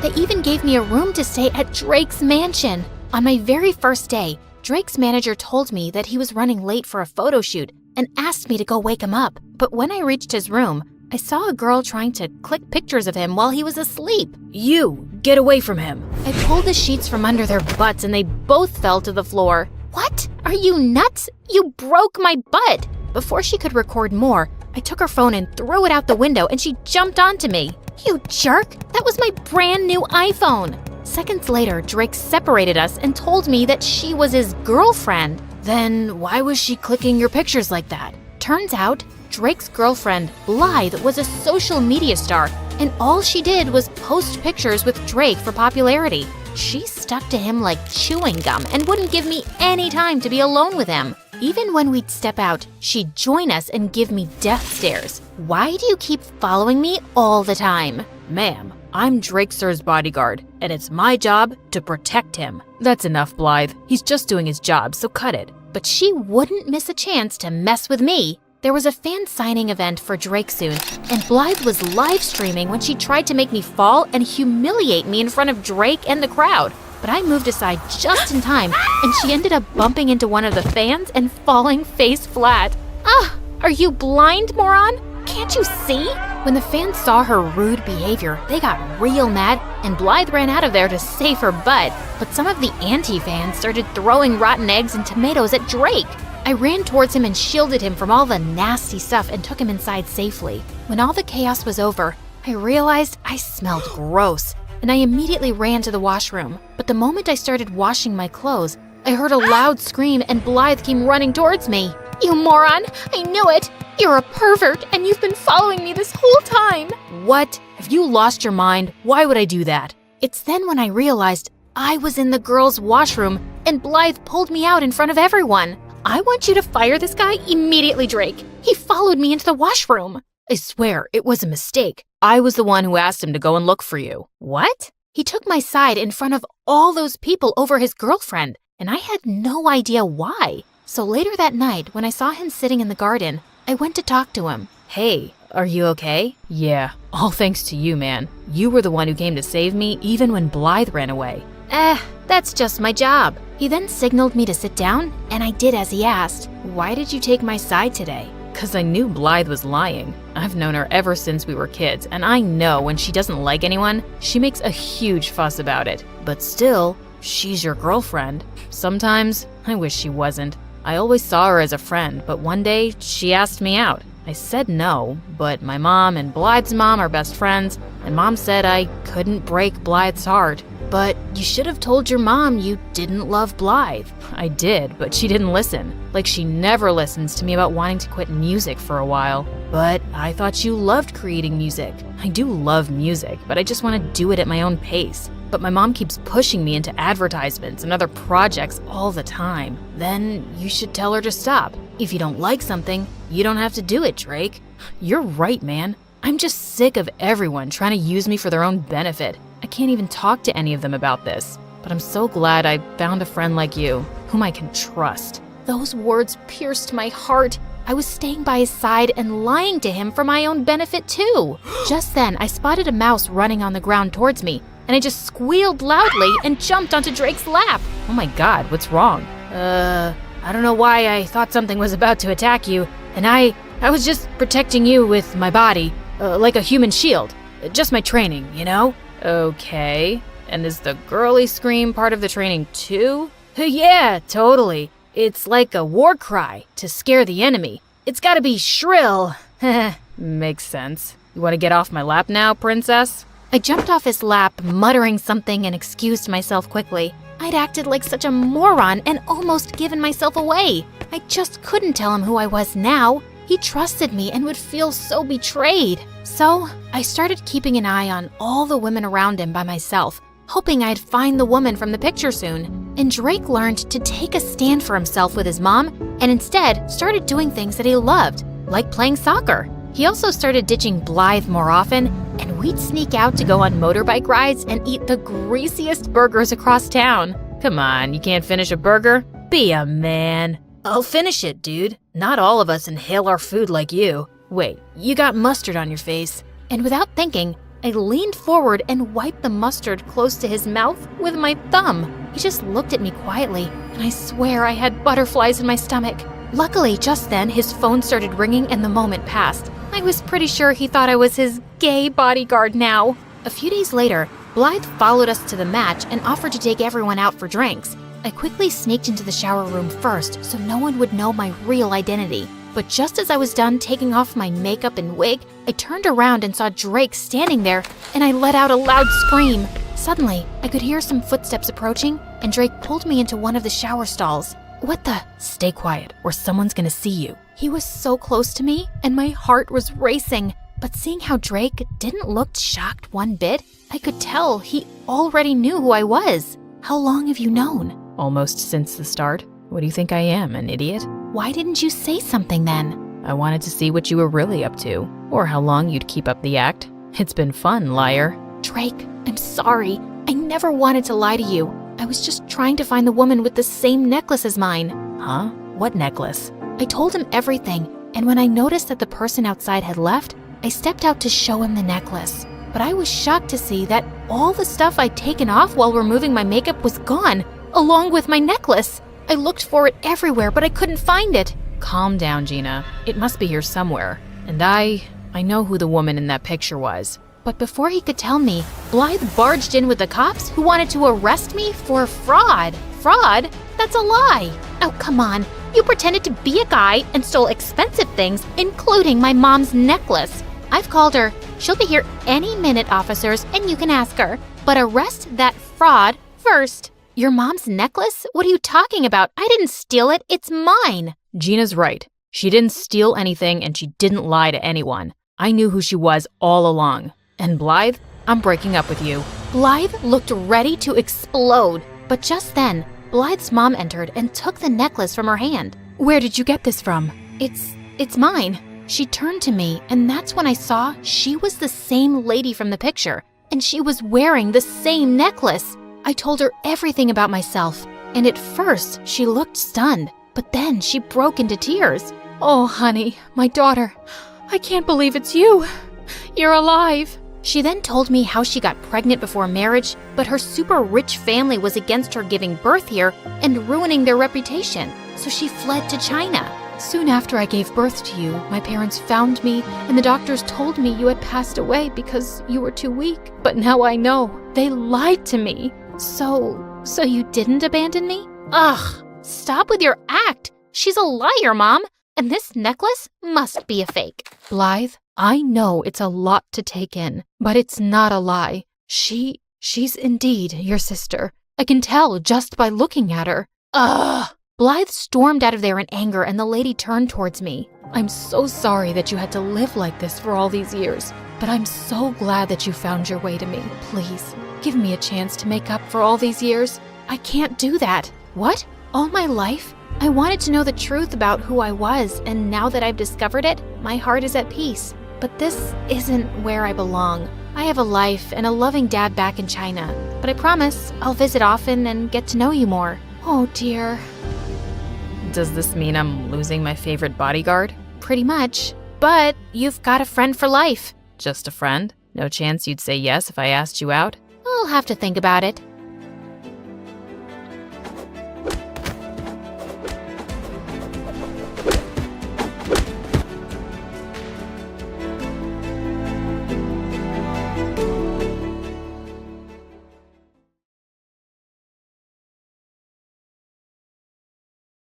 Hi, I'm Mariam from London. Please like and subscribe. I lived with my parents and my grandma on my dad's side. Grandma was a millionaire, so we lived in a mansion with a pool and even a tennis court. But Grandma was also the meanest lady on the planet, except to me. When Mom made dinner, everything tasted wrong. I've never eaten rice this overcooked. I might as well eat bleach for dinner. But one time, I made Grandma a mustard sandwich, and she was blown away. Look at you, already cooking at 10 years old. My granddaughter is the smartest girl on the planet. Grandma also showered me with expensive gifts, constantly. One time, I helped Dad clean the floors, and Grandma bought me a TV for my room. Look at you doing your chores. This is what you get for being an angel, darling. Grandma scolded Mom and Dad for not spoiling me the way she did. Mariam had a fever yesterday. You two cheapskates couldn't hire a singer or a boy band to entertain her. Even though she was a jerk to everyone around her, I loved being Grandma's little gem. Whenever my parents got mad at me, I had my grandma to hide behind. What is this D on your biology test, Mariam? Grandma, Mom's yelling at me. How dare you put that kind of pressure on Mariam? Sweetie, you don't have to study if you don't want to. My parents really wanted me to become a doctor when I grew up. They would get me all sorts of medical toys, but all I was ever interested in was paints, clays, and brushes. I often imagined myself as a famous painter and pretended to take a veil off a painting I made. Everyone would tell me I was the next Picasso, and I'd say, "Oh, you're all too kind." One day in 9th grade, I decided to sign up for a painting class, but my dumb parents said I had to take chemistry. It's time you start taking school seriously, young lady. We've had enough of your art nonsense. That was it. I opened my mouth and started to scream. My voice should have shattered the windows. Mom and Dad covered their ears. What is the matter with you? Are you a toddler? I think I lost my hearing. Grandma! Grandma! They're being so mean to me. I don't want to take biology. I want to paint. You two should be ashamed of yourselves. Mariam is obviously an art prodigy and should be painting as much as she wants. We'll compromise then. You will take biology class, but we'll hire a tutor to give you private art lessons. Really, really? Oh, thank you so much. I knew I was being a little bratty, but if I could take private art lessons, so be it. My art tutor turned out to be a girl from my school. Her name was Layla, and she was in the 11th grade. And I didn't mind having her for my art tutor at all. She was one of the most popular girls in school and looked like a supermodel. I'd always heard about her, but I never got to talk to her before. I'm gonna help you become one of the greatest painters. Soon, you won't even need to go to school anymore. I sure hope you're right. I didn't know you were an artist, Layla. No one ever said anything. Nobody really knows me at all, really. I think I'm only popular because of how I look, but I don't have any real friends. Layla and I spent an hour painting and talking, and Layla was right. She wasn't like most popular girls at all. In fact, she was a little weird. One time, I decided to paint my entire face green just to see what it would look like. All right then, so I guess we're done for today? Actually, I wanted to ask you something. My parents are on vacation for like 6 months, so I'm all alone in my house. Can I stay at your place? I'll help out around the house and give you triple the art lessons. Triple the art lessons? I was gonna make sure Layla could live with us. Oh, for sure. I just gotta talk to my grandma. But my parents happen to be in the same room as Grandma, and they wouldn't have it. Some stranger living in our home? Are you crazy? Might as well invite a robber to live with us. You guys are so unfair. She said she's gonna give me triple the art lessons. Grandma, tell my parents to stop being jerks. Miriam's right. You two are heartless people. Not letting a friend of Miriam's into our home. Not letting her follow her dreams. You should be ashamed of yourselves. I knew then Layla was gonna stay with us for as long as I wanted her to. But as time passed, I didn't just do art with Layla. I also talked to her for hours. Miriam, how come your grandma's such a bully? She's a bully to everyone, but not to me. Don't you worry one day she'll bully you too? No, Grandma loves me. You know, you're kinda naive, Miriam. Sort of like a kid. I am not. No, it's a good thing. I wish I was more like that. Layla said the most confusing things, but I loved every moment I spent with her. Even at school, being with Layla was an adventure. She would do the weirdest things. Miriam, come with us to the boys' bathroom. We're gonna tape anonymous love letters on the wall. Are you crazy? Why? 'Cause it'll drive them crazy. When no one was looking, Layla leaned over to me and whispered, "Consider this your most important art lesson. How to win over the boy you love. But I don't like any boys. Or maybe boys don't like you. You're too... I don't know what the word is. What's that supposed to mean? I don't know. Boys just maybe aren't into you. Like I said, you're kinda young for your age." Layla taped her anonymous love letter to the wall and left me inside the boys' bathroom. I was mad after Layla said that. I even refused to talk to her after school. Come on, Miriam, don't be so sensitive. I didn't mean anything by it. You insulted me. Maybe you are just another mean, popular girl. I'm sorry, you're right. Sometimes I say stupid things. Sometimes I think there's something wrong with me. What do you mean? Layla didn't answer. Instead, she took me to this gorgeous hiking trail to paint. I forgot all about our conversation. Layla, when will I be the world's best painter and be able to quit school? It doesn't work like that, silly. I was kidding when I said that. Maybe you'll never be a great painter. You don't think I'll ever be a great painter? I don't know, really. But did you know that you're the best student I ever had? Maybe you won't be a famous painter, but you'll be a famous something. Why was Layla always speaking in these weird riddles? And even though she was a mystery, I felt closer to Layla than I'd ever felt to anyone. Then, 10 months later, Grandma started picking on Layla one day. It was totally out of the blue at dinner time. "Dear, I assume your parents are successful painters?" No, ma'am. It's just me who likes to paint. My parents are doctors. But like I said, now they're on vacation. On vacation for almost a year. And you haven't displayed your paintings in galleries, started a business, and made something of yourself? Ma'am, I'm only 17. By the time I was 17, I was already starting my own startup. You're a freeloader is what you are. Grandma? Excuse me, but I think I'll go to my room now. I watched Layla get up from the table as her eyes filled with tears. Why was Grandma being so cruel all of a sudden? I was used to her bullying my parents, but Layla? I could barely stand it. I jumped up to follow Layla. Layla, wait! Don't take what Grandma said to heart. I told you, she can be mean sometimes. Your grandma's right, Miriam.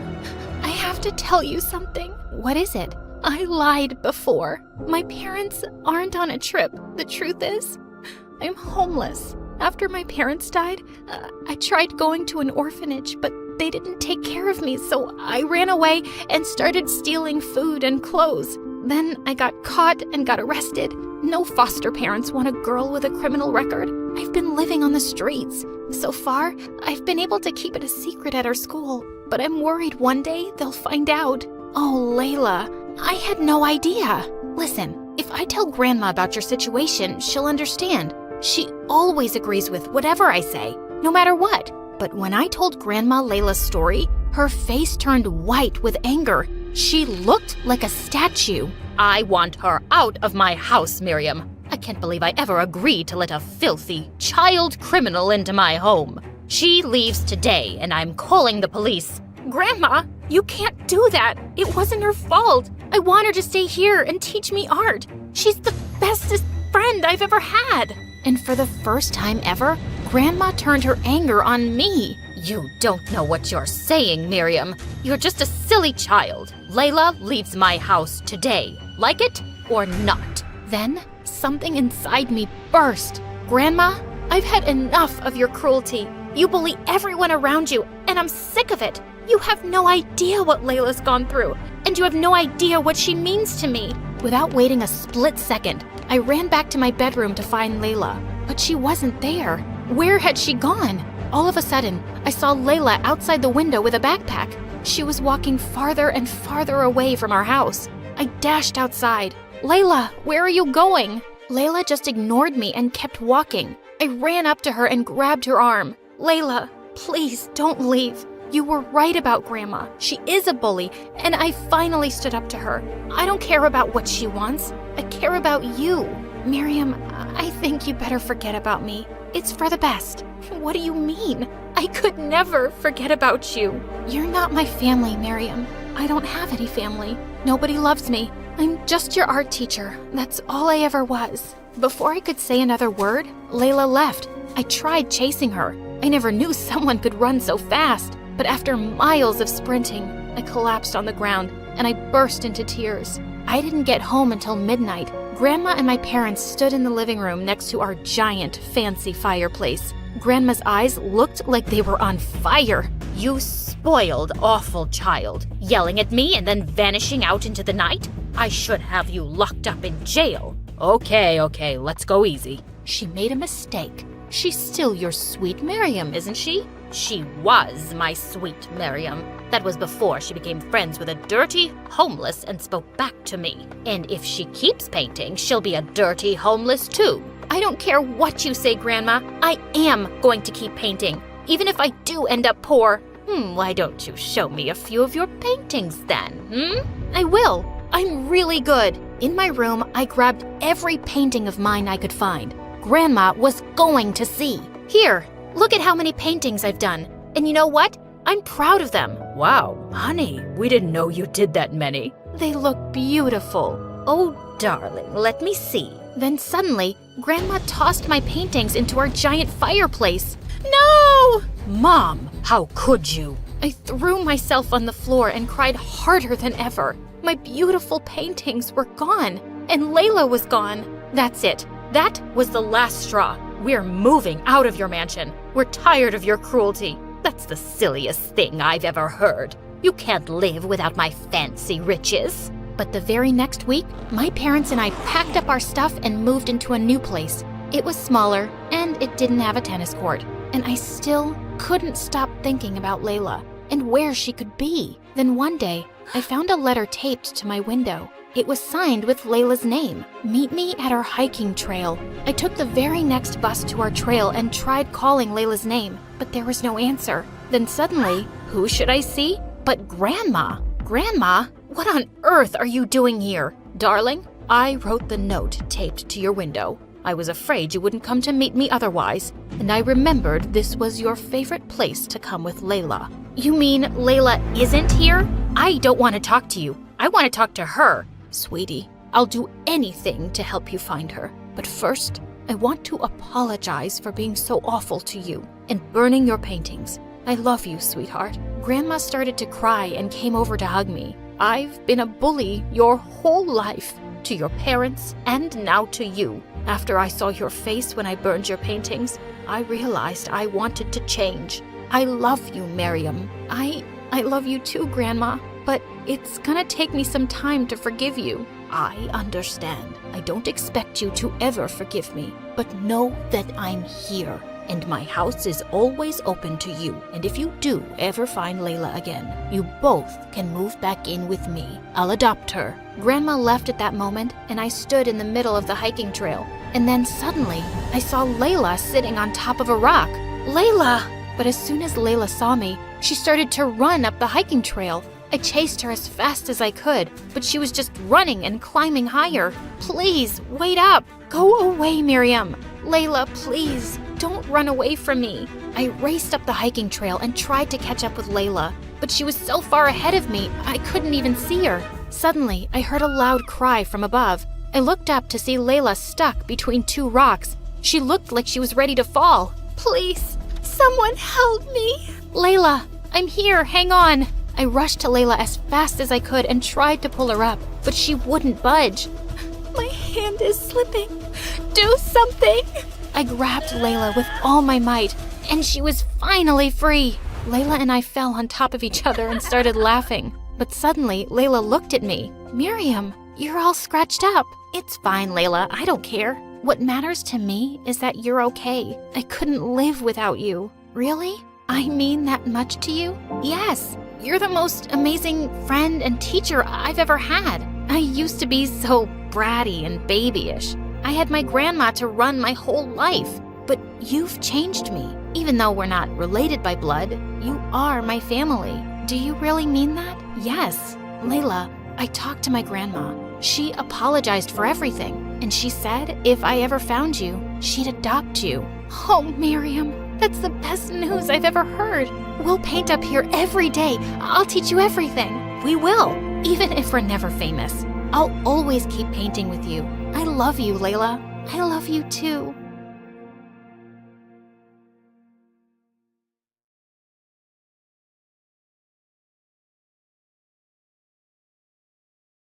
Hi, I'm Kathy from Florida. My mom comes from a family of geniuses. Both her parents are scientists, just like her. So when I was born, she expected me to be some kind of genius too. Only I wasn't. Kathy, how do you make 7 even? Easy. Take the S out like this. Ugh, no. Let's give this another shot. Mom, I'm bored. Can I go outside and play for a bit? Such a pretty day. No matter how hard Mom tried, I could never give a hoot about books. So Mom got me private tutors. Margot, are you with me? Tell me what I just said. You said, Margot, are you with me? No, I mean, what was I teaching? How am I supposed to know that? You're the teacher. The tutor got angry and swore to never come back, and Mom was just left disappointed, as always. She didn't talk to me for days until one afternoon, her old friend from school, Lydia, paid us a visit with her daughter Sophie, who was awfully quiet. They'd recently moved to town and shifted to our neighborhood. I was so excited to see another kid in the area since our neighborhood was full of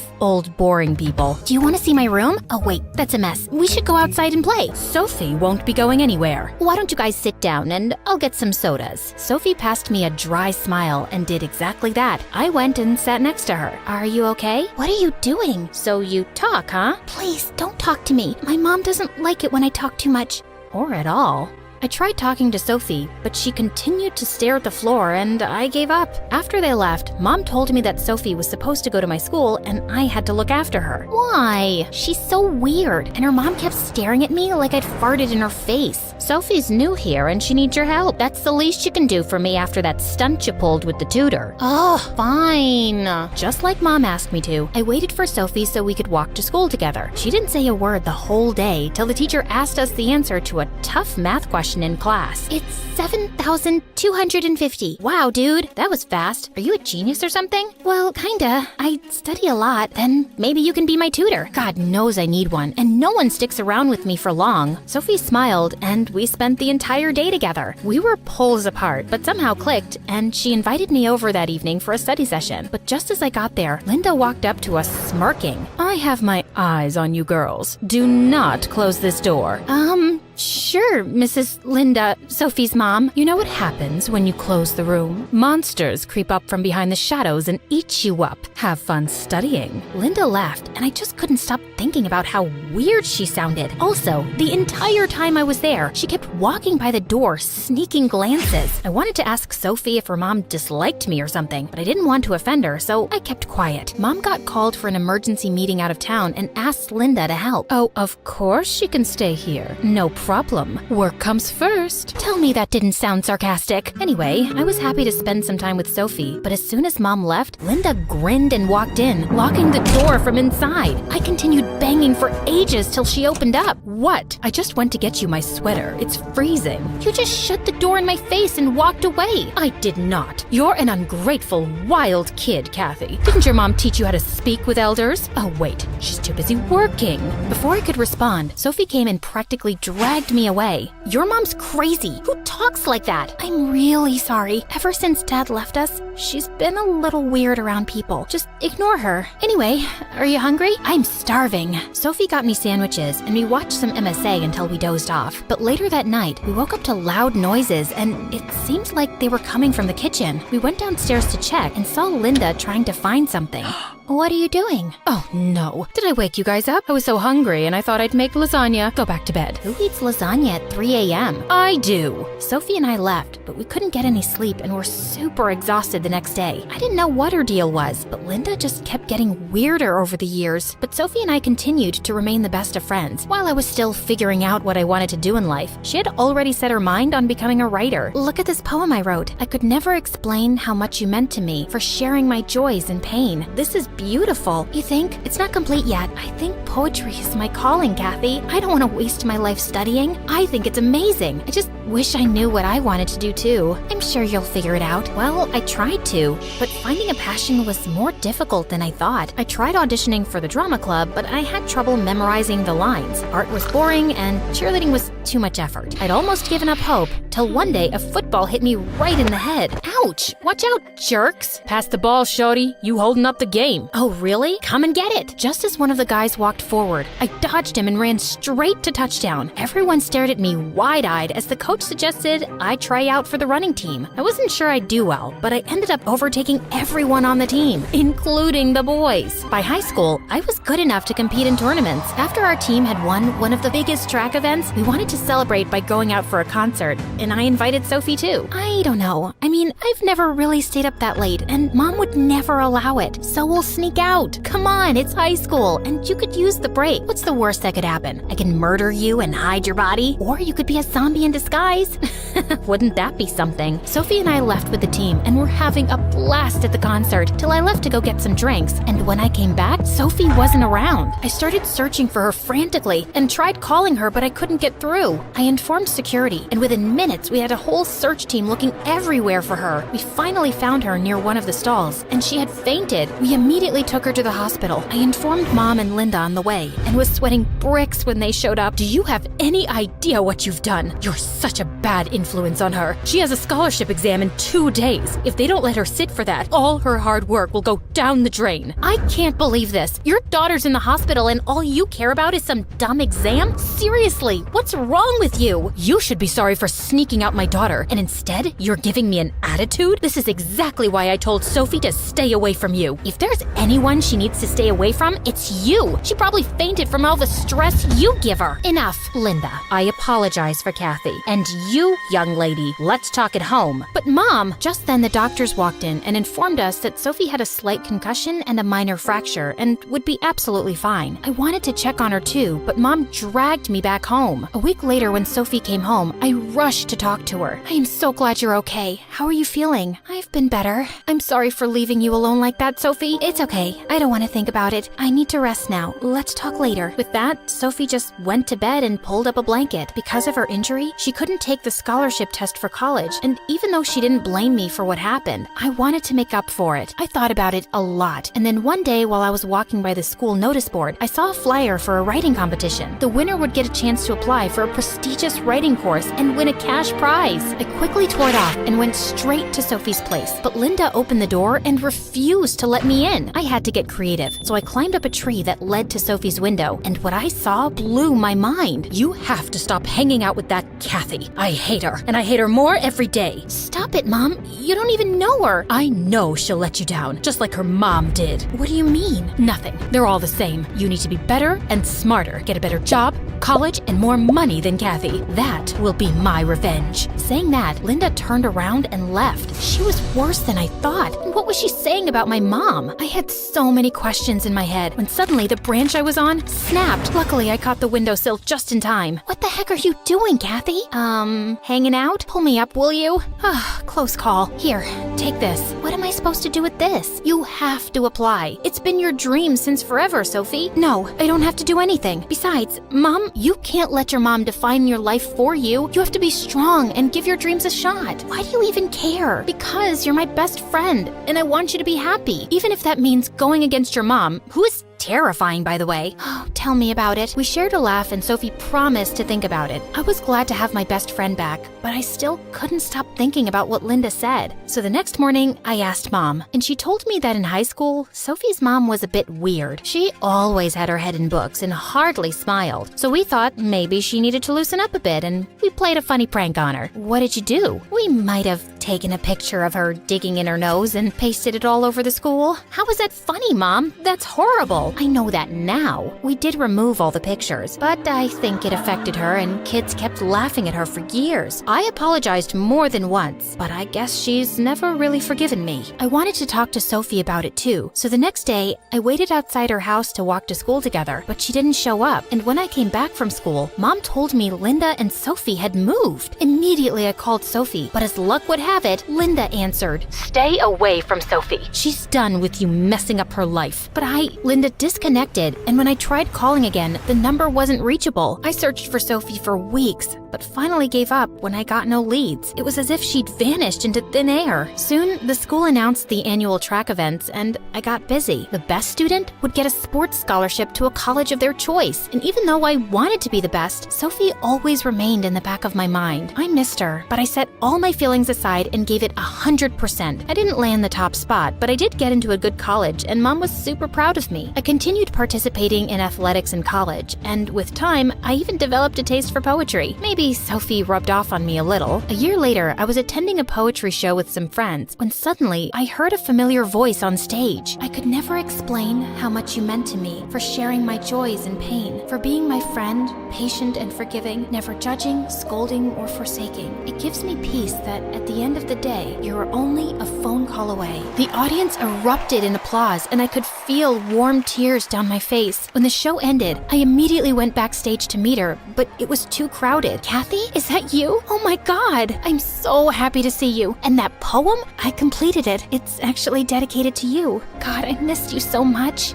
Me too. And I'm so glad you're following your dreams and finally convinced your mom. Well, not exactly. Sophie told me after they left town, her mom got diagnosed with bipolar disorder and had to get admitted to a mental facility. Since they had no other family, Sophie had to drop out of college and pick up a job to pay the bills. I'm so sorry to hear that. Why didn't you call me? You know I would have helped. I tried calling you. I guess you changed your number. And then I got busy with Mom's treatment, and there was never a good time. If it means anything, I'm here now, and I'm sorry for what Mom and her friends did to your mom all those years ago. It was a long time back. I knew Mom wasn't like other moms, but she tried her best to be there for me in her own twisted way. But after she got diagnosed, I realized how short life is to hold on to grudges and ignore what makes you happy. So now that Mom's better, I finally decided to pursue my dream. I'm so proud of you, Sophie. So what do you say? We start again? This time, let's leave the moms aside. I'd love that.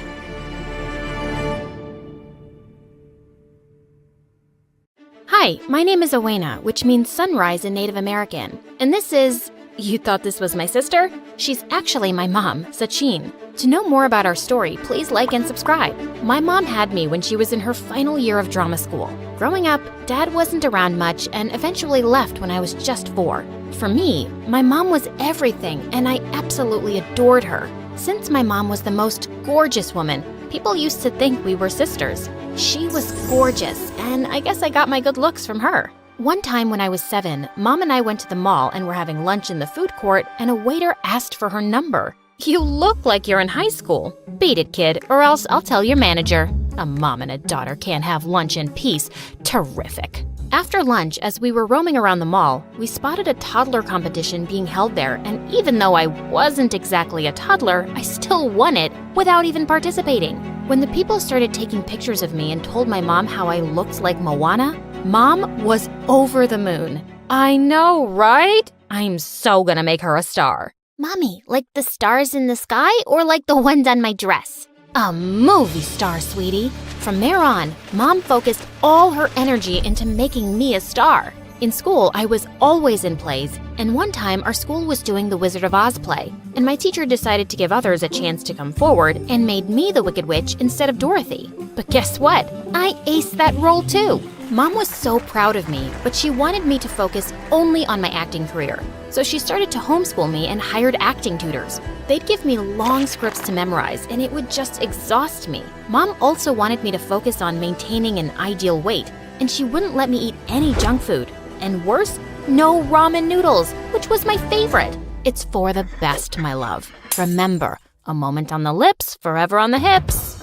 Oh, that wasn't all. Mom also had the knack of embarrassment and stressing me out. No, it's not ghiaccio. It's pronounced ghiacciu. What am I paying you for? Mom, please. He is Italian, you know. I think you should let the professional do his job. But he's not doing it right. The audition is tomorrow, and we have so little time left to perfect your Italian accent. Well, the teachers stormed out, and I was left to practice with Mom. The next day, I was pretty nervous because I had a lot of trouble remembering my Italian lines. Right when I decided to have another look at the script, I realized it was gone. Just then, I spotted a girl looking really sneaky. It was Chloe. She used to be my friend when I started out my career, but the more roles I got, the more she hated me, and she didn't even try to hide it. We were always up against each other for every advertisement. I followed her, and what I saw made me scream. Chloe ripped my script and flushed it. What are you doing? So, you're not just bad at acting, you also have bad eyesight. I'm getting rid of it, duh. I want this role. I hate it when my mom keeps comparing me to you. I am better than you. Oh, this witch. I wanted to slap her. Of course she compares me to you. I'm good at what I do. Unlike you, you jealous, two-faced witch. I then chased after her and crashed into a man, almost dropping his camera. He noticed I was in tears, and then I told him what happened. Whoa, didn't know she was a nasty player, huh? You know what? Just then, he pulled out the script and gave it to me. He was the camera person for the advertisement and had the script with him. As I was practicing, I noticed him setting up the camera and couldn't stop staring. He then showed me how to set it up and even shot a video as I watched in awe. That was the day I knew I love being behind the camera more than in front of it. Oh, and I got the ad. Time flew by, and on my 18th birthday, I received the best news ever. After the party while cleaning up, I heard the sound of glass breaking and my mom screaming in the kitchen. Mom, what's wrong? Are you hurt? You got it. Oh my God, you got it. Mom, slow down. You got the audition for Elijah's film. Elijah Miller's film? The one who works for Disney? What? You see, Elijah Miller was the biggest award-winning director.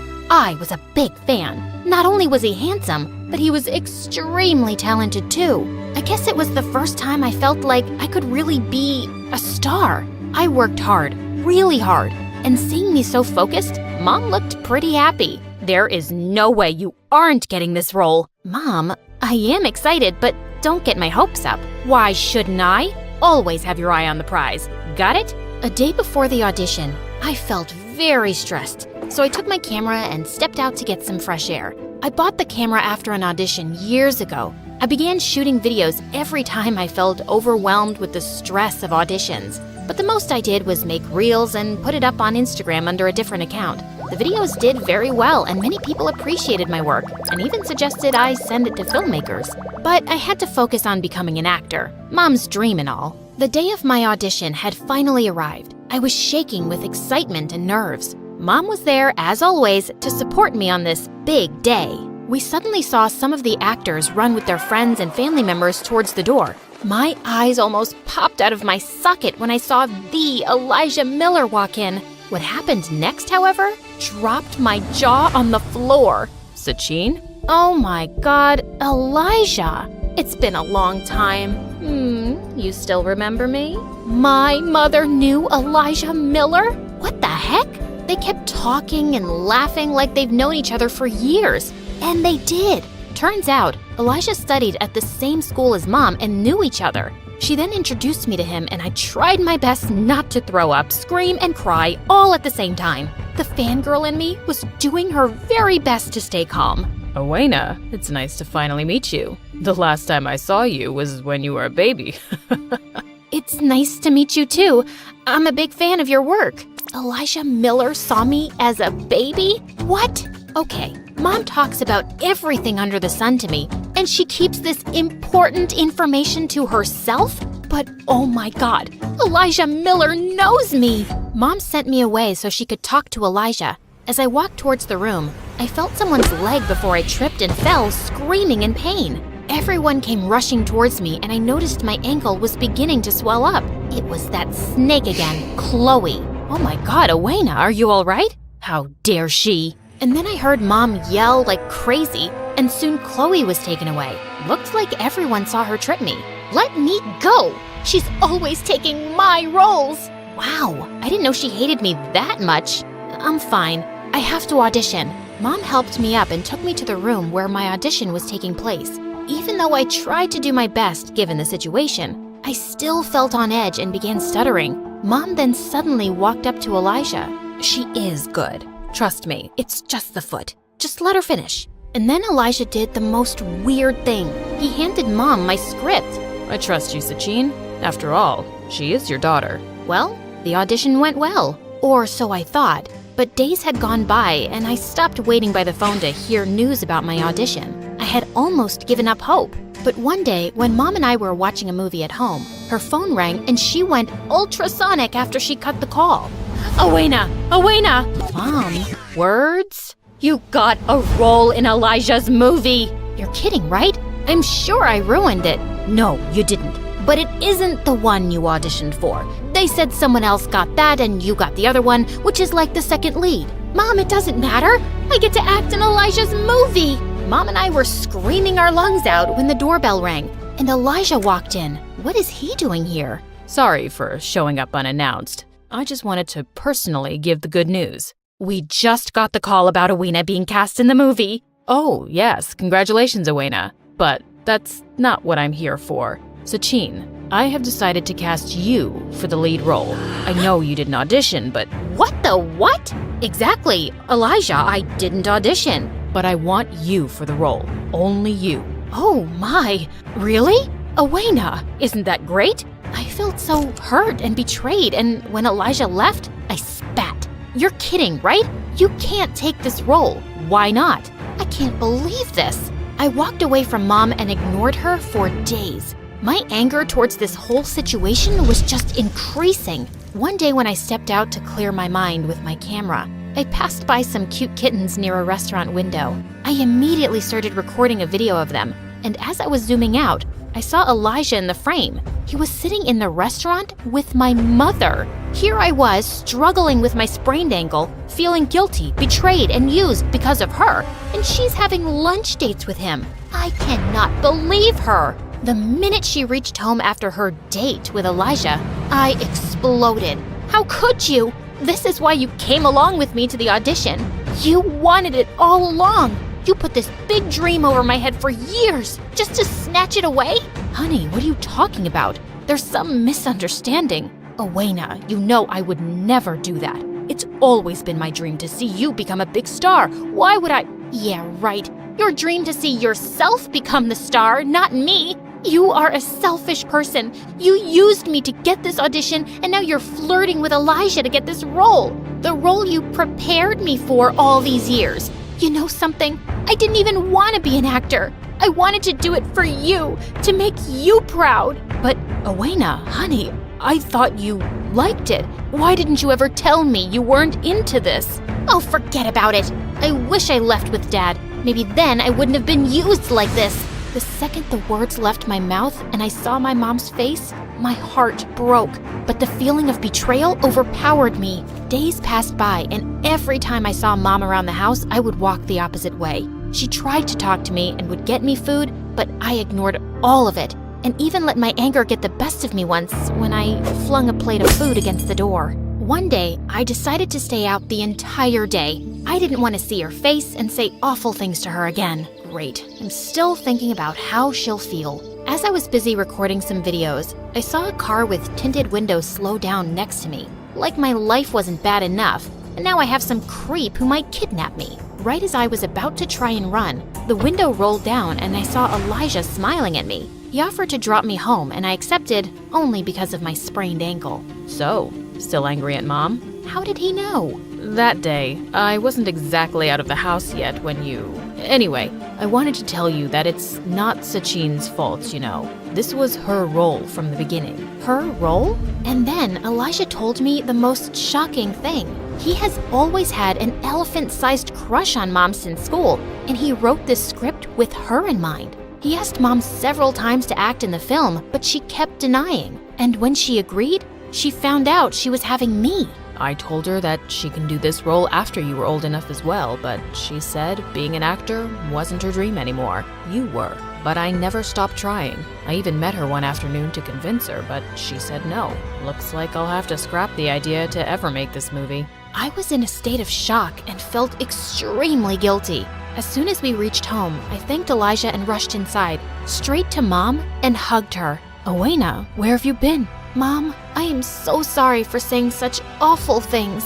It's fine, honey. You were angry, and I understand. I'm sorry too, but I want to tell you that I didn't take the role. I don't want anything to come between us, ever. But you have to take the role. It's been yours from the beginning. I know. Elijah told me everything. He won't do the movie without you. But honey, I can't. No buts. Now please, let Elijah know before he announces it publicly that the movie is scrapped. Okay, but let's first have this. Mom then gave me a bowl of steaming ramen noodles, and I almost screamed with happiness. The next morning, Mom contacted Elijah to let him know that she would take the role. Elijah even offered me the role of an intern so I would learn more about filmmaking. A few years after the movie, Elijah asked Mom to marry him, and she said yes. And me? I went to film school and got a degree in filmmaking. So you see, it's never too late to achieve your dreams. And if you were thinking my story has ended, well, it has just begun.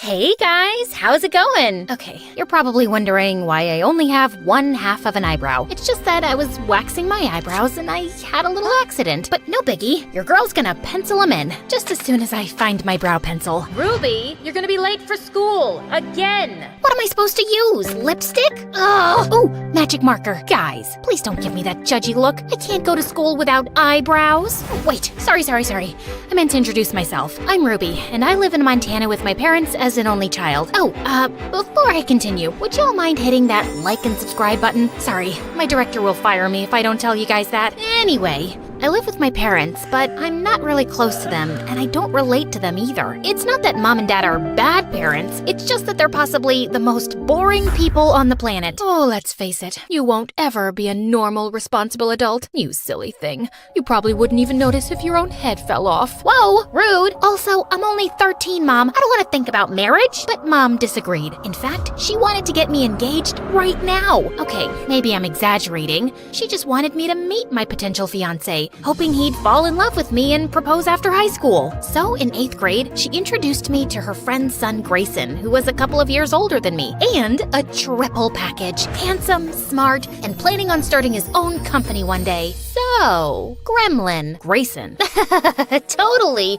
So, your biceps, they're huge. I've never seen biceps that big before. And not that they look bad. They look very, very fine. Sorry, did that sound creepy? I swear, I'm not a creep. Please kill me. Oh, I can't kill you. Sorry, I really can't go to jail for murder right now. At least not until the new Wednesday series gets canceled. Anyway, this has been a lovely meeting, Mr. Healthy-looking biceps.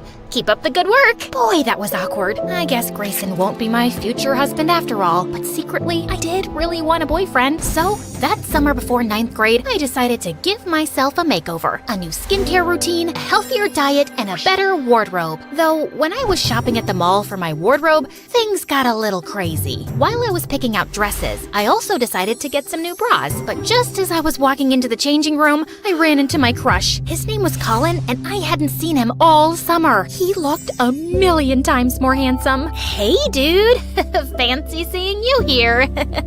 These aren't mine. They're for my mom. Your mom likes bras with unicorns on them? No. I mean, what's wrong with unicorns? Do you have a problem with them? Because that's just racist. I ran off before Colin could answer. That didn't exactly go well. And when I got home, things just got worse. I found out Mom's friend's son Grayson was gonna start volunteering for her company. Remember that handsome snob with the enormous biceps? He wasn't exactly thrilled that we'd be seeing each other all the time at the house and at social gatherings. Pfft, as if I was excited about it. Ignore stupid handsome Grayson. Back to my glow-up makeover. Not to brag, but I looked like a knockout the first week of 9th grade, and everyone showered me with compliments, including Mom and Dad. Finally, you cleaned yourself up a little. Look, sweetie, our ugly duckling has turned into a swan. Mom! She looked beautiful before, and she looks beautiful now. I don't get what the big deal is. She just caked on 10 layers of makeup to make herself look like a Barbie doll and put on flashy clothes. I just rolled my eyes hearing that. Of course the jerk had nothing nice to say about me. Well, his opinion didn't matter, because the following week at school, guess who finally noticed me? My longtime crush, Colin. Even after our embarrassing unicorn bra encounter, he asked me out to a movie,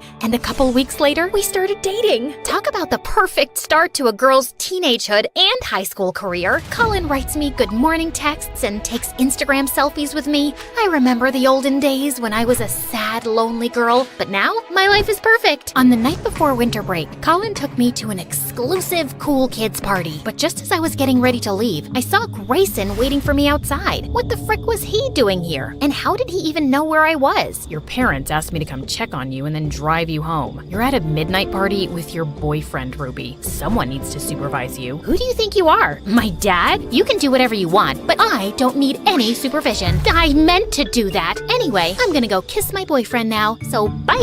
I just hope he's available to kiss you. I saw him looking pretty happy talking to some other girl a few minutes ago. Yeah, because it's a crime to talk to other girls when you have a girlfriend. Grayson, get a life. He was really starting to get on my nerves. So to stick it to him, I took the bus home, and he had to drive all the way back to his house for nothing. It served him right for being such a control freak. Unfortunately, though, I couldn't see Colin after the party because he was going on vacation. I knew he'd be busy, but a week went by, and he didn't call or text at all. Okay, no reason to panic. Couples need space. I totally get it. I had other stuff going on in my life. I went to a yoga class, read books, painted my nails. Finally, when we got back to school, I searched everywhere for Colin. I didn't have much luck until I wandered into the school garden to find him kissing another girl. Ahem! Oh, Ruby.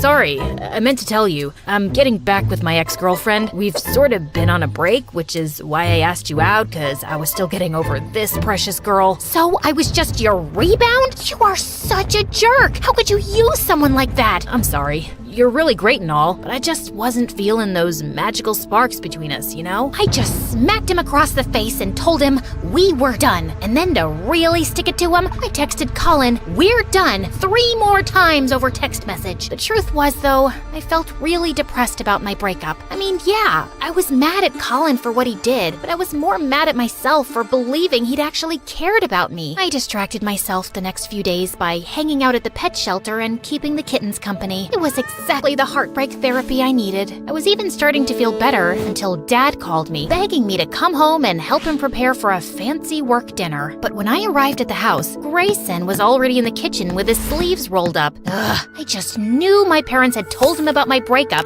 and he was waiting to rub it in my face. I asked Grayson over to help us cook since your mom isn't home yet. Yeah, and also, cause your dad told me you don't know how to cook. Did you seriously start a fire trying to deep fry ice cream? First of all, the fried ice cream disaster wasn't my fault. I just happened to forget to watch the tutorial first. And second, I've had a really hard couple of days, and I don't have the energy to handle you right now. So just go away and don't talk to me for the rest of the night. But you can hang out in my room if you want and use my computer if you're bored. May I recommend MSA videos? Watch them on YouTube though, not TikTok, cause TikTok's bad for your attention span. But anyway, see ya! Unfortunately, Dad didn't let me get rid of the idiot that easily. And as expected, Grayson took full advantage of getting to boss me around and talk to me like I was an idiot. Go salt the water. Don't put sugar, put salt. You're not allowed to touch the knife. I don't trust you around a knife. I felt just about ready to punch him until Grayson came up behind me and guided my hands in rolling the dough with his big, strong arms. It even made my heart rate go fast. I guess it was a good form of cardio exercise. Nice job. You know, you actually don't suck at this. Mom was quite late, but when she finally came, she was with her boss, and his arm was around her. What was that about? Then at the dinner table, Mom and Dad's boss made an announcement. Excuse me, may I have everyone's attention? I would like to introduce my new co-owner of the company. Audrey, darling, congratulations. That also brings me to my other news. The two of us have decided to restart our business in Australia, and we'll be moving there in a month. What do you mean? We're gonna be moving in a month? No, I'll be moving. Actually, I'm divorcing you. I'm just not happy with our life here, and I need a change. I hope you'll understand. My heart stopped as I saw Dad's stunned face and all the guests staring at us. Many of them were strangers I barely knew. The whole thing was just this surreal, unexpected mess. And fast forward 2 months later, Mom was gone, Dad was a wreck, and I was still numb with shock. I didn't exactly have time to cry and grieve though, cause I had to take over the house since Dad wouldn't leave his bedroom. 3 guesses how that went. Yeah, I broke our dishwasher, also our oven, and killed all our houseplants cause I forgot to water them. Not that I was surprised. It was like Mom said, I was just too dumb to ever be able to take care of myself, let alone Dad too. One day, I just couldn't take the stress anymore and literally fell asleep on the kitchen floor. When I opened my eyes, Grayson was staring down at me, and for some reason, it made me feel relieved. Ruby, are you okay? No, I'm not. You know, you don't have to do this all by yourself. I can help you. I'm here for you. I don't want your help. You don't have to suddenly be nice to me now just because you feel sorry for me. I know you hate me. Who said I hated you? I don't hate you at all. All those times I insulted you, I was just teasing. But I'm sorry. I guess I just don't know how to act around a girl I think is cute. Wait, Grayson thought I was cute? No, that wasn't possible. Perfect, handsome, and smart guys like him don't think girls like me were cute. Well, okay, with my glow up, I'm a little bit cute, like Ariana Grande, K-pop cute, but my cuteness was all I had going for me. I didn't have any other good qualities. So yeah, I didn't believe Grayson's words for a second. But for some reason, he stuck around for several days after that and basically forced me to rest and take care of myself. One night, I was even having cramps and he made me tea. Thanks for all this. I really appreciate it. Just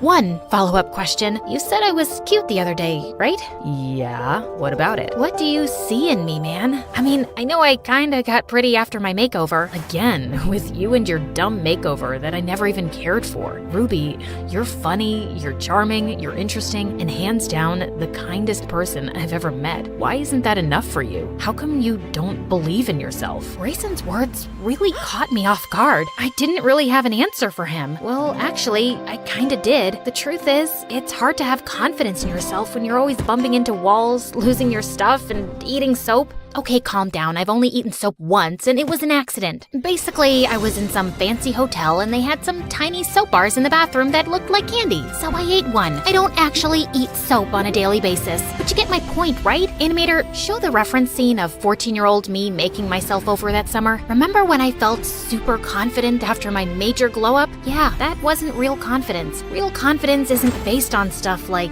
outside beauty and high IQ. Real confidence comes from loving yourself no matter what. So I guess now it's time for makeover number 2, feeling good on the inside. And a few months later, I did start to feel a lot better. And apparently, confidence is a lot more attractive than looks anyway, because one morning, freaking Colin showed up at my doorstep, begging me to take him back. Which do you want? A bouquet of roses or lilies? Or would you prefer chocolates? A life-size teddy bear? What do you want from me? I'd like for you to get off my porch. Also, I don't like either of these bouquets. I'm just not feeling a magical spark. I was about to throw the flowers in the loser's face when suddenly Grayson showed up behind me because he was already over at my house. We'd gotten super close over the last few months, and between you and me, I've developed major feelings for him. I guess that explains why I was happy when he sprung onto Colin and tackled him to the ground. The boys were like animals, full on rolling into the bushes, and I certainly didn't mind watching the spectacle. Come on, ladies, admit it. Who doesn't love it when boys fight over you? Finally, though. Colin ended up leaving, and Grayson pulled me into a very pleasant hug. So, when do we get to have our first kiss? Maybe we can have a beach date tonight? Because I really don't want to kiss you next to loud traffic. Animator! Hey, me again. Can Grayson and I maybe have a nicer setting for our first kiss? Yeah, keep going. This is supposed to be my romantic moment, dude. Oh, yeah, I like the sunset. Perfect. Thanks. Anyway, I hope y'all enjoyed hearing my insane drama. If you want more stories in this style, make sure to comment below Ruby, our craziest MSA character.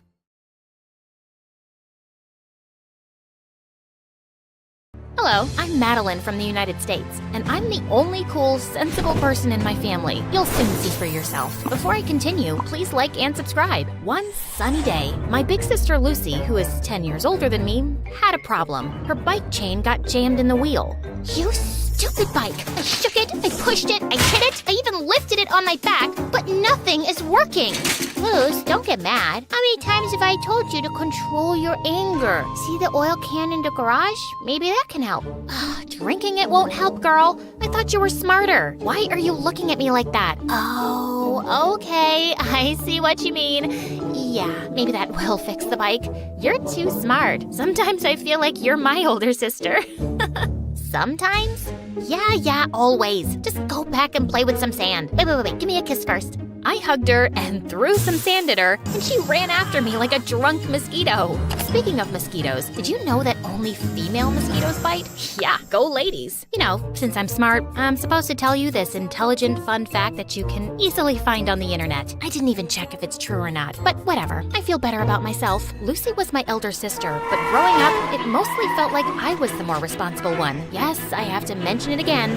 Trust me, I have my reasons. Take this for example. One particularly memorable incident happened when I was 7 and Lucy was 17. Lucy was supposed to pick me up from school, but she was often late because she liked hanging out with her friends. One day, she was late again, and I waited on the school steps with my teacher, Mrs. Andrews, keeping me company. Your sister is a dumbhead. I appreciate your honesty, but that's kind of rude. Just then, Lucy came running around the corner. Her hair was a mess. Lucy, this is unacceptable. You haven't changed. I thought people get more responsible when they get older. Seems like that's not the case with you. Well, Mrs. Andrews, you're older too, but you haven't gotten any less grumpy, have you? Or do you miss me as your student? You miss my pranks, yeah? Turn around, show me your hair. Do you still have that bald spot? Mrs. Andrews just stood there, her mouth open, and then she stormed off angrily. Just try not to be late next time, okay? You got it, boss. As you might have guessed, it was often Lucy who looked after me. But not because our parents were bad or anything. It's just that these days, they're wonderful people married to different people. But Lucy wasn't allowing anyone to take care of me except for her. She acted like a mom. A loser one, but the girl was trying. Yep, my parents got divorced when I was 5 years old, and 2 years later, Dad married this woman. Let's call her Tomato Ball, like Lucy does. She named her that because her butt is round. I don't know about the tomato part or the redness. I swear I didn't see anything. But since I respect stepmom and also kinda love her, let's hope Lucy doesn't watch this. I'll call her Tito in this video. I was really close to my dad. He was like my best friend and always knew how to help me. When I was unhappy at school because of my old-fashioned teachers, he moved me to different schools twice. He even paid for a fancy private school, even though he wasn't very rich. We lived with him, although Mom didn't remarry, but I think she just wanted to be kids-free.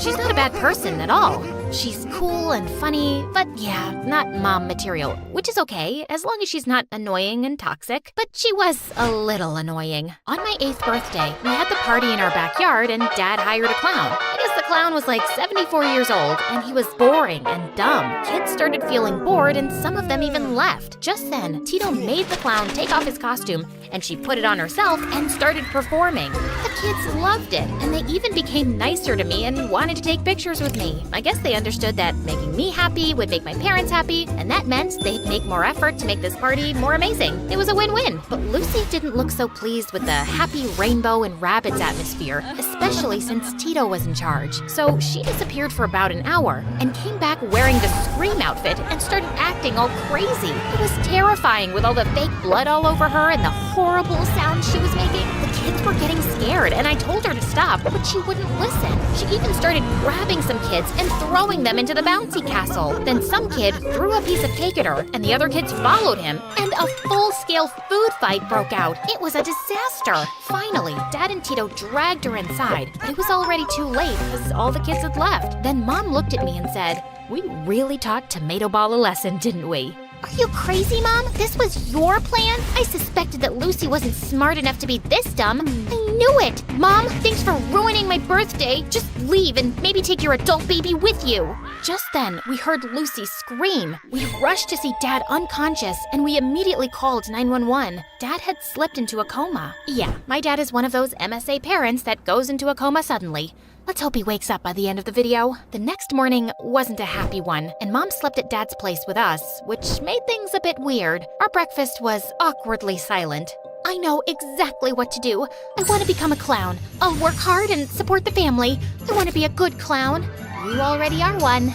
You're right, sis. And with that, she kissed my forehead and left. Yeah, I was stuck with a crazy sister, a jealous mom, and a sick dad. Thank God I had Tito. Days turned into weeks, and 2 years later, Dad wasn't getting any better, and I finally decided to leave the private school and attend a public one. Even though Tito didn't suggest it, I felt it was a burden. And Lucy was getting crazier. Every 6 months, she had a different job. A nail artist, a hair artist, an eyelash artist, a massage therapist, and all those technician jobs that need a degree and a freaking budget to study. And Tito's income wasn't enough, and Mom wasn't any help. Once when I was in the 9th grade, I saw a young kid who looked around 6 or 7 years old. He was yelling at the people inside the next house. Oh, you dirty, ignorant woman! I swear to God, I'm gonna teach you and your son a lesson! Stealing my money and lying to my face? How dare you, you filthy rats! He then started throwing eggs, rocks, and shoes at the house. Then he walked over to a tent in the front yard of the house where he was apparently living. As he was about to enter, he saw me. What are you staring at, you creep? But I was too speechless to answer. Are you deaf or mute or just dumb? That's too bad if you're dumb, cause you're already ugly. You'll never get married, I can tell. Now leave or I swear I'll teach you a lesson along with Mom and my stupid brother inside. Shoo! It turned out that a single mom with 2 boys had just moved in next door. After talking to one of them, I really didn't want to meet the other one. And for the next few days, Lucy wouldn't stop talking about them. They say she's a secret second wife of a rich billionaire, and he wants to keep them hidden away from everyone. They say the youngest one has a rare 2-personality separated disorder. They say her youngest son is possessed by a demon, a female demon who wants him for herself. So whenever females try to talk to him, even his mom, the demon gets super jealous and crazy. They say those boys aren't even her kids. She found them at a church gate where, aren't you late for work? Nope, I quit. I'm gonna be a makeup artist, sis. Is there a chance I can borrow $100 from you? I don't have a job, Lucy. Get one. You're old enough now, no? Honestly, that wasn't a bad idea. It would also help me get away from home and all this craziness. So I found a part-time job as the assistant of a seamstress. In case you're wondering, it was all about replacing buttons, zippers, pockets, and even threading needles. Cause the seamstress I worked for was an old, grumpy, half-blind woman. Let's call her Blind Toe. I chose blind cause she can't see properly, and toe cause she works with body parts, and the toe is one of them. It's just a stupid nickname, and I don't even know why I'm explaining this. Anyway, she wanted me to thread a needle every 8 minutes, and she was from Ecuador, and her English was pretty bad. Sometimes it took me half an hour to understand the task. I'm not going to talk a lot about her in this video, although she's a very MSA character. But my story is more important, and it's getting crazier. But at least the payment wasn't bad at all. I was even able to help Tito sometimes. Some months later, I took a week off because I had exams. But when I came back, Blind Toe was livid. You, bye. I'm bye? Why? You're firing me? What did I do? You long. I'm only 5 feet 2 inches. No, you long, I no help. She's saying that your vacation was too long and she didn't have anyone to help her around, and that made her lose a lot of money. And who are you exactly? Meet Abraham, a very nice, sympathetic, respectable young American man. What happened during this last week? I like to be introduced nicely, so I taught her that. In fact, I taught her a lot of English, unlike you, who didn't even have the empathy to teach such a vulnerable old lady. Yeah, I agree. Vulnerable. You have no idea. Okay, so not very nice to meet you. And I hope you get 2 ostriches' toes because you guys are bad. Especially you, old lady. Bad. Bad. B-A-D. You just met me. Why are you calling me bad? She offered me the job, and I accepted. Also, I have some sad backstory. Way sadder than yours. How do you know about my life? I'm your neighbor, the one who has a brother with a rare 2 personalities separated disorder. Yeah, I heard your sister Lucy say that all the time. What does that even mean? Dissociative identity disorder. Aren't you smart enough to figure that out? Yes, but I also thought she maybe meant dissociative amnesia because it's a similar disorder, because it includes some memory loss where you can't recall information about yourself, so that might make it similar to... Editor, please cut this part. Actually, please cut the last scene entirely. I'll just tell the audience that I got bored and left the job. Deal? Don't worry, guys. We're not cutting anything. Who are you talking to? Man, leave me alone. And with that, I left. This boy was super annoying, and after that day, he kept waving at me and smiling like we were best friends. Why would someone have a name like that? I thought Abraham Lincoln was the last one. Oh God, and don't get me started on his looks. I swear I once saw 2 lice on his forehead. Why is the animator looking at me like that? Why are you guys all staring at me? Even the music guy is smirking. I've never seen him smile before, and I wish I hadn't now, because he looks like a scary shark when he's smiling. Fine. Me and Abraham are dating. Yeah, you know, these hate-love relationships. I was supposed to show you how feelings change over time, etc., but I think the lice lie gave it away. That was stupid. Yeah, but our lovely animator will cut that too.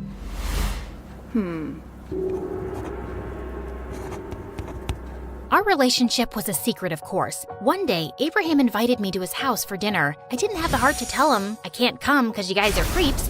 So I went. Man, their house was lovely. So warm and nice, and his mom was amazing. His youngest brother Adam was okay too, although the tent was still outside. I didn't see much proof, but I felt they weren't poor at all. Actually, I had a feeling that they were even well off, although the house didn't have very expensive things. Maybe it was the way his mom was talking, or the relationship among them.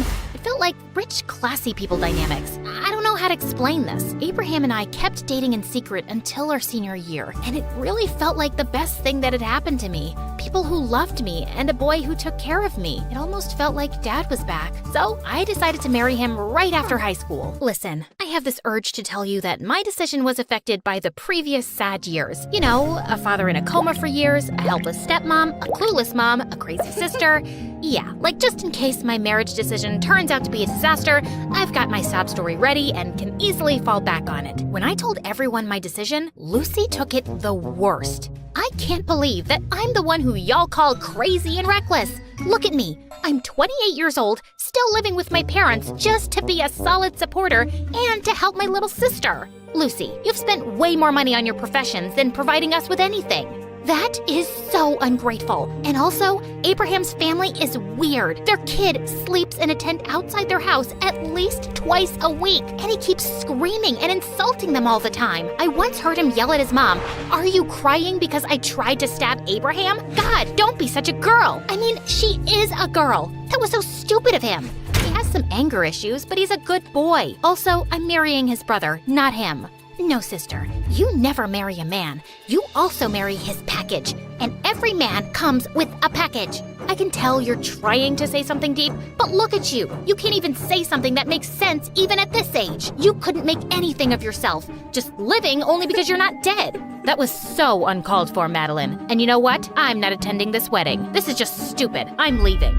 Yeah, like always. And with that, she left. Tito then asked me, "Do you love him, dear?" "I love him. He's my love. He's a piece of love itself." Then I'm really happy for you.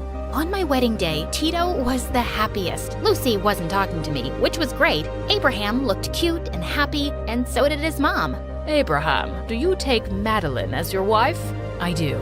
Madeline, do you take Abraham as your husband? I don't know why, but I didn't know how to answer that. Say I do, Madeline. I just stood there, speechless. "Excuse me."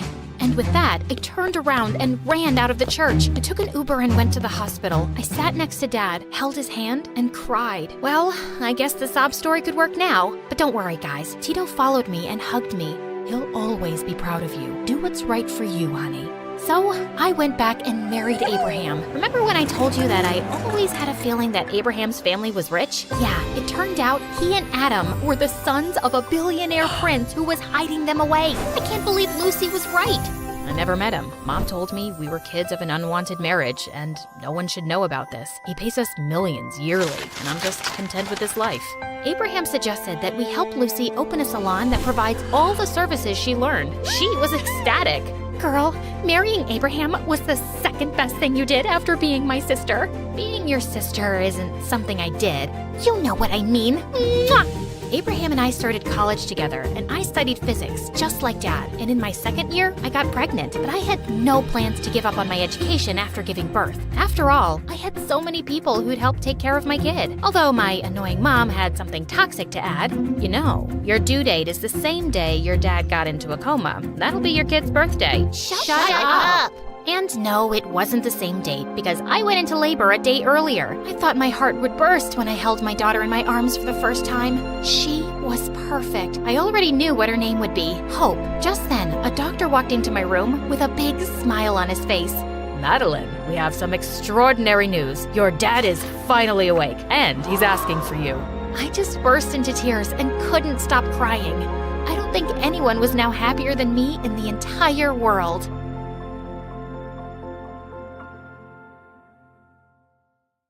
I spent my whole life being told what to wear, how to act, and what to be when I grew up.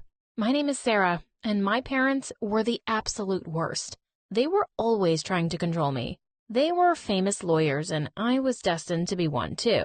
While they were at work, I painted a picture of the three of us. And when they got home, my mom said, "What is this ugly painting?" My dad tore the picture up. "This is a waste of time." They went to their office and slammed the door in my face. My dad asked me what I wanted for my birthday. "I want to go horseback riding." He blew up. "What? How dare you? It's books or nothing." "But I don't want to be a lawyer." They exploded. "You'll be a failure if you don't go to law school. You'll end up just like those kids on the other side of town." They'd shower me with fancy clothes and expensive dinners to buy my obedience. When I was in the 7th grade, my parents started making me proofread their notes and court documents. For smart people, they really couldn't spell. And sometimes I made mistakes on purpose. I wanted to try being a normal girl for once. What's the worst that could happen? I came home with a temporary tattoo once, and my parents lost their minds. They hated tattoos more than anything. "Lawyers don't have tattoos." I was just having fun for once. I ran up to my room and slammed the door. I just decided to follow their rules, not because I liked them or anything. It's just because I want them to let me live in peace until I met a gorgeous boy. His name was Tyler. He played guitar and loved video games. Tyler was kind of a dork, but in a cute way. He even played in his own band. But our first meeting didn't go so well. He tried talking to me one day in between classes. "Hey, Sarah," was all he said. I slapped him. "Don't talk to me." I didn't mean it. I felt so bad because he wasn't popular like me and my friends. My parents would kill me if they found out about him. He never talked to me after that incident. I was sure he hated me. One day after school, Tyler was sitting up on the bleachers and practicing guitar. Whatever he was playing sounded beautiful. He caught me listening to him from behind the snack bar. He got nervous and stood to walk away. I yelled out, "Wait, don't stop. I swear I'm not gonna slap you this time." But he kept going. I tried to chase after him, but my high heels made it hard to run. I took them off and ran barefoot after Tyler. I could tell he was surprised once I caught up to him. "Why are you talking to me? Is this some sort of prank? I thought I wasn't cool enough for you." "I like your music, really. You're such a good guitar player," I answered, and I meant it. We stood in silence for a moment. We didn't know what to say to each other, so I blurted out, "Can you teach me?" He smirked. "Your dad is gonna kill me, you know." "Forget about him. He's stupid. Let's just go back to your place." Tyler agreed, and we met up every Tuesday and Thursday after school for secret guitar lessons on the bleachers. I knew my parents wouldn't approve. I told them I was working with my history teacher to learn about famous 19th century court cases. They were impressed and didn't question it. Tyler had an extra guitar he let me borrow for lessons, but I didn't dare bring it home. He even let me borrow a few CDs of his favorite bands to listen to for inspiration. My parents were not the musical type. When I would sing Happy Birthday, my mom would cover her ears. Oh, stop, you're giving me a headache. I wasn't bad at guitar. I wasn't good either. But it was never about being good or bad. It was about doing something that I wanted to do, something that made me happy for once. One day, my mother decided to call the school and personally thank my history teacher for helping me with my studies. Of course, he didn't have a clue what she was talking about. She drove to the school and caught me and Tyler on the bleachers. She marches right up, ripped the guitar out of my hands, and smashed it over the metal steps. How dare you lie to me, Sarah? She turned her attention on Tyler. Don't you dare come near my daughter again. I'd had enough. I wasn't about to let her treat Tyler the way she treated me. Get away from him, I screamed and pushed her away. To my horror, she lost her balance and tumbled down the bleachers, landing on the dirt below. I felt terrible and ran down to her immediately, saying I was really sorry, but she just brushed me aside and yelled, "Have fun walking home." And with that, she stormed off. My life got worse after that. When my father found out, he screamed at me. "You're not allowed to see any of your friends ever again." He took all my CDs and stomped on them till they were tiny little pieces. One night, after not seeing Tyler for almost 2 weeks, I got a text from him. He asked if I wanted to come and see his band, the Cadets, play at a house party across town. I sent back an enthusiastic yes and started planning my outfit. Later that evening, I pretended to go to bed early, but instead, I snuck out of my bedroom window, hopped onto my bicycle, and went off to the given address. I got to the party and stuck out like a sore thumb in my pink top. Everyone was wearing torn t-shirts and tight jeans. A rock band was playing loudly in the living room. I recognized a few kids from my high school, but none of them wanted to talk to me. It was pretty obvious I didn't fit in. "Hey, Sarah." Tyler ran over, tripped, and spilled his drink on my cute top. I was mortified, but Tyler laughed and grabbed my hand. "Follow me." He walked into the kitchen where it was a little less crowded. He reached into a box and shuffled around for a bit. Finally, he pulled out a t-shirt for me to change into. I stared down at my stained pink top. I grabbed a lighter off the table and set it on fire. "Burn, burn, burn!" I screamed. "Easy there. Give it to me." Tyler threw the shirt in the bin. Then he grabbed his guitar and hurried out of the kitchen. He got on stage in the living room with the rest of his band. Everyone was dancing and singing along. The Cadets were actually really good. They might actually make it big one day. It was the greatest night of my life. Tyler drove me home and kissed me goodnight. It was my first kiss, and it was amazing. I had the best night's sleep ever. But the next morning, I was rudely woken up by my mom's screams. "What's this?" She had found the Cadet's shirt in the laundry. "Where is the pink top I got you for your birthday?" I set it on fire. It was uncool, just like you. "Oh, yeah?" She took my cadet shirt downstairs and threw it in the oven. "Let's see how well this holds up at 400 degrees. I tried to open the oven door, but my mother held it shut. "Please, please, Tyler gave that to me." "I told you, I don't want you seeing that boy. Now go to your room and study." I can't wait to go to college. I can't wait to be away from you and this house. I stormed off and slammed my door. College was only a few weeks away. Even if it meant I wouldn't see Tyler again, at least I'd get away from my parents. But I could never really get away from them. I met all sorts of new people at college, but I only focused on my classes and didn't make any friends. I could always hear my father's voice in my head. "How is making friends going to get you into the country's best law program?" My parents told me I wasn't even allowed to get a job. They wanted nothing to distract me from my studies, so they gave me a credit card to take care of my expenses. The only thing I'd really started enjoying was studying at a quiet little cafe I'd discovered. But Dad even found a way to ruin that for me, sitting hundreds of miles away. I didn't give you a credit card to spend hundreds of dollars on coffee. Stay in your dorm to study. One morning, I noticed a help wanted sign on the front door of the cafe. I marched up to the counter and, instead of ordering my usual coffee, I asked for an application. The job was easy. It was fun even. Making my own money felt so good. And I also realized something. I didn't want to pour coffee for the rest of my life, but owning my own cafe sounded really cool. I went to pay my family a visit on the weekend, and for a change, I was actually looking forward to it. The minute we sat down for dinner at a fancy restaurant, the questions started pouring in. How's school? How are your grades? Even Grandma chimed in. Where are you going to get a job? As I cut up my steak, I casually replied, Oh, Grandma, I already have a job. At a coffee shop. They stared at me like I'd lost my mind.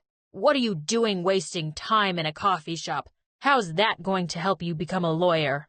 I looked Dad straight in the eye. It won't, because I'm not going to be a lawyer. Dad went ballistic and smashed his plate onto the floor. Everyone in the restaurant was staring at us, but he didn't seem to care. Are you crazy? We spent so much money on you and gave you everything, and you just want to throw your life away? I'm going to cut off your allowance. I didn't scream back. I stood up and took his credit card out of my wallet. Then I snapped it in half and walked out of the restaurant. They would never control me again. I went back to college and reconnected with Tyler. We met up for a cup of coffee at my favorite place. He told me that the cadets were playing a few towns over and needed a tour manager. And even though the opportunity to travel the world seemed really exciting, I wanted to complete my degree and save up for my coffee shop. So I turned his offer down, but we started dating. We got married a few years later, and he was my biggest support in setting up my dream cafe. To this day, I run the most popular cafe in the city. Even my parents eventually forgave me, and they sometimes stop by for coffee in between court dates. People from all walks of life come through my doors, each with a unique dream or goal. Here in my little coffee shop, I hope they make their dreams come true. Hi, my name is Demelza. Please like and subscribe. My first memory of Mom is of her voice. She'd sing lullabies to me every night, and it was the most beautiful sound in the world. The minute she stopped, I'd start screaming for more. By the time I was 1, I could hum every lullaby perfectly. Dad would play the grand piano, and I'd jump onto his lap and press the keys, delighted by the sounds I made. On Dad's 30th birthday, there was a grand celebration at our mansion. In the middle of it, I climbed onto the table and started singing the birthday song. Suddenly, a hush fell over the room. Happy birthday to you. Happy birthday to you. Happy birthday, dear Daddy. Happy birthday to you.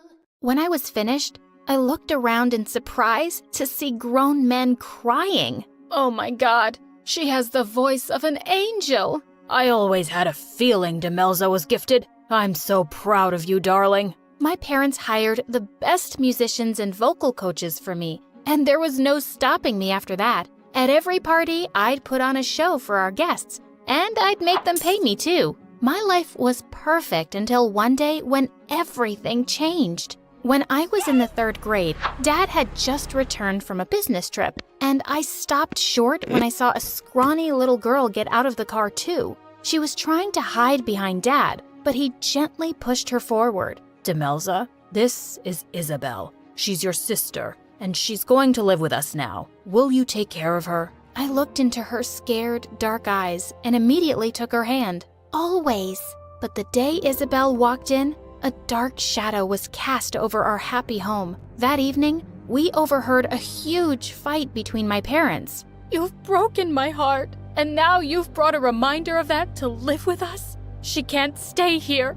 I won't raise a child that isn't mine. She has nowhere to go. Her mother's gone. I know you hate me right now, but please, don't take it out on her. She's just a kid. I didn't want Isabel to hear this, so I said, come on, I'll play something for you. What's your favorite song? I didn't fully understand what was happening, but one thing was clear. Mom hated Isabel. She pretended like Isabel didn't even exist. But Dad and I adored her, and we more than made up for Mom's ice-cold attitude. But in the 8th grade, we got some news one day that turned our worlds around. Dad had been in a terrible car accident, and he was gone.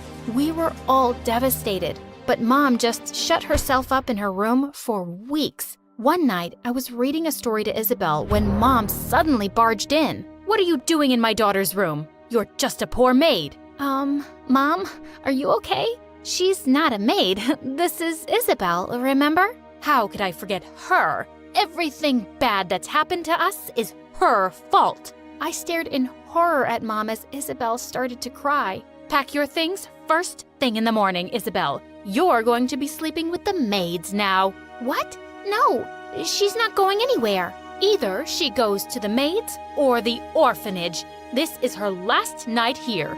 As Mom was leaving, she suddenly pounced at Isabel, grabbed her stuffed bunny, and threw it in the fire. No, my mom made that. Isabel cried for hours, and I hugged her to sleep. What had happened to my mom? The very next day, Isabel was shifted to the maids' quarters and made their helper after school. I was scared she'd be sent away, so I didn't fight with Mom, but I'd sneak food to her and help her with her homework at night. And at school, we could always hang out together. But one day, I was really surprised to see Mom marching into the principal's office. "Mom, what are you doing here?" "Oh, I'm here to withdraw Isabel from school, of course." "You can't do that. She has to go to school." "Why? She's never going to be anything but a maid like her stupid mother. You don't need an education to sweep floors." As she turned around, I grabbed Mom's wrist. "If you make her drop out of school, I will too. And I'll tell everyone why." "Are you sure you want everyone to know how you really treat Isabel, Mom? Dad would be so disappointed in you." Mom looked shocked, then angrily pulled her arm away and left. I'd won this little battle, but God knows what she'd do next. Things weren't great at home, but at least I had Eric. He was my boyfriend for 2 years and was just crazy about my voice. One evening when I was on a date with him, I suddenly started getting calls from Isabel. Come home right now. I ran home to a scene of complete chaos. Mom was tearing apart Isabel's room. "What's going on?" "Your dad's watch is missing, and I'm going to search all the maids' rooms. And when I find it, I'm kicking out the thief for good." Just then, a servant came from another room, saying it was under Mom's personal maid's bed. Mom looked completely shocked to find out it was her, but she threw her bags out instantly. Some days later, it was Isabel's 13th birthday, and I snuck into her room with a cake. When she blew the candles out, I asked her what she'd wished for. "I wished your mom was dead." "Isabel, you don't mean that. She's my mom." Isabel stayed silent, and I got up to leave. I'd never seen that look of hatred on my little sister's face before. In the middle of all this drama, I had a huge audition coming up. A prestigious music academy was looking for talent from different schools, and being selected would be a dream. But 5 days before the audition, I woke up with my throat hurting. I called out to the maid, but to my horror, my voice was gone. Mom rushed me to the doctor, who diagnosed me with laryngitis. What he said next left me shocked. "Your voice will return to normal soon, but this is the end of your singing. If you strain your vocal cords too much, you could lose your voice permanently." I just couldn't believe it. On the day of the auditions, I slipped into the auditorium with Eric, feeling devastated. I wanted to be up on that stage more than anything. And then, one of the judges said, "The last performer is Miss Isabel." Wait, what? Isabel stepped onto the stage and started singing. "You made me insecure." I was stunned. Her voice was beautiful. The judges gave her a standing ovation and said they'd be in touch with her soon. As everyone started to leave, I caught up with her. "Isabel, that was amazing. But why didn't you tell me you could ever sing like that?" She brushed my arm off angrily, her eyes blazing. "You never asked. You just assume that you're the only one with any talent. But I guess that's something we both got from our father. It makes you unhappy, doesn't it? Why would you say that? I've always had your back, Isabel. Yet, I've been living as a maid in my dad's house for years. And you did nothing. You think sneaking me food makes up for how I'm treated? No, it doesn't. All it does is make you feel good about yourself. Isabel, I tried. You should have tried harder. I hate you, Demelza. As she stormed off, I felt heartbroken. As Eric walked me back home that evening, suddenly a cyclist came charging straight at him. I pushed Eric out of the way just in time, but he landed on the pavement, hitting his head. I quickly called an ambulance, and after hours of waiting at the hospital, we were shocked to get the news. Eric was in a coma. The doctors were hopeful he'd wake up soon, but weeks turned into months, and before I knew it, a year had passed. I was almost done with high school, and Isabel was in her music academy on full scholarship, but we never spoke anymore. One day when I went to see Eric, I was shocked to see him sitting up in bed. "Oh my God, you're awake!" He gently pushed me away. "I'm sorry, who are you?" "Eric, it's me, Demelza, your girlfriend." "Can you sing?" "Yes, well, I used to, but then I got sick and had to stop, remember?" "No, I just know that my girlfriend sings beautifully. I couldn't move or see all these months, but she'd talk and sing to me often, and I could hear her. I know her voice, and it's not you." Suddenly, my blood ran cold when I heard someone behind me. "Babe, that was me. You could hear me?" "Isabel?" Yes, it's you." She ran forward and hugged him, and then they kissed. Suddenly, I just lost it. I pulled Isabel by her hair. "Are you completely crazy? You've been visiting my boyfriend and singing to him? Tell him you're lying." "I am not. He's mine. Let me go, witch." And suddenly, she pushed me viciously and I went flying into a trolley. I attacked her and we went crashing straight into the machines. And the next thing we knew, we were both thrown out of the hospital. I turned furiously to Isabel. "We're done. For good. You've become a hateful monster. I don't even know who you are anymore. But you're definitely not my sister. Finally." And with that, she left. I went on a very long walk to clear my head. And by the time I got home, Isabel was gone. The next morning, Mom discovered a lot of things were gone too, including Dad's watch. "I'm going to report her to the police. I'm going to—" "Mom, just stop it. She's gone. That's what you wanted since you first saw her, right? And so what if she took Dad's stuff? It's hers too. Let it freaking go." A year later, I went off to university to study music. If I couldn't sing anymore, I could still play. In my final year, I was leaving the campus one day when I stepped on a newspaper. It had Eric and Isabel's face on the front page with the headline, "Billionaire to tie knot in 2 weeks." Well, good for them. But just a few days later, I walked into a coffee shop, and to my shock, I saw Eric there. And he was kissing a blonde girl that definitely wasn't Isabel. I just walked away. It wasn't my problem, but I couldn't stop thinking about it. And when her wedding day arrived, I just couldn't not do anything. Even if she hated me, she was my frickin' little sister. And that's how I found myself bursting into the church and running like crazy down the aisle. "Hold it! This wedding can't happen!" As Isabel turned to look at me in horror, I ran straight at her and hugged her. I held onto her tight as she squirmed and shrieked. "OMG, you psycho, get off me! I love you, Isabel. I'm not going anywhere till you listen to me." As Eric looked super mad and everyone stared at us, she dragged me off to a small room. "What do you think you're doing, Demelza?" "Isabel, you can't marry Eric. He's a cheater. I saw him kissing a girl the other day.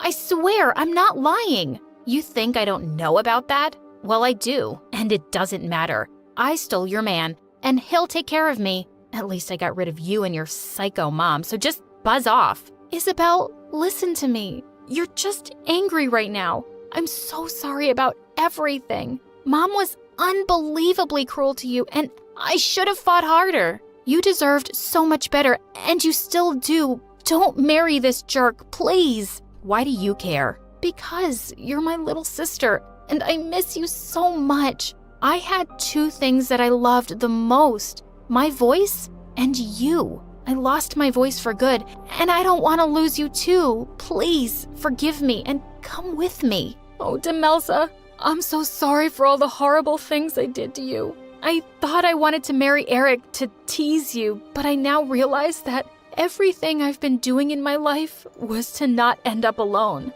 I just wanted to belong to someone. You belong to me. You're my family. I made a promise to Dad to take care of you, and I will, always. And with that, we hugged each other and walked back to our home. Family always comes first.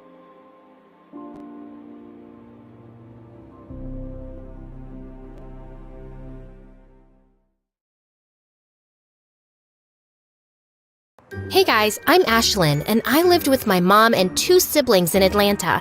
And I have superpowers. Hang on to see why. My mom was a famous businesswoman in the city. She was from a filthy rich family and considered herself royalty. She carried herself like a queen and made sure my siblings and I behaved that way too. From the way we spoke, dressed, or even our posture, everything needed to be perfect. But because of my superpower, I couldn't get anything right. Mom, I'm sorry.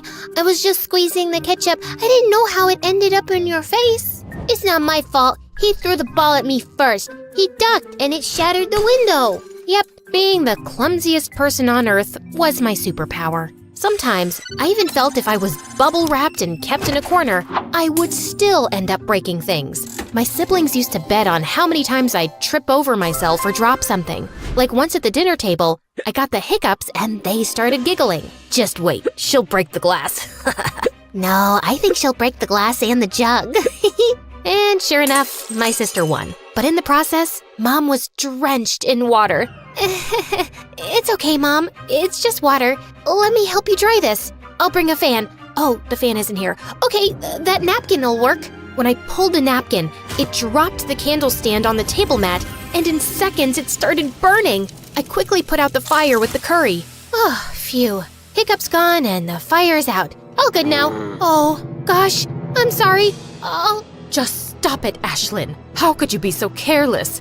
Every time you're around, it feels like a disaster is waiting to happen. Always finding ways to ruin everything in my life. Such bad luck. It's like you're a curse in my life. But Mom, it's not like I did it on purpose. Just get out and let me have my dinner in peace. And all of you are fired. Mom's words really hurt me every time. But thank God I had Annie, who was my nanny, but she was so much more to me. She tucked me in bed, told me stories, and hugged me. Things my mom never did. I shared everything with Annie, and when she saw me crying, she asked me what was wrong. Annie, Mom's always angry with me. She doesn't like me.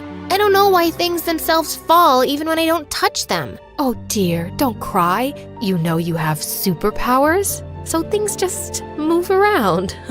It's not your fault. And don't worry about your mom. She loves you. Just be a little more careful. Yeah, I know. Annie tried her best to make me happy and told me how Mom was just overworked, but actually loved me loads. But Annie didn't know that years ago, I had found out the reason Mom resented me so much. It was because Dad had left her for a maid working at our place just 2 days after I was born. And since that day, Mom saw me as her bad luck. I tried not to let it get to me and focused on my studies, but I wasn't very good at that either. But still, I tried. I really wanted to win Mom's love because seeing her with my siblings made me feel like I wasn't even a part of the family. One time, when I was around 17 and on summer vacation, Mom had a launch party for her new business. Please, just spare me the embarrassment and stay in your room. Order pizza, watch MSA videos. Just don't ruin my party. Mom was always keeping me away from the fun things she did,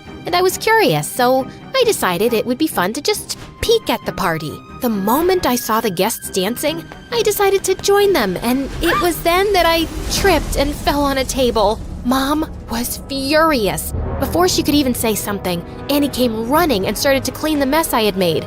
You ruined! Ma'am, I got it. Please, don't be angry at Ashlyn. Mom forced a smile, and I thought she'd let the matter go. But I couldn't have been more wrong. When I woke up the next morning, I learned from the other servants that Annie was fired. Mom could call me bad luck and whatnot all she wanted, But firing Annie? That was the limit. Mom, that's not fair. It was my mistake. Why did you fire Annie? She was the only one that cared about me in this big house of yours. What? She was just a maid. It was her job to take care of the house and you. I can't take it anymore. You're heartless. I won't live here a minute longer. You want to leave? Fine. One day out in the real world, you'll realize how much you take for granted. I want to see you try. You're not serious. In fact, I am.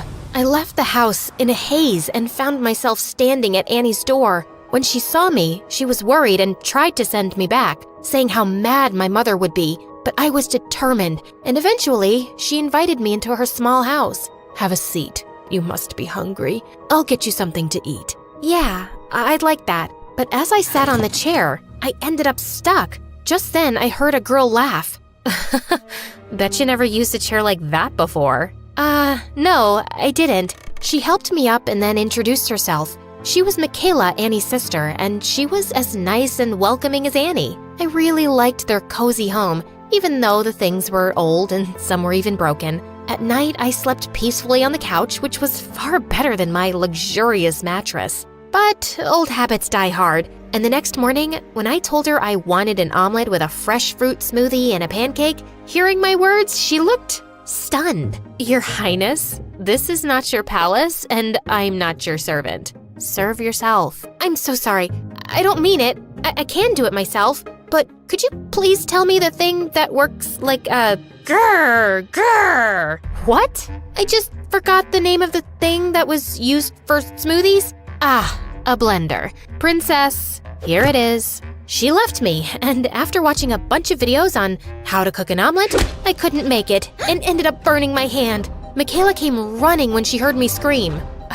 Like, why did you even come here? The real world is a difficult place to survive. I don't know why you would give up such a chill lifestyle for this. Yeah, it might be kind of tough, but I'm confident I can work it out. She was kind enough that she made me breakfast and fed me herself. And in no time, we became friends. It had been several days, and although Mom was angry, I still hoped that my being gone would make her realize my worth. But she hadn't called me once, like I didn't exist to her. One day, when Michaela saw me sulk, she suggested we do something fun. I was totally up for it. We ate popsicles and cotton candy, which had previously been a big no for me, and even rode a bicycle. And it was just one more thing where I ended up with bruises all over my legs that I got by falling several times off the bike. A few days later, the summer vacations were over, and Annie got me into Michaela's school so I could finish my final year of high school, since I didn't want to go to my previous one where I would have to face my siblings and even Mom when she'd come to drop them off. On my first day, everyone looked surprised to see me. I guess I might have overdressed. Ugh. Oh wow, Michaela, who is she? She looks so pretty. I love that fragrance she's wearing. All of them were really sweet, and everyone gathered around to chat with me. You have a Gucci bag? Is that a real one? No, thrift store. She bought it from there. You want to fit in or stick out like a sore thumb? Fit in? Good. So from tomorrow, don't dress like you're modeling. Michaela was right. I needed to blend in. So I bought new stuff for myself. Things were going well at school, like really well. I even made friends and started to do well in studies. One day, we were walking down the hallway and I noticed a poster for a speech competition with the topic self-esteem. Michaela suggested that I should participate. I decided to give it a shot since it would be the perfect opportunity for me to voice my ideas, something I couldn't do much around Mom. I worked hard for weeks on my speech, practicing in front of my friends. I was still nervous, but I was determined to do my best. On the day of the competition, I kept my eyes on Michaela and Annie as I stepped onto the stage. I was so relieved when I finished my speech, and I knew I had done a good job. The judges were impressed and announced that I was the winner. I was so shocked and excited. To my surprise, the guest of honor was the mayor, and he took a picture of me with the other winners. My picture was in the newspaper the next day. Just a few days later, as I was lost in the pages of my book, Michaela came running and told me how she'd seen my mom go to the principal's office. My heart raced with excitement as I thought maybe finally my mom was proud of me and had come to my school. But then I heard my mom's voice from down the hall yelling at the principal. I gave you permission to give her admission, but that didn't mean you could use my name to publicize your school. Putting her picture in the paper and mentioning she's my daughter was a publicity stunt, right? This school runs on my donations. Do you have any idea how humiliating that is? Mom, why are you saying this? I thought you'd be happy, but all you care about is your name? My mom just gave me a nasty look and walked away. At that moment, it finally sunk in that I'd never be enough for her. I was done trying to make her happy. I was done trying to be someone I wasn't. I went to school the next day like nothing had happened, like my heart wasn't breaking. Throughout the day, Michaela and my friends tried to cheer me up. She asked if I could come and watch them practice their cheerleading routine. I'm glad I did because she did a backflip and landed smoothly on her feet. It was amazing. OMG, I can't believe it. I did it. Yay, I did it. Oh, Ashlyn, girl, you are like my lucky charm. You know, I've been trying this routine since like forever, and I could never get it right. Today, you came and I nailed it. Awesome. Congratulations, Michaela. Hey, what happened? Why are you crying? I've been called bad luck my whole life. No one has ever called me their lucky charm. Luck isn't something you're born with. It's something you create. If you focus on the good things in life, you'll be lucky. I stayed with Michaela until we graduated. Then she got a scholarship to a big university while I applied to business school and got in. I was stoked and couldn't wait to start my journey of becoming a business professional. I was in my 3rd year of college when one day, Annie told me how Mom wanted to see me. The company was failing. What? After all these years, she remembers she has a daughter, only when her company is going into the ground? Forget it. But Annie said Mom was sick too and kept insisting I visit her. But I just didn't want to. A few days later, Annie asked me to accompany her for shopping, but she had another idea. And before I knew it, she had driven me straight to Mom's house, and I was so angry. I get why you're mad, but she's still your mom. I know she was mean to you, but Ashlyn, don't let the anger take over. You are better than her. Please do this. For me. Fine, I'm doing this just for you. When I stepped in the house, I couldn't believe my eyes. Mom was sitting in a chair and she looked so weak. The moment she saw me, she had tears in her eyes. It turned out that my brother and sister had both taken their shares of the company and left Mom. Ashlyn, is it you? I am so sorry. I was so wrong about you. I always treated you wrong, called you bad luck. Please, forgive me. I was such a bad mother to you. Mom, you don't have to say that. Please, let me. I was so wrong to blame everything on you. Can you forgive me? I don't know if I can right now, but I'll try, Mom. I'll really try. And I'll spend every day of my life trying to make it up for being like I was to you. Then Mom and I hugged. She apologized to Annie and thanked her for always supporting me. Mom told me everything about her business and I decided to help her. I spoke to her lawyer and got to know that to save the company, we would need a merger with some big company. I started working there day and night and bagged a meeting with a big company. On the day of the meeting, I was feeling confident and engaged in the discussion. Suddenly, I dropped the pen and it went rolling under the table. Why do I have to be so clumsy? Oops, I'm sorry. Silly me. It's like I have butterfingers. You know what? I'm gonna go. Come on. Happens to the best of us. We understand. It's just part of being human. If it had been my mom, she would have screamed at me. After that, the meeting went awesome, and they told me they'd let me know about their decision. At home, I told Mom everything that had happened, including dropping the pen. She looked unhappy, but right when she was about to say something, the phone rang. Oh my God, we got it! We got the merger! I knew it. I knew you could do it. This calls for a party. Mom threw an awesome party by the poolside. Everyone was having fun until Mom got a call, and her face suddenly changed. I followed her inside the house and saw my brother and sister were there. What are you two doing? Get out now or I'll call security. You can't really own this house anymore, can you? It's impossible. You ruined the business. Oh God, did you trick Ashlyn into helping you? We'll tell her the truth. What truth could you possibly tell her? That you were never sick, Mom? That it was all an act to make me save your business? I knew all along. Mom's jaw dropped and my siblings were left speechless. You knew? But why did you still help?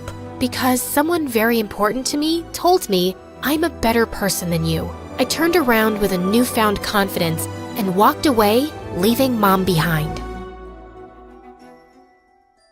I barged into the living room, my butt sweating in anger. I marched up to my twin brother Sammy on the sofa, snatched his can of juice, and dumped it on his head. He made a run for it, and I was chasing him with a baseball bat when Mom walked in. Alexis, what are you doing to my poor baby? Your poor baby locked me in a haunted house down the street. I nearly pooped my pants. Didn't you guys notice that I've been gone for hours? How could we? Sammy hurt his little toe and he was in so much pain. Oh yeah? Well, he's about to be in a lot more pain than that. Enough, Alexis. Quit bullying your brother. Hey guys, it's Alexis, and I'm about to tell you why having a twin brother is an absolute nightmare. But before that, please like and subscribe to MSA. Ever since I was born, my twin brother Sammy acted like he was better than me just because he was born 10 minutes earlier. Even my parents acted like he was God's gift to mankind and pampered him all the time. It's not like they hated me, just that Sammy was the apple of their eye and he could do no wrong. Like on our 10th birthday, my parents threw us a beach party and I spent an hour building the most amazing sandcastle. But just as I turned my back to grab a shovel, Sammy and his best friend Nathan came running and smashed it to pieces.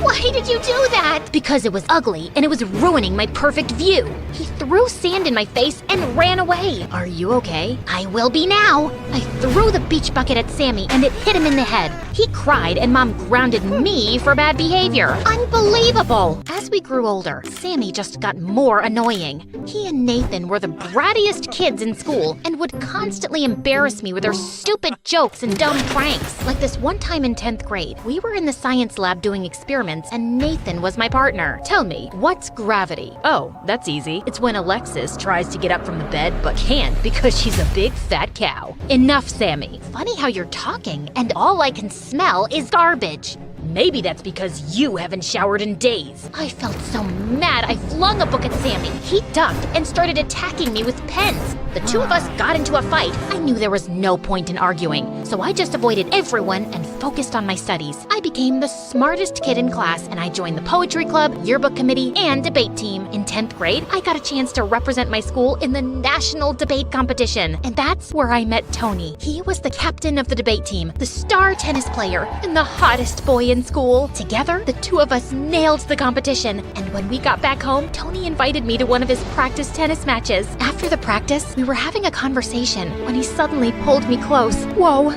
was he about to kiss me already? I pouted my lips and was about to close my eyes when I noticed his hand stretched out, holding a tennis ball. That was coming straight at you. We don't want that pretty head of yours to get hurt. My head's pretty? You like the shape? Well, thanks a lot. I mean, for saving my pretty head. Not for saying that I have a pretty head, but thanks for that too. Can I get you an energy drink or something to thank you for saving me? How about a date instead? Yeah, it was fast, but sometimes you just know when it feels right. Soon, Tony officially asked me to be his girlfriend, and I was riding high. Dating someone popular meant that people knew me as more than just Sammy's sister. I was getting noticed, and I was loving the attention. But it drove Sammy crazy. One night, Tony and I were going to a party with a bunch of friends when Sammy walked in. Don't you think you're a little too young to be wearing that dress? Don't you think you're a little out of line to be asking me that question? Also, we're twins, genius, so if you're old enough to do anything you want, so am I. Fine, do what you want. Just don't become a bigger loser than you already are. At least not for that clown Tony. You know he's a player, right? He's always got his arm around a new girl. He's just a really friendly guy. Nothing wrong with that. And he says hugs are good for mental health. I literally saw him feeding French fries to that cheerleader just yesterday. She has carpal tunnel syndrome, Sammy. Her wrists are in pain. He was just being nice. Why is it so hard for you to believe that a hot, popular guy could be into me? Just stop being a jerk and leave me alone. But after that day, it became Sammy's life mission to annoy Tony every time he saw him. Like this one time in the cafeteria, Tony and I were chatting when Sammy dumped a bowl of spaghetti on him. Oops, my hand slipped. And another time in class, just as Tony was about to take a seat, Sammy pulled his chair away and he landed on his butt. Your seat looks more comfortable. Mind if I borrow it? Tony almost punched Sammy, but Nathan intervened and saved him. Sammy backed off for a while, until a few weeks later, Tony and I were having dinner at this really fancy place, and suddenly, he jumped out of his seat, screaming. What? What happened? Please don't tell me there's a rat. I will freak out. The only rat here is you, Alexis.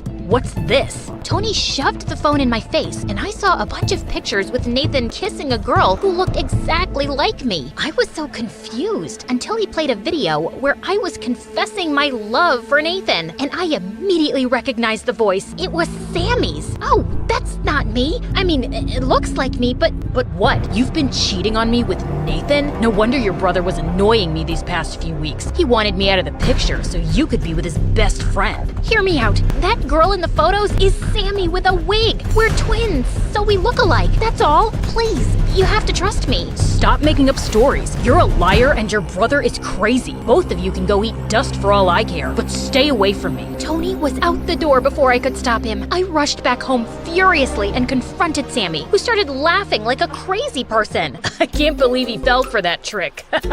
He's as dense as pudding, Alexis. I did you a favor. You're a jerk, Sammy. You ruined the best thing that happened to me, and you hurt Tony. He'll get over it, trust me. Also, now that you're here, pass me some soda. But I just dumped the can on his head and walked away. I hated him. The next day in school, Tony refused to talk to me. In fact, he went around the school telling everyone how I was a cheater and a liar. My popularity went down the drain in minutes, and I was back to being invisible. But Sammy acted like nothing was wrong and went on living his life. And after that day, I decided to get even with Sammy. I spent the entire week planning the perfect revenge. I knew the only person Sammy cared about was his best friend Nathan, so that's where I started. I found my opportunity when the teachers announced the test results, and Nathan got an F. He was sulking when I found him in the hallway. Aw, this is what happens when you're best friends with a moron. Gee, thanks. Look, I'm a little bummed right now, so maybe rub things in my face later. Okay. I'm actually here to offer you a really sweet deal. I need you to date me.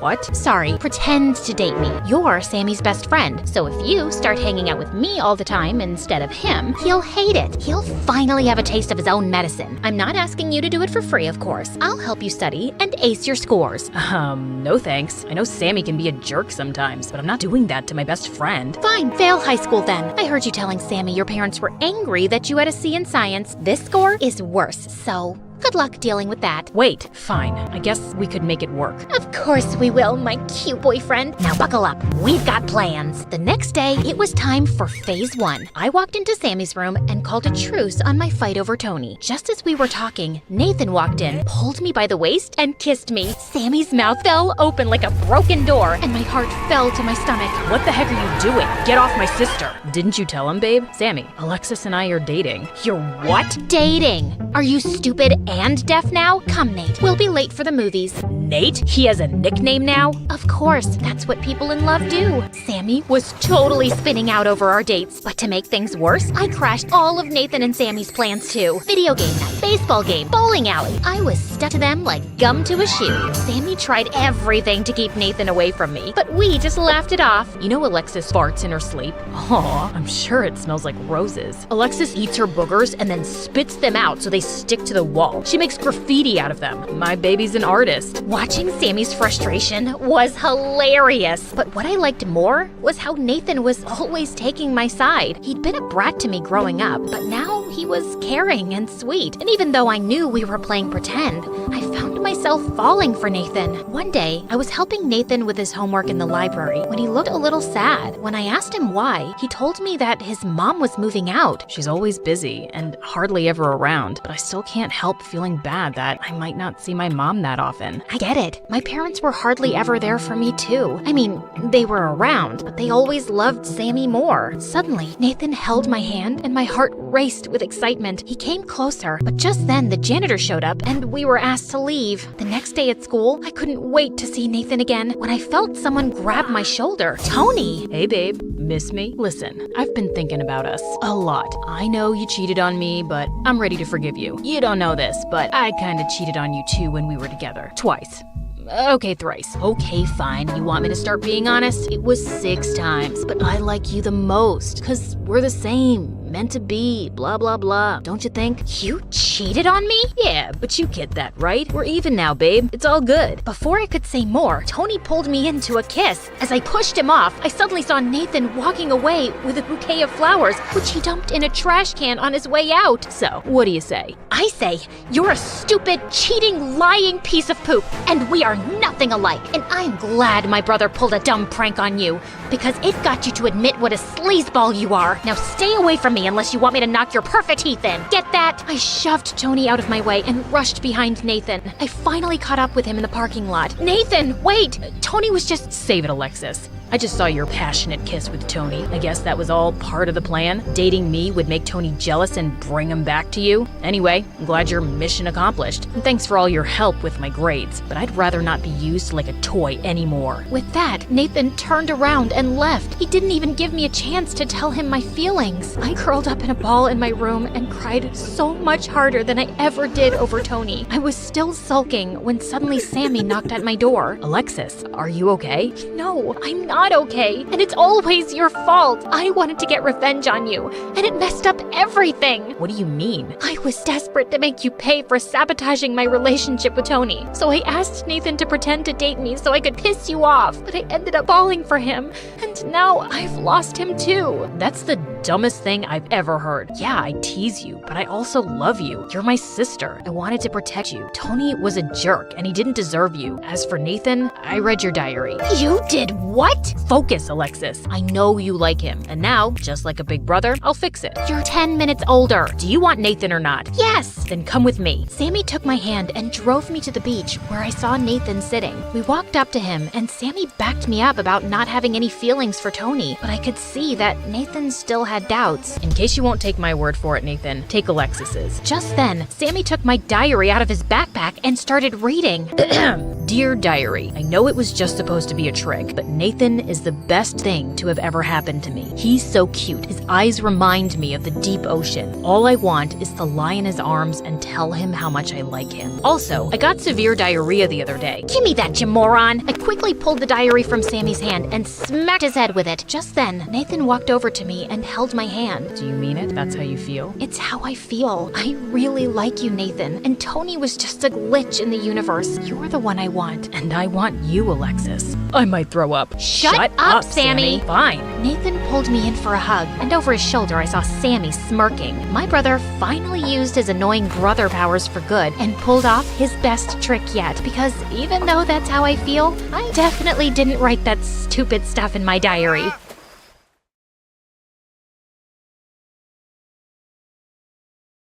Hi, I'm Marie. Growing up, I liked all things geeky.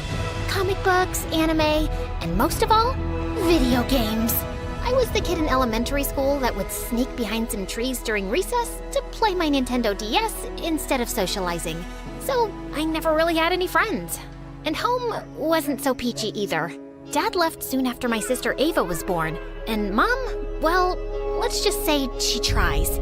She worked as an attorney at some huge firm, so she always had money, just not enough time to look after 2 kids.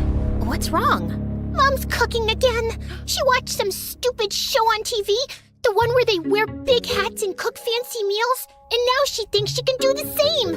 She's gonna burn the house down, Marie. I'm scared. I rushed to the kitchen, only to see the stove on fire and Mom desperately trying to put it out. I immediately grabbed a damp towel and threw it on top of the flames. And that wasn't all. Once, Mom tried fixing an exposed wire and ended up short-circuiting the entire house. Another time, she decided to grow her own vegetables. But a month later, she quit.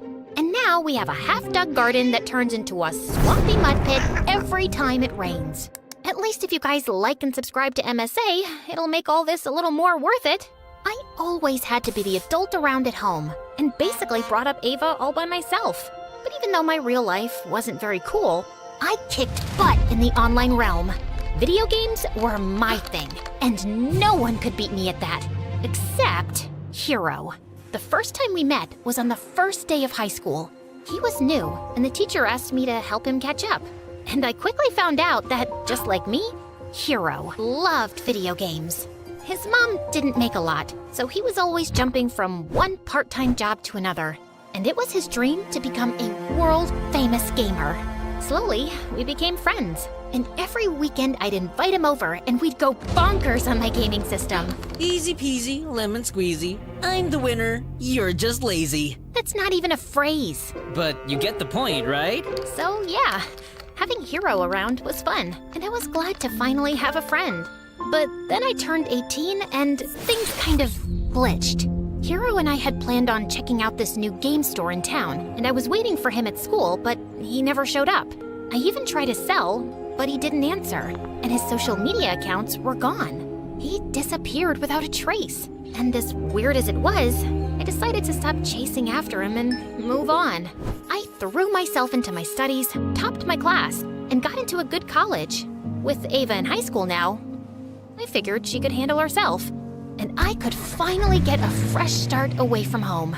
Then one night, I was in my dorm playing video games when I got stuck on this one particular level. After my 5th attempt, I was ready to throw my controller out the window when I heard someone behind me. Need a hand? I turned around and found myself looking up at Adam, a senior, and easily the most charming guy on campus. What are you doing in my room? Just came by to say hi to a friend down the hall. And then I saw you struggling, so I figured I'd stop and help. I appreciate your not-so-called-for help, but hey! Adam had snatched the controller from my hands and started pressing buttons like a pro. Within minutes, he'd cleared the level like it was nothing. The trick is all in the NPC interactions. They each have coded movement loops that line up with the mission objectives. You pick up on those patterns, follow the right ones, and they practically guide you to the finish line. Of course I knew that. I was just trying to improve my timing. Right. You know, my friends and I are playing at the video game arcade tomorrow. You could join us if you want. Thanks, but I like to play alone. Suit yourself. But just in case you change your mind. And he wrote his number on my desk and left. I tried to shake off his offer, but then I thought it had been a while since I was playing solo and maybe teaming up with others wouldn't be so bad. So, the next day I called him and he sent me the address. I expected it would be a casual gaming session with a few friends, but I was stunned to see that it was a massive gaming tournament. Hundreds of gamers sat around, dead serious, fingers flying over controllers, and eyes glued to screens. Just then, Adam spotted me and ran over. Hey, perfect timing. You're playing with me. I nodded and took a seat next to him. And together, we breezed through every challenge. The games were tough, but our sync was on point. And by the end of the tournament, Adam and I were on top of the leaderboard. That was incredible.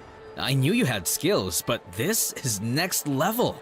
I couldn't even tell it was our first time playing together. You know what? You've got to meet my dad. I don't think I should. But Adam was already pulling me through the crowd before stopping in front of this tall man who looked like he ate gigabytes for breakfast. Dad, this is Mari. I think she'd be perfect for our team. Ah, such a pleasure to meet young prodigies like yourself. Tell me, Maria, has the world of digital gaming always intrigued you? It's Marie. I know, but I prefer Maria. It has a certain melody to it, like the soft patter of keys under one's finger in the heat of play. Sorry, what? He just means you have a nice name. Anyway, Dad's a game developer and a professional gamer himself. He's the reason I picked up gaming. He's my hero, the legend, the person I look up to the most. Also, he'll be coaching us. For what? The tournaments, of course. Adam told me he played for an international esports team. They traveled the world, competed in the biggest tournaments, and now they wanted me to join them. Playing international esports had always been my dream, so it didn't take me long to say yes, and the next few months turned into a wild roller coaster. We traveled from one tournament to the next, diving headfirst into the intense, fast-paced life of esports. And while I loved competing, Adam's dad made things really complicated. Our primary objective is to establish dominance in the early stages by monopolizing resource nodes and obstructing adversarial progression. What is he saying? He wants us to capture as many resource points as we can at the start and block the other team. Why doesn't he just say that? That's just how he talks. You'll get used to it. But Adam's dad's constant hovering and descriptive plans made every practice session feel like a mental marathon, and I just couldn't keep up. Then one day, after a grueling practice, I was scrolling through my phone when I came across an invite to the closed beta test of Infinity Nikki, a game that had been making waves as the coziest open-world experience out there. I was tired of playing endless battles and high-stake combat games with Adam, and I was looking for something that felt more comforting and fun. And the game seemed like the perfect escape. So I enrolled for access to the closed beta, got in, and boy was that the best decision ever.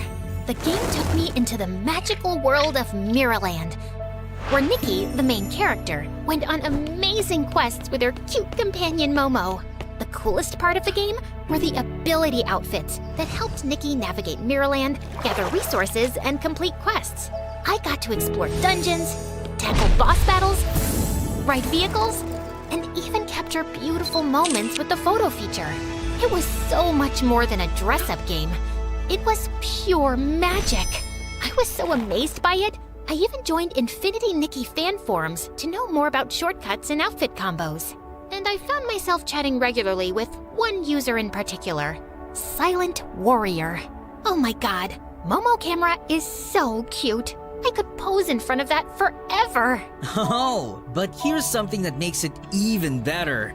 Usually, you can only take pictures of the scenery in Nikki, but there are certain spots on the map where this Feywish sprite, Dakabo, will suddenly pop up and look straight at the camera while you're capturing the shot. I swear, it's the funniest and most unexpected thing ever. No way. How did you even figure that out? Spent hours wandering the map, taking random shots.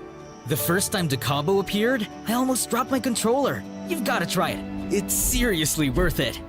Well, since you've been so helpful, I've got news for you too.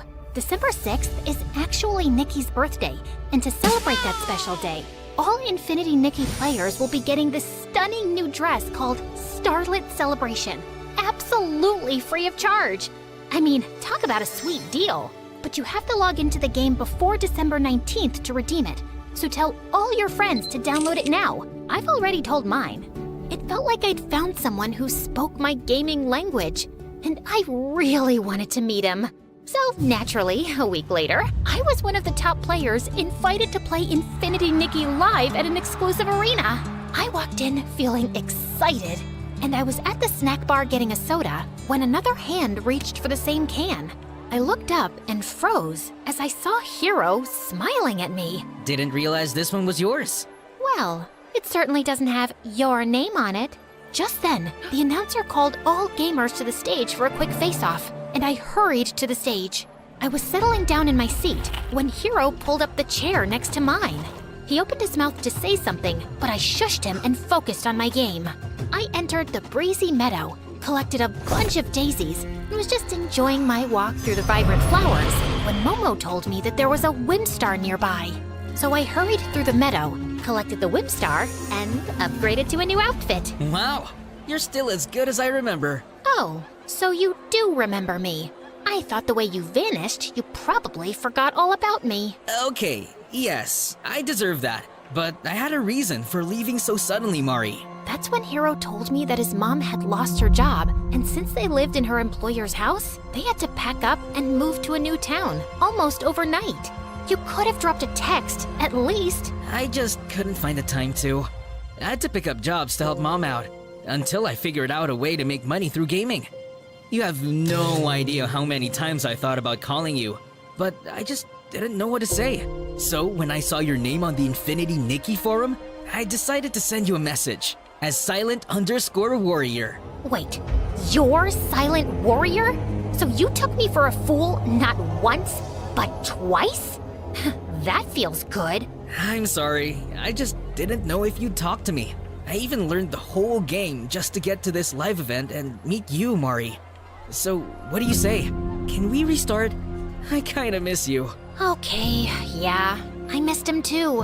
Hero was the one person who always understood me. And and he did genuinely sound sorry for the way he'd acted. So I agreed, and we reconnected. We spent hours chatting about games, and I told him everything about my new team and life at college. Our conversations felt effortless, and I was happy to have him back in my life. But while things with Hero got better, with Adam, it only got more tense. Maria, grab the plasma cannon next to you. You're wasting essential resources. I'm pinned down by these two enemies. I need to deal with them first to advance. Incorrect. Your role is to support Adam. He's leading the mission. Provide suppressing fire, and use that weapon to neutralize the opposition. But if I expose myself, I'll get eliminated. Then strategize smarter. Honestly, you're making me question your tactical skills. Did we make a mistake by bringing you onto the team, Maria? Oh, I don't know, sire. Maybe you did. So why don't you go ahead and find someone who's better than me and can understand what you're actually talking about? And yeah, for the record, my name is Marie. And I just threw the controller down and walked out. And seconds later, Adam followed. How dare you talk to my dad like that? He's constantly breathing down my neck, Adam. It's annoying. He just wants you to do better. And honestly, Mari, you could use a little extra practice. Dad doesn't think you're ready for the tournament, and he might be right. Your dad thinks no one is ever ready. And every time I talk to him, I feel like I'm in the middle of a test I didn't prepare for. I don't think I can play like this. And before Adam could get out another word, I flung my bag over my shoulder and left. I was so distracted that evening, I could barely focus on my game with Hero. I had to jump through some glowing hoops in a sequence before the time ended, and I just couldn't keep up. Hero immediately understood something was off and asked me what happened. And I told him everything. Why are you even with them if they don't value your skills? It's not all bad. The rest of the guys on the team are great, and Adam's a bit edgy, but he's a good player. It's his dad who gives me the ick. My mom's a saint compared to him. At least she never trash-talked me the way he does. Mari, you're a great player, and from what you're telling me, this Adam sounds like a jerk. I think you should just quit and play with me instead. We're good. I just laughed at Hero's suggestion. He was clearly joking. There's no way he'd actually expect me to quit my team at the last minute. Although, I'll admit, the idea was kind of tempting, considering how Adam being on the team was seriously getting on my nerves lately. Later, I ended up talking to my sister Ava about it, and the next day, she and Mom showed up at my dorm with dinner to cheer me up. I was struggling through the lasagna Mom made, when suddenly there was a knock at the door. Hero? What are you doing here? Okay, don't freak out. But I kind of put our names down together for the tournament tomorrow. What? Why? Because your team sucks, Mari. Adam and his dad are dragging you down, and it's obvious you're not happy. But playing Infinity Nikki with you these past few days made me realize how amazing we are together. If we team up, we actually have a chance of winning. And I found out from my sources, and the prize money on this tournament is insane. Hero, Planning to ditch me at the last minute? I saw Adam standing behind Hero with a hard expression on his face. You're taking this the wrong way. Oh, am I? Wasn't he just telling you to leave us and join him? My dad gave you the opportunity to be a great gamer, and you tossed that aside to play Infinity Nikki with him? It's that same dress-up game you keep raving about, right? It's more than a dress-up game, Adam. It teaches you about friendship, care, and warmth. And it tests your skills and presence of mind. You have to strategize your way through each puzzle. It's not easy. Sounds like a pretty easy game to me. Really? Then why don't you and I go head-to-head? First one to complete his quest wins. And Mari joins the winner's team. That's the stupidest thing I've ever heard. Why? Scared I'll kick his butt? We'll see about that. But the food's getting cold. Believe me, Mom, no one wants to eat that. And this is way too entertaining. Adam shoved me aside and took over my gaming system while Hero pulled out his laptop. And they both dove into the game. Hero skillfully switched between Nikki's ability outfits, jumping between platforms with precise timing. The puzzles were tough. Rotating tiles that moved unpredictably, hidden traps waiting to catch him off guard, narrow pathways requiring precision, and lasers that could slice through in an instant. But Hero kept his pace steady. Adam, on the other hand, was clearly struggling. The caged greed towered over him, and he just couldn't figure out how to break through its defenses. While Hero completed his challenges with absolute ease. This is not fair. I was just getting the hang of the game. Besides, you already knew the shortcuts and how to switch between the ability outfits. Fine. Then how about we do a dress-up contest? Mari can rate which dress combo looks nicer. Does that sound fair to you? Huh. I breathe fashion. Bring it on. The combat started, and just like before, Hero nailed this one too. He carefully curated a stunning look. A bright yellow playsuit called the Sunny Agenda, paired with a set of elegant stockings and white high-top sneakers. He finished the outfit with a sleek ponytail and the sweetest headband, creating a perfectly coordinated ensemble. I was just watching him work in awe when Adam jumped up. That's how you do it, baby! Adam, why have you paired the red shimmery gown with the green shimmer jacket? And what's up with these blue glitter stockings? So, it's all glitter, and I know girls like glitter a lot. Yeah, if you're 5 and dressing up your doll, your outfit has no synchrony, Adam. Everything looks great individually, but together, it looks like Nikki fell into a pool of glitter. It doesn't make any sense. And that's why I vote for Hero. Hero smiled at me proudly, and I was about to shake hands with him when Adam jumped in between. You're a cheat. Obviously, you'll vote for Hero because you like him. Hero won because he's good, and he genuinely made an effort to learn the game. Yeah, right, liar. What's your problem, dude? I beat you in 2 games straight, and you're still crying like a baby. Be a man and just admit you suck. What did you just say to me? And with that, Adam launched himself at Hero, grabbed his laptop, and threw it across the room. Hero lost his mind, swung back, and the two of them got into a fight. I tried to stop them, but they kept swinging at each other. And then Hero pushed Adam, and he went flying into the table with all the food. Oh my god, I made that with my own 2 hands. It took me hours to get the flavor on point. And somehow it still sucked. What did you just say to me? Ah! Shut it!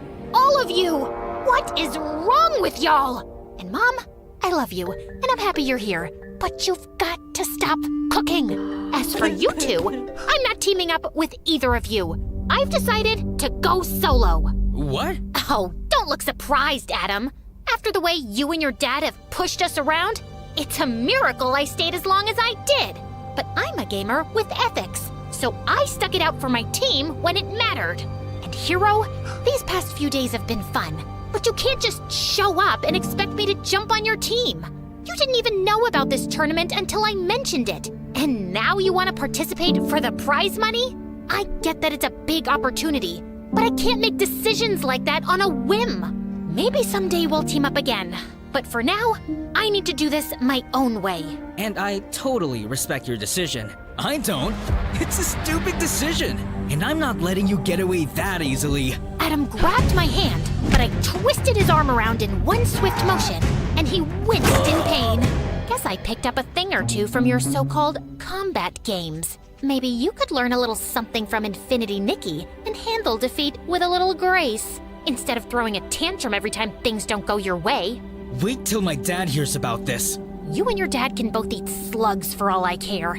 Now get out and don't come back. Adam left that night, but I knew he wasn't gonna stay quiet. Not that I cared. I'd already made up my mind to pull my name from that stupid tournament. I didn't want to be part of something that sucked the joy out of the one thing I loved. It was time to take back my happiness, to focus on what made me feel alive again. And for the first time in weeks, I felt free. It's showtime, baby!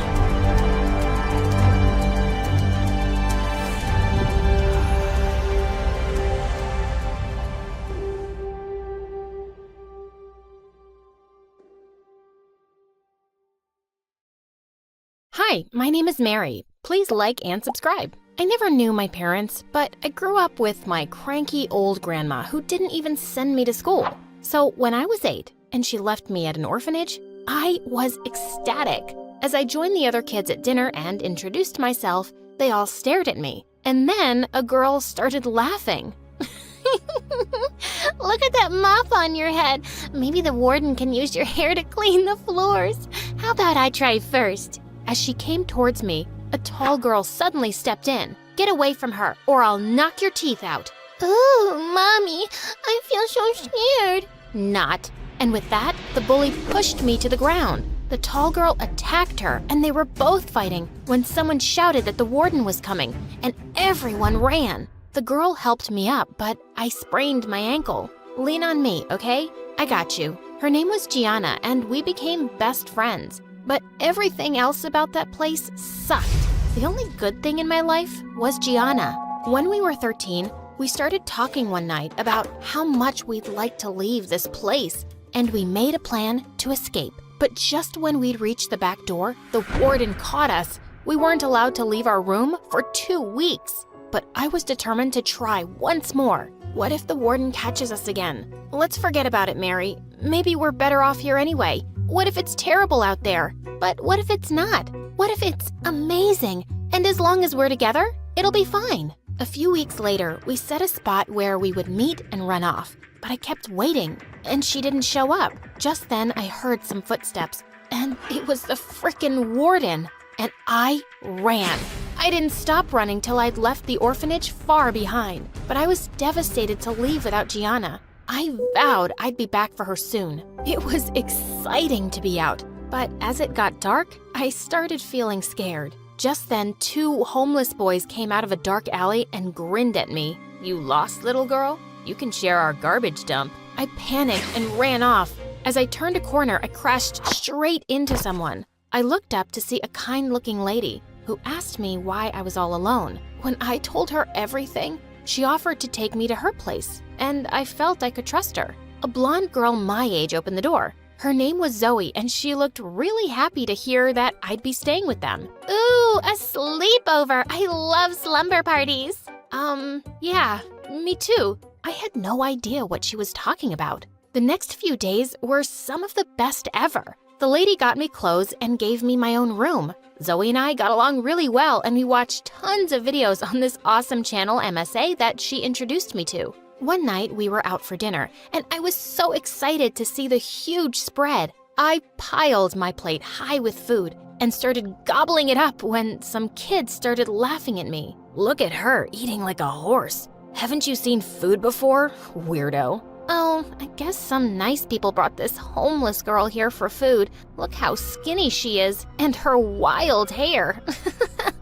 Before I could reply, Zoe had returned to our table, and she smacked her plate in the kid's face. Mind your own business, you limp noodle. I loved the way Zoe stood up for me. She reminded me so much of Gianna. I soon discovered that Zoe's mom owned a beauty salon. One day she gave me a makeover, and I was shocked at the results. She even managed to tame my crazy hair. Whoa, are you some kind of magician? Oh, I didn't have to do much. You're a beautiful girl, Mary. And it felt amazing to hear that. And a week later, I was officially adopted by them.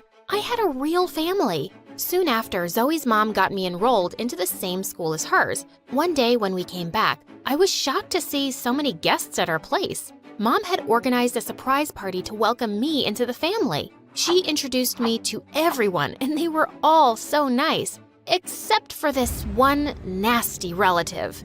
Do you even make enough from your awful makeup business to take care of another child? Oh God, I can't forget the horrible makeup you did on me once. That made me mad. Well, sometimes all the makeup in the world can't fix some faces. Mom and Zoe laughed out loud while the lady turned red and stormed off. I wasn't letting anyone be a jerk to my family. The only thing that was bothering me now was thinking of Gianna at the orphanage. Mom said she'd help find a home for her too, and we went to see her. But I was shocked when the warden told us she'd been adopted. She wouldn't tell us where Gianna had gone, but in my heart, I was satisfied. She had a family like me. Life was good, and over time, I picked up Mom's love of makeup, and she taught me everything she knew.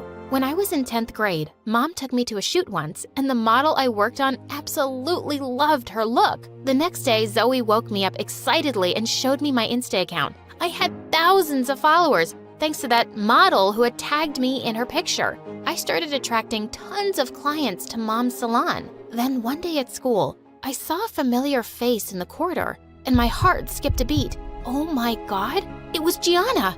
I ran to her and she screamed in delight as the two of us hugged and jumped around. I feel like I'm dreaming. I thought I'd never see you again, Gianna. I can't believe it myself. I'm so happy to see you, and you look amazing. Gianna and I had so much catching up to do. We were in the cafeteria when Zoe came and sat next to me and started eating my food, and Gianna snatched the tray away from her. Hey, what are you doing, weirdo? Get your own lunch. Excuse me? Who are you and what's your problem? Whoa, guys, calm down.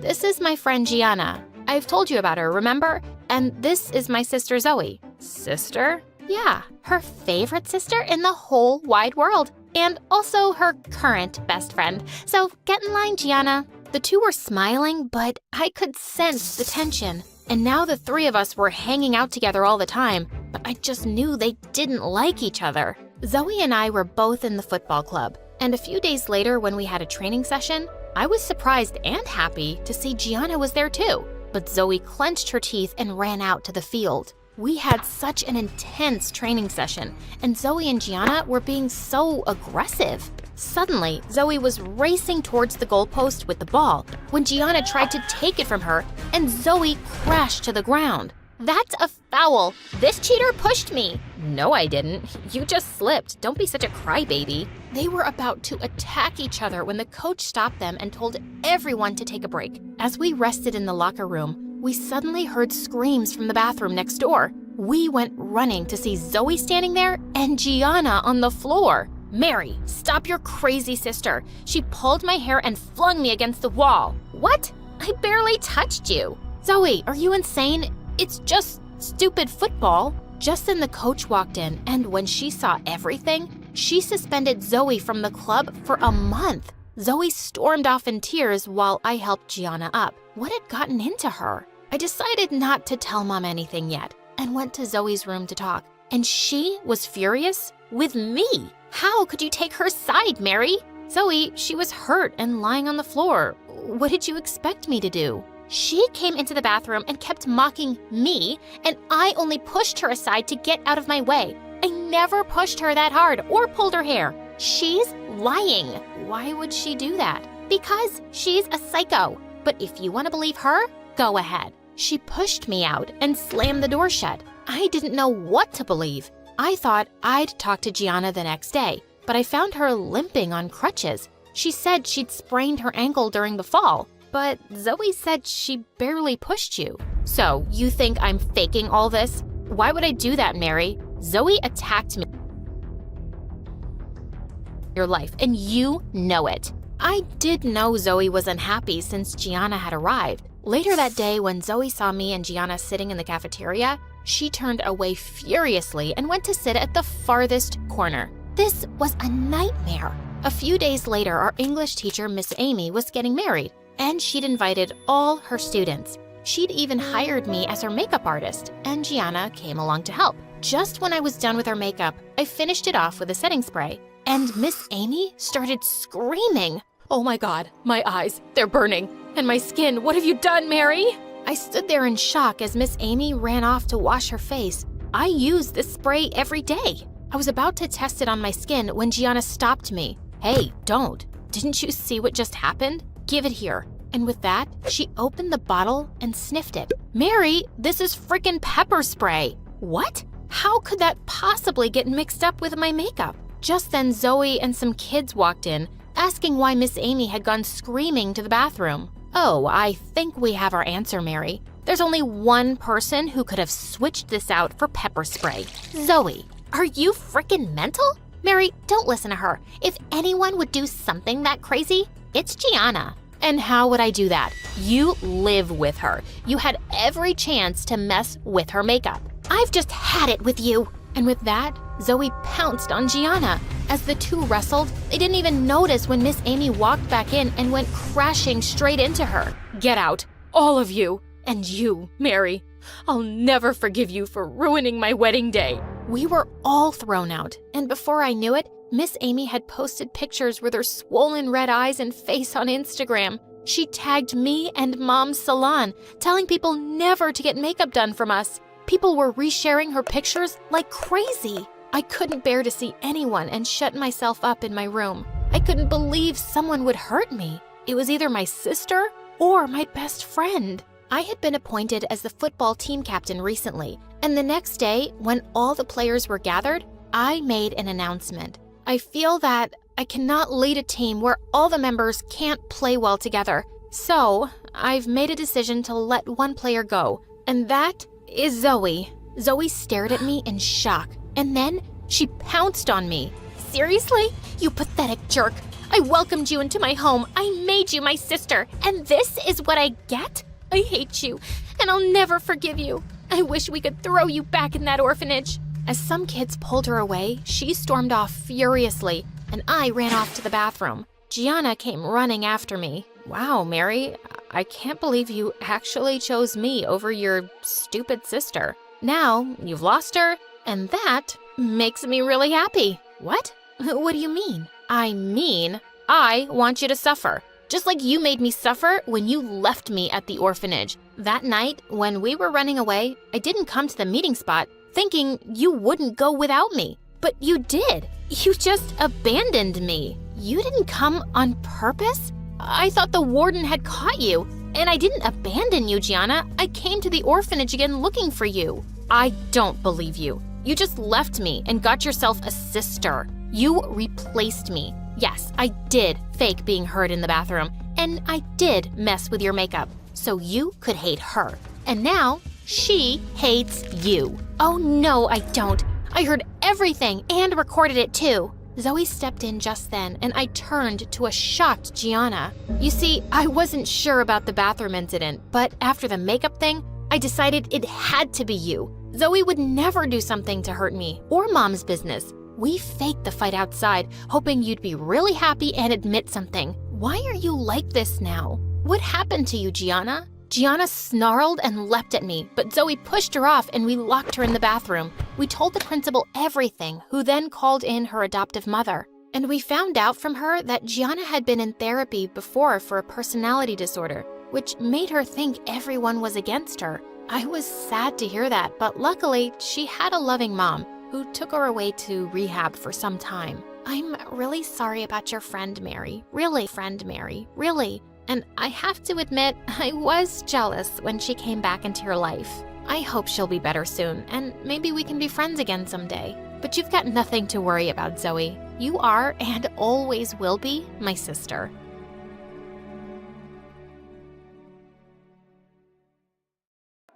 Hello, I'm Jessica Harlenborough, and I belong to a family of great detectives. My father was James Harlenborough, whose father was Hardy Harlenborough Jackson Jr., whose mother was Janet Harlenborough, who was the first one in our family to hold the badge and wear the uniform. The legend goes that she once defeated a whole family of bandits on her own with nothing but an empty revolver. And since then, she has inspired my father, my father's father, and me to grow and become the seekers of justice. And soon, the day arrived when I got to use my true skills. One day, on my way back from the bathroom, I saw James Heartthrob in the hallway, the guy my friend Lily Larkins had a huge crush on. He walked secretly to his locker with a suspicious brown package in his hands, which he placed inside after making sure no one was around him. After that, he walked away. But as a responsible citizen and the head of the Student Welfare Association, I followed him to a corner as he made a phone call, and I heard every word. I secured the package. Good job. We will execute our plan tomorrow at noon. If everything goes well, we'll not only succeed in our goals, but we'll also leave enough money to be comfortable for the rest of our lives. As soon as he ended the call, he looked sideways again. I I made sure I was hidden from view. Then I noticed him take out a pair of glasses with a golden frame from his pocket. He clicked on them, and a holographic display of a building appeared in front of him. It looked super familiar, but I couldn't quite place where I'd seen that building before. What was he planning to do there? After staring intently at it for some seconds, James put the glasses back into his pocket and walked away quickly. As I was still processing everything, Lily suddenly popped up from behind me. Hey, Jessica, what are you doing? Come on, we need to go. The football match is about to start, and James Heartthrob is leading the team. I can't tell you how excited I am to see him play. Yeah, I'm doing nothing. Let's go to the game. While I walked to the field with her, I kept thinking about that package. After a recent security scare, all students' bags were checked at the gate, and it would be difficult to bring in a package wrapped up like that. And who was James talking to? I was sure in my bones that something big and evil was about to go down, and I had to stop it. Halfway through the game, while Lily was busy cheering for James Heartthrob, I snuck out of there and made my way to James's locker. Having noticed the password earlier, I unlocked it, and the package was there. But to my disappointment, it was empty. But the brown paper wrapping outside had information about where it had come from. Taking out the pen from my pocket, I noticed the address and the name of the sender. Just then, I heard some footsteps approaching, and I ran across the corridor and hid behind one of the classroom doors. It was James Heartthrob again. He took his phone out of his backpack and went back to the same corner as before. Hey, listen, we'll have to postpone our undertaking from tomorrow to the day after.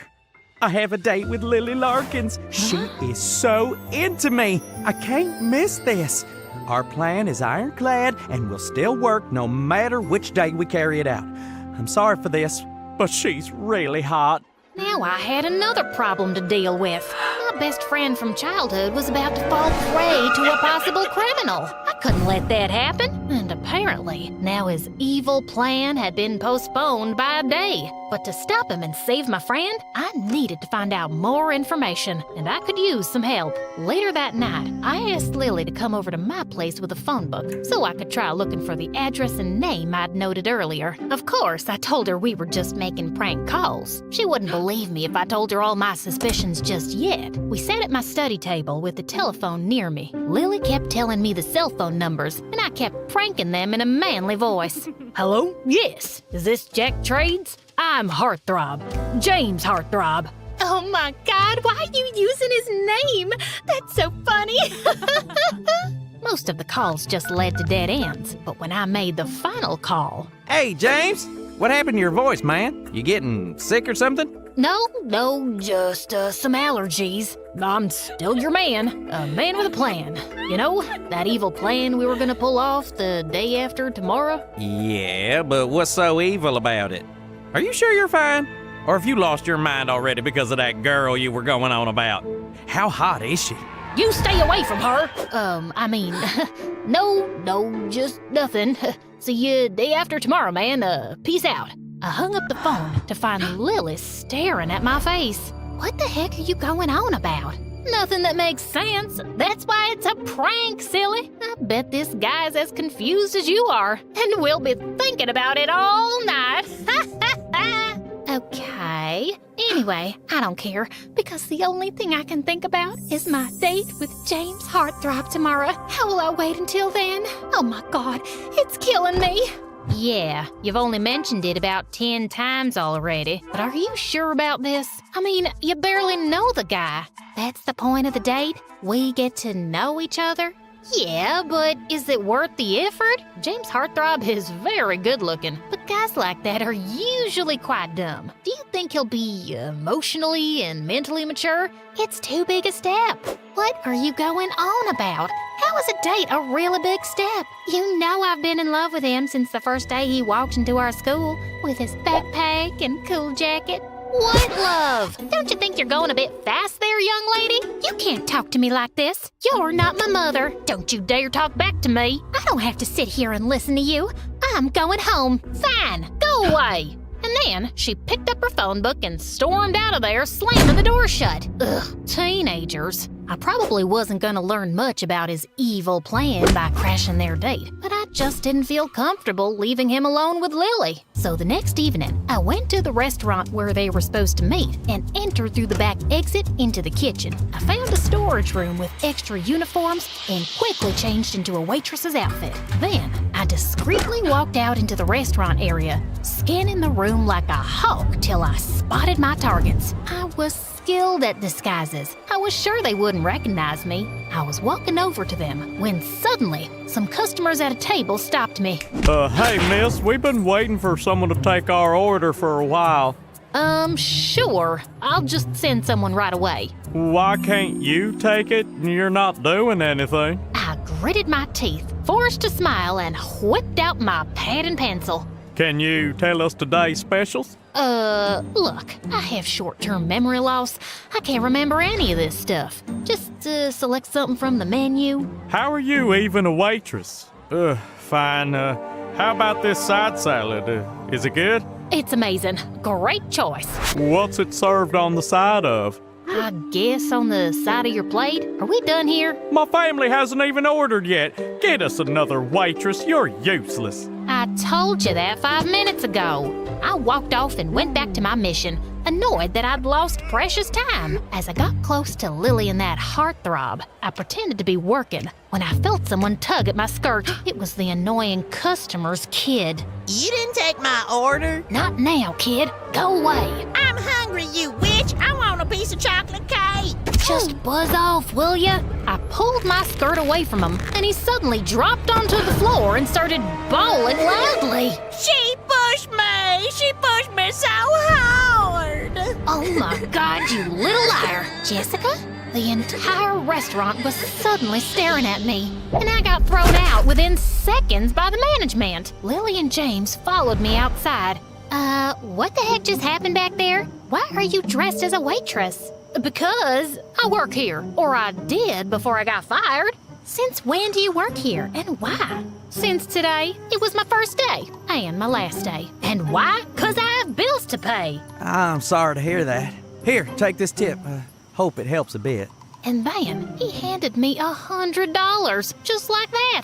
I hadn't even waited on him. I guess he had plenty of money from all his evil ventures. And now that I was face to face with him, maybe I could make him give away something about his plans. Wow, that's very generous. Thank you. You must be rich. And I guess you'll be very rich soon if your trades go well, eh? You know what I mean, huh? I really don't. Oh, come on. Are you really saying you're a jack of all trades and a master of none? What does that even mean? Wait a sec. Are you talking about Jack Trades? Do you know him? Are you a friend or a girlfriend? No, I don't know any Jack Trades. I just remembered. I have a movie to catch in 15 minutes. I'll see you tomorrow, Lily. And with that, I ran off. Wow, this guy was cunning. Instead of giving anything away, he'd started questioning me instead. As I was walking down the street, I passed by a building and then suddenly stopped in my tracks. I slowly walked back to face the building from the front, and then it hit me. Texas State Bank. That was the building that had been in the hologram. And then it all clicked into place. James Heartthrob was planning to rob Texas State Bank with Jack Trades as an accomplice. Of course that would make them super rich. But I was gonna get him. Oh, I was gonna get him good. The next day, I was at the bank 5 minutes before noon, but I walked in to find James and Jack already there at the bank manager's desk. They seemed to be having some intense conversation. What if those two were holding the manager hostage at gunpoint? Or he could even be an accomplice. Just then, James Heartthrob got up from his seat and reached into his pocket, and I couldn't wait anymore. I rushed towards them and threw myself at James, tackling him to the ground. Ow! What do you think you're... Shut up, James! Just then, I spotted another accomplice carrying a gun, and I tackled him too. His gun went skidding across the floor as I sat on him and tied his hands behind his back while the receptionist called the police. I thought James and Jack would try to make a run for it, but they were just standing there looking shocked. So, James Heartthrob and Jack Trades. I believe you can now tell us all your evil plan. What evil plan? Your plan to rob the bank? What else? You got the package from this Jack Trades, giving you the holographic projection of this bank, giving you all the escape points. You two were banking on getting very rich, weren't you? Banking. I made a clever pun. Anyway, were you holding the manager hostage, or is he in on it too? What? Jessica, you've got it all wrong. That device is our creation, and we were going to ask this bank official to give us a loan to fund it. The device was for demonstration. What? That's it? Yep. That's when I realized that the guy under my foot was, in fact, a real robber. And James Heartthrob was not guilty. But to save me from further embarrassment, the cops came in and took that guy into custody and gave me a badge of honor. And the next day, my photo was in the newspaper as well, with the headline, "Schoolgirl Solves Her First Case." So, it all worked out for the best. Next day, I went to school and saw James Heartthrob closing his locker. I walked up to him. "Hey, James, I'm sorry. I didn't mean to—" Accuse me of a crime? I don't know what I was thinking. He was looking at me with an amused face. You seem to have a wild imagination, and you're super nosy. But tackling a guy with a gun was pretty brave, actually. You're interesting, Jessica Harlenborough, and you're forgiven. Well, thank you. That ended the conversation. Did you see any sparks here between us? James swears he felt some at that point, but I really didn't. Also, it turned out that James and Lily didn't enjoy their first date and decided not to go ahead with the relationship. We all graduated high school, and some years later, I became a detective. No surprises there. Also, I reconnected with James Heartthrob. We dated for a while, and then we got married. As for Lily, she was our maid of honor. And yeah, some things went wrong at the wedding, and I accused her of sabotaging my big day out of jealousy. But it turns out she had nothing to do with it. Yeah, that was awkward, but our friendship is still strong. Ironclad, unbreakable, uncrackable, unscratchable, if you will.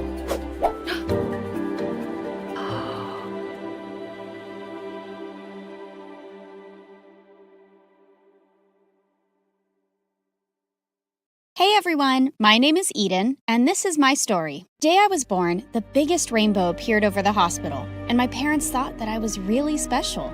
They always treated me like a princess. Mommy, I want an airplane. And the very next day, my room was full of all the toy airplanes my parents could find. I always felt loved and had everything in the world, but sometimes I couldn't help wishing I had someone to share it all with. Mommy, I want a little sister. Oh, baby, trust me. You don't need anyone. Our lives are perfect just the way they are. But only they weren't. Soon after that day, I'd often hear Mom and Dad fighting with each other, and I noticed they started to drift apart. So I tried my best to keep them together. Mom, Dad, you guys want to watch a movie with me? Your dad's busy, but I can go with you. Maybe we can go tomorrow when you're both free? I think it's just better if we go on our own, love. And my biggest nightmare came true when I turned 14, and my parents announced that they were getting a divorce. It crushed my heart. Mom decided to move back to her hometown in Missouri, and since Dad was moving away for work, I had no other choice but to go with Mom. But the minute we got there, I got the shock of my life. Mom was freaking rich! She owned a huge house and farms in the town. Mom, how come you never told me about any of this? Well, I just didn't think it was that important. But this was huge to be kept from me, and turns out that wasn't the only secret she had. Later that evening, I was taking a walk across the grounds when suddenly my legs got caught in a rope and I fell down in cow poop. What the heck? Just then, I saw a girl my age running towards me, and she stumbled and fell too. Ouch, my butt! Hey, are you okay? Oh my gosh, I'm so sorry. I was practicing rope throwing and I didn't see you there. That was you? Ugh! Now get me out of this! Okay, hold your horses. Well, I have good news and bad news. The good news is this is the best knot I ever made, and I might have a chance at winning at the rodeo this year. But the bad news is I have no idea how to undo it. What? Are you crazy? Cut it or something. She ran away to look for something and came back with her mom. But just as the lady was untying me, Mom came running and pulled her away. What did you do to my daughter? Get away from her. Lily? What are you doing here? It's my home too. I can come here anytime I want. And from what I've heard, you've been running the farm at a loss, so I thought I should come look into it. Oh, so you just turn up out of nowhere to tell me my business? I'm shocked you're even showing your face here after what you did. Christy, shut up. Mom took my hand and pulled me out of there.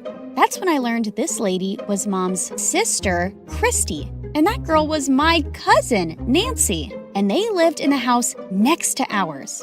And you didn't think this was important to tell me too? What else are you hiding? Do you have another husband and kids too? Eden! I had so many questions, but she was refusing to answer any, and it was driving me mad. So I called Dad to ask, but he just said, "Oh, honey, I can't tell you much, but just remember, your mom needs you."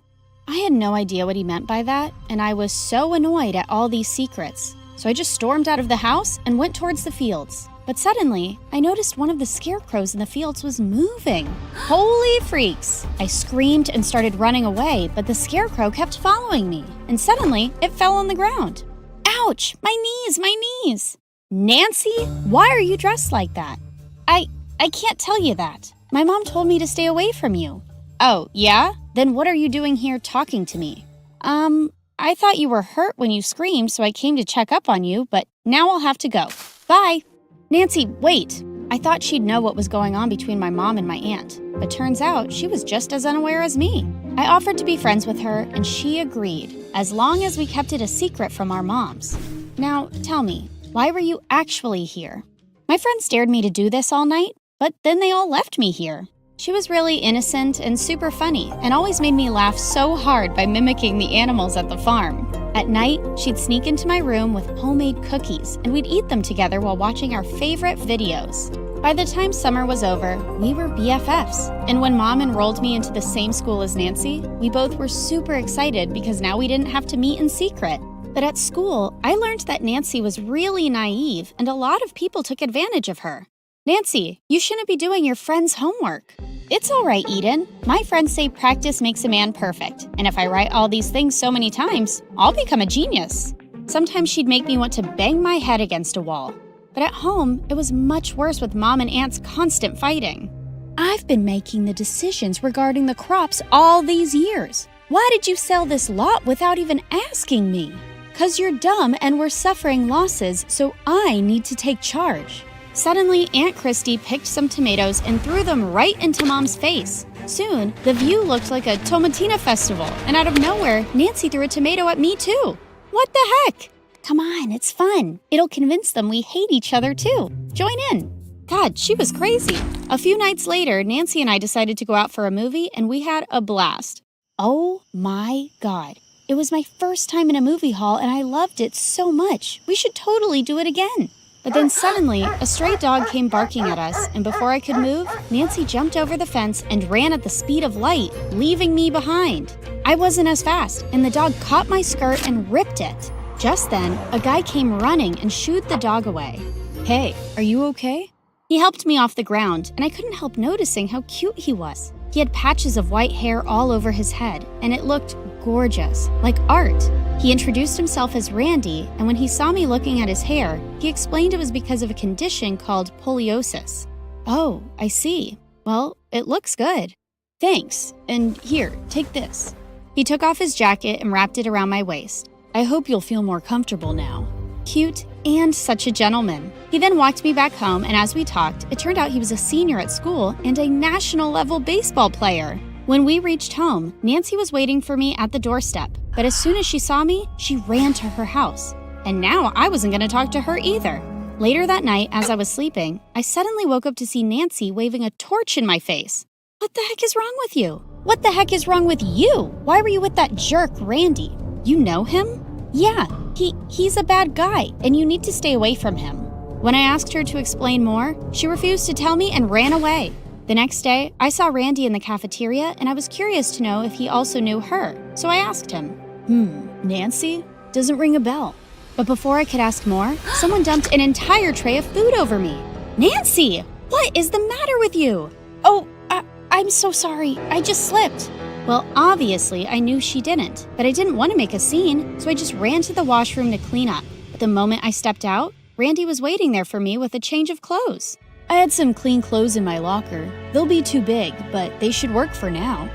This guy was just perfect, but I had no idea why Nancy was behaving this way. So that night, I went to see Nancy and forced her to tell me why she hated me getting along with Randy. And she gave me the most shocking reply. 'Cause he's into guys. What? Yeah, I knew his secret, but I didn't want to be the one to break it to anyone. That's why I lied to you that he's a bad guy, so you'd keep away from him and won't get your heart broken. She then showed me pictures of him laughing and holding hands with a guy in a park. What? You could have just told me sooner, you know. I tried to, but you were pissed at me for running away. I'm really scared of dogs because I got bit by one when I was 5. Oh, Nancy. I told her not to hide things from me anymore, and I was so glad to have my bestie back. From the next day, I started avoiding Randy whenever I'd see him around school. But one time, he caught me on my way back home. I have no idea why you've been avoiding me, but if I've made a mistake, you should let me know. No, Randy, it's not like that. He then told me it was his birthday, and he invited me to the carnival happening in town. At first, I was hesitant, but then I remembered how nice he'd been to me, and I decided to be a good friend at least. Later that night, when I joined him, I realized it was just the two of us, but we had a blast. We played so many games together, and Randy won a giant teddy bear for me. After that, we went on the Ferris wheel, and when we reached the top, Randy held my hand and pulled me in for a kiss. Randy, get away from me! I'm sorry. I thought you liked me too, and... I do. I did, until I found out you like guys. What? Who told you that? I told him about those pictures, and he burst out laughing. Oh my God, who took those? That's my cousin who visited me quite a while ago, and I was holding his hand on our walk because he's blind. I'm not into boys. I like girls, okay? I really like you. And suddenly, I realized I got played by Nancy, that little witch. Later when I got home, I stormed off to Nancy's place and went straight to her room. I can't believe I trusted you and you lied to me. You did this because you like Randy too, right? Yes, I liked him too, but... Before she could say more, I jumped onto her and we broke into a wild fight. And soon our moms came running to separate us. Girls, stop it. What's going on? I told Mom all that happened, and Aunt Christy started to laugh hysterically. So, the apple doesn't fall far from the tree, I guess. I knew you'd be just like your mother, stealing boyfriends as usual. What did she mean by that? Mom, please stop it. But Aunt went on to tell us that my dad was originally her boyfriend, but Mom made him fall for her. Their parents asked Mom to dump my dad so the sisters could stop fighting, but instead she ran away with him and never came back. I have apologized to you 1,000,000 times. I'm sorry I hurt you, but we really loved each other. He was my boyfriend. You had no business loving him, and I'm never forgiving you for that. I watched Mom's eyes fill with tears as Aunt Christy asked us to leave. Later at home, I asked Mom if she regretted marrying Dad. No, I don't regret it at all, sweetie. Your dad gave me the best years of my life, but sometimes good things also come to an end. I just wish it hadn't cost me my family. I was too young and stupid to not consider my sister's feelings. I hugged her tight and comforted her, and the next day, I knew just what to do. I walked up to Nancy's room and told her I was going to stay away from Randy. I don't want a boy coming between us. Oh, Eden, it's all my fault. Like I said, I also liked Randy, but my friends showed me all those pictures and I believed them and thought he's gay, and I've lost feelings for him now. But you threw all your food over me that day. I thought you were jealous. It was a genuine accident, I swear. I'm happy if you guys like each other. Oh my God, my little sister was such an innocent baby. But there was one more pair of sisters that we had to reunite, and I had just the perfect plan for it. I called Dad and told him everything and asked him to come visit us. Thank you so much for coming, Dad. You don't have to thank me, honey. I should have done this sooner and made things easier for your mom. We then walked towards the fields where both our moms were working, and they looked super shocked to see Dad. What are you doing here? I'm here to apologize to you, Christy. I was the one who fell in love with your sister first, and I was the one who broke your heart. So don't resent her so much, and please forgive both of us. Yeah, I'm sorry too, Christy. Really and truly. I could see tears in Aunt's eyes as she hugged Mom, and Nancy and I joined in too. After what felt like a lifetime, I saw Mom and Dad smiling at each other, and it made my heart so full. We should never give up on people we love. They are always worth the fight.